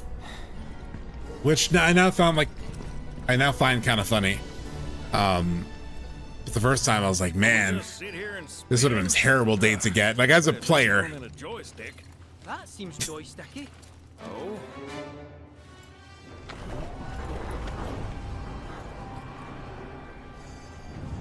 The word fate is used by people who have lost sight of who they are. Come on, at least we can enjoy the scenery. Just look, you've got a space battle unfolding right before your very eyes. Awkward silences are so funny. Chill down your spine. It is now. If this was what I got on my first playthrough, Evasive action. Hard to port. I would have probably been a little annoyed. By the skin of our teeth. Kate Sith is like, I'm getting nothing.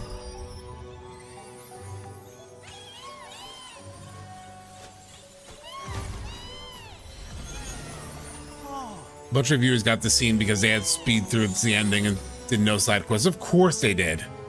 Of course the journalists got that shit. They're worthless. If I could do that, I wouldn't still be working here now, would I? Got grumpy, not interested, loner, and jester, yeah.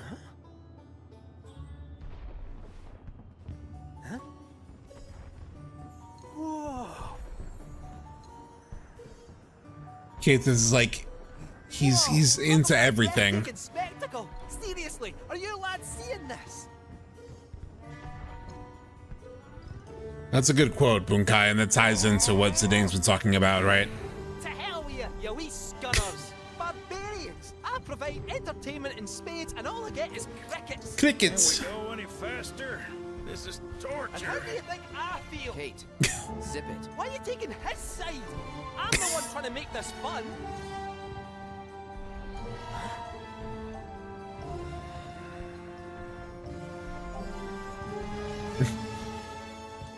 Like I said, it's actually enjoyable now. Open the doors. Let me open this thing. That would have been rough to get as like your main one.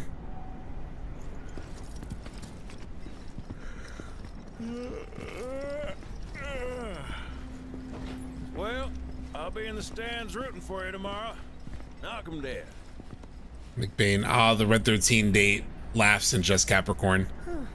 She got the Red 13. I forgot about that. And then she like went hardcore, right? She did like extra streams to try to get the Tifa date, right? I'm pretty sure that I remember that. So super fun, all these dates. To talk about that quote who brought it up? Bunkai, following up on basically what Zidane was talking about in terms of the you know, what was it? Where was it? The word fate is used by people who have lost sight of who they are. Like basically gaining agency over your life again in a way. So the famous Carl Jung quote, or Carl Jung, I forgot how it goes exactly. Quote about fate is, quote, "Until you make the unconscious conscious, it will direct your life and you will call it fate." And I think that's a lot of what happens with like Cloud in a lot of ways, right? Like the unconscious way that he goes around and sort of like takes on Zack's identity and really isn't really true to himself. It does play into that. Thank the gods that you select the dates on New Game Plus. Yeah. Clouds, if you do short fate, just so you would change your gold saucer date, that's kind of fucked. All right, so let's watch this. This is what I forgot who brought it up. Who sent this? I think it was Bunkai. This is the Xbox announcement, and apparently there's something related to fate here. Xbox ゲームファンの皆様、こんにちは。スクエアエニックスの浜口です。I had been meaning to watch this. I hadn't watched this yet. 私がシリーズディレクターを務める Final Fantasy VII リメイクがいよいよ Xbox プラットフォームに登場します。1作目となる Final Fantasy VII リメイクインターグレードでは、主人公のクラウドとその仲間たちが世界を支配する神羅カンパニーや宿敵セフィロスと戦う姿が描かれ、世界を支配する神羅カンパニーや宿敵セフィロスと戦う姿が描かれます。鋼鉄の都市ミッドガルを舞台に繰り広げられる星を巡る壮大な物語をぜひその手で体験してみてください。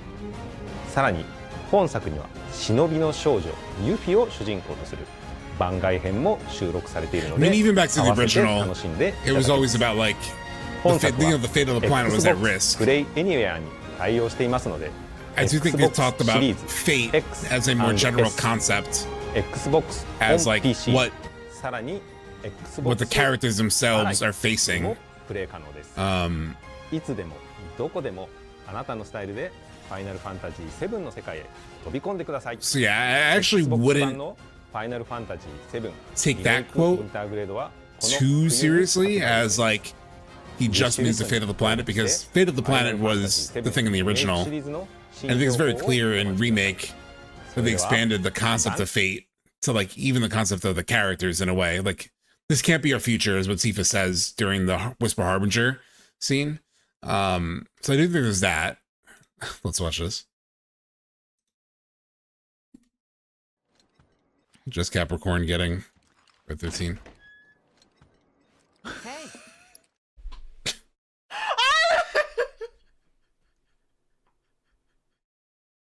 I'm a big fan of Jess. She's hilarious.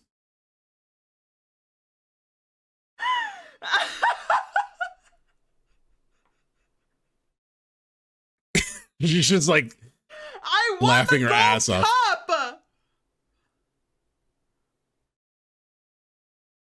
The chat, all that work. You love them too much.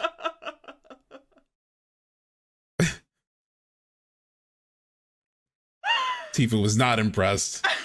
Jess is a furry. You were too good to Doge. Guess we reload to the Dust Bowl. So I do remember I was watching a lot of her playthrough, and I remember that she ended up resetting, or not resetting, but she like went back and did extra side quests and shit to get Tifa.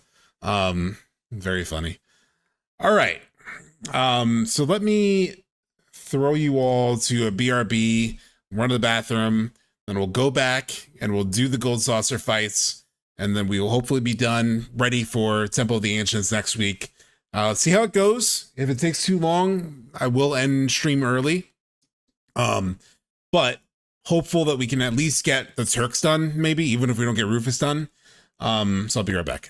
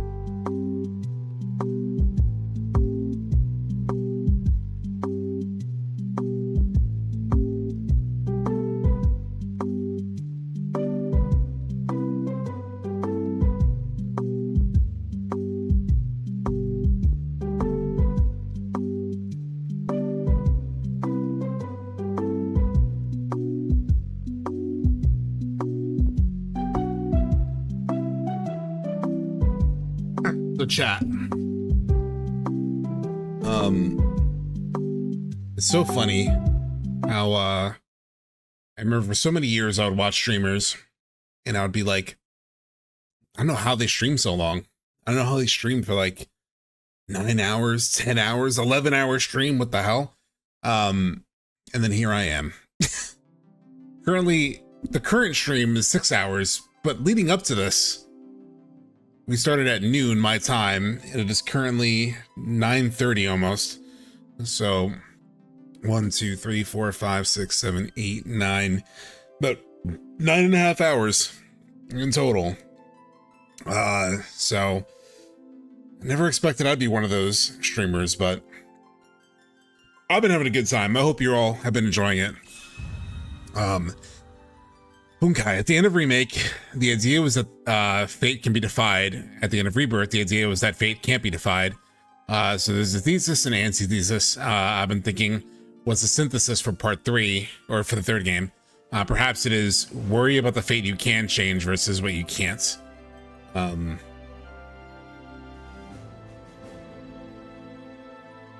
Possibly. I'm still not sure if that's quite in the middle or a synthesis. But just because I don't know why it's like cutting off chat. Professional streamer status acquired. I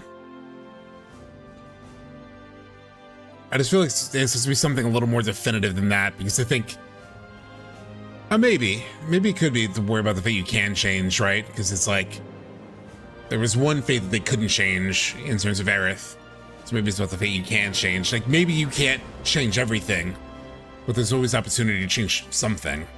That could be it.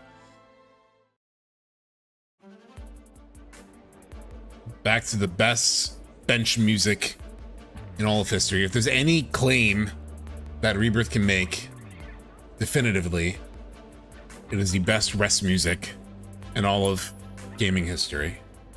All right, so what should we do for these bastards? Because they have different elemental affinities. And then Cloud should be set up for Rufus as well, and I don't know if Rufus has any specific elemental challenges. Why am I going the long way? I'm going the long way. Elena's resting pose is a look. Let's see. Okay, so Rude. So he's weak to wind. That's right. Greater resistance to stop. This means slow, silence, etc., etc. So chat, what exactly is lesser resistance? So it's not a weakness, but it's some level of resistance. It's just not greater resistance. I'm just like reading it again, and I'm like, am I dumb? Can be afflicted. So yeah, you can do it to them, but it's just not as impactful. Yeah. Okay. So that would what? Let's petrify. So yeah, I'm sure you can't petrify Rude. Hitting with multiple offensive. Yeah, so you have to hit him like a couple of big offensive things while he's doing his guarding pose.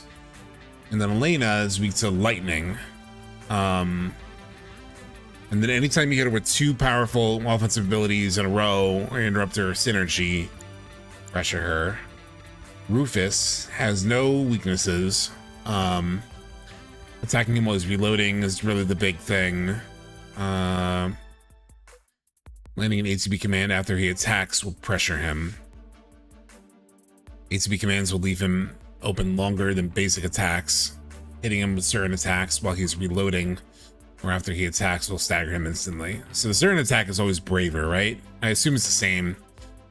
I remember trying to hit that in normal, trying to get braver on him, but he moves so far out of the way. It's really hard to get him with it. Prime mode power attack absolutely clobbered him. That's good to know. Yeah, I have not been using prime mode nearly enough as I should. That's a good call. I keep forgetting about prime mode.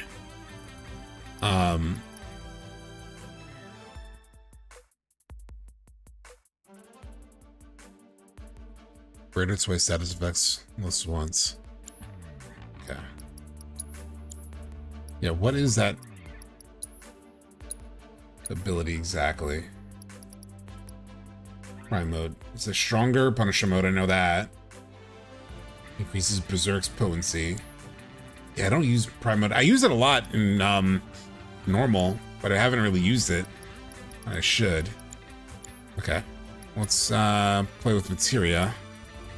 Prime mode is great at overpowering blocking enemies. Oh, good to know.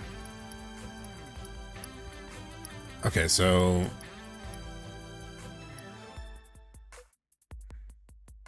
Cloud could have an element. Doesn't really matter. So I can put like winds on him. I don't know if it'll affect Rufus, but that might be nice if it can, because it has that effect of like pulling in. So I'll give him wind elemental. I'll give Tifa lightning and wind. Shit, I don't have multiple lightning and winds, right? No. All right, so Tifa will have both.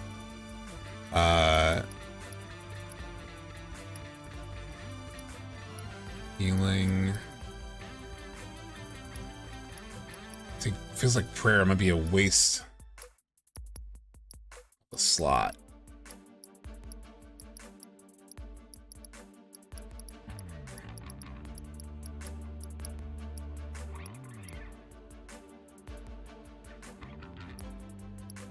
Prayer is probably a waste of a slot too.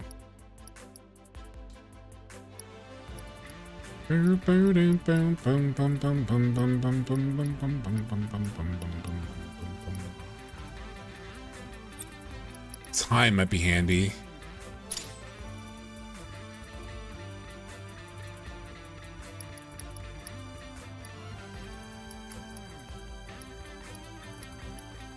ATB stagger. Larger ATB boost and staggering foe. That might be nice.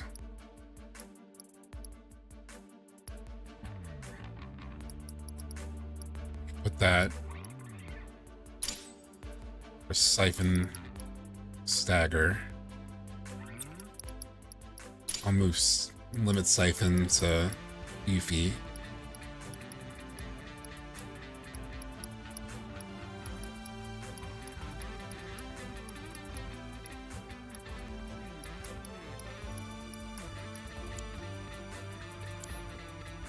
Let's try it. There's probably a lot smarter, better setups, but I kind of like the trial and error process. It's like test something out. So it's like, okay, what do I need? Okay, now that I've done it a few times, now I know what I need. The problem I had with these guys, I'll let you know right now, chat.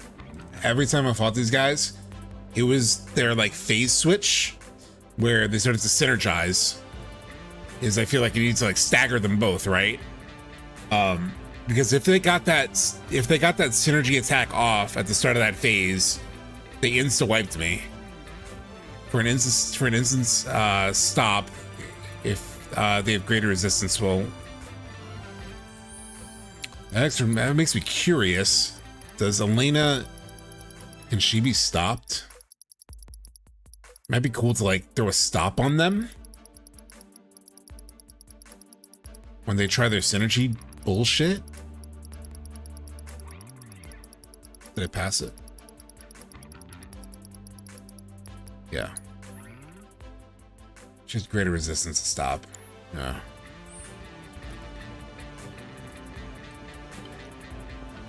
All right. I'm terrified of this fight. This is the fight. So, as context, chat,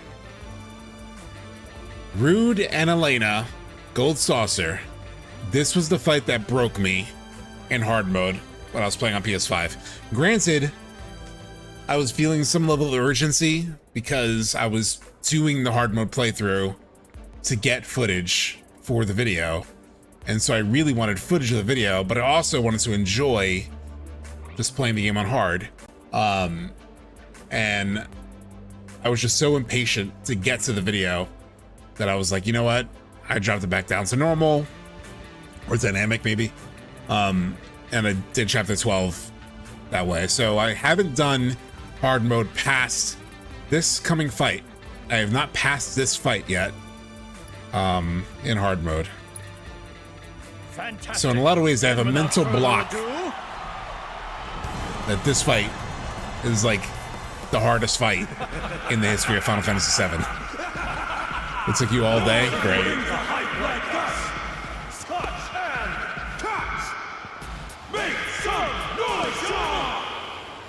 Ladies and gentlemen, keep your eyes on the arena.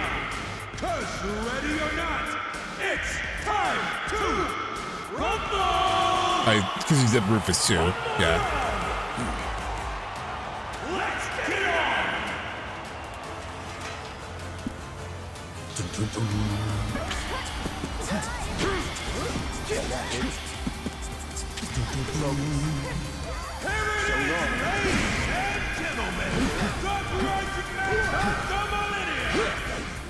Champions barely had time to catch their breath after that last battle.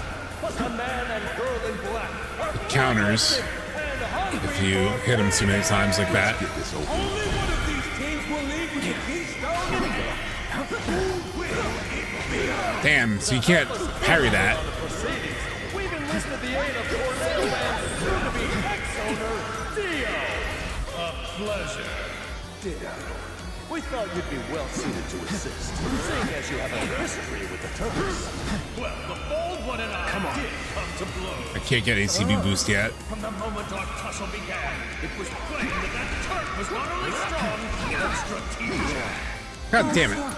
He knows a range of techniques, right when to use them. Are you saying you expect him to clean up in today's match? He won't make it easy for my champions. But formidable as he is, we still have the numbers. Shit. It's going to come down to whether or not we can Oh! Wait, I'm forced to have Aerith in this fight? Let's see how our combatants fare. Because I did not set up for Aerith. Shit.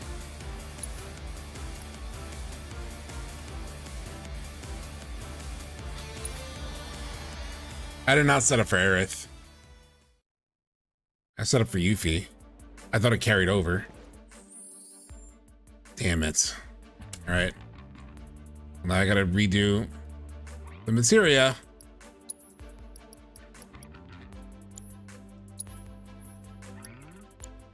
I did switch. I put Yuffie in my party. Can I still put her in my party? Wait, hold on. Because Yuffie was in my party for the other fight. Yeah, I can't change it. Yuffie was in my party for the Don Corneo and all that. Yeah, so I can't. God damn it.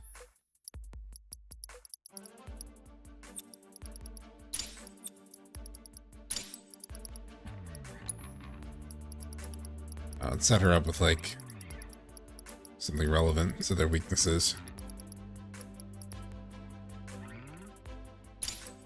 Let's say wind, I guess. I don't know.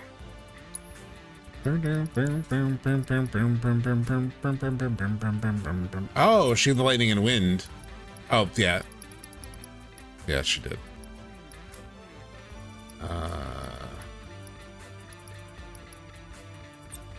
Oh, it's annoying. That boost would be nice for her. And she already has an HP up, right? She does.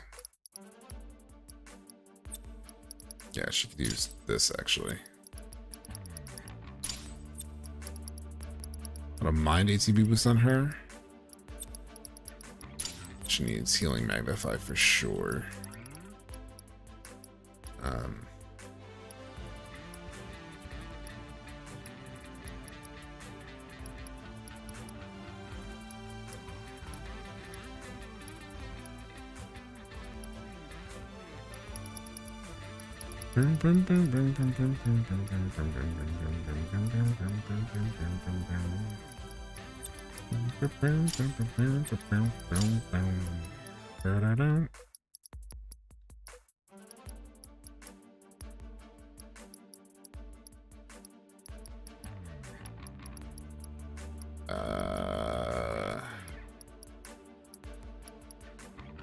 Chakra HP up.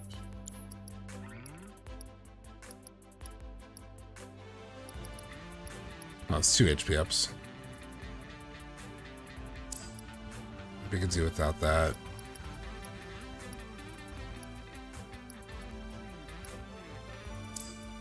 I don't really need strength up. I'll do lightning with MP absorb.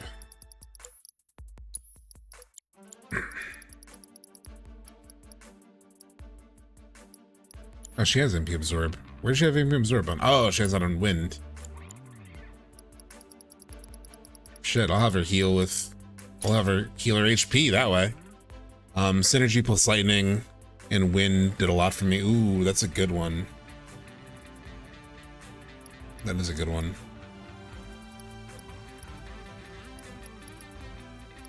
I currently have that set up on Tifa so she can do extra damage on either. That's a good one. Yeah, fuck it. Let's do that. That sounds smart.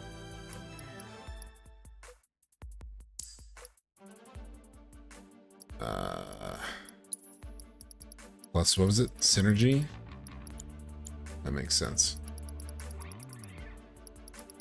I forget what synergy is. Is it a purple? Synergy support.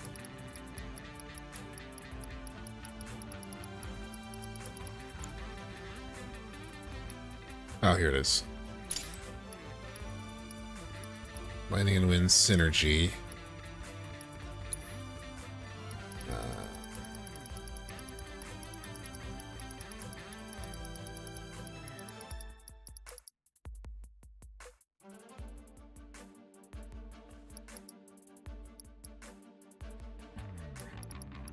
What else would be good for her to have?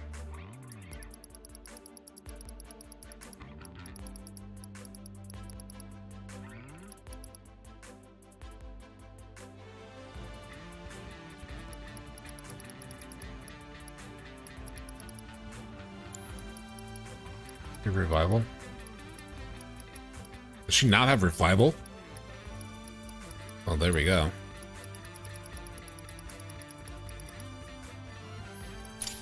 Definitely need revival. And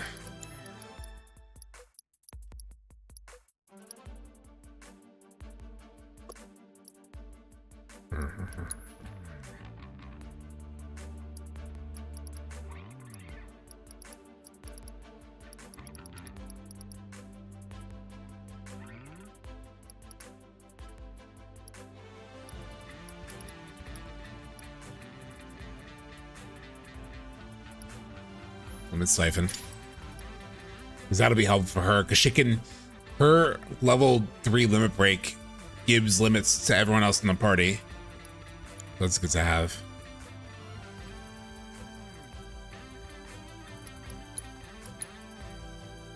What is her 30-30?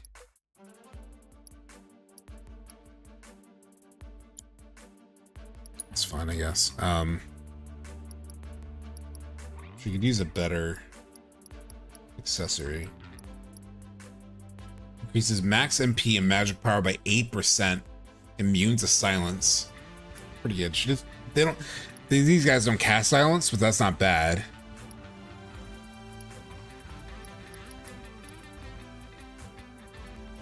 Sends duration of detrimental status effects. She can't really do any. Runs auto life. He's Toad. He's limit gauge on stagger. Uses limit level to maximum to start a battle. Oh, that's right. Already have that. Fills the limit gauge halfway at the start of battle. The 8% MP I think might be the move.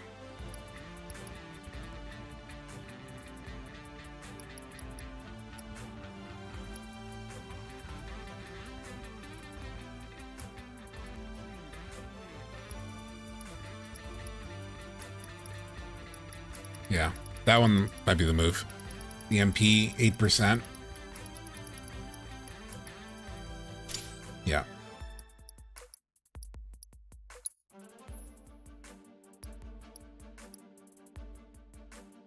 Damn, the guard stick goes crazy on magic.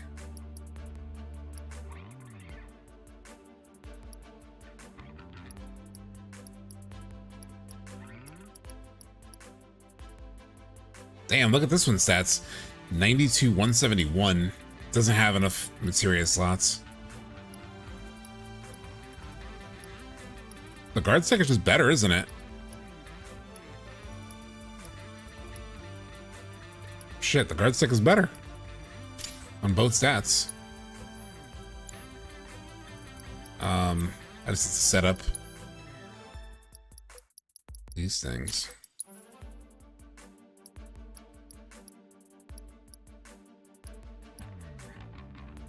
These are not that great though. Wind damage for this fight, it's kind of helpful. And Tempest.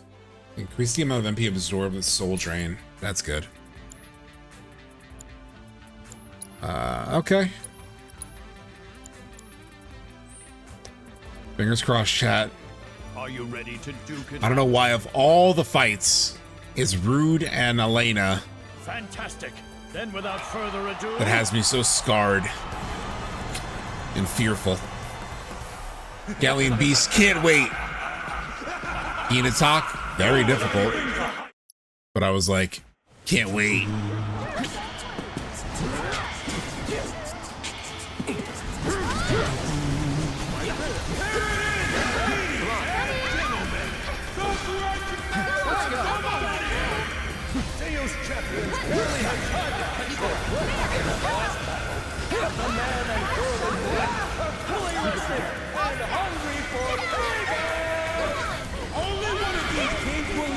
Damn. Taking us commentate on the proceedings. We've enlisted the aid of Corneo Land's soon-to-be ex-owner, Dio. A pleasure. Dio. We thought you'd be well. Aaron, why are you hurting so much? Well, the bold one and I did come to last board. From the moment our tussle began, it was plain that the attack was not only strong, but strategic. How strong? He knows a range of techniques and when to use them. So are you saying you expect him Stop hitting him, Tifa. He won't make it easy for Fuck! my champions. But formidable as he is, we still have the numbers. It's going to come down to whether or not we can press that advantage. You mark my words. Well, let's see how Jesus. My champions up to room for landing and she may be petite, but Elena knows how to bring the pain.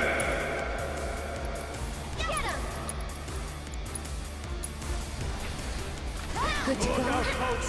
Cloud's back in action! And he's ready and ready. God damn it! You stupid.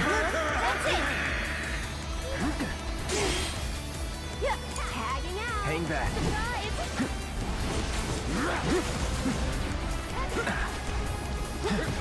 Come on.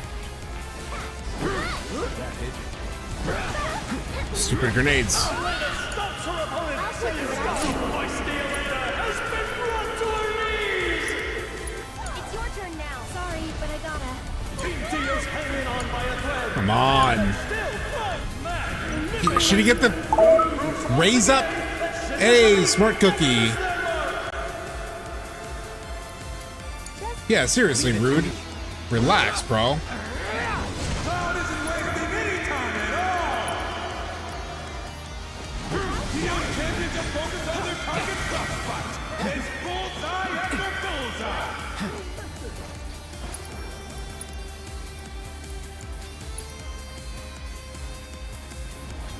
bullseye. Stupid Elena. Leave me alone.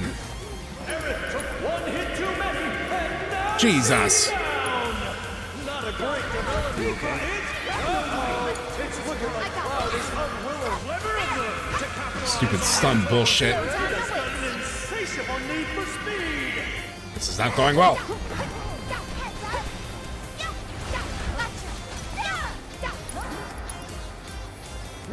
Rude, leave me alone. I'm your fucking crush, you son of a bitch.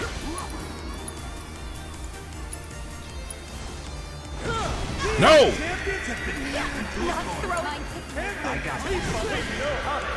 I hate them so much. Damn it! Tifa's dead again!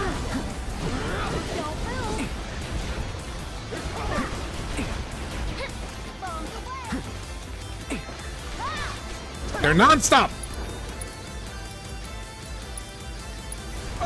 Be careful. Got knocked down, but Tifa is up and ready to rock.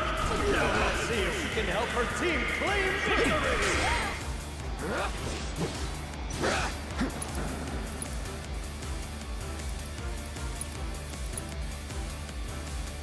Deal with that. Okay, let's go. Team Dio hits the enemy's weak. Tifa is out of commission. That was quick. Dio's champions are back with that. Let's see if they have the strength. Well, figures it would end like this. My god, yeah, I can see how this would be frustrating. Yeah. Just non-stop.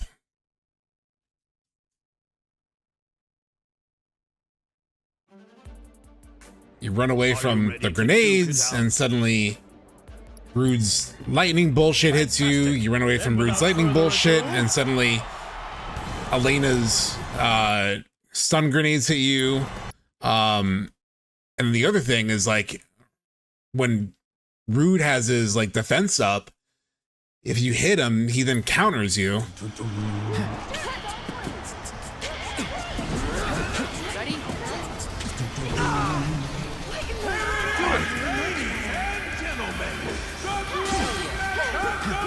How did that Spellblade not get off at all?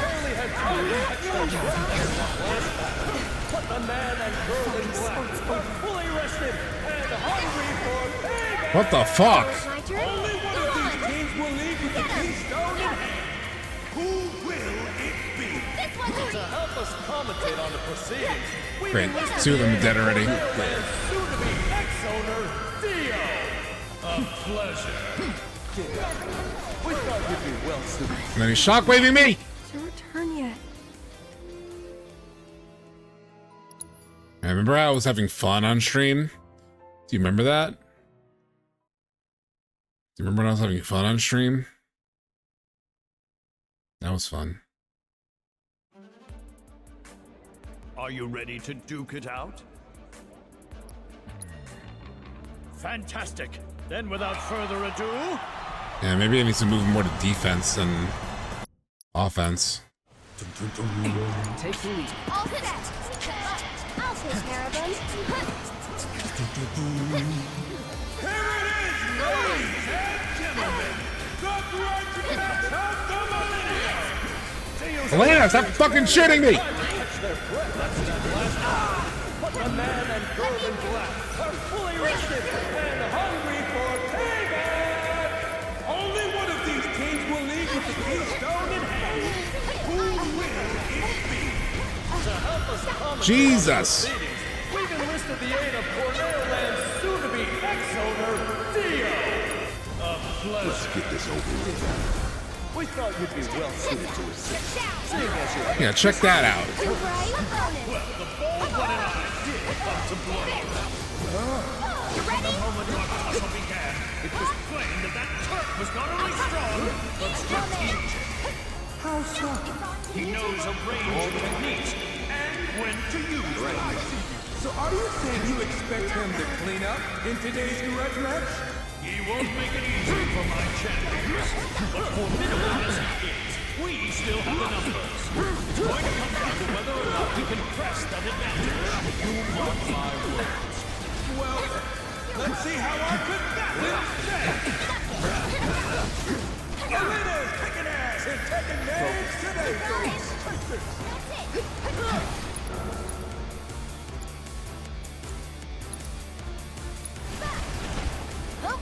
Calling wins on the things on you to capitalize on your Good God.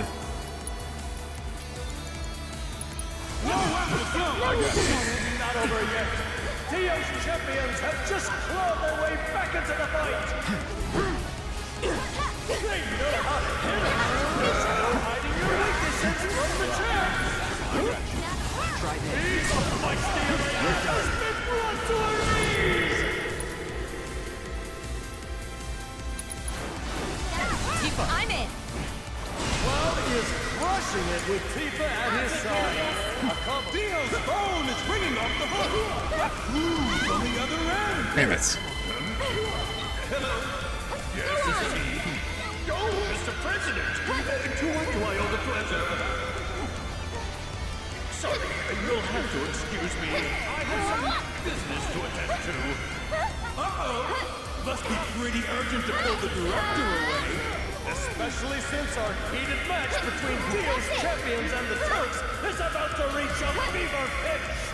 Dio may be bowing out, but Clutch and I will continue to cover this thrilling fight. My turn. Ouch, folks! That one hit him where it hurt. All right. Now they're getting to their synergy. No fair! Back off! They need to interrupt their synergy somehow. That was nothing. Our two Turks look like they're getting into position. Oh, this ought to be good.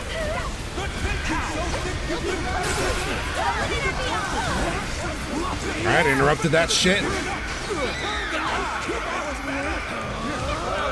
we go. Here we go. Just went down Don't stop now. Let's finish it. Bring it. I see it.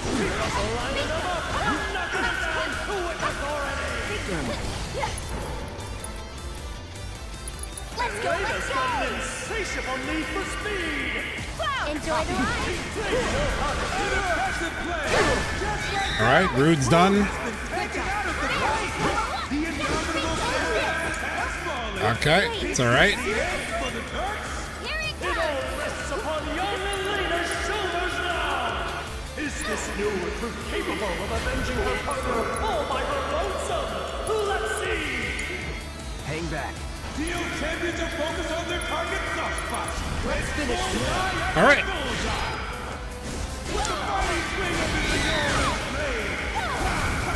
And it looks like the Turks are on the back foot. Whoa. Can they pull it together in time? Okay. We're just getting warmed up. Right, Rude? Yeah. This.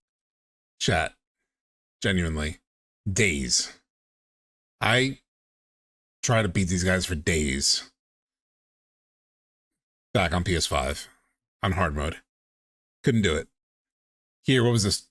Try 3? Fight's far from over. Yeah, I needed a break from hard mode. Esteemed spectators, if you would be so kind as to... Now here comes the real test, right? This is the real test, right? To ensure a fitting climax for this spectacle, we've invited a special guest. Now, let's give a round of applause for... the Shinra Electric Power Company's very own president, Rufus Shinra!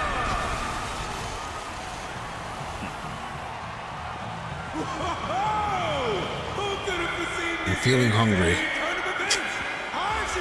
So I'm like... Shinra's president himself has taken the stage, and the crowd is... What time are they open till?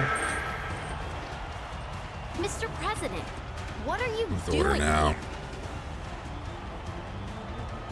That's more taste than satisfaction. Employee, Never at mind. least on paper. And as your boss, I figured I'd dispose of you personally. Was that meant to be a joke? You two go. I was looking at Thai Wicked food, son. which like, there's a place that makes bangin' pad thai, but I feel like it never truly fills me. Got my number this time? So it's like, it's just empty Let's calories, see, it feels like. shall we? I'll have something a little better. But this boss is cutthroat. And imagine fighting Jeff Bezos at Disney World. You want to savor the action. Don't even think about leaving your seat. This fight is a pain in the ass. Oh yeah, don't I know it? I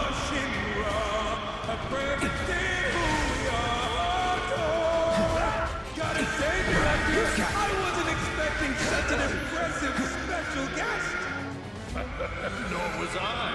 The president's proposal caught me entirely by surprise. Check. My new gift to myself. Scary. Oh, please. Don't act like you're not impressed. Jen. Still in it. Stick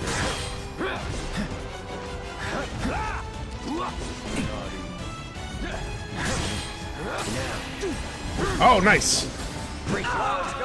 Fuck. Shit.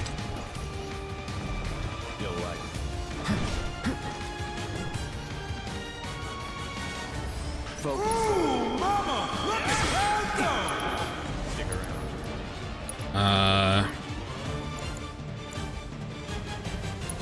Or just use Kiraga. Feeling good.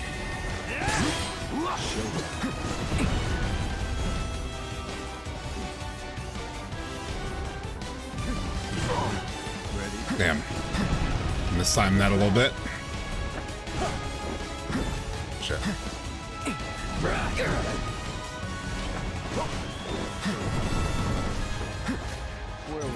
It's on now. Try this. Okay. Between Hell and his former employer both. Damn. That all? Come here, come here, come here. Gotcha. Come on. That's it. Shit.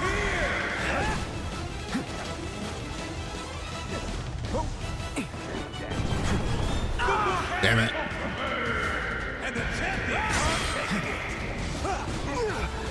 Damn it.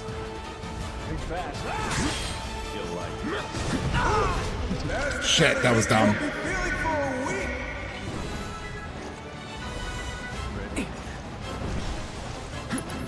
Yeah, that move is annoying.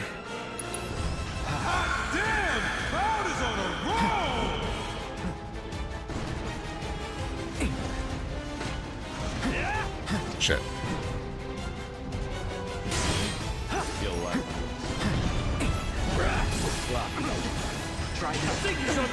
Ah, damn it. Turn me, huh?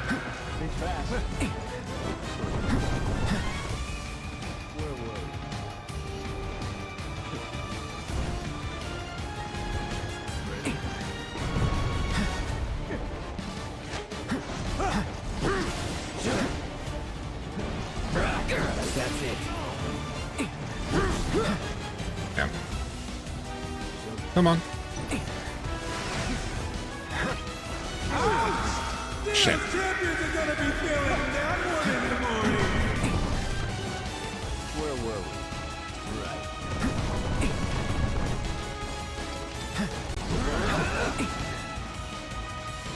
Hey, come on.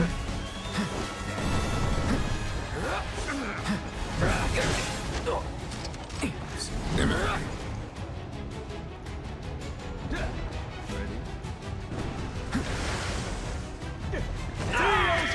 Shit.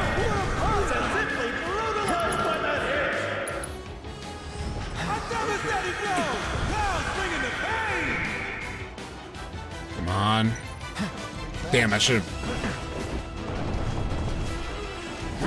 It's on now.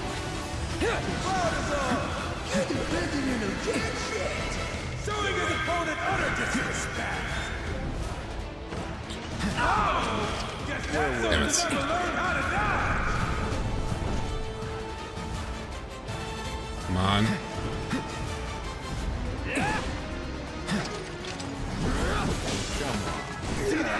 Shit. Smirks him, Rufus hit that cloud right where he wants it. Can the rock make a comeback? Or is it too Damn it. Cloud isn't wasting any time at all.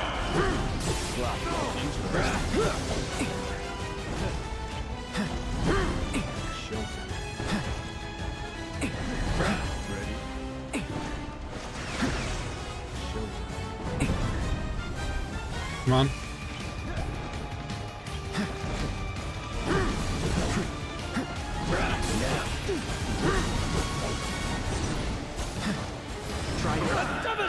Fuck.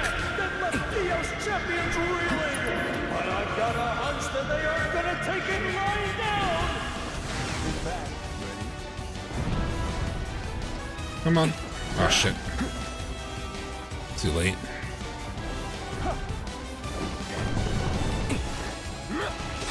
It's on now. Doing his best, Fucker. but his best just isn't good enough. I'm not sure he's gonna be walking away from this one. Come on. Gotcha. All good. It's one withering assault after another from Cloud. I just think long term there.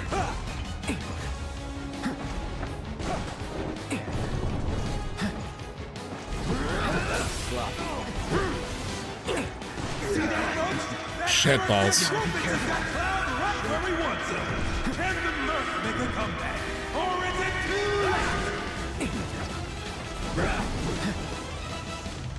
Come on.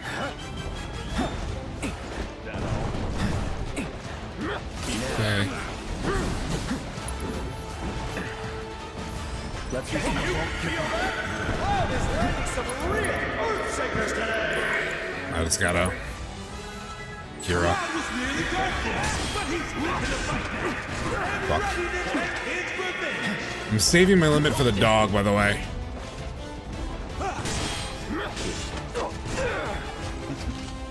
Because once that dog comes in, although I'm like about to just fucking go for it, it's annoying me. Cloud has once again proven that he's a cut above all the competition. Ouch! Theos champions are gonna be feeling that one. And honestly, he'll probably get another limit break on me.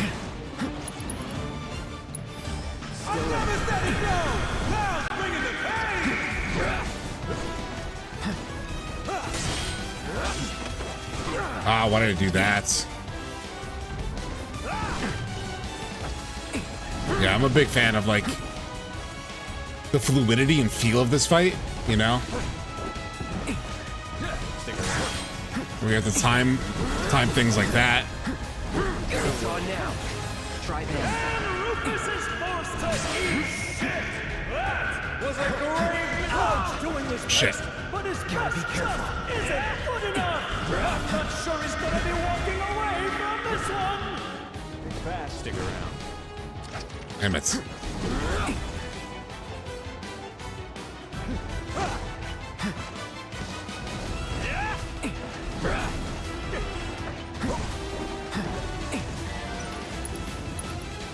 Yeesh, yeesh, yeesh.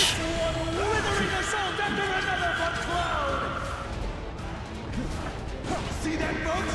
That smirks improvement it got Cloud. Damn it, what did I do that? Can the smirk make a comeback? Or is it too late?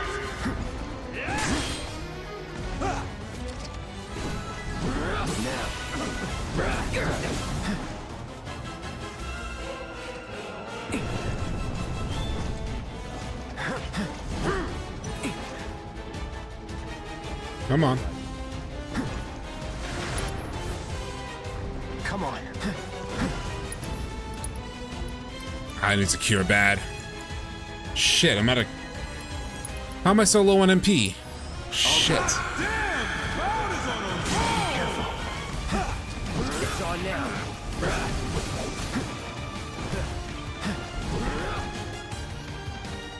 Come on.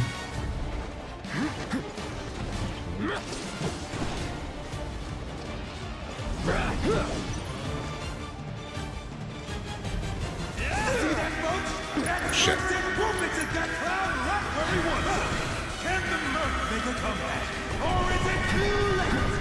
This is like, this fight is all about patience, I feel like.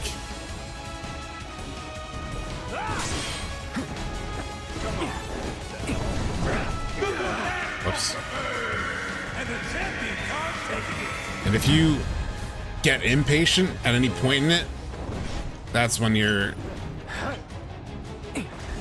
susceptible to making a mistake and him really taking advantage of that. Fuck, like that.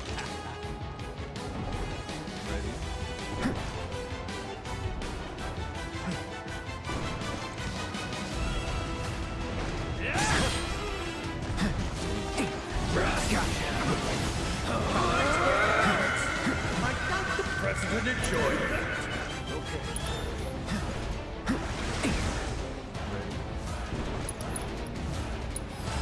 Time isn't wasting any time at all! That's it. World's gonna need a lot of potions after that one! Fuck. Stick around. He's doing his best, Shit. but his best just isn't good enough. I'm not sure he's gonna be walking away Shit. from this one.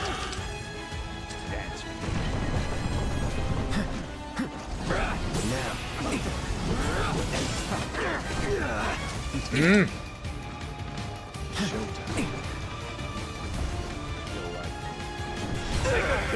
Oh, damn.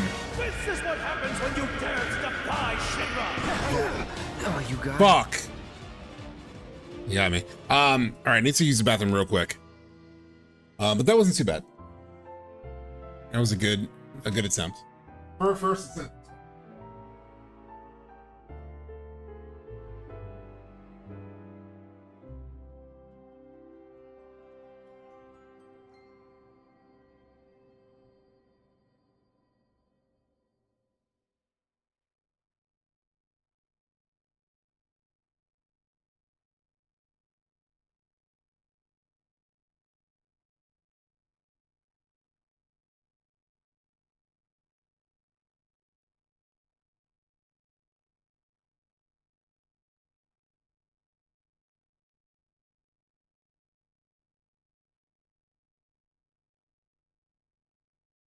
I'm a really big fan of the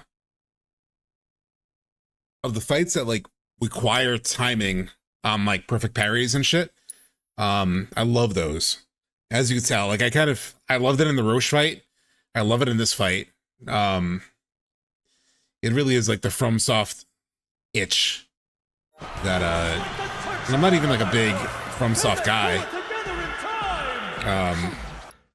This would be nice though, because I also think I should actually do the equipment that like builds limit.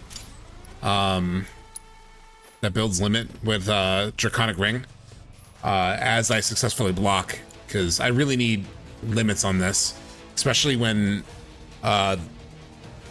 Darkstar comes in.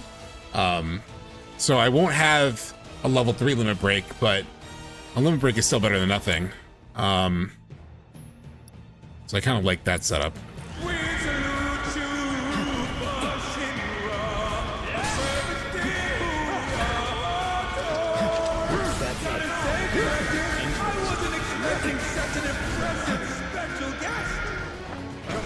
Nor was I.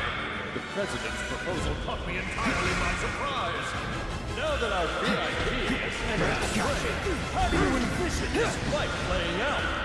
Well, it takes tenacity to climb the corporate ladder, but whether that would translate to the arena is anyone's guess. You're saying this could be a big gamble for the president? Yes, though I doubt he's leaving it all to chance. He would never commit to a losing venture. You're right. All I can say with confidence is that this bout will be discussed for weeks and months to come. Perhaps even years. You hear that, folks? This is history in the making. Let's get a regen going. Right.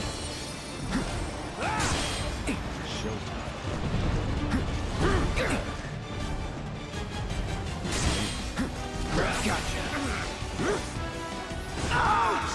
The old champions are gonna be feeling that one in the morning.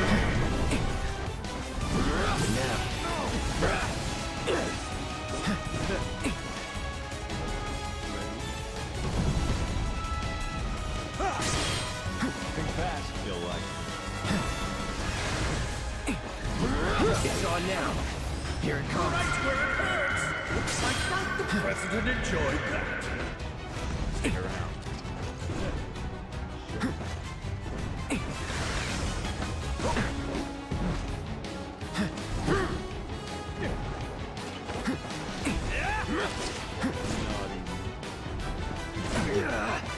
Damn it.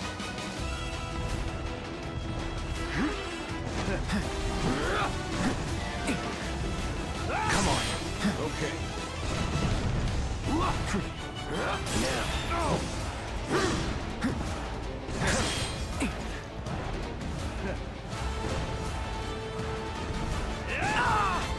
Damn it.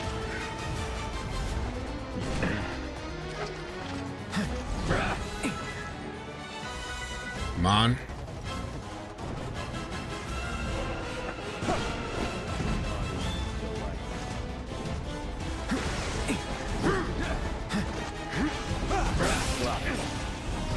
You're gonna feel it. Shit. Were positively brutalized by that hair.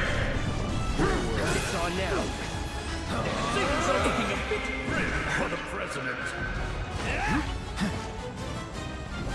Okay. Move fast.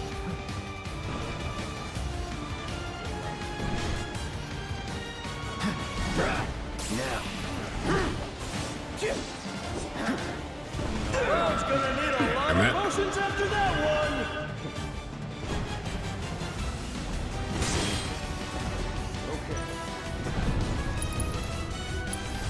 Stone isn't wasting any time at all! It's on now. Okay.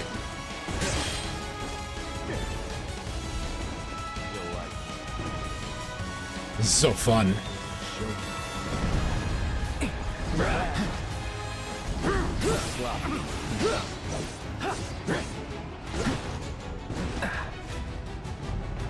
You'll like it.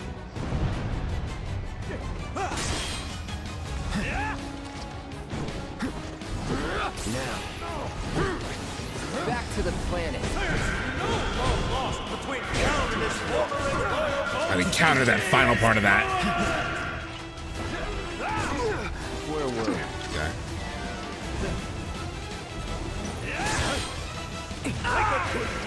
Oh, damn, he connected that. New gift to myself. Scary.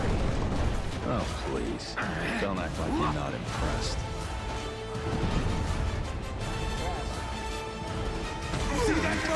Oh, come on.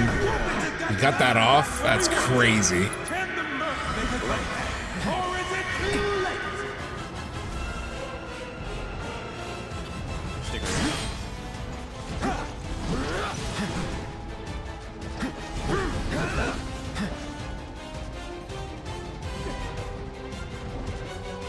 Come on. Shit. That's it.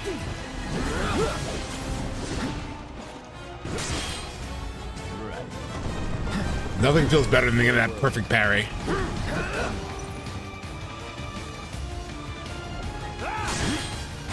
Stick around. Come on. Showtime.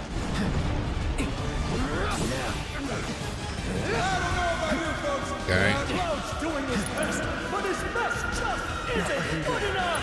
I'm not sure he's gonna be walking away from this one. Stick around. It's on now. Damn it. Stone to never learn how to dodge!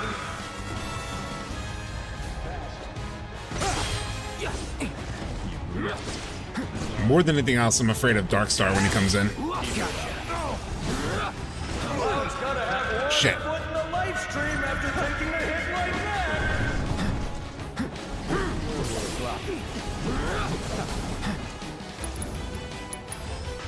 You can Let's feel see. that? Cloud is landing some real earthshakers today.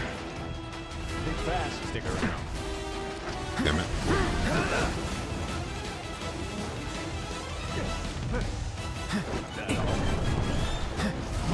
It's on now.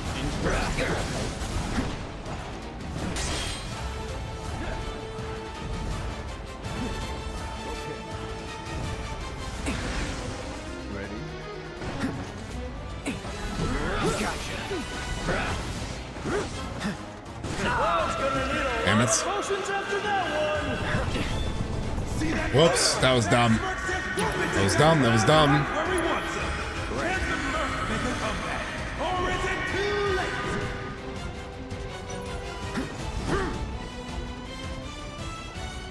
That was too late.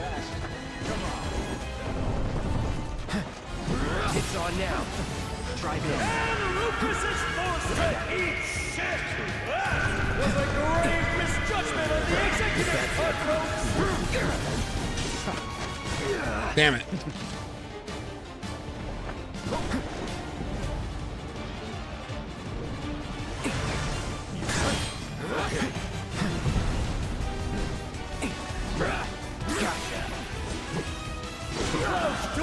Shits. But his best shot isn't good enough. I'm not sure he's gonna be walking away from this one. Damn it.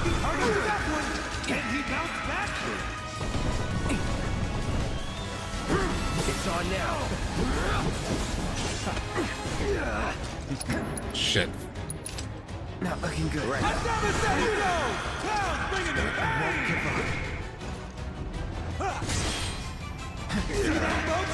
Damn, how did he connect that? Shit! Oh, I thought that was it. Well, figures it would Now it is. Okay. Okay. I just like I hate doing the I hate wasting the limit. Because I feel like once Darkstar comes in, from my memory, even on normal, once Darkstar came in, that was when it was really rough. I just want to make sure my equipment say this. Yeah, no. I just always have to reset that.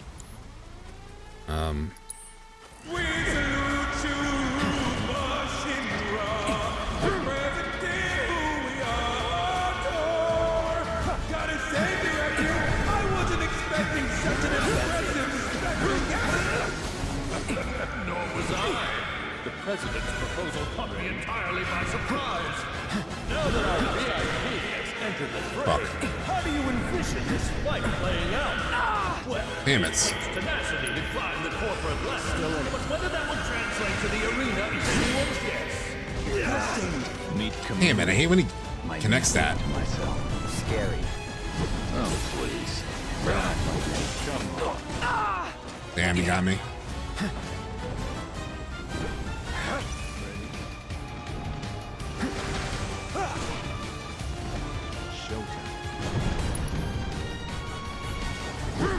Gotcha.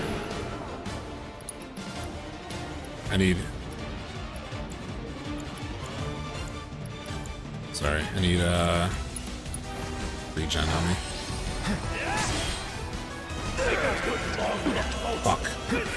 I know what I'm doing wrong there. The big boss himself steps in to bring his rogue subordinates back in line. It's on now. Hot damn! Powder's on a roll! Keep it up.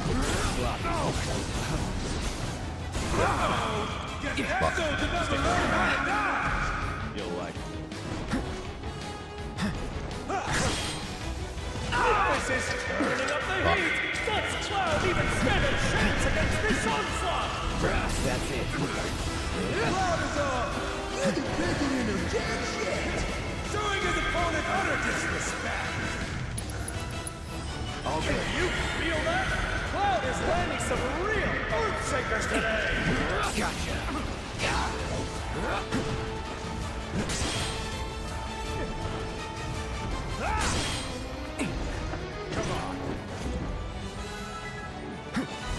Ah, shit.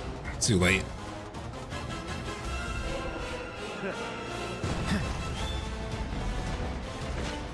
Cloud's gonna need a lot of motions after that one.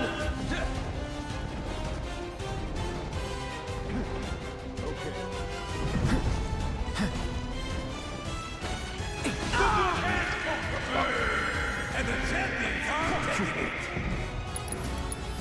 Ooh, mama, look at Cloud Dome. All right, I know exactly what I need to do. Stick around.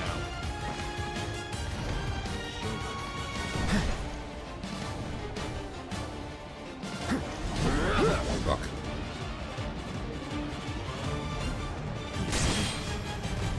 Okay.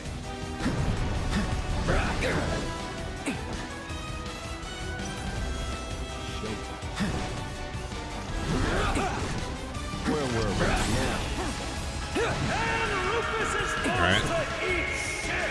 That was a grave misjudgment on the executive's part.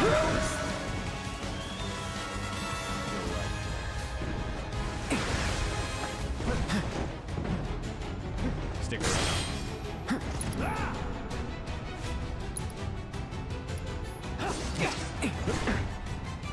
Where were we?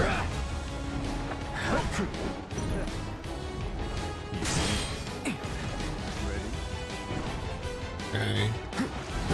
Shit. Too late. Fast. You'll like it.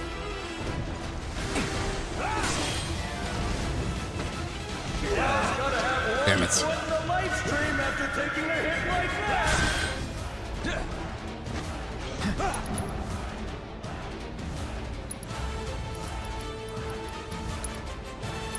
Any last words? With the mighty swing of his enormous Cloud cuts his opponent down the side. Try this. Mother. He's the fucking mother again. Okay, Kadash. Cloud looking hard after that one. Can he bounce back?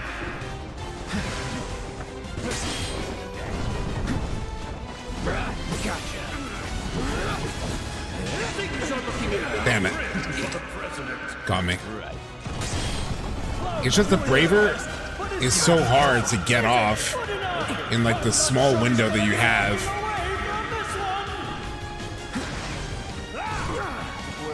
Fuck.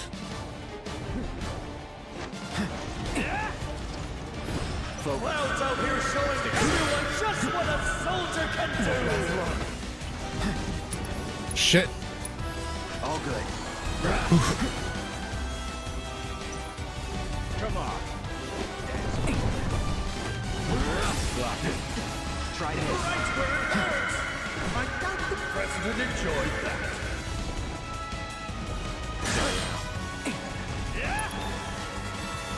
I could have. Fuck, I could have gotten him on that. Sorry. No. Gotcha. Come on. You'll like it. Think fast. Shit.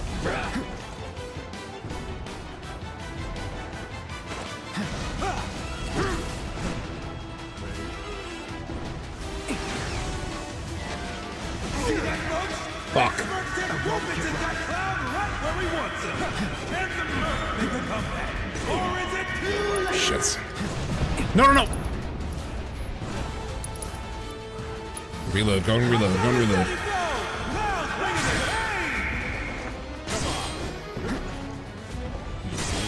Okay. Fucking love those perfect parries. That's it. There's no love lost between Cloud and his former and loyal folks. He is going on. Where were we?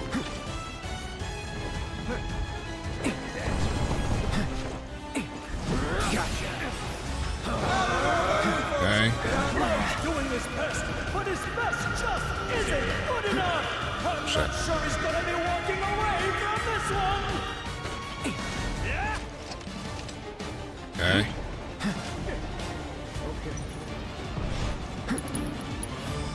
It's one withering assault after another from Cloud. Feel like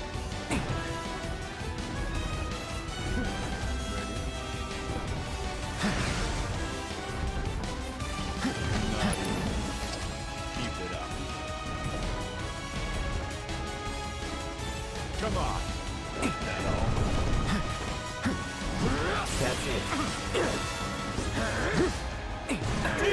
champions were positively brutalized by the hit. Shit. See that, folks? That Smurf's improvement has got Cloud right where he wants him. Can the Smurfs make a comeback? Or is it too late?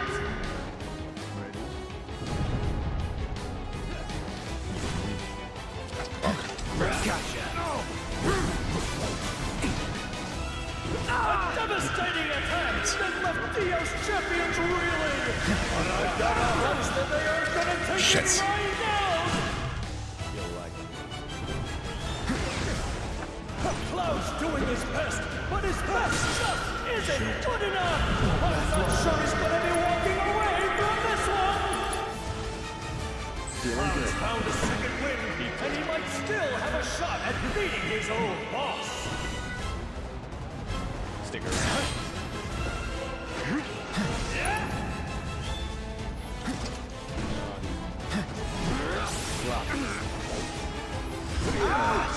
Damn it. Champions are gonna be feeling that one in the morning. Going all out. Stick around. Think fast. Ready?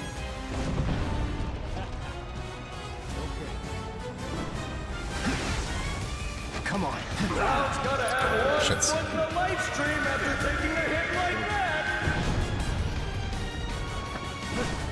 That all? Gotcha.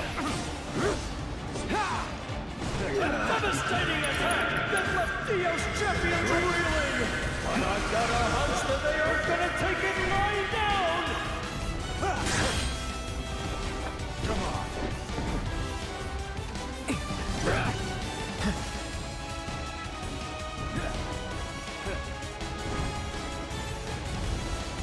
Where so much of this fight, like I said, is like just patience. Fuck. I keep forgetting to do counter stance on Ricochet, which I assume would work.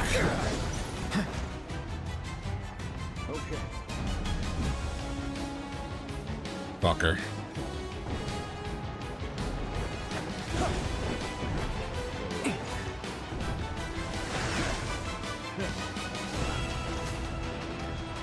Otra vez with the bad luck.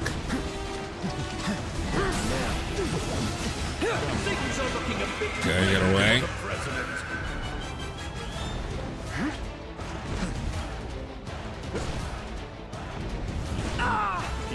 Shit. Come on. Did this count? No. Fuck. Oh shit.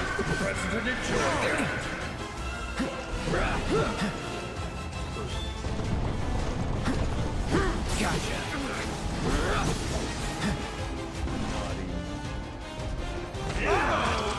Shit balls. See that, folks? That Smurf's improvement has got Cloud right where he wants him. Can the Smurfs make a comeback? Or is it too late?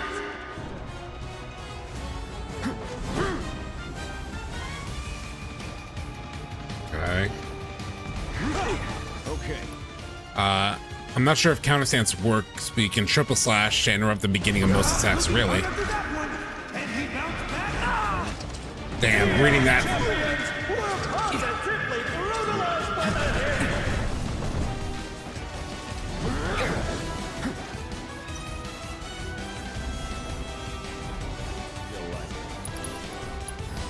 Cloud isn't wasting any time at all. Fuck.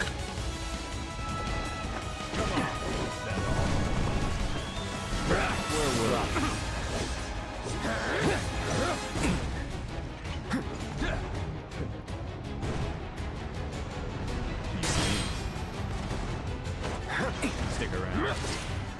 See that, folks? That Smurf's improvement has Like, I feel like counter stance should work on those physicals.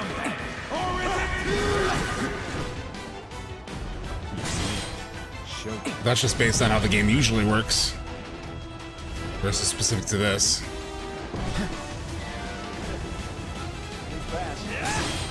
You'll like.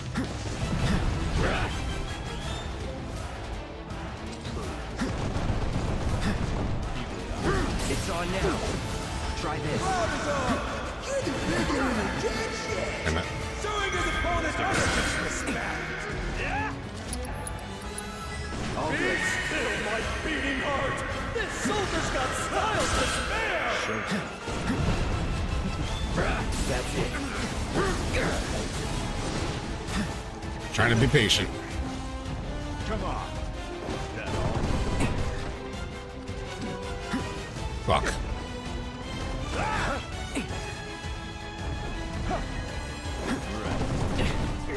Damn it. How did he connect that?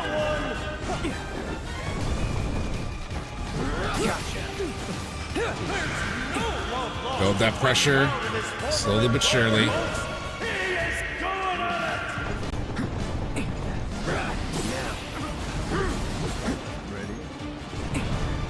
Come on. Stick around. Cloud's doing his best, but his best just isn't good enough. That it? I'm not sure he's gonna be walking away from this It's on one. now. Cloud's gotta have one Damn it. foot in the live stream after taking a hit like that. Okay.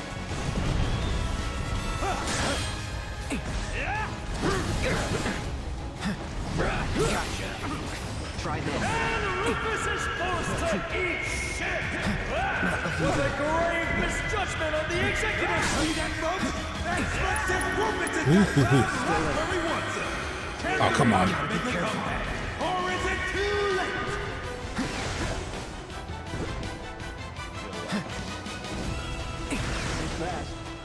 Come on. Now. Damn it. It's too late.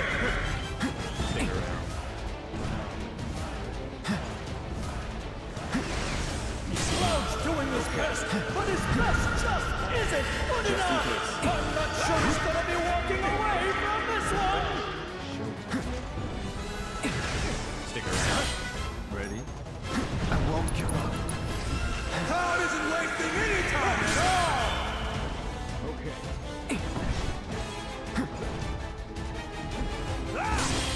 Showtime. Gotcha. Enough. Damn it. And the champions aren't taking it! We're ready. That's it.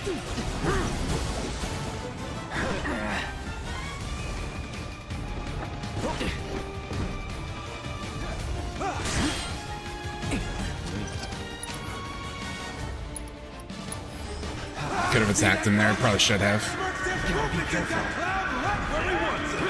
Can the Merc make a comeback? Or is it too late? Shit. Cloud's got Rufus on the hook. What's that I hear? Brace yourself. Sounds like General Allegedly shit in your pants. Here we go. Cocky is All right, second phase. Okay. Either my stomach's growling All about patience in this fight, I swear. Now, this damn dog. well trained, don't you think? You can't bite the hand that I'm feeds. immediately limiting this dog. You are. Really though, it's past time I muzzled you. Good luck. All far and still fight. Who let the dog out? That crowd is going absolutely wild as Darkstar makes his arena debut. Shit, come on. Damn it! I'd say the president might still have a fighting chance. This dog is the hardest part of this damn fight. Cloud win this 2-on-1 clash, or will he crumble? This is a former soldier we're talking about. One could argue that Darkstar has nearly leveled the playing field.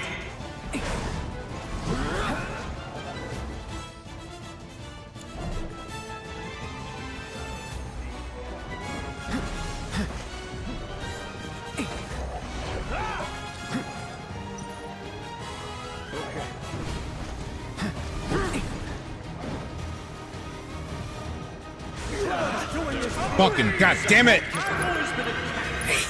I hate this dog so much. So much for being a mercenary. The dog is the worst part. Is the dog weak to anything?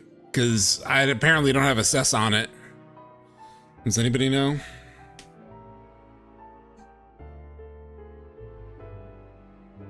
Fucking Darkstar, man. Rebirth. Assess. It's not assessed. Darkstar is the hardest part of this fight. Like, by a mile.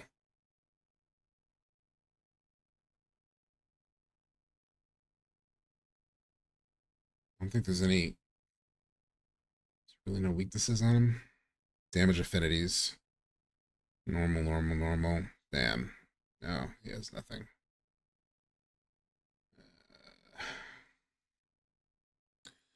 Apparently just counterattacks. Okay. Fucking Darkstar, man. Genuinely the worst part of this fight. I know, I make sure to kill the dog first. That's why I like saved the limit for him too. That accomplished nothing.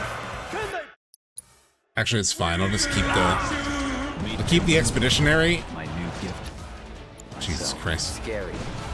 I'll keep the expeditionary just because it'll give me maybe a level 3 limit on that little bitch will work.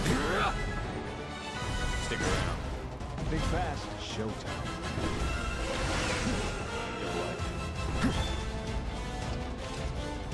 Ah, I missed a reload window again. Stick around. That's it. Try Fucker. It's on now.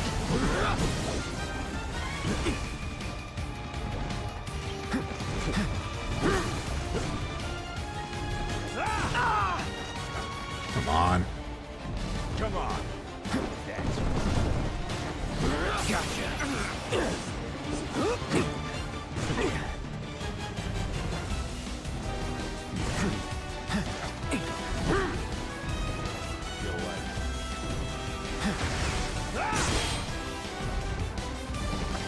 Cloud's doing his best, but his best just isn't good enough. I'm not sure he's gonna be walking away from this one. Okay.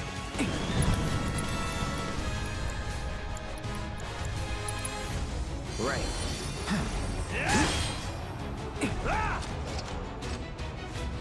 Damn it. Stick around.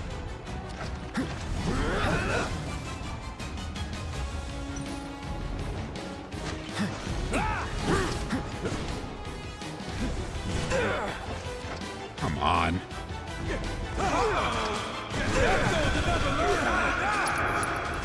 Prime mode's useful for the dog.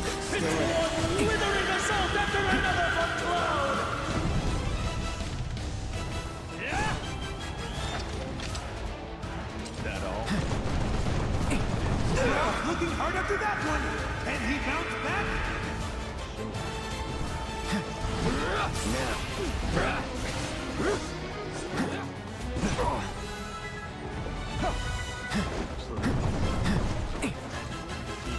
That's it. Cloud's gotta have one foot in the light stream after taking a hit like The attack window is like so short. It's on now. Right. Can you feel that? Cloud is landing some real earthshakers today.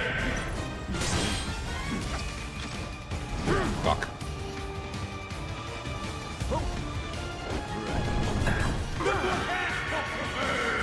And the champions are taking it.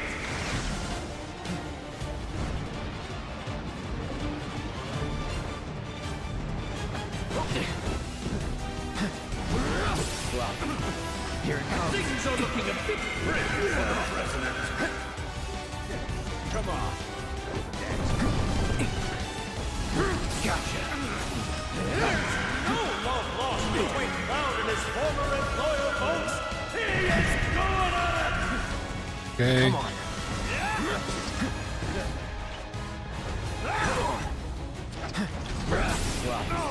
Here it comes. Okay. Showing his opponent weakness. Shit.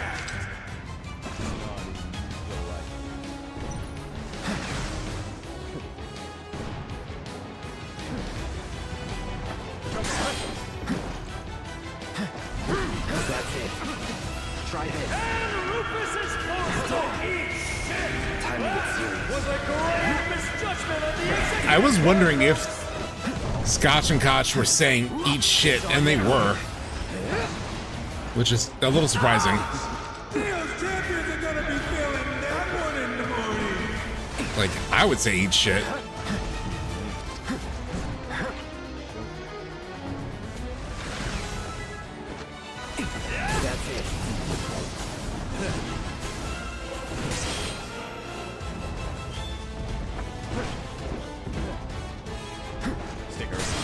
Where were we? Gotcha. Try this. I don't know about you folks, but I thought that one from over here. Shit. Feel like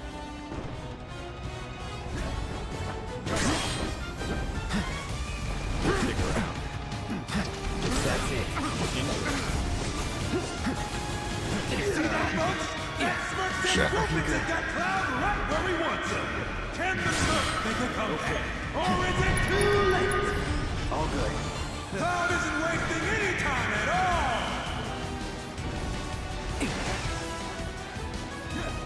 Okay.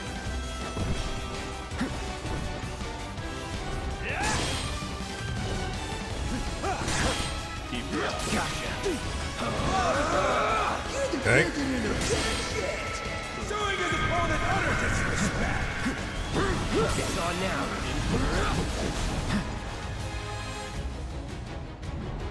Ready?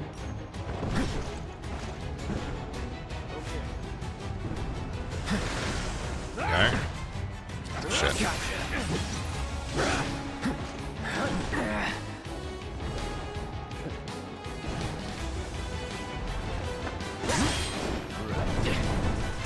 Damn it. But I've got a hunch that they are close doing this pest. Fuck. Is it good enough? I'm not sure he's gonna be walking away from this one. Things are looking a bit grim for the president.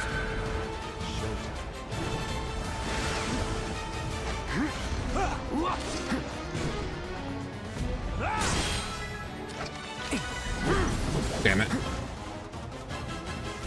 Too late.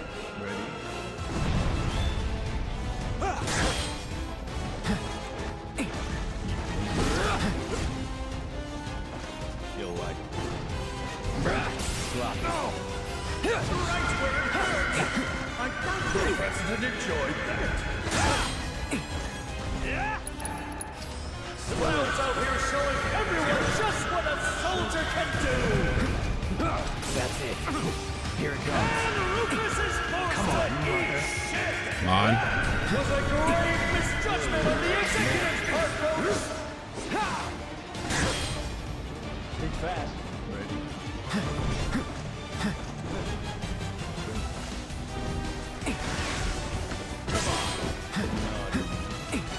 It's on now. Cloud's gonna need a lot of potions after that one. See that rope? Shit, I'm an idiot. Can the Merc make a comeback? Or is it too late? Right. Now. Come on, come on.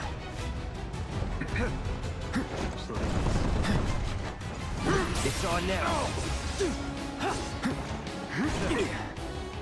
Okay. Okay.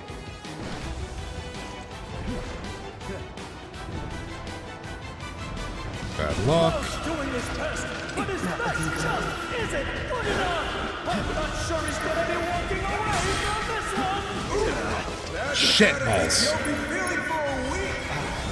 Ooh, mama, look at that go.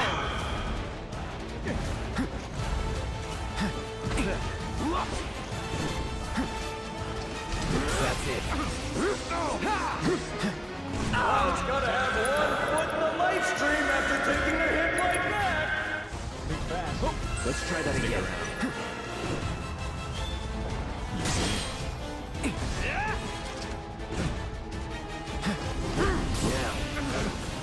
Try this. Damn it. Turn that on me. Gotcha. Okay.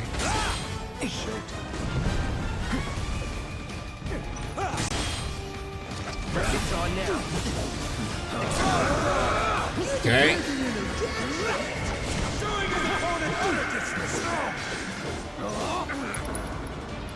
Let me hit the prime mode. You had your chance. Come on. Get ready. Ah, that didn't trigger. Phase 2. Okay.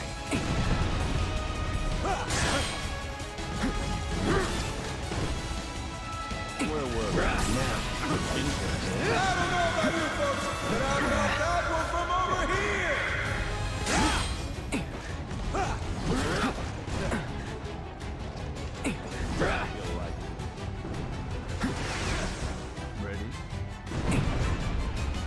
Man, come on.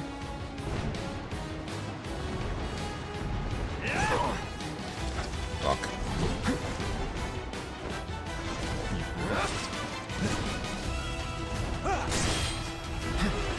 Whatever. Back to the planet. Come on. Fast. Okay.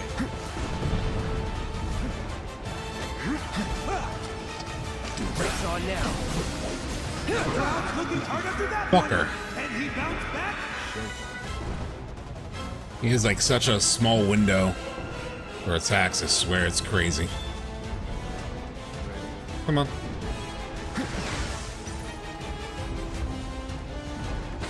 Fucker. See that, folks? That smirk's improvement has got Cloud right where he wants him. Can the smirk make a comeback? Or is it too late? Where were we? Fuck. Why did I do that? That's it. Guess that's Shit. you gotta learn how to dodge. Fast.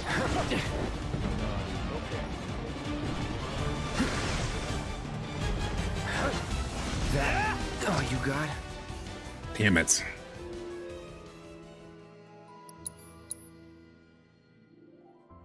It's not too bad. I have a good game plan. I miss a decent amount of opportunities, though. There are like several moments where it's like, I should have hit him there. I should have done this here.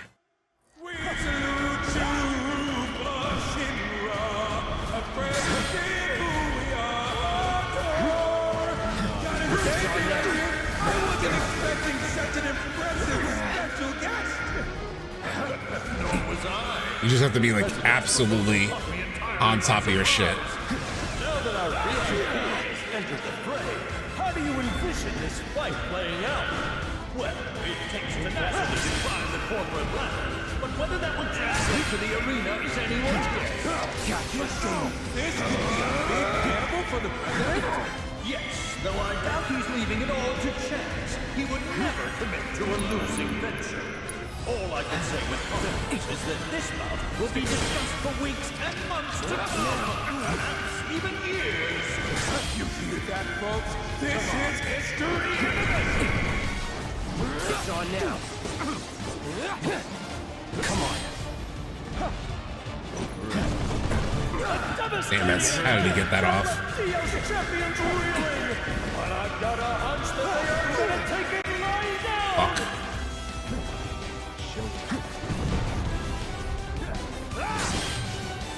Stick around.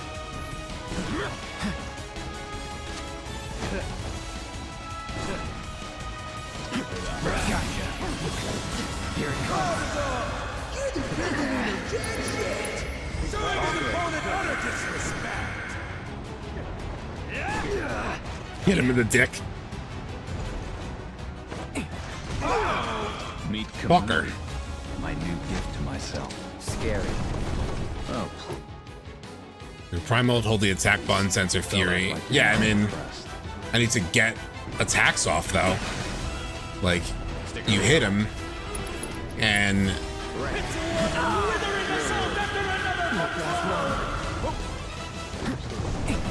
you hit him and he counters you.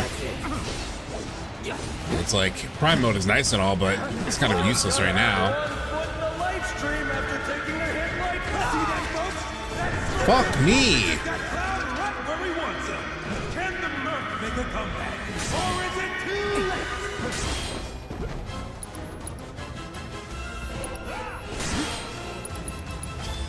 Sheesh.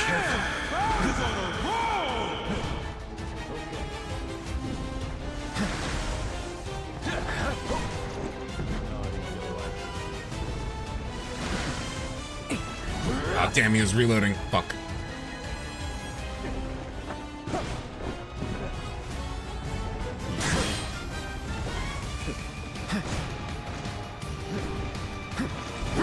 It's on now. Cloud looking hard after that one. Can he bounce back?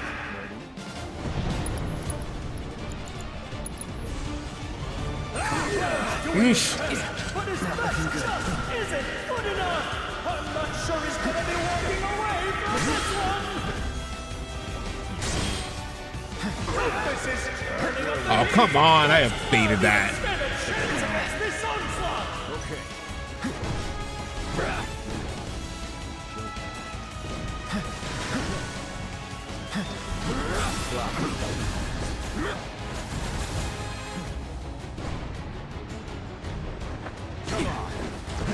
No more playing nice. Ready? It's on now.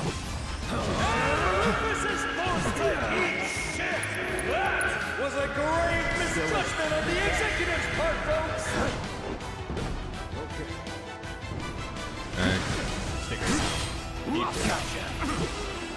Save it for stagger, yeah.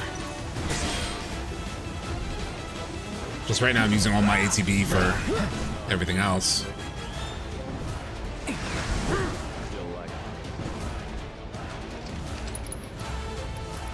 Actually, let me activate it here.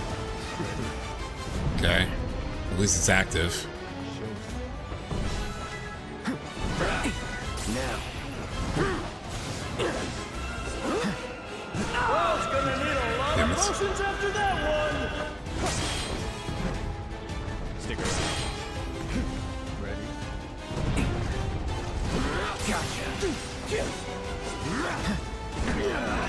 Okay.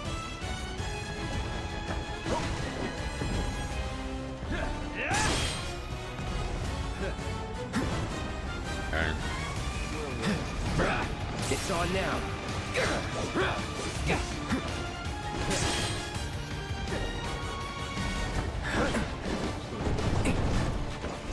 That's it. Let's do it. Here it comes. All good. Cloud isn't wasting any time at all. It's on now. Felt that one. Okay. You'll like Guess that soldier doesn't learn how to die.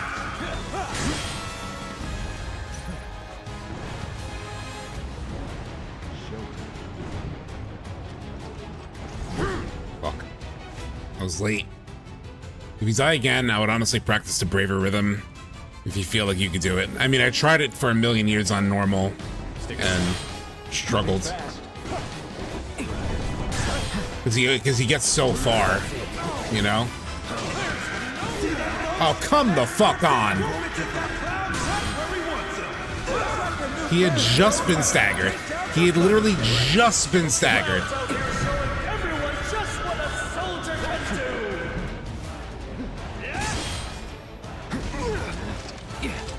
Won't last long. Well, not staggered, but pressured, you know what I mean? Cloud's doing his best, but his Fucker. stuff isn't good enough. I'm not sure he's gonna be walking away from this one. Well, figures it would end like this. Reload after Ricochet, it's the best opportunity. I mean, if you have ATB.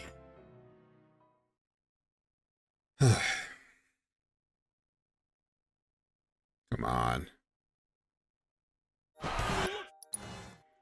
We salute you, Rufus, in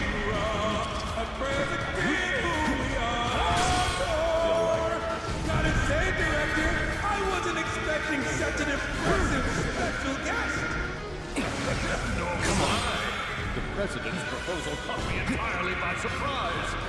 Now that our VIP has entered the fray, how do you envision this fight playing Fuck, out? that bad luck hit me. What does bad luck do? Tenacity to climb the corporate It's the first time it's hit me. Whether that will translate to the arena is anyone's guess. You're saying this could be a big gamble for the president? Yes, though I doubt Just he try can it. indulge a chance. He would never commit to a losing venture. How crazy slow, I mean, how crazy fast is that window? Like, I hit him with that braver as soon as he missed Ricochet. Is that this bout will be discussed for weeks and months to come, perhaps even years. You hear that, folks? This is history in the making.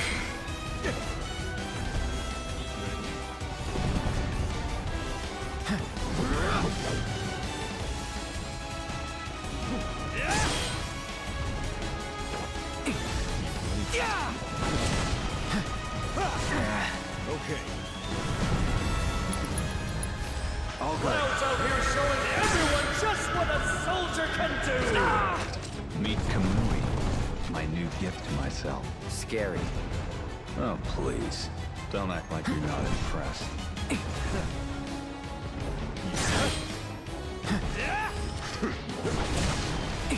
Fucking.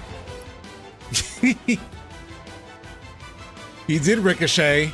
I evaded it. Tried him with the braver. He slid back and then reloaded.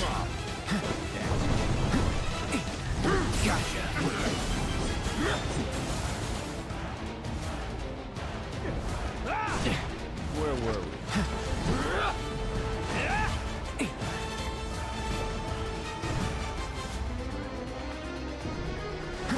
Fast, Stinger. He's doing his best, but his best just isn't good enough. I'm not sure he's gonna be walking away from this one.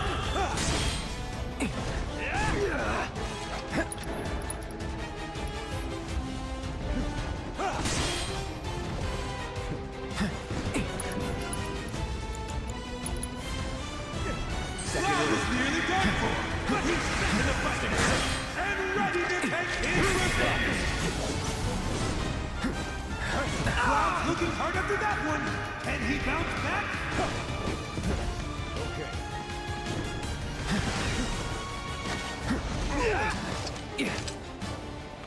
Ready?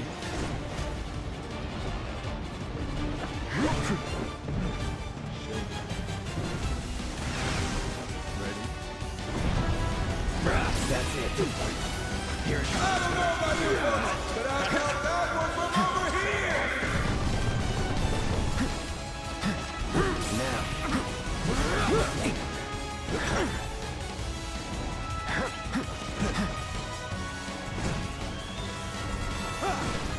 Where were we?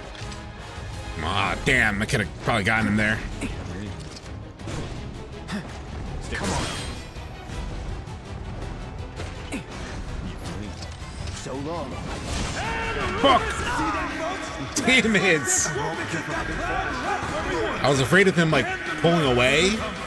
Or is it too late?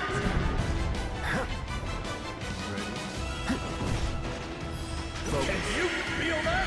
Wow, there's landing some real damage today. That's crazy, dude. Like, I'm doing it instantaneously. Not looking good.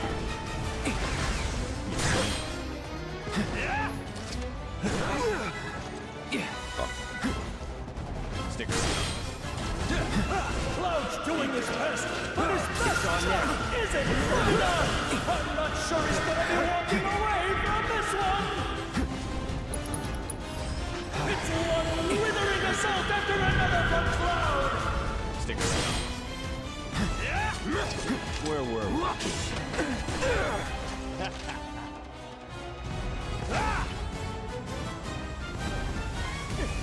Come on.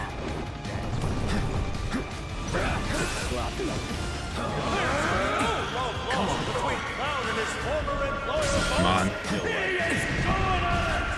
Sticker.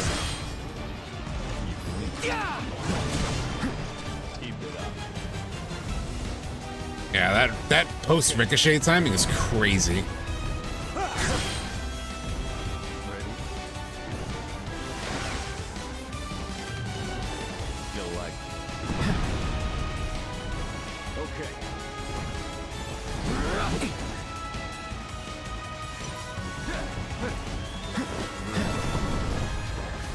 It's on now. See that, folks? That smirk says Rufus has got Cloud right where he wants him. Can the Merc make a comeback? Or is it too late? Stick around. You'll like it. Okay. Yeah. Okay. He just moves out of the way.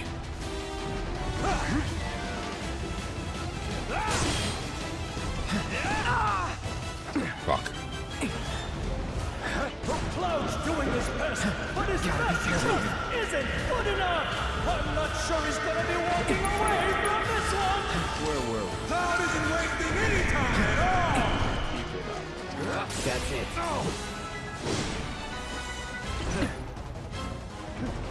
You'll like it. Come on.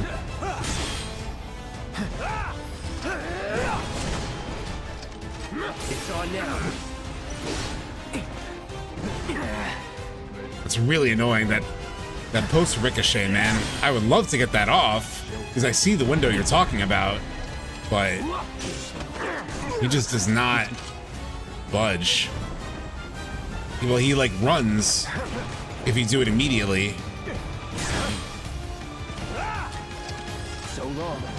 And then here it's too late. So he countered.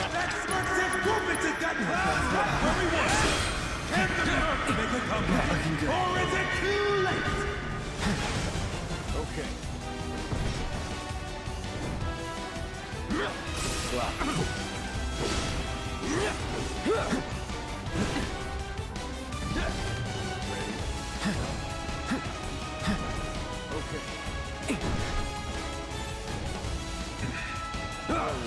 It's on now. Come on.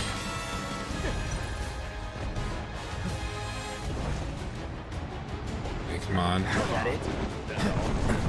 A devastating Shit. attack that left Dios champions reeling. But I've got a hunch that they are gonna take it right now.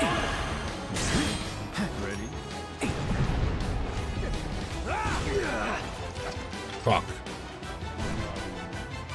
Stick around.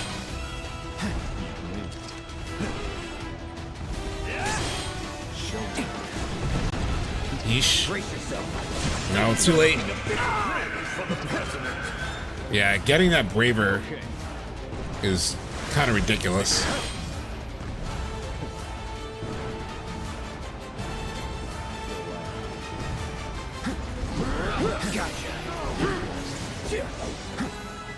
Cloud's gonna need a lot of potions after that one.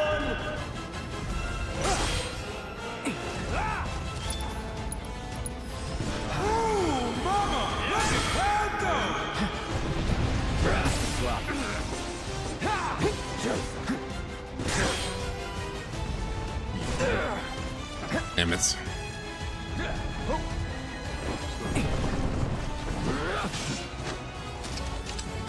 Too early. Fuck. He hit me with the Devil May Cry. He's still my beating heart. This soldier's got style to spare.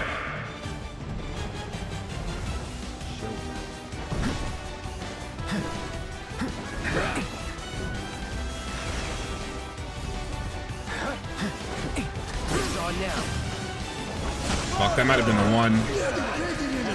After the spiral may have been the one.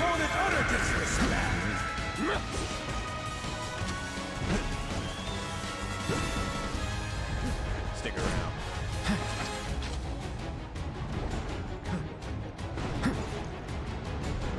You'll like it.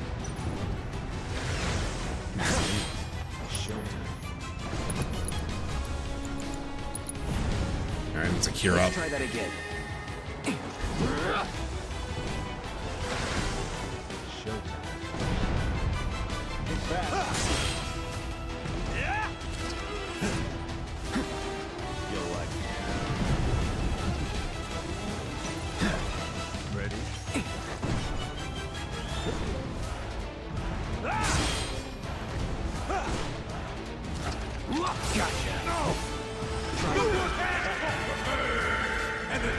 It's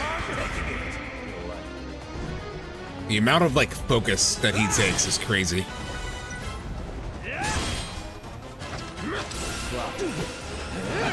No love lost between Cloud and his former employer, folks. He is going on it.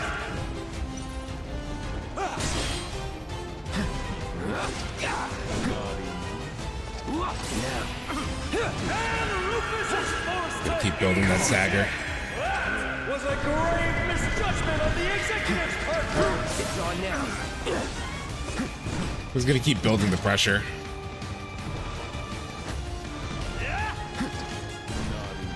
I don't ever think I'm gonna get that braver timing. Big pass. Right where it hurts. I hope the president enjoyed that. Stick around. You'll like it.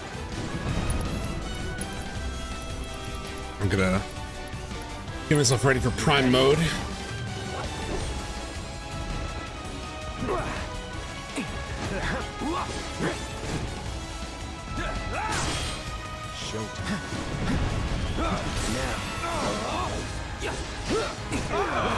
Guess that soldier never learned how to dodge! Big fast. Stick around. Okay. Come on. See that, folks? That smirk says Rufus has got Cloud right where we want him! Can the President of Shinra isn't Damn it. afraid to get his hands dirty. Now that's how you get to the top. Not looking good. It's on now. Cloud's looking hard after that one! And he bounced back!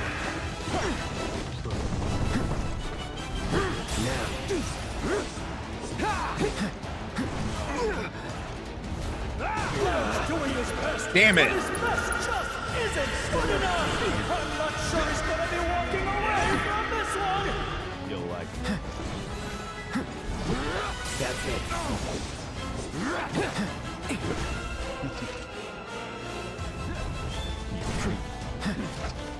Gotta be careful. A devastating blow! Cloud's bringing the pain! You'll like it. Cloud's gonna need a lot of potions after that one. Okay. Ah, I went too early. All good. See that, folks?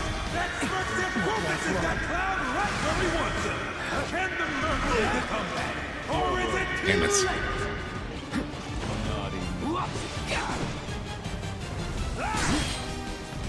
You'll like it.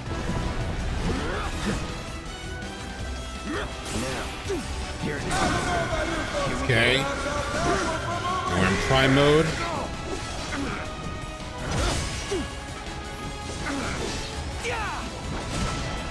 Fuck.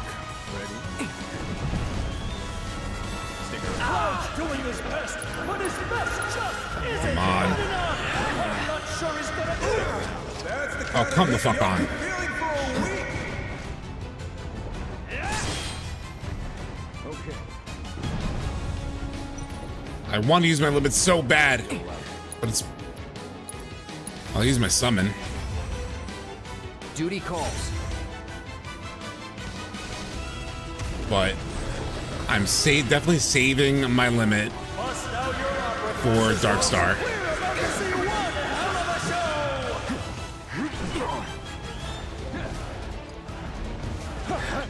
Stick around.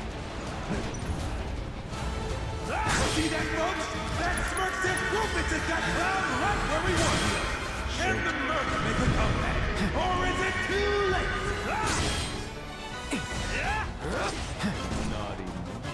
It's on now.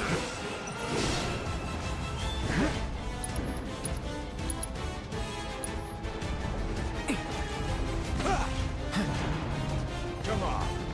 Things are looking a bit grim for the president. That's it. Try this.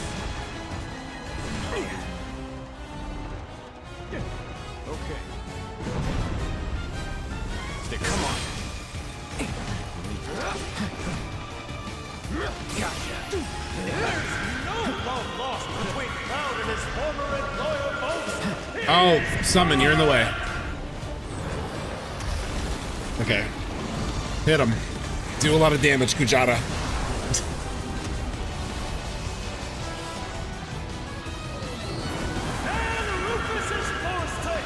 It's a good amount of damage. Alright, second phase. Alright, just need to immediately get Darkstar out of here. I'm hoping finishing touch does everything I need. You can't bite the hand that feeds. And yet here you are. Really though, it's past time I muzzled you. Good luck. Finishing touch, Darkstar. Still no fight.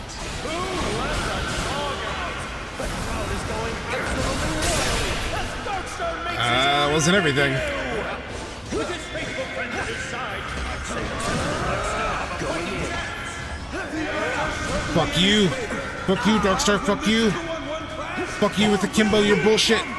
Fuck your Akimbo bullshit. we're talking about. One could argue that Darkstar has merely leveled the playing field. Oh no, not Thunderclap. Cloud's out here showing everyone just what a soldier can do. That diving attack is such bullshit. Fuck me.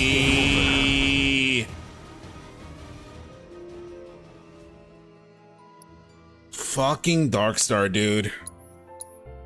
Darkstar's the goddamn worst. Even a finishing touch was not enough.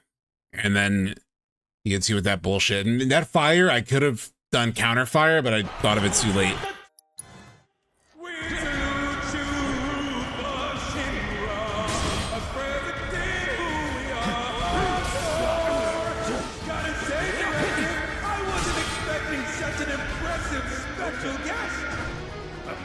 Nor was I. The president's proposal caught me entirely by surprise. Now that I've realized Rufus entered the fray, how do you envision this fight playing out? Well, it takes tenacity to climb the corporate ladder, but whether that would translate to the arena is anyone's guess.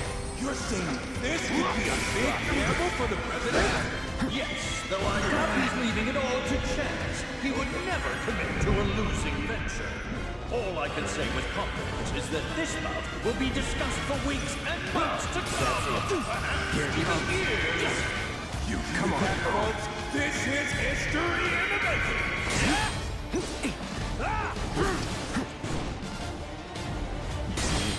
Where were we? Gotcha. Try this. You're the president What a of dead shit. Meet Kamari, my new gift to myself. Scary. Oh, please. Don't act like you're not impressed. Okay.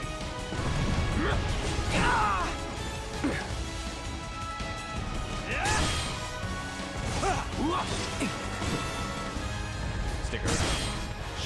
Sorry. Shit. Cloud's doing his best, but his best just isn't good enough. I'm not sure he's gonna be walking away from this one now.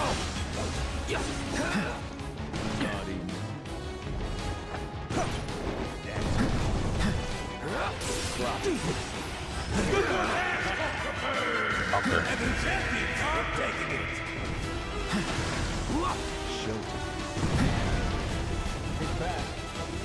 Stick around. It's on now. Yeah, I thought I had Prime mode already going, but I guess not. Stick around. See that, folks? That substitute Rufus has got Cloud right where he wants us. And the Merc make it look like the new class knows how to dish out the punishment.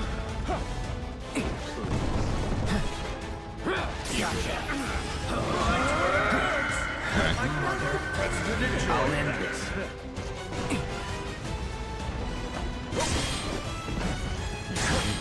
Okay. Ah! That's it. And Rufus is forced to eat. Felt that one. That was a grave misjudgment on the executive's part, folks. You'll like wasting any time at all!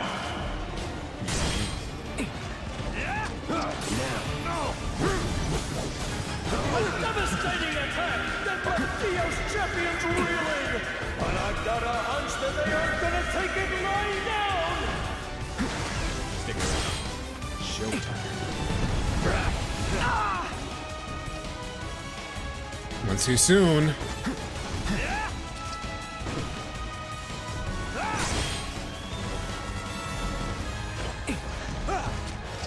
That's it. Things are looking a bit grim for the president.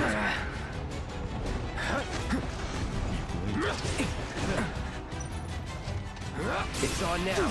There's no love Okay. lost between Cloud and his former employer, folks.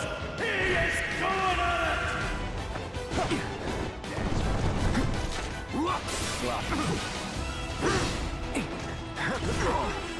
Okay. Showtime. Stick around. You'll like it. It's on now. Looking hard after that one. Oh, come the fuck on. That's it.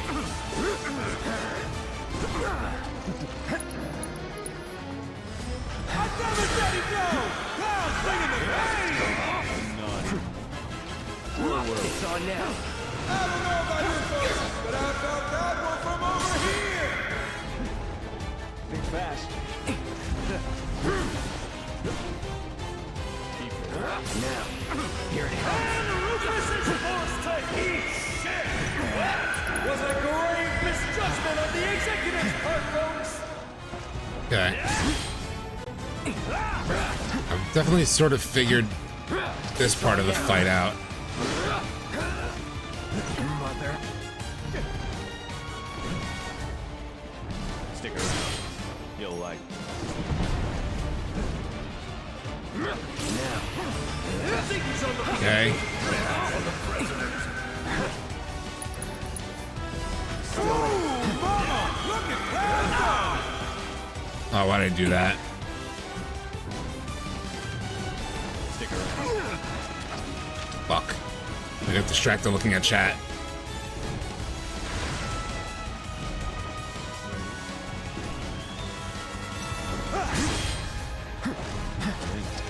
That's it. Here it comes. No love lost between Cloud and his former You know, stagger.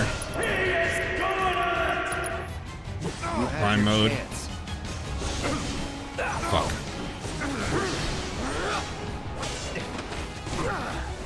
Fuck.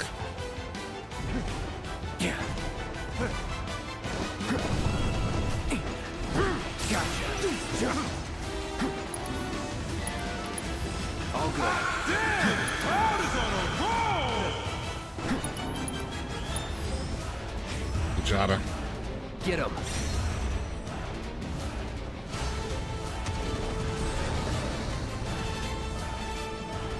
Summon up some courage, because we've got a legendary summon on the battlefield! Stick around. That's it.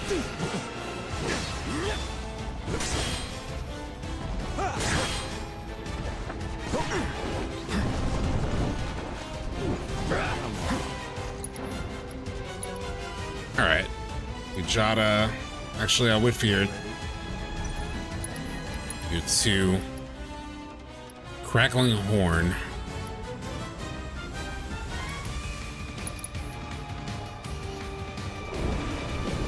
Cloud is up!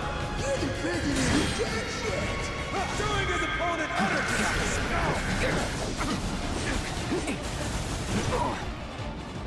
Okay.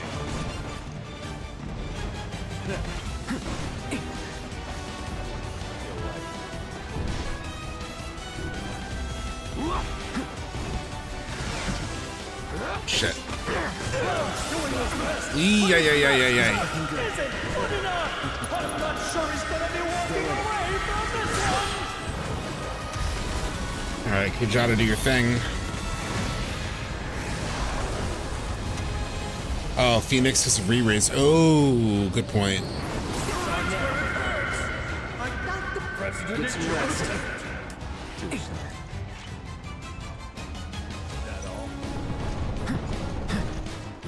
Now, try this. No love lost between Cloud and his former employer, folks. He is going up. It's on now.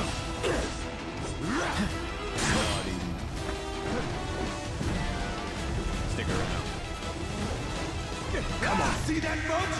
That SubTXT Rufus has got Cloud right where we want him. Can the Merc make a comeback? Or is it too late? Okay. That's it. You're the president of jack shit. Okay. Showing his opponent utter disrespect. Now. Oh! Guess that soldier never learned how to dodge. Stick around.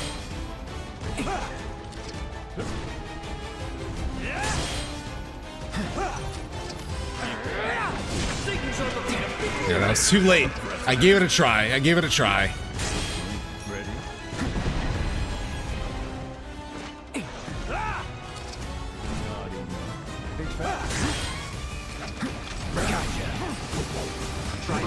Doing his best, but Walker. his just isn't good enough. I'm not sure he's gonna be walking away from this one.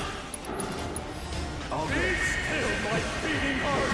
This soldier's got style to spare.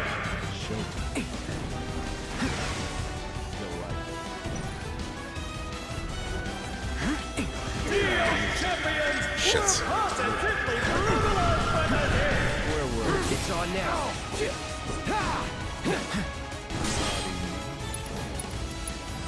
Can you feel that? Cloud is landing some real earthshakers today.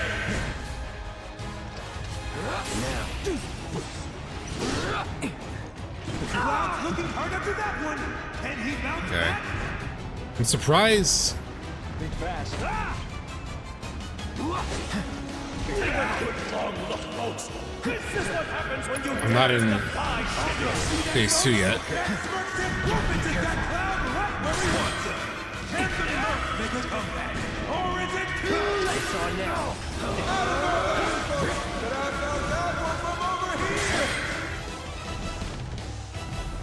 Come on.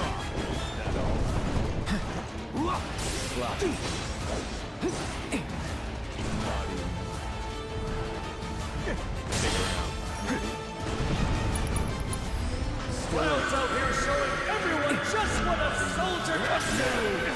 Try this. And Rufus is forced to Almost. Assume almost at phase 2. judgment on the executive's part, folks. You probably see it's at 50% health. Like exactly almost. It's on now. Cocky, isn't Okay. Phase 2. Hirago plus haste ASAP and before level 3 at phase 2. I just gotta get this off. Don't you think? You can't bite the hand that feeds. And yet here I do have Prime Mode activated. Really though, it's past time I So let's do Finishing Touch, Dark Star. And still no fight. Who let the dog out? The crowd is going absolutely wild as Darkstar makes his arena debut. With his faithful friends at his side, I'd say the president might still. Oh, I didn't stagger him. Fuck, I'm an idiot. Damn it, I didn't stagger him. I was so obsessed with... Oh, Jesus. So I can't counter that. Just You can feel that? Cloud is landing some real earthshakers today. Won't last long.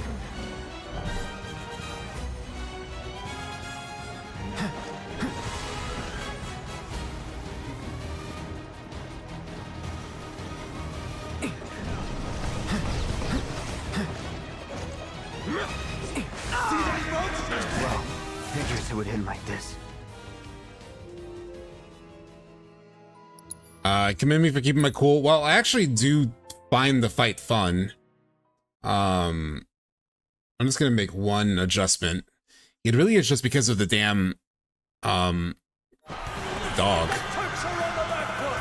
Can they pull it together in time? We're just getting. All right, I need to run to the bathroom, and I'm gonna switch my stuff.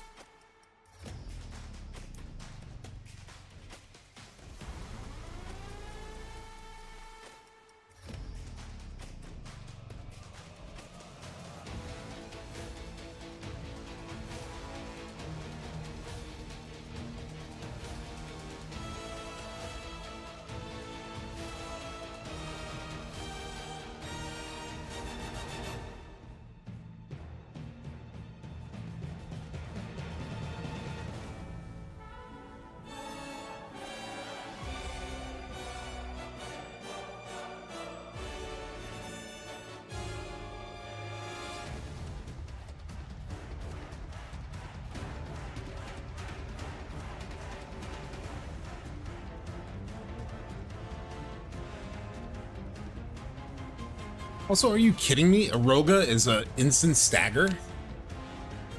I love how, like, that's not listed as a weakness. Oh, I have a wind. All right, so I can just use that then. Yeah, that's not... Oh, wait, hold on. Phoenix.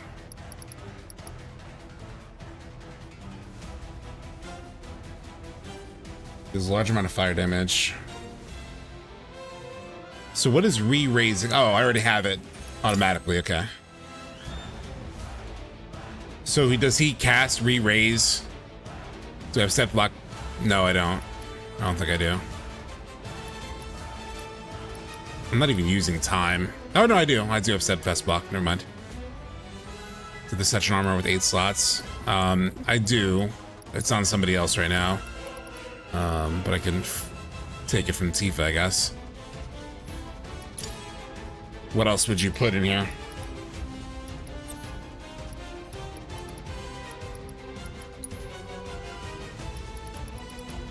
I definitely have plenty of slots.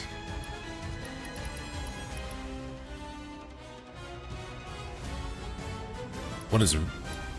Oh, the actual sword rune blade. Re-raise the Phoenix is not automatically casted. It costs 2 ATB. Okay. I don't know. What else did you guys suggest in here? Swift cast? What is Swift cast? I don't think I've ever seen Swift cast.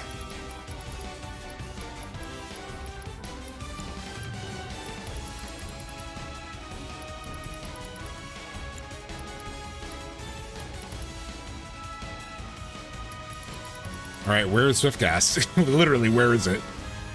Is it a blue? Is it a yellow? I may not have it. I understand the concept of it. I'm just like, where is it? I might not have it.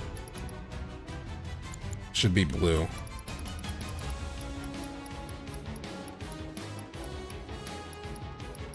Yeah, I have no memory of... Is the materia itself called... Yeah, I don't have it. I don't even know where you get that. Yeah, I don't have it.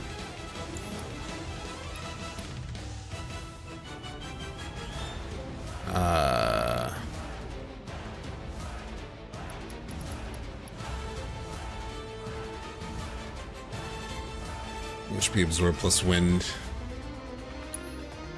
It's not too bad, actually. I feel like I'm not doing much with the elemental anyway. So I might as well do HP absorb. Where do you get Swiftcast? I would love it.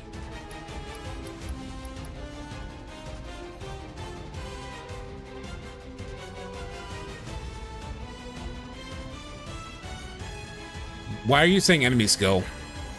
What enemy skill was good for him? Oh, you buy it from Chadley? Oh, okay. But what's the enemy skill that you're telling me to put enemy skill on?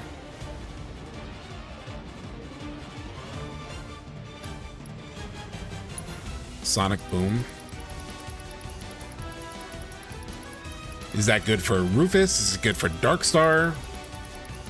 Like, what am I having that in mind for?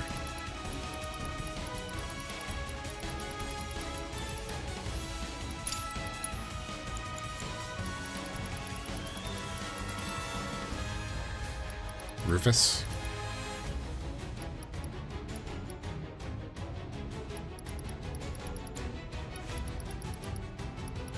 Allows you to pressure him easily? Is there like a good time to use it? Is it when he's like reloading or?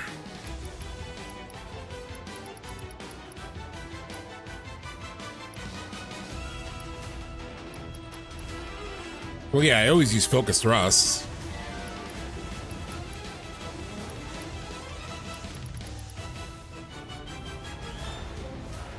I hate cheating the perfect parry.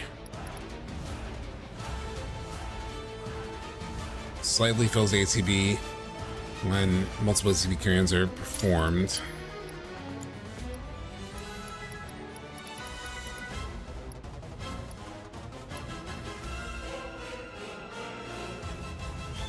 Slightly fills teammates ATB gauges when ATB commands are used back to back. Well, it's not that helpful. So use it at the beginning of the fight. I should put first strike on because I realize I don't even have that.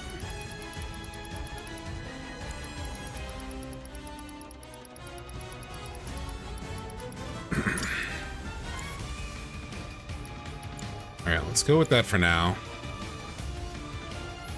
Oh god, I can't even save. So I gotta remember all those. If I die again, I need to remember this whole setup. Wind, HP absorb. Hold on. I'll just write it down, because I'm not gonna remember.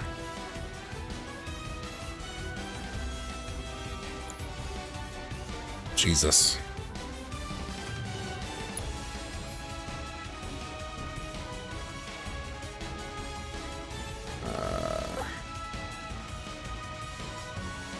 Winds plus HP absorb.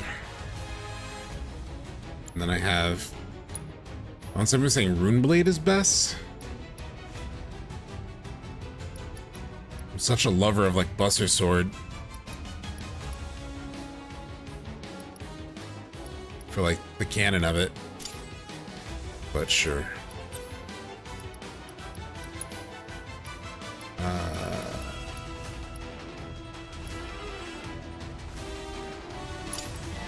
That's nice.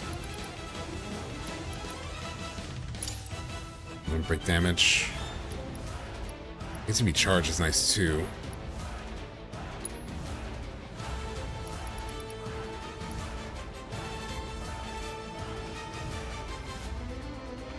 Would you guys take magic power plus 20 or ATB charge rate up? Healing. Vitality up. ATB stagger. ATB boost. Steadfast, I already know. Steadfast. Chakra.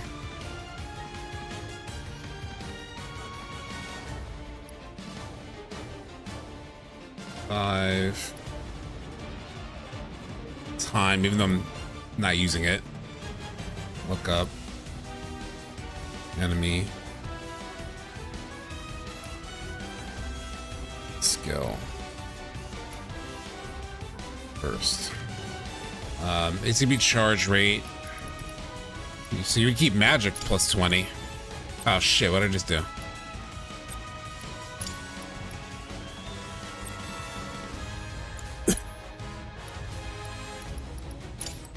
ATB charge. Full power magic.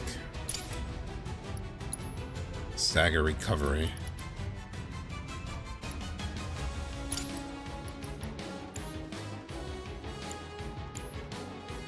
Alright. It's down here.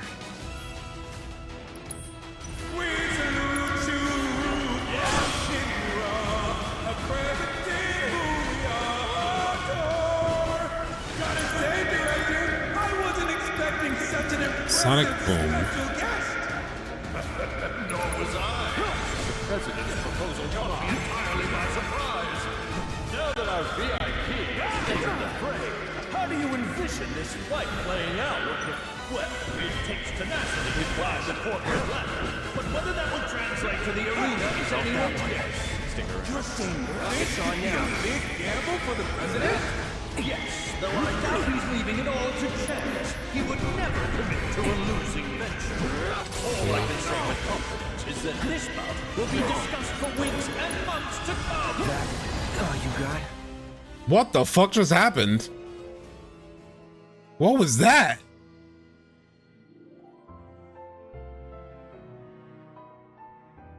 I just went to chakra and I exploded.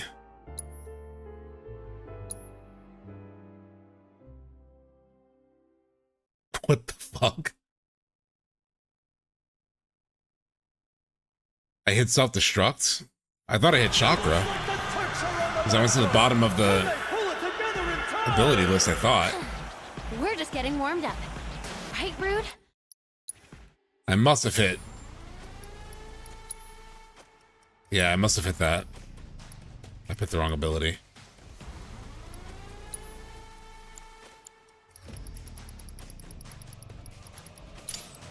That was a really funny way to die. Needs to be stagger, needs to be boost. Oh, I gotta change.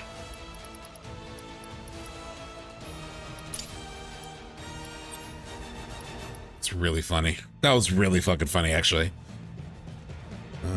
Steadfast, chakra revival. One, walk up. Enemy skill. Good. I always forget what all these are. Like, enemy skill, there we go. Skill master, I think.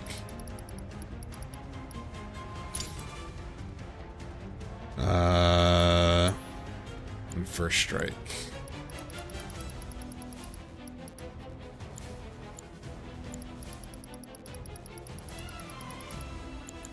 Where's first strike?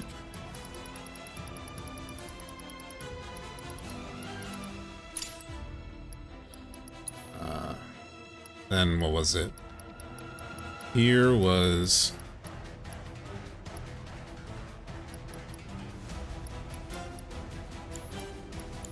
oh, different weapon. I was like, these are not the right. Blade.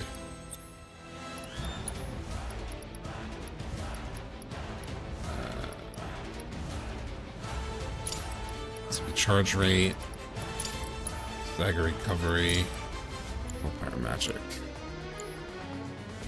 That was really funny.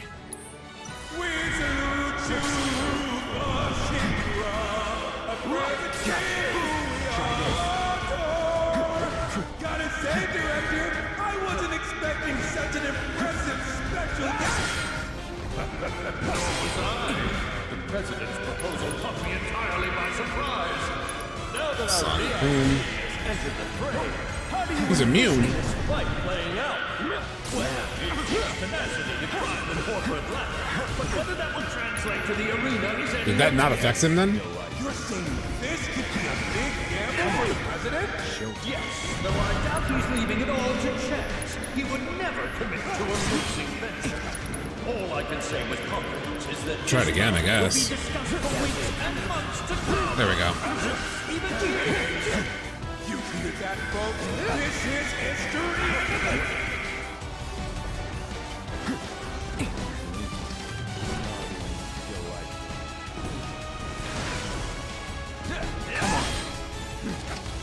Gotcha. You're the president of jack shit. Showing his opponent utter disrespect.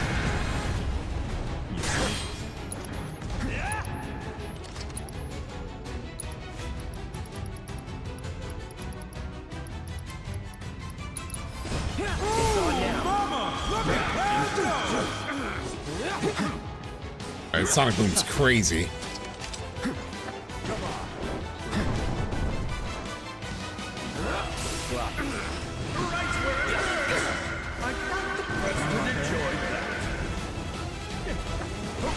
Doing his best, but his best just isn't good enough. I'm not sure he's gonna be walking away from this one.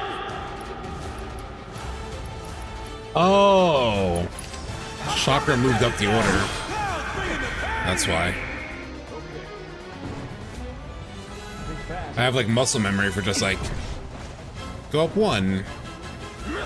That's it. Things are looking a bit grim for the President.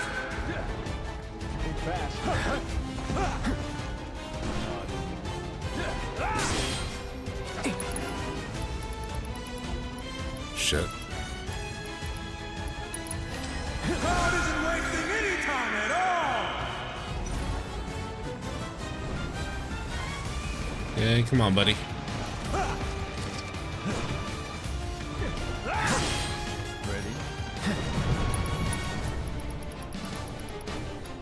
Hit him with that shit again.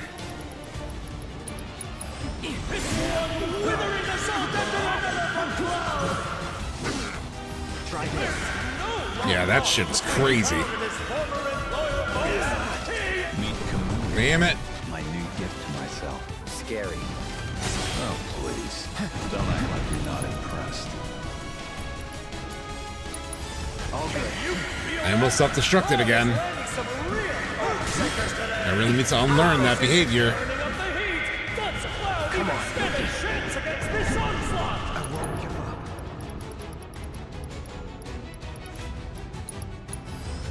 It's on here showing everyone just what Cloud's doing is best, but his best just isn't good enough. I'm not sure he's gonna That's be a cure. away from this. Cloud was nearly done for, but he's back in the fight now and ready to take his vengeance. That's it.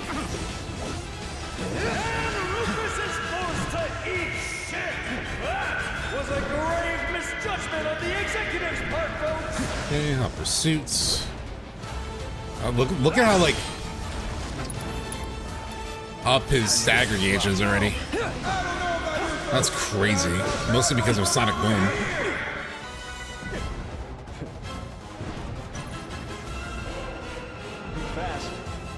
Bravery and faith are busted.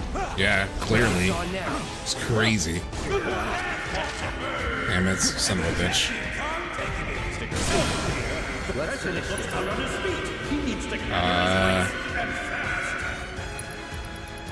Prime mode. You ready?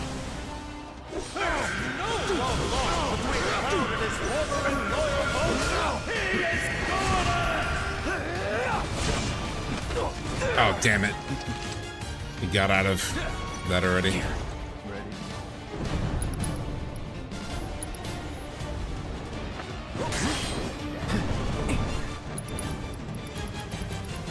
Sonic Boom. It really, like, stuns him significantly. Damn it.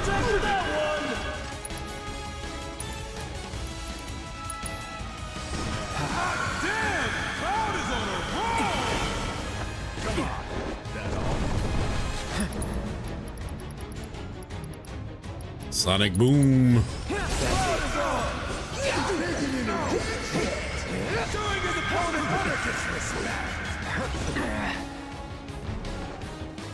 Wow, the Sonic Boom is such a game changer for this first half of the fight, because it was like, it was so painful to get any kind of like real progress on a stagger bar.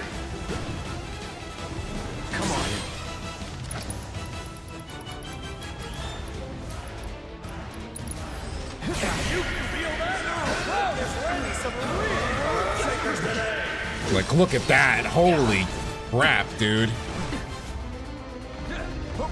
It's such a ridiculous difference.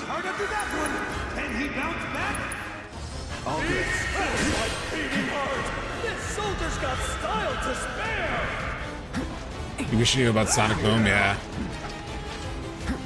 'Cause that is busted.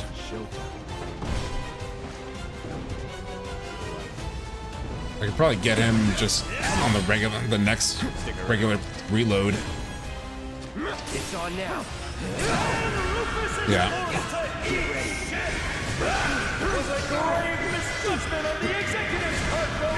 Okay, he's definitely like gonna be halfway. Oh shit, I'm an idiot. Oh, that's it, the damage, okay. Guy would be proud. Yeah, Sonic Boom, right? Sonic Boom! Okay. This is fun. You can't bite the hand that feeds. And yet here you are. Really though, it's past time I muzzle. Alright, finishing touch. Dark Star, please. And still no bite.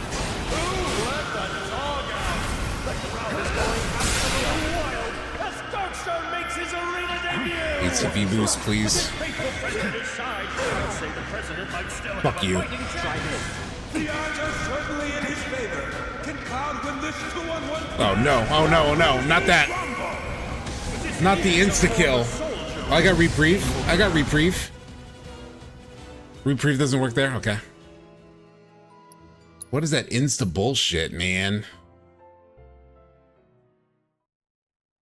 I gotta reset it up again. It's so annoying. You can't save in between the fights. You can go to the menu, you can't save. Interface you Oroga, okay. God, I gotta change the shit again.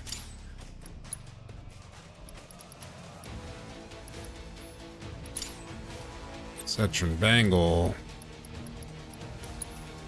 Okay. Oh yeah, that's right. Winds. HP absorb.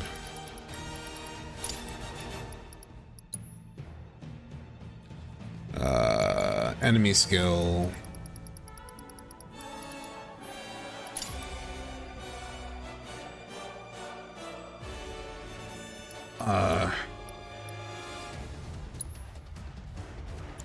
Skill master.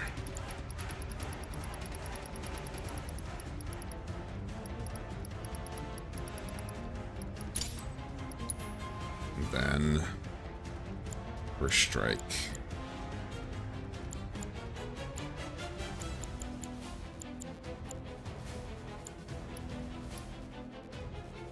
Maybe not first strike.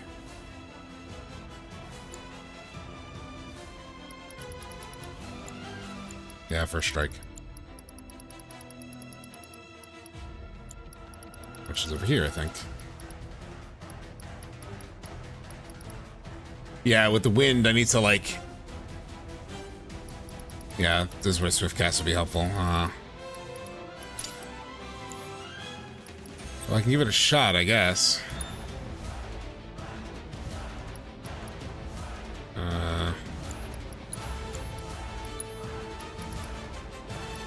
Do full power damage, full power magic, stagger recovery. Needs to be charge rate. We'll go fuck them both up. Well, hopefully I don't have to do that again.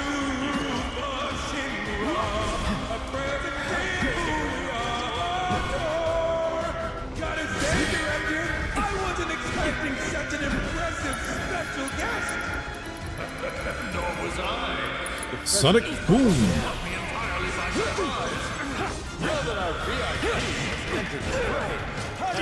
Alright, a little too long. Well, it takes tenacity to climb the corporate ladder, but whether that would translate to the arena is anyone's guess. You're saying this could be a big gamble for the president? Yes, though I doubt he's leaving it all to chance. He would never commit to a losing venture.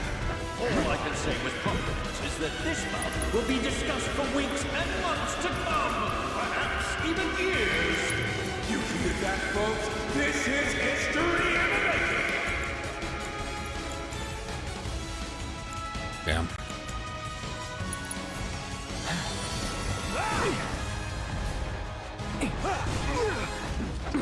Come the fuck on.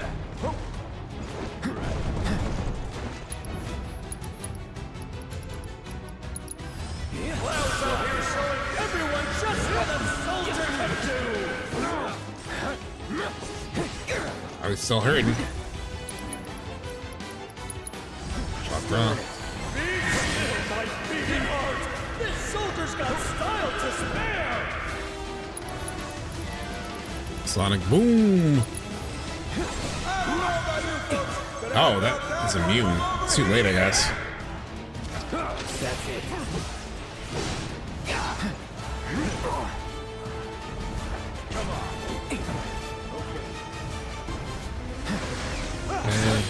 Keep it up. Sonic Boom! Try this. Oh yeah, super fast. Yeah, that's that crazy how that pressure bar goes up.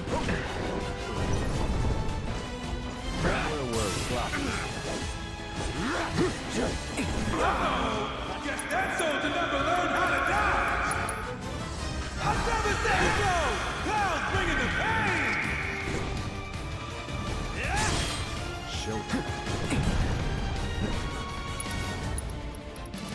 Sonic boom.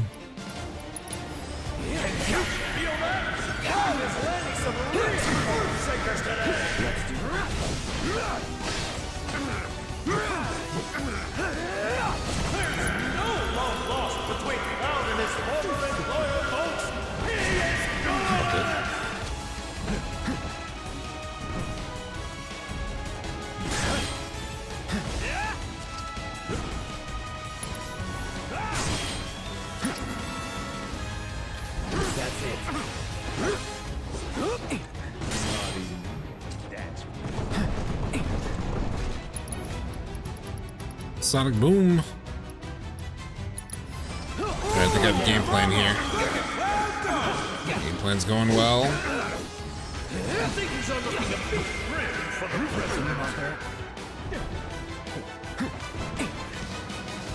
Alright, Kadaj in my ear.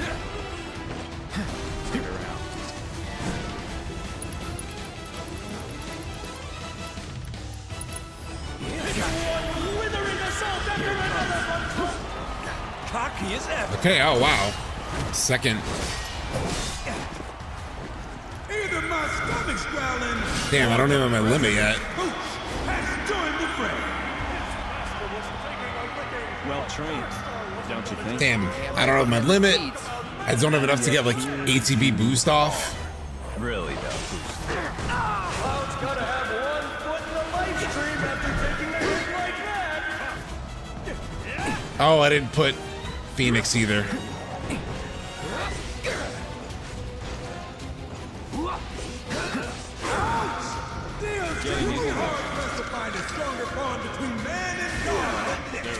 Come the fuck on. But his best shot isn't good enough. I'm not sure he's gonna be walking away from this one. I'm not gonna get this off, am I? Roar. Try this. Cloud isn't wasting any time at all. Oh, I hit Darkstar.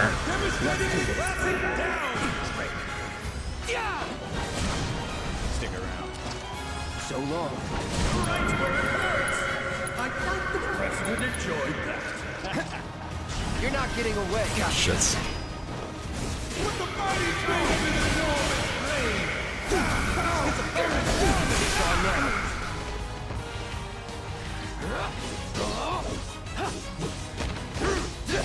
Come on, I need ATB so bad. Shit balls. No, you son of a bitch! No! Darkstar, you fucking die.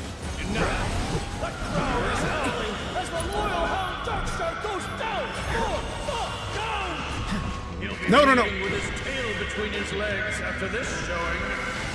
Okay, Darkstar's gone. And I have no doubt he'll be taking all that anger out on Cloud and sending him to the top. Just need to heal so bad. His best just isn't good enough. I'm not sure he's gonna be walking away from this one. Let's try that again. Okay, okay, okay. We're in business, we're in business, we're in business.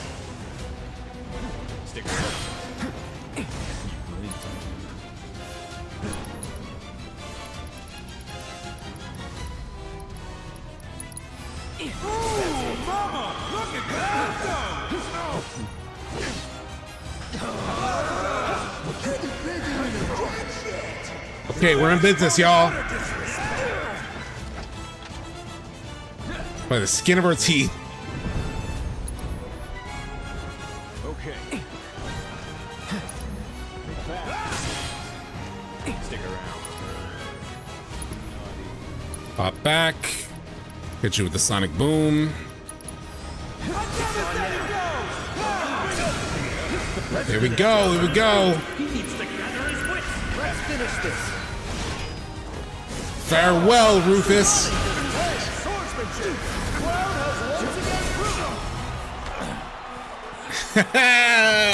Mr. President. Thank you, chat. You'll never be a soldier. Definitely some very helpful tips. As like reluctant as my pride is, it is midnight.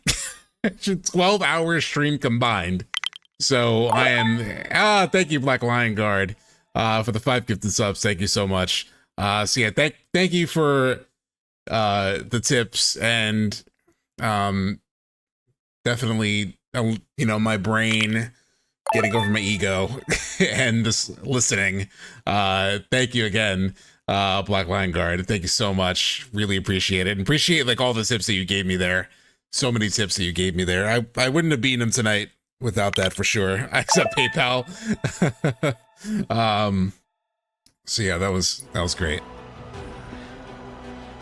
Enough of this farce.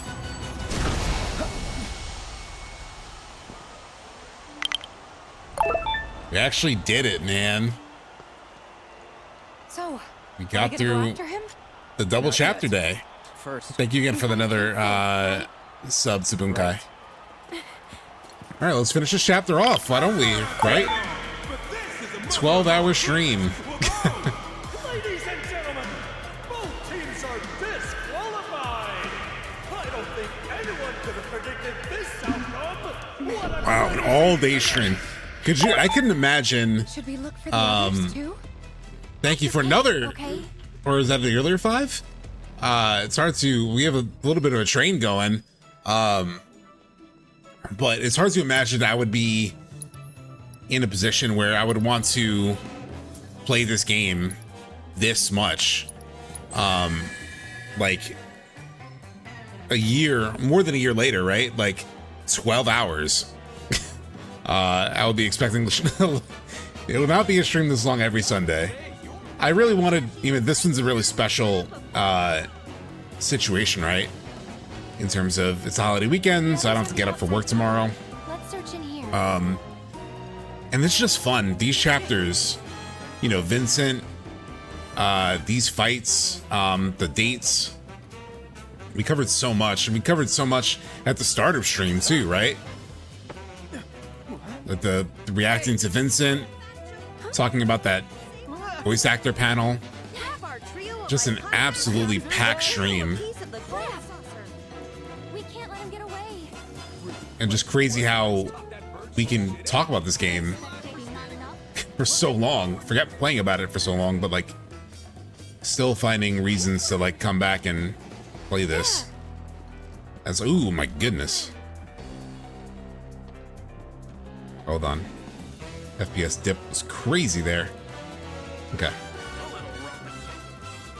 Just imagine this be for the final game. Oh my lord. I cannot imagine. I cannot wait though. You really need some more urgency, Cloud and crew. Like he's getting away and you guys are walking a little quickly, I guess. But y'all need to book it. You're always fun to engage with SubTXT. Thank you so much. It's definitely one thing where I didn't expect. Oh, a new cheer. Thank you, Lazy Black Dragon. I really didn't know what to expect from streaming, right? Like, I'm so used to like making videos, and I love making the videos that I make. Obviously, like the editing, I take a lot of pride in the editing of it. But I don't really know what to expect from streaming. And this game is a bit of a special situation, right? In terms of like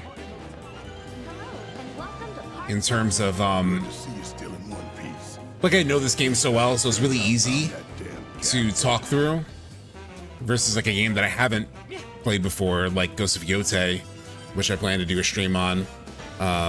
That'll be a different kind of experience, but hopefully it'll still just be as engaging. And obviously I'm gonna do plenty of FF7 still. But as I do other things, I hope it has the same entertainment value.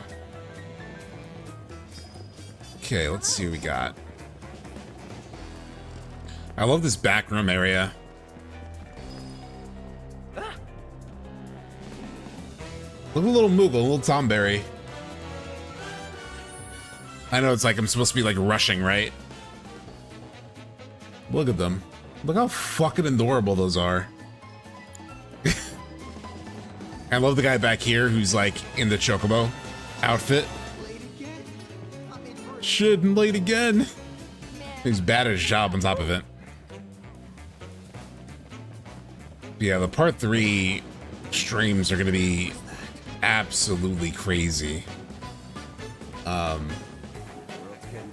still deciding what I'm gonna do with that. Like, even if I get a code, early, I'm like, do I play part of it? Do I play it before? And then do a stream where it's like deeper analysis rather than just first.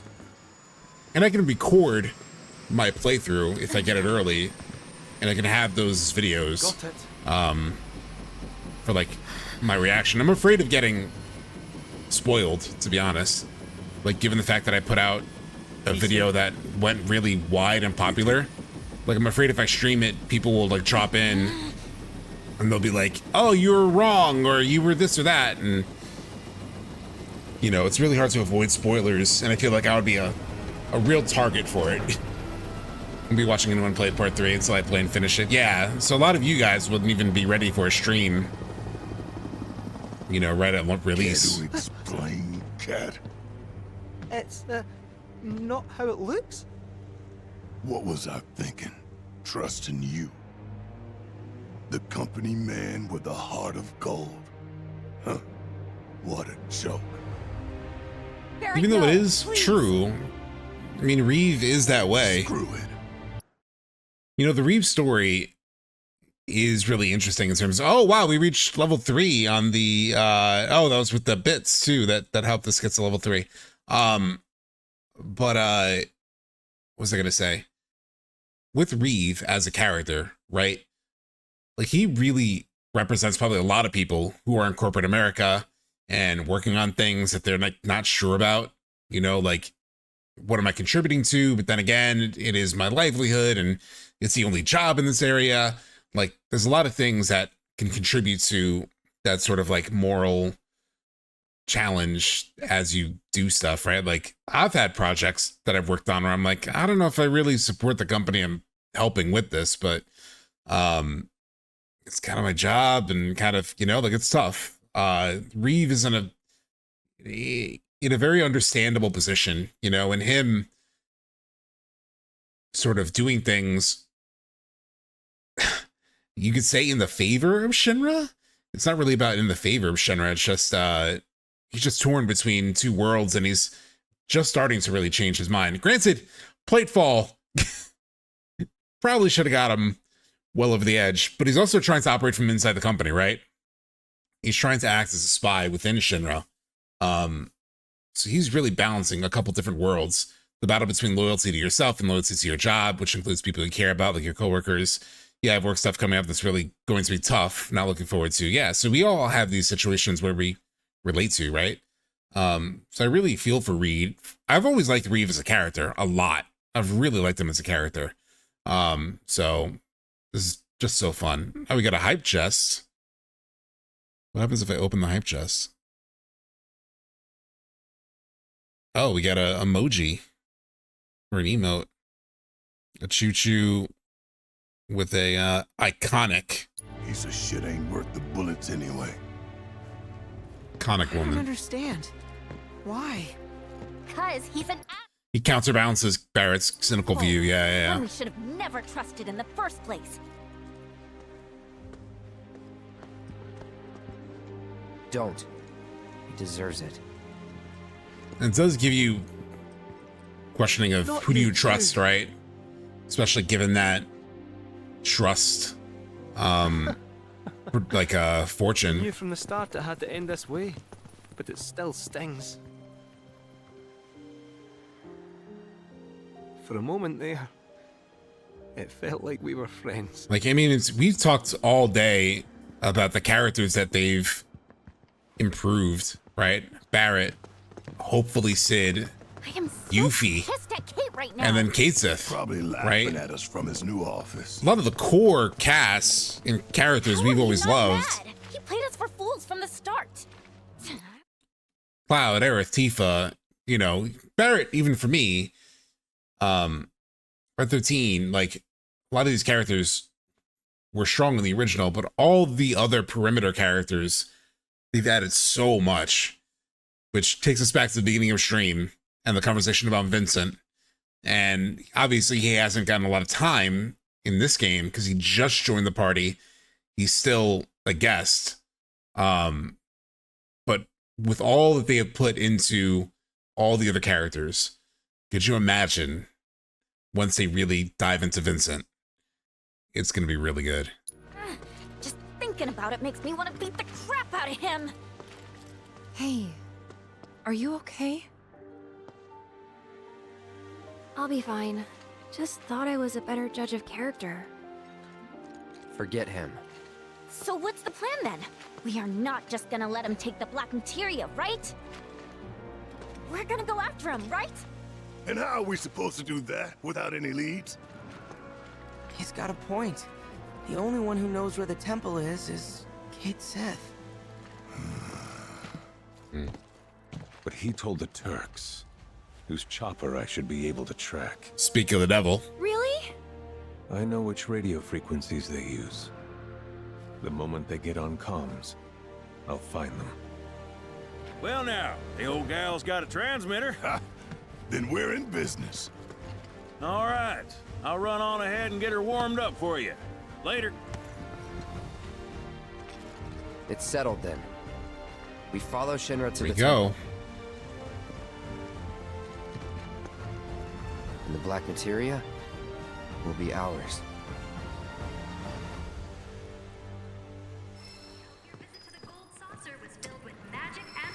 All right, chat. What do you think? Temple of the Ancients? Continue. I was kidding. What a stream. What a crazy stream. 12 hours. Yeah, that's literally, I never would have imagined doing a 12-hour stream. At least on like Rebirth, right? Like maybe part 3 I could see, let's push to the end kind of thing. What a great stream. Didn't feel like 12 hours. I'm shocked and amazed and humbled that so many of you stuck around for 12 hours. A lot of you did, which is just absolutely crazy. Let's just go into the just chatting real quick. So yeah, whew, hell of a stream. You needed a chill day, so it's nice, great. So this has been so much fun. Got to really dig into, I can't believe, I genuinely thought we weren't going to get through all those. I did not think we were going to get through all of those today. I hyped it up like we would, but I did not think we were going to. So yeah, that was a lot of fun. All right, so let's raid. I'm going to, I think I'm gonna raid Eyes on B. She's playing FF4, so it's a older game, but I've never been able to raid into her, so that'll be cool. So like I said, she's playing FF4. So Wednesday, there's a work thing happening Thursday, so hopefully it's not crazy, and Wednesday I'll be able to do the OG stream. Next Sunday, Temple of the Ancients. I have my first non-FF7 video going up this week. I'm aiming for Tuesday. It is going to be about Ghost of Yotei. It is like a little bit of a deeper dive into like what the potential like inspirations for Ghost of Yotei might be, looking at like samurai film and other things. It's like going to be on the unscripted channel, not on the main channel. But because at the unscripted channel, I want to have more types of content as well. Both will eventually over time, but so branching out, trying something different. So Tuesday will be 1 month away from the release date of Yotei, I think. So I'm trying to aim to drop it then. So yeah, so that should be fun. But thank you everyone: Bunkai, Lazy Black Dragon, Magic 8 Ball, Stepharoth, Zidane, Black Lion Guard, and both of you guys helped me so much with that fight. The Spartan, and I think I caught everyone that's currently in chat. Semiron was here at one point as well. I think I caught everyone. Oh yeah, Semiron called out the self-destruct. Yeah. It's been an honor. Thank you. Okay, so let me do the raid thingamabob. I got a stream manager, raid channel. Thank you all. This is incredibly fun. I knew this was gonna be a fun stream, like doing Vincent and Gold Saucer, but it's been even better than I expected. So starting the raid process here. We got to go to our end screen, right? Tifa, who we spent tonight with, our date for the evening. The beautiful Tifa. I just gotta let Hollow start. Every time it needs to let Hollow. There it is. So as you can see, this has not been updated since it's Sunday, August 3rd for next stream, but it'll be Wednesday. But yeah, so Wednesday, OG, unless I have to cancel. Sunday, Temple of the Ancients. Tuesday, look out for a new video. Sometime during the week, look out for a new FF7 video. And let's raid. Thank you. See you later.